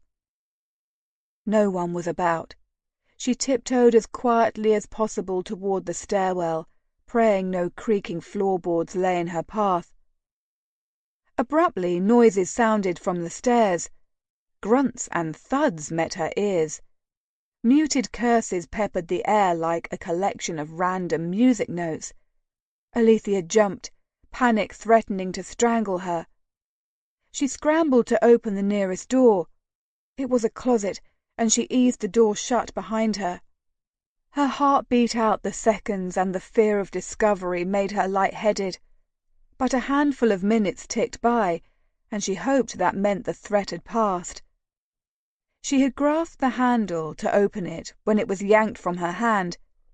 A figure stood in the doorway, his shape beloved and dear. "Deck!" she squeaked, throwing herself into his arms. Relief coursed over her frayed nerves, and seeing his handsome face was a most effective salve. He yanked her close and kissed her lips, her cheeks, her brow. A throat cleared behind them. She pulled away and glanced over Declan's shoulder. A tall, black-haired gentleman with a smirk regarded her. "Perhaps you can save your reunion with your lady until we're safely on our way back to London, Your Grace. I prefer not to be surprised by any more guards." Declan smiled. "I have much to tell you, my love, but Torres is right. Now is not the time. Come with me, and for once, Ally, just follow my lead." She bit back a retort and allowed him to tow her away. "How did you find me?" she asked as they descended the stairs. When he tugged her around two unconscious men who lay crumpled in a heap on the landing, she snapped her gaze to his. He squeezed her fingers. "It's a long story that I'll tell you on the ride home." "Will your recitation also explain how you managed to get into this house?" "We set a fire on the Vicomte's ship down at the docks. With his men there fighting the blaze, stealing in here was not as difficult as it could have been." She stopped and looked up at him. "Was that your idea?" A wicked smile was her answer. Once they reached the first floor, Declan directed her toward the back of the house. "We'll leave through the kitchens. My men are waiting with our horses." Alethea gripped his hand tighter, anxious to finally be gone from this place. Declan reached to open the door when the sound of a pistol cocking resounded through the air. "Leaving so soon? It's quite rude to depart without taking leave of your host." Pivoting, Alethea's gaze landed on Mr. Cartwell. The pistol in his hand pointed at Declan. "This way, Your Grace. I believe his lordship will be delighted to meet you," he said, gesturing with the pistol for Alethea, Declan and Torres to precede him from the room. Fear slithered up her spine, and she started to shake.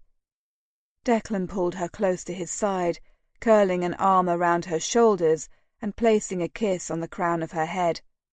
"Remember," he whispered, "my men are outside."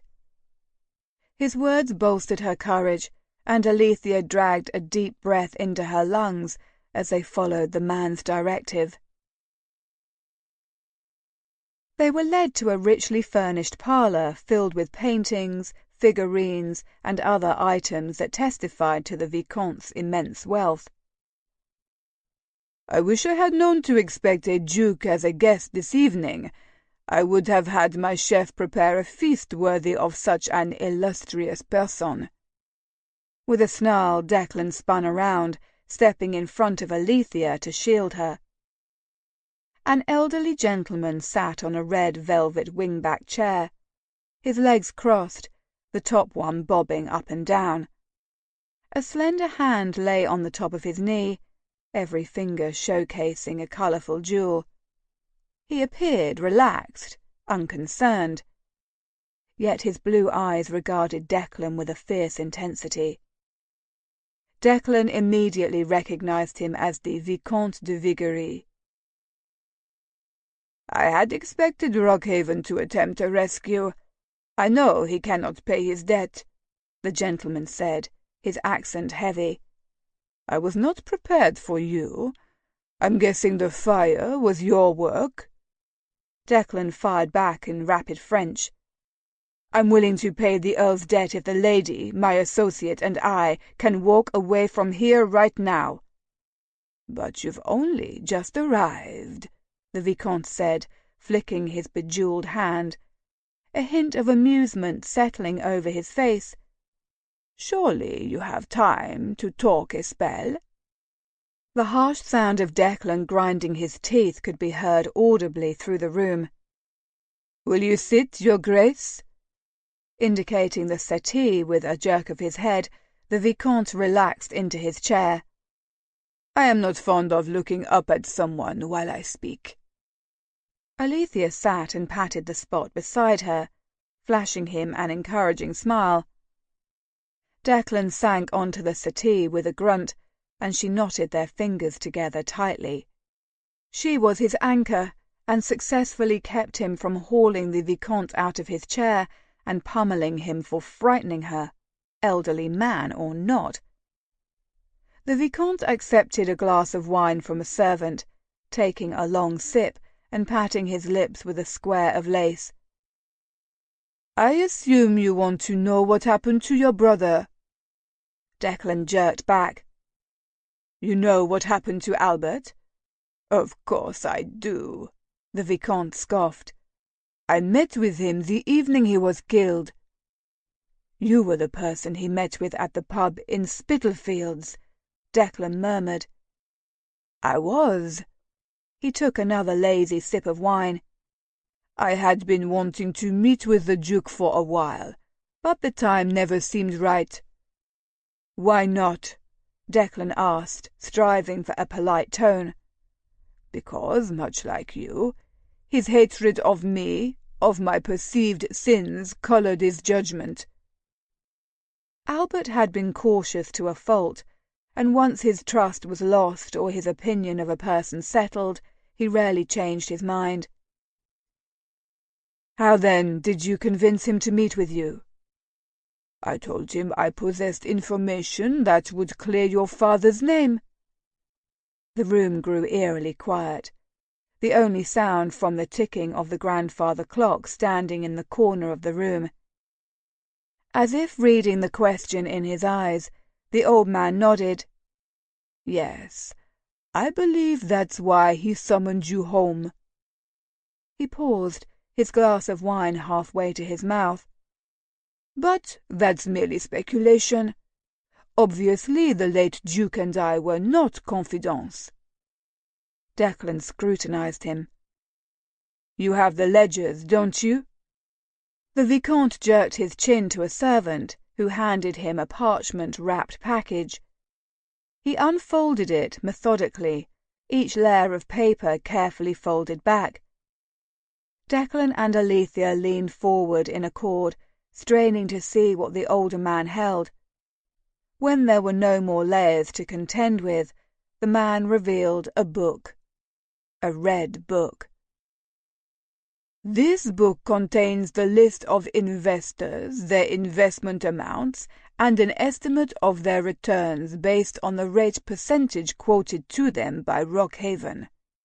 He extended it to Declan. "It also lists how the Earl diverted the funds. Would you care to look at it?" Declan shot to his feet, sucking in a patient breath as he grabbed the soft leather book and returned to his place beside Alethea.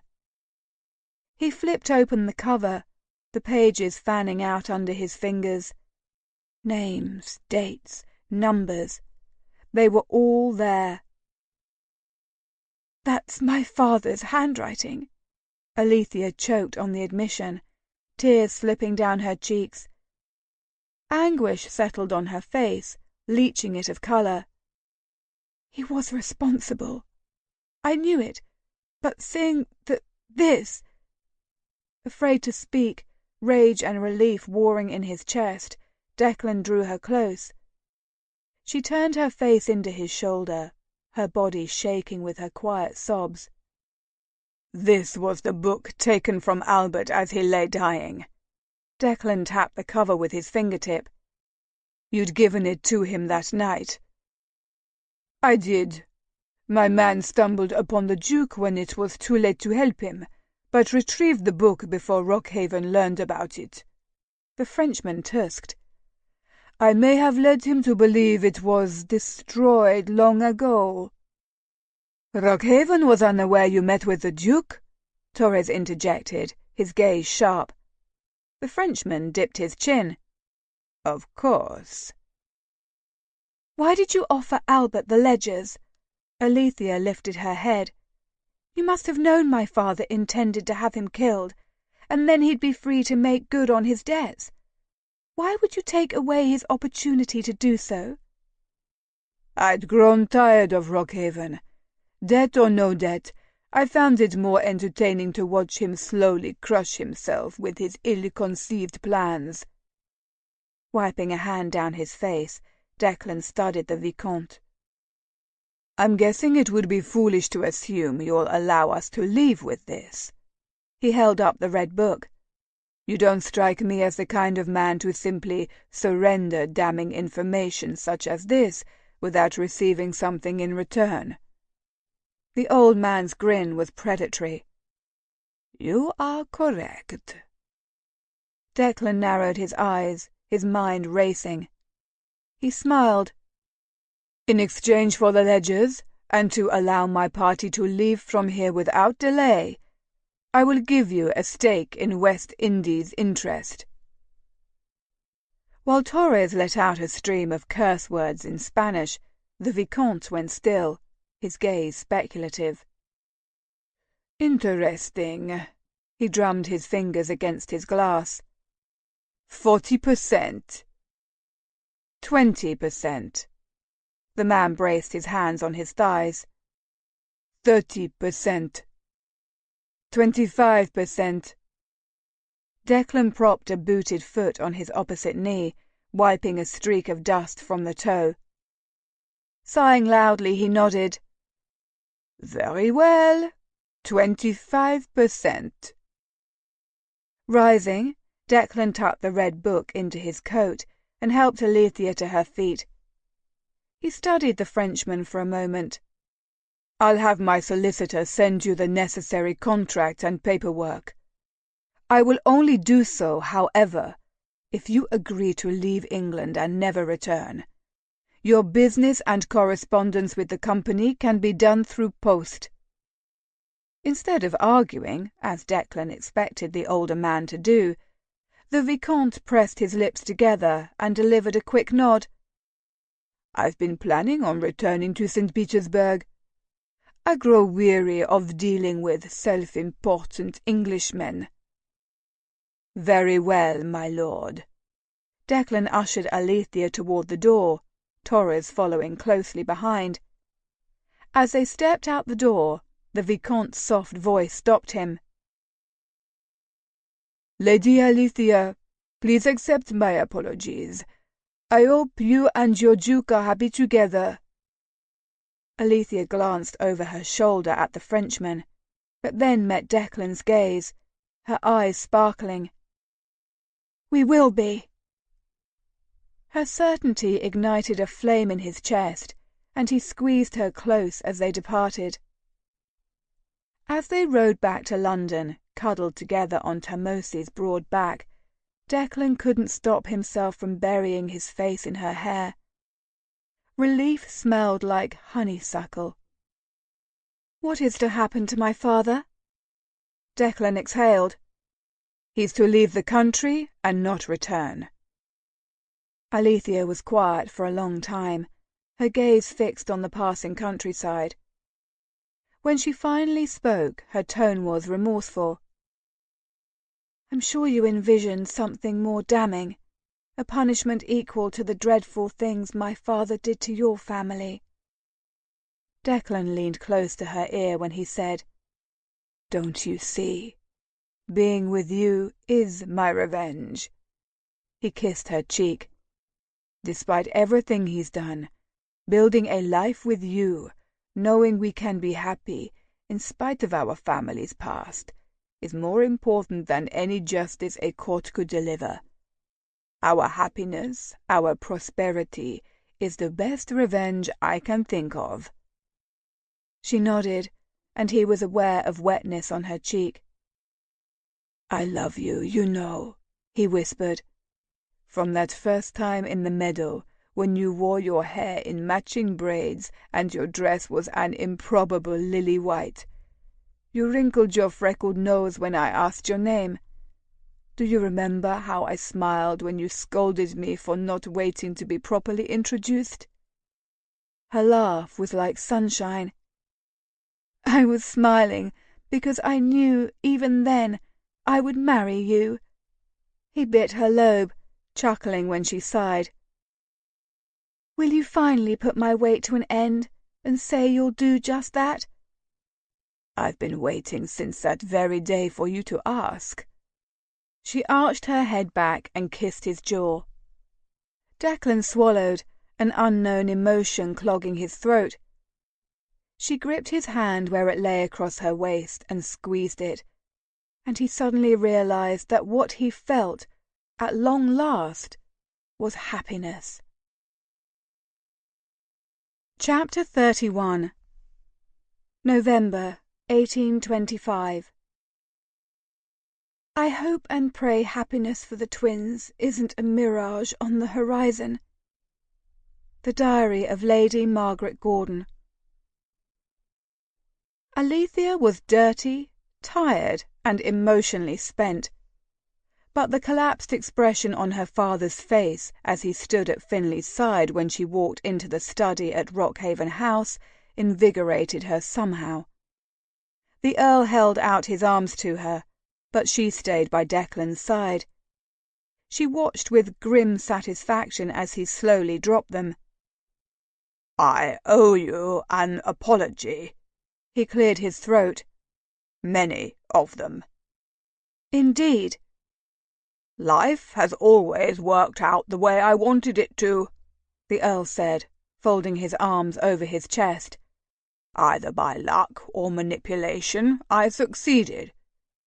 You need one or the other to make things go your way." "What was this, then?" Declan held up the red book. "Does it represent how lucky you were to have duped so many investors with your grand scheme? Or manipulation, because you conned them all, and when the truth was made known, you framed my father and feigned innocence?" Where did you get that?" The Earl stumbled backward. "Alethea and I had an—" Declan crinkled his nose, seeming to search for the right word. "Enlightening conversation with the Vicomte de Viguerie. He was only too happy to share secrets I'm sure you'd rather keep hidden." Her father hadn't taken his eyes off the red book, rubbing the back of his neck. "I don't know what he told you, but that book is not what you think." Finley cocked his head. "What is it?" Staring at the Earl, Declan said, "It's the financial ledgers for the Darrington investment scandal. The real ledgers, and not the ones your father fabricated." Finley's mouth fell open. "But can you prove they're tied to him?" "The information is written in his hand, Finn." Alethea leaned into Declan for strength. Finley grasped the book, flipping through the pages. He stared at it for a long moment and looked up, pinning their father with a glare. Power and wealth. It's always been about power and wealth. Don't try to pretend your actions were motivated by anything else. Clenching his jaw, the Earl looked away. Without the funds, which have long since been spent, that ledger is useless. And who's going to testify that's my handwriting? Most assuredly not you, Finn. You have as much to lose as I do. Alethea stepped forward, steeling her spine. If anyone doubts the authenticity of the Red Ledger, I think they would be hard-pressed to discount my testimony. Rockhaven scowled. What testimony?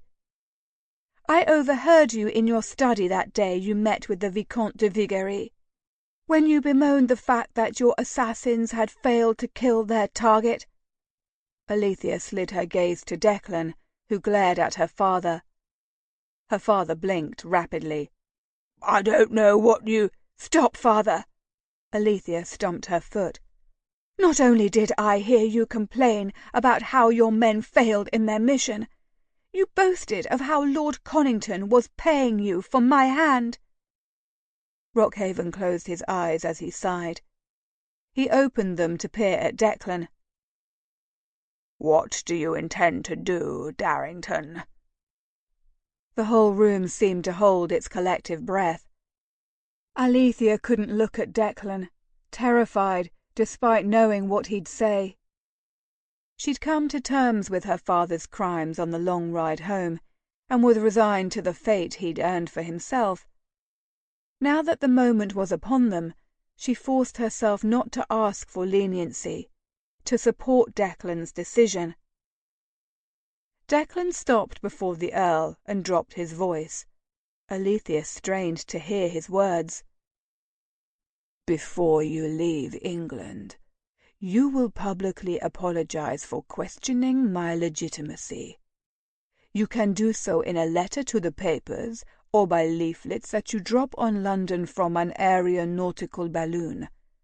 I don't care how you do it, but I want everyone to know you were wrong to question my identity, and you recognize that I, Declan Sinclair, am the rightful Duke of Darrington. The Earl flexed his jaw. Very well. Alethea sucked relief greedily into her lungs. Declan and I are to marry. She steadied her voice. He wants me, regardless of your crimes against his family. Rockhaven visibly swallowed. And what of the estate? Finlay jabbed his chest. I'll handle the estate. Isn't that what you've been training me to do? I intend to ask Ally to assist me. She's proven with the Rockhaven house books that she's quite capable of clever budgeting and financial manoeuvring. And if you'd given her a chance, you'd know she's brimful of canny ideas. Alethea blinked back tears at the faith her brother showed in her abilities. I had hoped my Duchess would assist me with the administration of the Darrington estates. Declan directed an expectant look at Finlay and looped an arm around her waist. Actually, Alethea began, her gaze darting between the pair, I was hoping I could take over the management of the partnership. Think of all the wonderful ventures we can invest in together. While the men grinned in consent, Rockhaven opened his mouth to argue, but Declan cut him off. The temperature in the room plummeted 10 degrees when he said, You have no say in this matter, Rockhaven. The estate and your daughter are no longer your concern. I will set up an account for you to draw from while on your travels. But if you step on English soil ever again, Finlay growled, I will personally alert the king to your misdeeds. Declan's shown you more mercy than you showed his father or brother. Alethea looked up at Declan, her eyes stinging. You're certainly not deserving of it. The look of defeat that moulded the Earl's mien gratified Alethea as much as the glint of pride she saw lurking in his eyes. "Ali, you've forgotten something." Finley held her cascading bouquet in his hand. He gave it to her as if he delivered a small bairn, watching as she accepted it into her hands. "Are you ready?" "Of course," she said, smoothing a hand down her pale green skirts. "I'd be surprised if you weren't," he said, chuckling. "I think you've been envisaging your wedding to Declan since we were 10. She raised the bouquet to her nose, inhaling the honeysuckle scent she'd long favoured. "I've actually never allowed myself to think about my wedding." "I find that hard to believe." "It's true. When I thought about being married, I merely hoped I'd be happy with my choice of groom." Finley grabbed her hand, squeezing it tight. "And are you happy?" Alethea looked toward the doors leading into the church sanctuary and swallowed. "So much. It hurts." Wrapping her arm around his, he pressed another kiss to the top of her head. "I'm thrilled to hear it." When the doors were opened, he looked down at her one last time before extending a foot to step forward down the aisle, leading her to her new life, her new husband. "I somehow always knew it would be Declan." Locking eyes with her groom, standing near the bishop at the end of the aisle, his eyes sparkling, a grin tugged on Alethea's lips. "So did I." This concludes To Love a Scandalous Duke by Liana de la Rosa, narrated by Gabrielle Baker. Copyright 2017 by Liana de la Rosa. This unabridged audiobook is published by arrangement with Entangled Publishing, LLC, and was produced in the year 2021 by Tantor Media Incorporated, a division of Recorded Books which holds the copyright thereto. Please visit tantor.com for more information on our growing library of unabridged audiobooks.